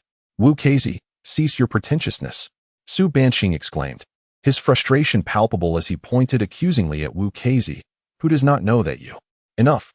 A portly gentleman at the head of the table slammed his palm down, silencing Su Banqing. His voice resonated with gravitas. "My merchant association has over 3,000 bolts of gold and silk, still soaked in water. I ask you, who will compensate for this loss?" Wu Keizi replied with a bow. "President Ma, it is only fair that whoever lost the goods should bear the cost. It is a matter of justice." Wu Keizi, having committed such a vile act, you still attempt to pose as the virtuous one? Su Banqing shouted in outrage. President Ma rapped his jade ring against the vermilion table, producing a crisp sound. "Regardless of who is responsible, someone must provide compensation. Governor of the transport, what say you?" Wei Zigui nodded slightly, adding, "Moreover, both parties must provide an explanation. The breach of the dam case requires the mastermind to be disclosed today." Wu Keizi and Su Banqing exchanged a knowing glance, comprehending Wei Zigui's intent. The authorities demanded an explanation, and the mastermind behind the dam breach would undoubtedly emerge from among the two of them. Furthermore, the victor would gain control over future smuggling operations. Wen Zhao's gaze was fixed on the three tables at the head, his mind racing with speculation. Who could the elusive ghost I Qin truly be? The revelation is imminent. As anticipated, Wu Keizi, following Wen Zhao's instructions, spoke out clearly. The truth of this matter is complex and difficult to articulate. I have heard of the venerable Elder Qin from Suzhou, renowned for his integrity, and I wish to request his esteemed presence to uphold justice. As soon as his words fell, several tables at the head of the hall turned their attention towards the table of the city lord's residence. At the focal point of their gazes, a frail and dark-skinned old man appeared somewhat uneasy. Noticing this, the fourth miss of the city lord's residence allowed a subtle smile to grace her lips, hinting at amusement, as she leaned towards the skinny elder beside her and whispered a few words. From a distance, Wen Zhao could not discern their conversation. The dark-skinned old man, bearing the weathered visage of a seasoned farmer, first offered a respectful bow to the fourth Mississippi. Then, he gradually rose, his gaze sweeping across the assembly. His voice slightly hoarse. I am truly humbled by your esteem. Wen Zhao fixated on the man, striving to etch his appearance into memory. This is the infamous Ghost-Eyed Qin. His voice was reminiscent of sandpaper's rasp. I am but an old bone, merely existing day by day. How could I presume to make any determinations? Since you all hold me in such regard, I shall muster the courage to utter a few words. He paused, his murky eyes slowly scanning the crowd. The destruction of this dam is indeed a perplexing affair. Ordinarily, these two factions involved in the transport have always been at odds, akin to rival roosters. Yet, given their extensive experience in the Jianghu, how could they engage in such self-destructive folly? Su Banqing nodded repeatedly, yet Wu Keizi furrowed his brow in a nod of concern. Ghost-Eyed Qin languidly continued, in my opinion, Sahaitang has always been prudent in their dealings, and Su Banqing is particularly meticulous. This shipment is not a trifling sum. Sahaitang would not jeopardize such a significant business transaction for a mere gain. Upon hearing this, Su Banqing inclined his head in gratitude to Ghost-Eyed Qin. The conversation took a turn, as Ghost-Eyed Qin added, as for the boatmen, although their methods may be somewhat crude, they are not devoid of sense. Furthermore, the loss of this cargo bears no consequence for them. Why would they invite such trouble? Wu Keizi sighed in relief. Wen Zhao, concealed within the crowd, observed all of this with a cold smirk. This old fellow was indeed a cunning fox, managing to offend neither side while maintaining an appearance of impartiality. Suddenly lowering his voice, Ghost-Eyed Qin remarked, I suspect that there is something sinister lurking behind this matter. Perhaps someone is orchestrating this in the shadows? At that moment, the usually taciturn governor of transport, Wei Zigui, furrowed his brow tightly and spoke. Old Qin makes a valid point. It seems we must summon a witness to confront this issue directly. He gestured behind him, and Olden entered from the side hall. Upon his entrance, Olden's visage was as pale as parchment, and his legs seemed leaden, each step he took appearing laborious. Wu Keizi, who had maintained a calm demeanor, suddenly brightened upon seeing Olden, as if he had stumbled upon an unexpected delight. Su Banqing, however, gasped sharply, his countenance changing drastically as he fixed a piercing gaze upon old and Wei Zigui, sat solemnly at the head of the table. This individual is known as Enfugui, a member of the Four Seas Hall. Recently, he has confessed to me that the breach of the dam was indeed a deliberate act. The mastermind behind it is none other than the Four Seas Hall. The account books serve as evidence. His proclamation struck the crowd like a bolt from the blue. Su Banqing, in particular, appeared to be struck by lightning, standing frozen in place. His complexion turned ashen in an instant. His lips trembled as if he wished to articulate something, yet no words escaped his mouth. How could this be? He finally managed to utter, his voice hoarse. Olden remained with his head bowed, not daring to meet Su Banqing's gaze. Ghost-Eyed Qin squinted, scrutinizing Olden. This fellow appeared unfamiliar, leaving one to ponder his role within the Four Seas Hall. Wei Zigui let out a cold chuckle, providing the answer on Olden's behalf. This man is Enfugui, the white paper fan of the Four Seas Hall. He has long operated in the shadows, responsible for strategizing and managing finances. Were he not a core figure of the Four Seas Hall, he would never be seen. Olden still kept his head down, silent. Wei Zigui fixed a cold stare upon him. Enfugui, recount to everyone what you have disclosed to me. With great difficulty, Olden inhaled deeply. The Four Seas Hall has faced severe losses in recent years, with funds in disarray. In order to cover the deficit, the Hall's leader, Su, resolved to take a perilous gamble. He devised a plan to create the illusion of cargo plunging into the water by deliberately breaching the dam as the fleet navigated through a narrow passage. In fact, A clandestine organization had long been mobilized to transfer the goods, subsequently reporting to the authorities and the Merchant Guild under the pretense of water damage. This maneuver would allow them to seize the cargo, thereby alleviating the pressing predicament of the Sihai Tang. Chapter 51. When Falsehood Becomes Truth. Truth may also be false. Su Banqing felt as though he had been struck by lightning, nearly losing his footing. He glared fiercely at the old man as if he wished to devour him whole. What nonsense are you spouting? You have been a loyal member of Sihai Tang, risking life and limb alongside me for so many years. How could you commit such a treacherous act? Wei Zigui observed with a detached demeanor. Su Banqing. Given the circumstances, with both eyewitnesses and material evidence present, what further words do you have? Su Banqing's face turned ashen, beads of sweat rolling down his forehead. Sir, this man is clearly fabricating evidence. He must have been manipulated by others to frame Sihai Tang. Wei Zigui, unfazed, inquired, tell me, is he truly one of your Sihai Tang spicy fans? Su Banqing had no choice but to respond. Indeed, he is. It is over. It is all over. Sihai Tang is finished. The inscrutable Gui, Yin Qin spoke slowly. Master Wei, this case is indeed grave and far-reaching, but perhaps we require more evidence to convince the public. Upon hearing this, Wei Zigui cast a frigid glance at Gui Yin Qin. Old Qin, could it be that you are also involved? Gui Yin Qin immediately fell silent, realizing he could no longer speak. Otherwise, he would be the next unfortunate one. Just then, Su Banqing, in a frenzy, lunged at the old man and, you traitor, speak. Who exactly instructed you to harm me? Quickly reveal it. With an indignant roar, Wei Zigui commanded, cease at once. Su Banqing, should you dare to be insolent again, it shall be deemed a disrespect towards this official. Su Banqing froze momentarily, slowly releasing his grip, his head drooping in despair. Sir Wei, you must not heed the one-sided words of this traitor. At the Lord's manor, the fourth young lady raised her teacup, delicately savoring a sip. She partially concealed a faint smile, her curiosity piqued by the unfolding spectacle. Wei Zigui gradually rose, approaching Su Banqing, peering down with an authoritative gaze. He enunciated each word with deliberation. Su Banqing, I grant you one final opportunity. All goods and assets of the Four Seas Hall shall be confiscated to compensate for the losses incurred by the Merchants Guild. As for you, Wei Zigui paused, a glint of ruthlessness flashing in his eyes. Seize Su Banqing. At this command, the capable hands of the transport office surged forward, restraining him firmly. This is injustice. The Four Seas Hall is wronged. Su Banqing cried out hoarsely. Ghost-eyed Qin observed the scene, swiftly distancing himself from the affair, sighing, alas, men perish for wealth, and birds for sustenance. Su Bangzhu, a formidable figure in the underworld, how could he commit such folly and meet this fate? Wei Zigui stood, his gaze sweeping across the assembly. The case was transparent. The Four Seas Hall had deliberately sabotaged the dam, resulting in disaster. The culpability lay entirely with them.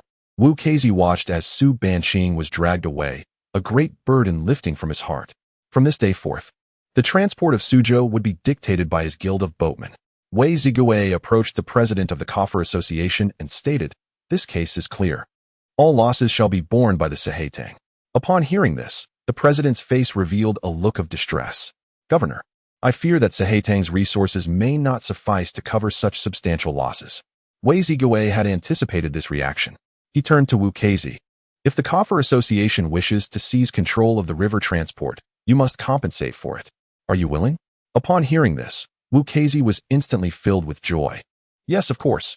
This is a rare opportunity that one cannot afford to miss. With the matter of the breached dam settled, the hall erupted in exuberance.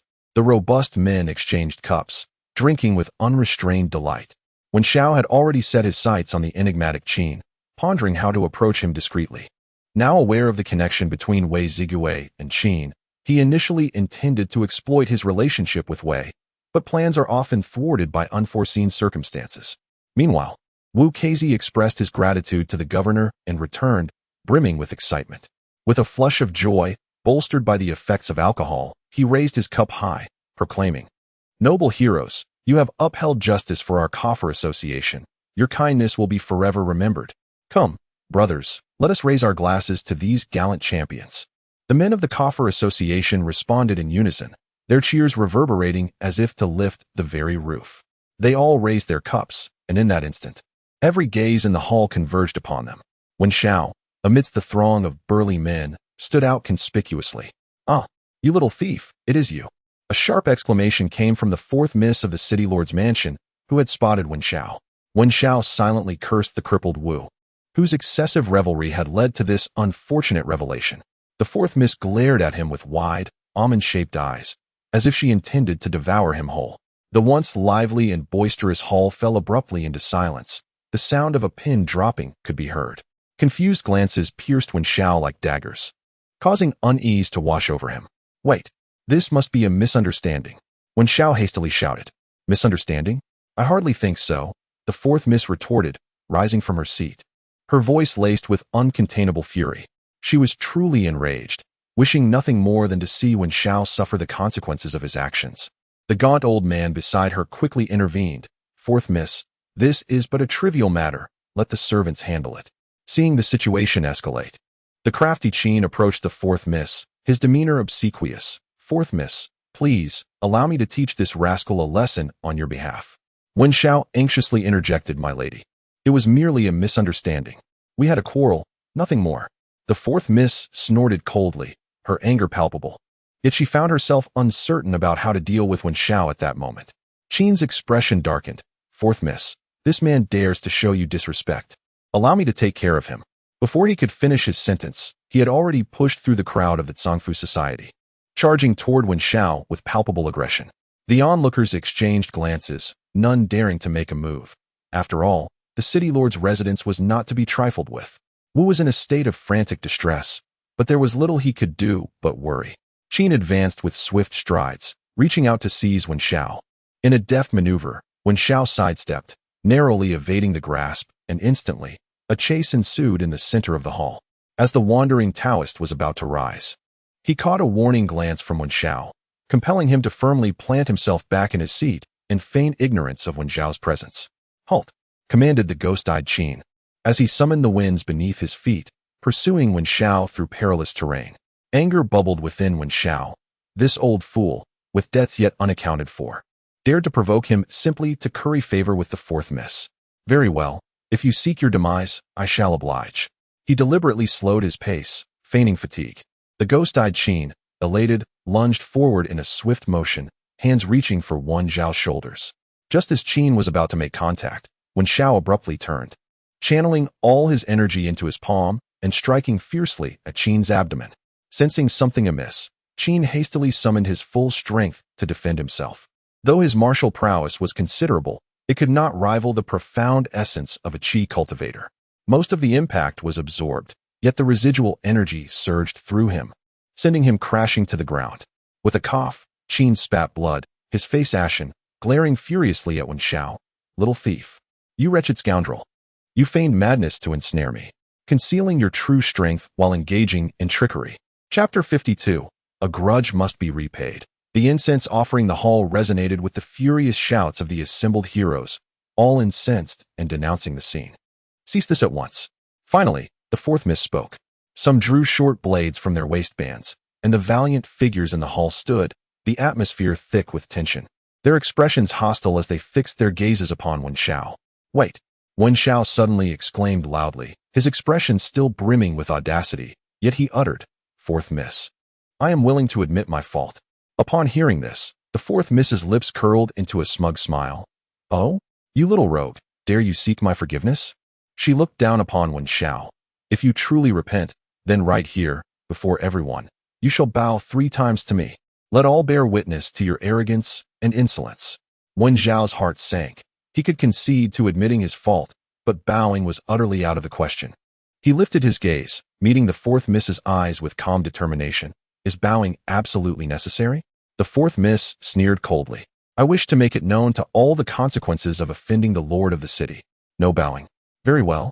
Let everyone present witness your true capabilities. I am eager to see how you will escape this predicament." Flames of anger flickered in Wen Xiao's eyes. "Very well. Today, I humbly request a public reconciliation with you. However, this bowing is no trivial matter. It must be conducted with proper decorum.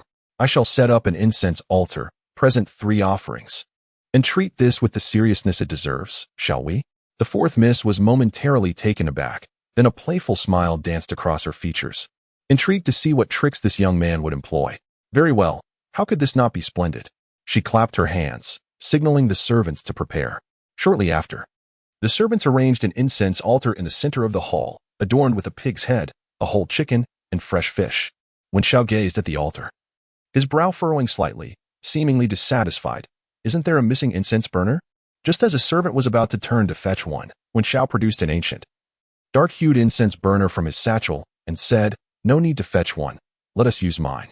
He gently placed the incense burner upon the incense table, his movements tender as if handling a precious treasure. How could there be no offering incense? Wen Xiao remarked. The fourth miss, observing from the side, could not help but retort. What offering incense? For me? At this stage, do you still wish to curse me? Wen Xiao glanced at her, a faint smile gracing his lips. Certainly not. This is an offering to heaven and earth. Under their witness, I bow my head to acknowledge my errors. Would that not be more favorable? The fourth miss scoffed, falling silent. Yet a flicker of doubt danced in her eyes. A servant brought forth the offering incense and presented it to Wen Xiao. He accepted it with deliberate slowness and gravity. Igniting the incense, a delicate wisp of azure smoke ascended, carrying a subtle scent of sandalwood, which he then gently inserted into the burner. Throughout this ritual, he appeared particularly engrossed, as if engaged in a sacred ceremony. The fourth miss, growing increasingly impatient as she observed Wen Xiao's actions, taunted him once more. Are you stalling for time? Ignoring her jibe, Wen Xiao slowly turned, his gaze sweeping across the hall. The attendees varied in their reactions, some reveling in misfortune, others displaying sympathy. While many watched with a keen interest in the unfolding drama, his gaze eventually settled upon the Taoist priest from the upper table of the transport office. The priest, initially composed, now appeared uneasy, his eyes darting restlessly. Wen Xiao exchanged a knowing glance with him before shifting his focus back to the fourth miss, who was observing him with a cold smile, her eyes brimming with mocking anticipation. The flowing dust Taoist, being a seasoned veteran, instantly grasped the situation. He slowly rose to his feet and bowed slightly to the transport governor, Wei Zigua. Master Wei, I perceive that the hour is late and I have obligations at home that require my attention. I must take my leave. His voice was clear, yet imbued with an air of detachment. His two disciples, Ming Jing and Ming Jin, upon witnessing their master's intent, promptly gathered their wine bowls and silently followed in his wake. The figure of the flowing dust Taoist gradually faded behind the hanging drapes, his steps unhurried, as if nothing of consequence had transpired. Hastily descending the stairs, even the normally reticent Ming Jing could not contain himself. Master, are we just going to abandon the young Taoist? The flowing dust Taoist continued his pace, not glancing back. Hurry, hurry. A grave situation is unfolding. With that, he quickened his stride. Outside the Tianqiong Tower, the night was as dark as ink. Once they exited the establishment, the flowing dust Taoist stood on the opposite street, gazing silently at the brightly lit Tianqiong Tower. Master? Ming Jing asked once more. The Taoist seemed lost in thought, offering no reply. This time, even Ming Jin grew anxious. She tugged at his sleeve and implored, Master, what shall we do about the young Taoist? Only then did the flowing dust Taoist come to his senses and lowered his voice. What do you comprehend? Did you not see the young Taoist produce that incense burner? Ming Jin remained perplexed. Suddenly, Ming Jing clapped his hands, realization dawning upon him. It's the incense burner from the tomb. The one that turned the Chung family's illegitimate son into a zombie. The flowing dust Taoist nodded, a hint of satisfaction gracing his features. You too, only just now coming to your senses? Upon witnessing the Taoist master reveal the incense burner, an ominous premonition washed over me.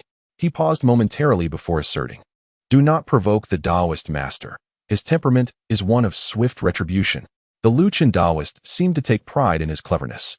The Taoist master presented the incense burner, casting me a knowing glance, and I comprehended the gravity of the situation instantly. We must hastily depart. Tonight's alliance banquet is bound to erupt into chaos. The three of us stood by the roadside for a considerable time, the night breeze carrying a hint of chill. Eventually, Luchan Taoist shook his head. Let us go. The Taoist master will be fine.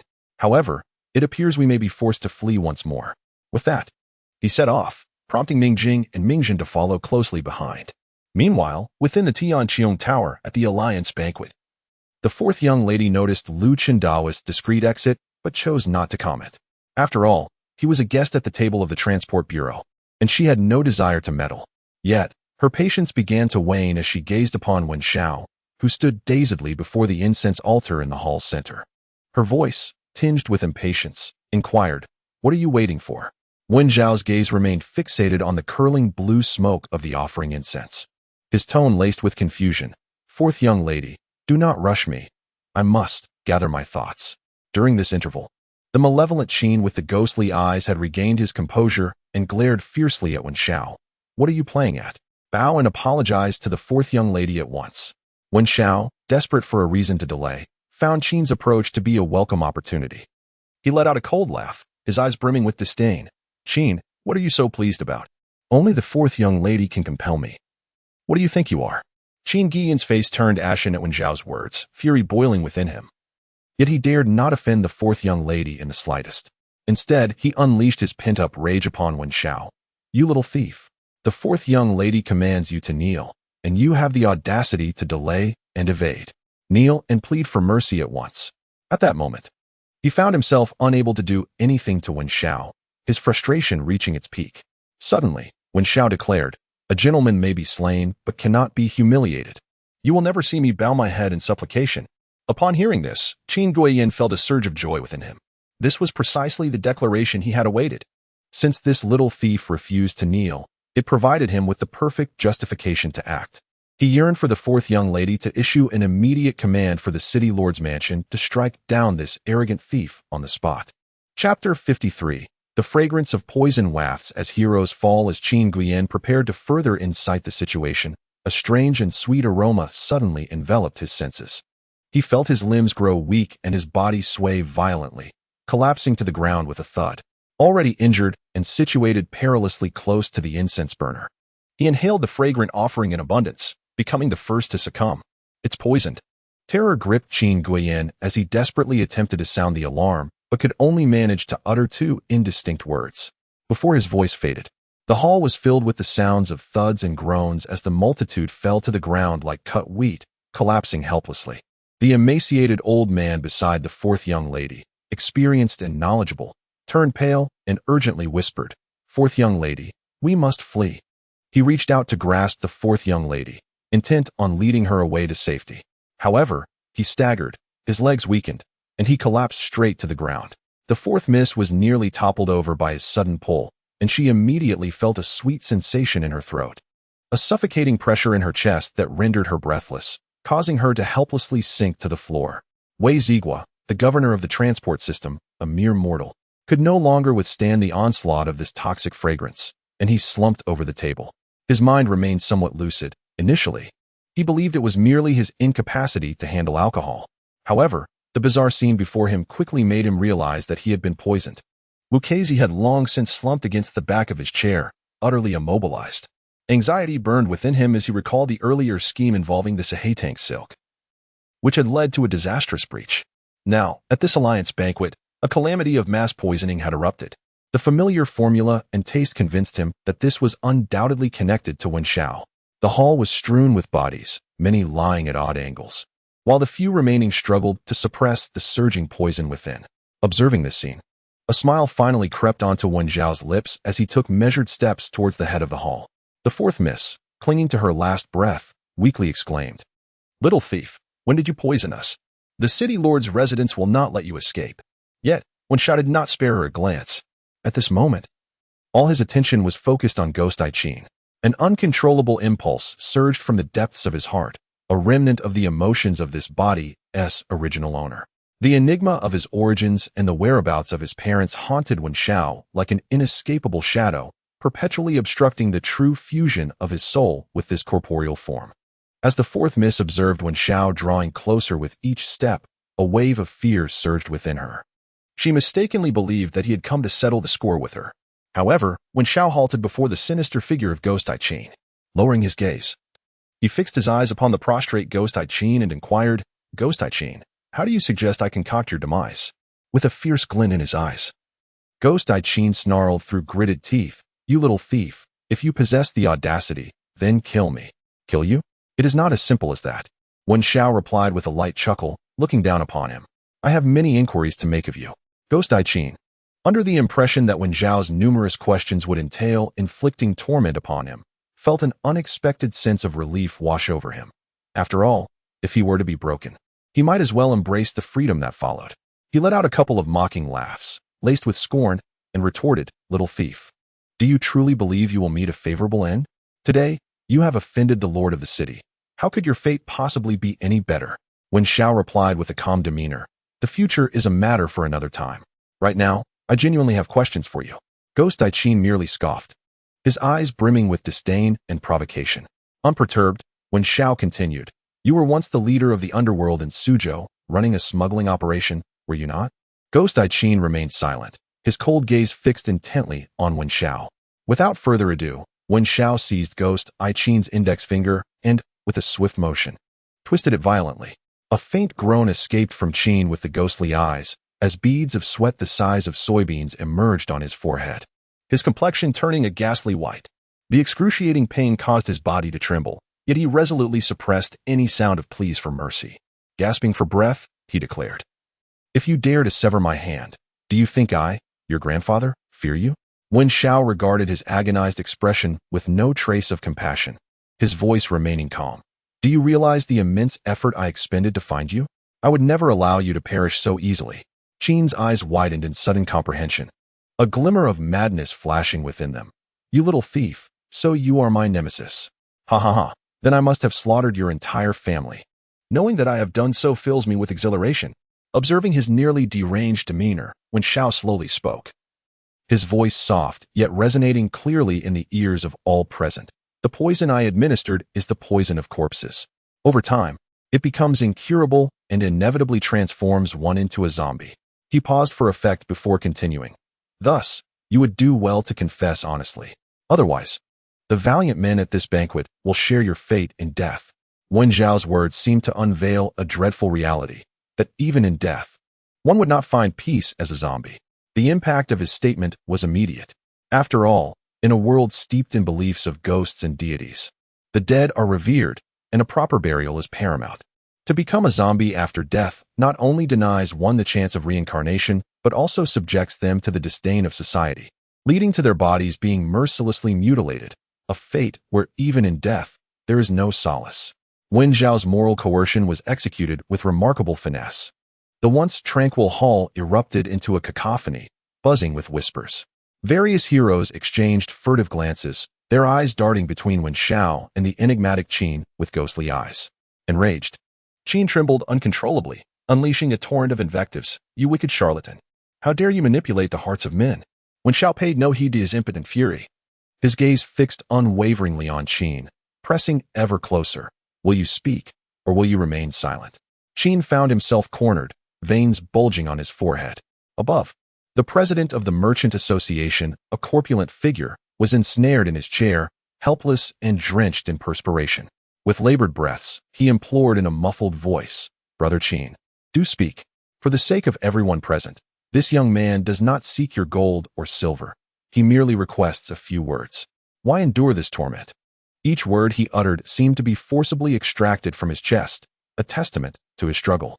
The chairman's plea was like water splashed into a hot pan, instantly stirring up greater tumult. The assembled heroes could no longer contain themselves, urging in unison, "Indeed, Master Qin, information flows freely in the realm of martial arts. Do us this kindness and share. Master Qin, please do not keep us in suspense. We await your words eagerly." The chorus of entreaties surged towards Qin like a relentless tide, engulfing him in the whirlpool of public opinion. Chapter 54. The poison of corpses spreads and hearts are in turmoil. The emaciated elder, who previously attempted to whisk the fourth young lady away, could no longer contain his agitation. He spoke, "Little Qin, if this young man is truly here for you, you must ensure that the city lord's residence is not implicated. As a local, you should understand that if anything were to happen to the fourth young lady, His words carried a chilling undertone. Gu Qin hastily shouted, his voice slightly cracking, "Housekeeper He, it is imperative for you to know that I would never involve the fourth young lady." His tone suggested he felt deeply wronged. As Gu Qin felt the piercing gazes from all directions, akin to searing iron, he experienced a bitterness that surpassed even the most bitter of herbs. Suddenly, he pivoted, fixing his gaze on Wen Zhao. his voice erupting from the depths of his throat. What do you truly wish to know? Ask away. His tone was infused with indignation and a hint of grievance. Wnco perceived that the moment was ripe. He fixed his stare on Gu-Ynqn, his voice low, yet each word struck like a needle. You once worked in the dental trade, did you not? Gu-Ynqn snorted in acknowledgement. 10 years ago, you sold a child to Shichan Lianhua, did you not? Wnco deliberately emphasized the name Shichan Lianhua, as if it carried a weight of significance. Humph, it was Qing Mang Pan Bai Lian. Gu-Ynqn echoed, a tone of disdain lacing his words. What was so peculiar about a person with ties to both the criminal and the righteous? Wnco was indifferent to whether it was Shichan Lianhua or Qing Mang Pan Bai Lian. The pressure intensified, words coiling like a tightening noose. Approximately a decade ago, you sold a 2- or 3-year-old child to Qing Mang Pan Bai Lian, among whom was a boy born on a Yin year and a Yang day, fetching a price of 25 taels of silver. Is that true or not? Guiyanqin furrowed his brow, seemingly straining to recall the details. After a considerable pause, he finally spoke, his voice hoarse. I sold many children. How could I remember so clearly? Don't remember? Wen Zhao's voice abruptly escalated, brimming with uncontainable fury. He forcefully extended his hand and snapped Guiyanqin's middle finger, demanding, think carefully. A child born on a Yin year and a Yang day is quite rare. Guiyanqin gasped in pain but remained obstinate. I sold so many children. How can you be certain it was I who sold that one? I have personally witnessed that sales contract, bearing your own seal. Wen Zhao glared at Guiyanqin, each word forced through clenched teeth. Thus, that child must have passed through your hands. Guiyanqin's pupils constricted sharply. He stared at Wen Zhao for a moment before suddenly retorting. Even if I handled the contract, with so many children sold, how could I possibly remember each one? Wen Zhao's anger blazed ever more fiercely, feeling as though he were on the verge of being consumed by this sudden surge of emotion. Ordinarily, given his cautious nature, he would never choose to confront Guiyanqin in such a manner. He would have opted to abduct him and meticulously extract the truth in a secluded location. Yet at this moment, the remnants of the original owner's thoughts surged like a tidal wave, profoundly influencing his judgment and rendering him nearly incapable of remaining composed. If you cannot recall, Wen Zhao's voice, each word imbued with an icy chill, he abruptly snapped the little finger of the ghostly-eyed Qin Wuming. Then let all present here accompany you to the grave. Young master, do not fall for his tricks. The president of the guild suddenly shouted, his corpulent body trembling violently. He was indeed the head of the pawnshop. It would be plausible for him not to remember every transaction, yet. The president escalated his tone, each word seeming to be squeezed from between clenched teeth, infused with a fierce intensity. Any transaction that warranted his signature must undoubtedly be of utmost importance, surely documented. Even if he feigned ignorance now, a simple investigation would reveal everything clearly. Wen Zhao's eyes sparkled as if he had grasped a lifeline. He clutched the little finger of the ghostly-eyed Qin, his fingertips turning pale, the force nearly breaking that finger. If you dare to play tricks, I shall ruin your hand. Wen Zhao's voice was frigid as he threatened. Where's the contract documentation? Qin, in pain, bared his teeth yet still stubbornly defended himself, straining his neck to argue. I have long since retired from the world. Even if there are documents, how would I know where they are? Young master, he is deceiving you. The president bellowed again. He was as frantic as an ant on a hot stove, his corpulent figure twisting in his chair, itching to leap up at once. These retired old foxes, who does not regard their documentation as a talisman. He must know. Qin, seething with rage, snapped. Ma Laokai, shut your foul mouth. I, Qin, have never wronged you. You are about to drag us into becoming zombies, and yet you claim to have done us no harm. The president of the association has thrown caution to the wind, shouting back in defiance. His bloodshot eyes fixated on the fallen servant before the incense altar. The servant's complexion had turned a ghastly shade of gray, and his body began to twitch slightly, clearly indicating the onset of corpse poison. Mortals are the first to succumb to this poison. Once transformed into a zombie, there is no hope of return. This servant had just brought incense to Wen Zhao, having attended to the altar. Thus he was the first to collapse and begin the process of zombification. The president himself was merely a mortal. Although he was seated at a distance from the incense, he was filled with dread. He feared he might also become a wretched creature, neither human nor ghost, and was even more terrified of dying in unrest, forever trapped in the cycle of rebirth. The emaciated steward, he was desperately trying to suppress the chaotic corpse poison raging within him, his face alternating between shades of blue and white. Gritting his teeth, he coldly declared, "If you bring harm to the fourth miss, your entire family will have to suffer the consequences."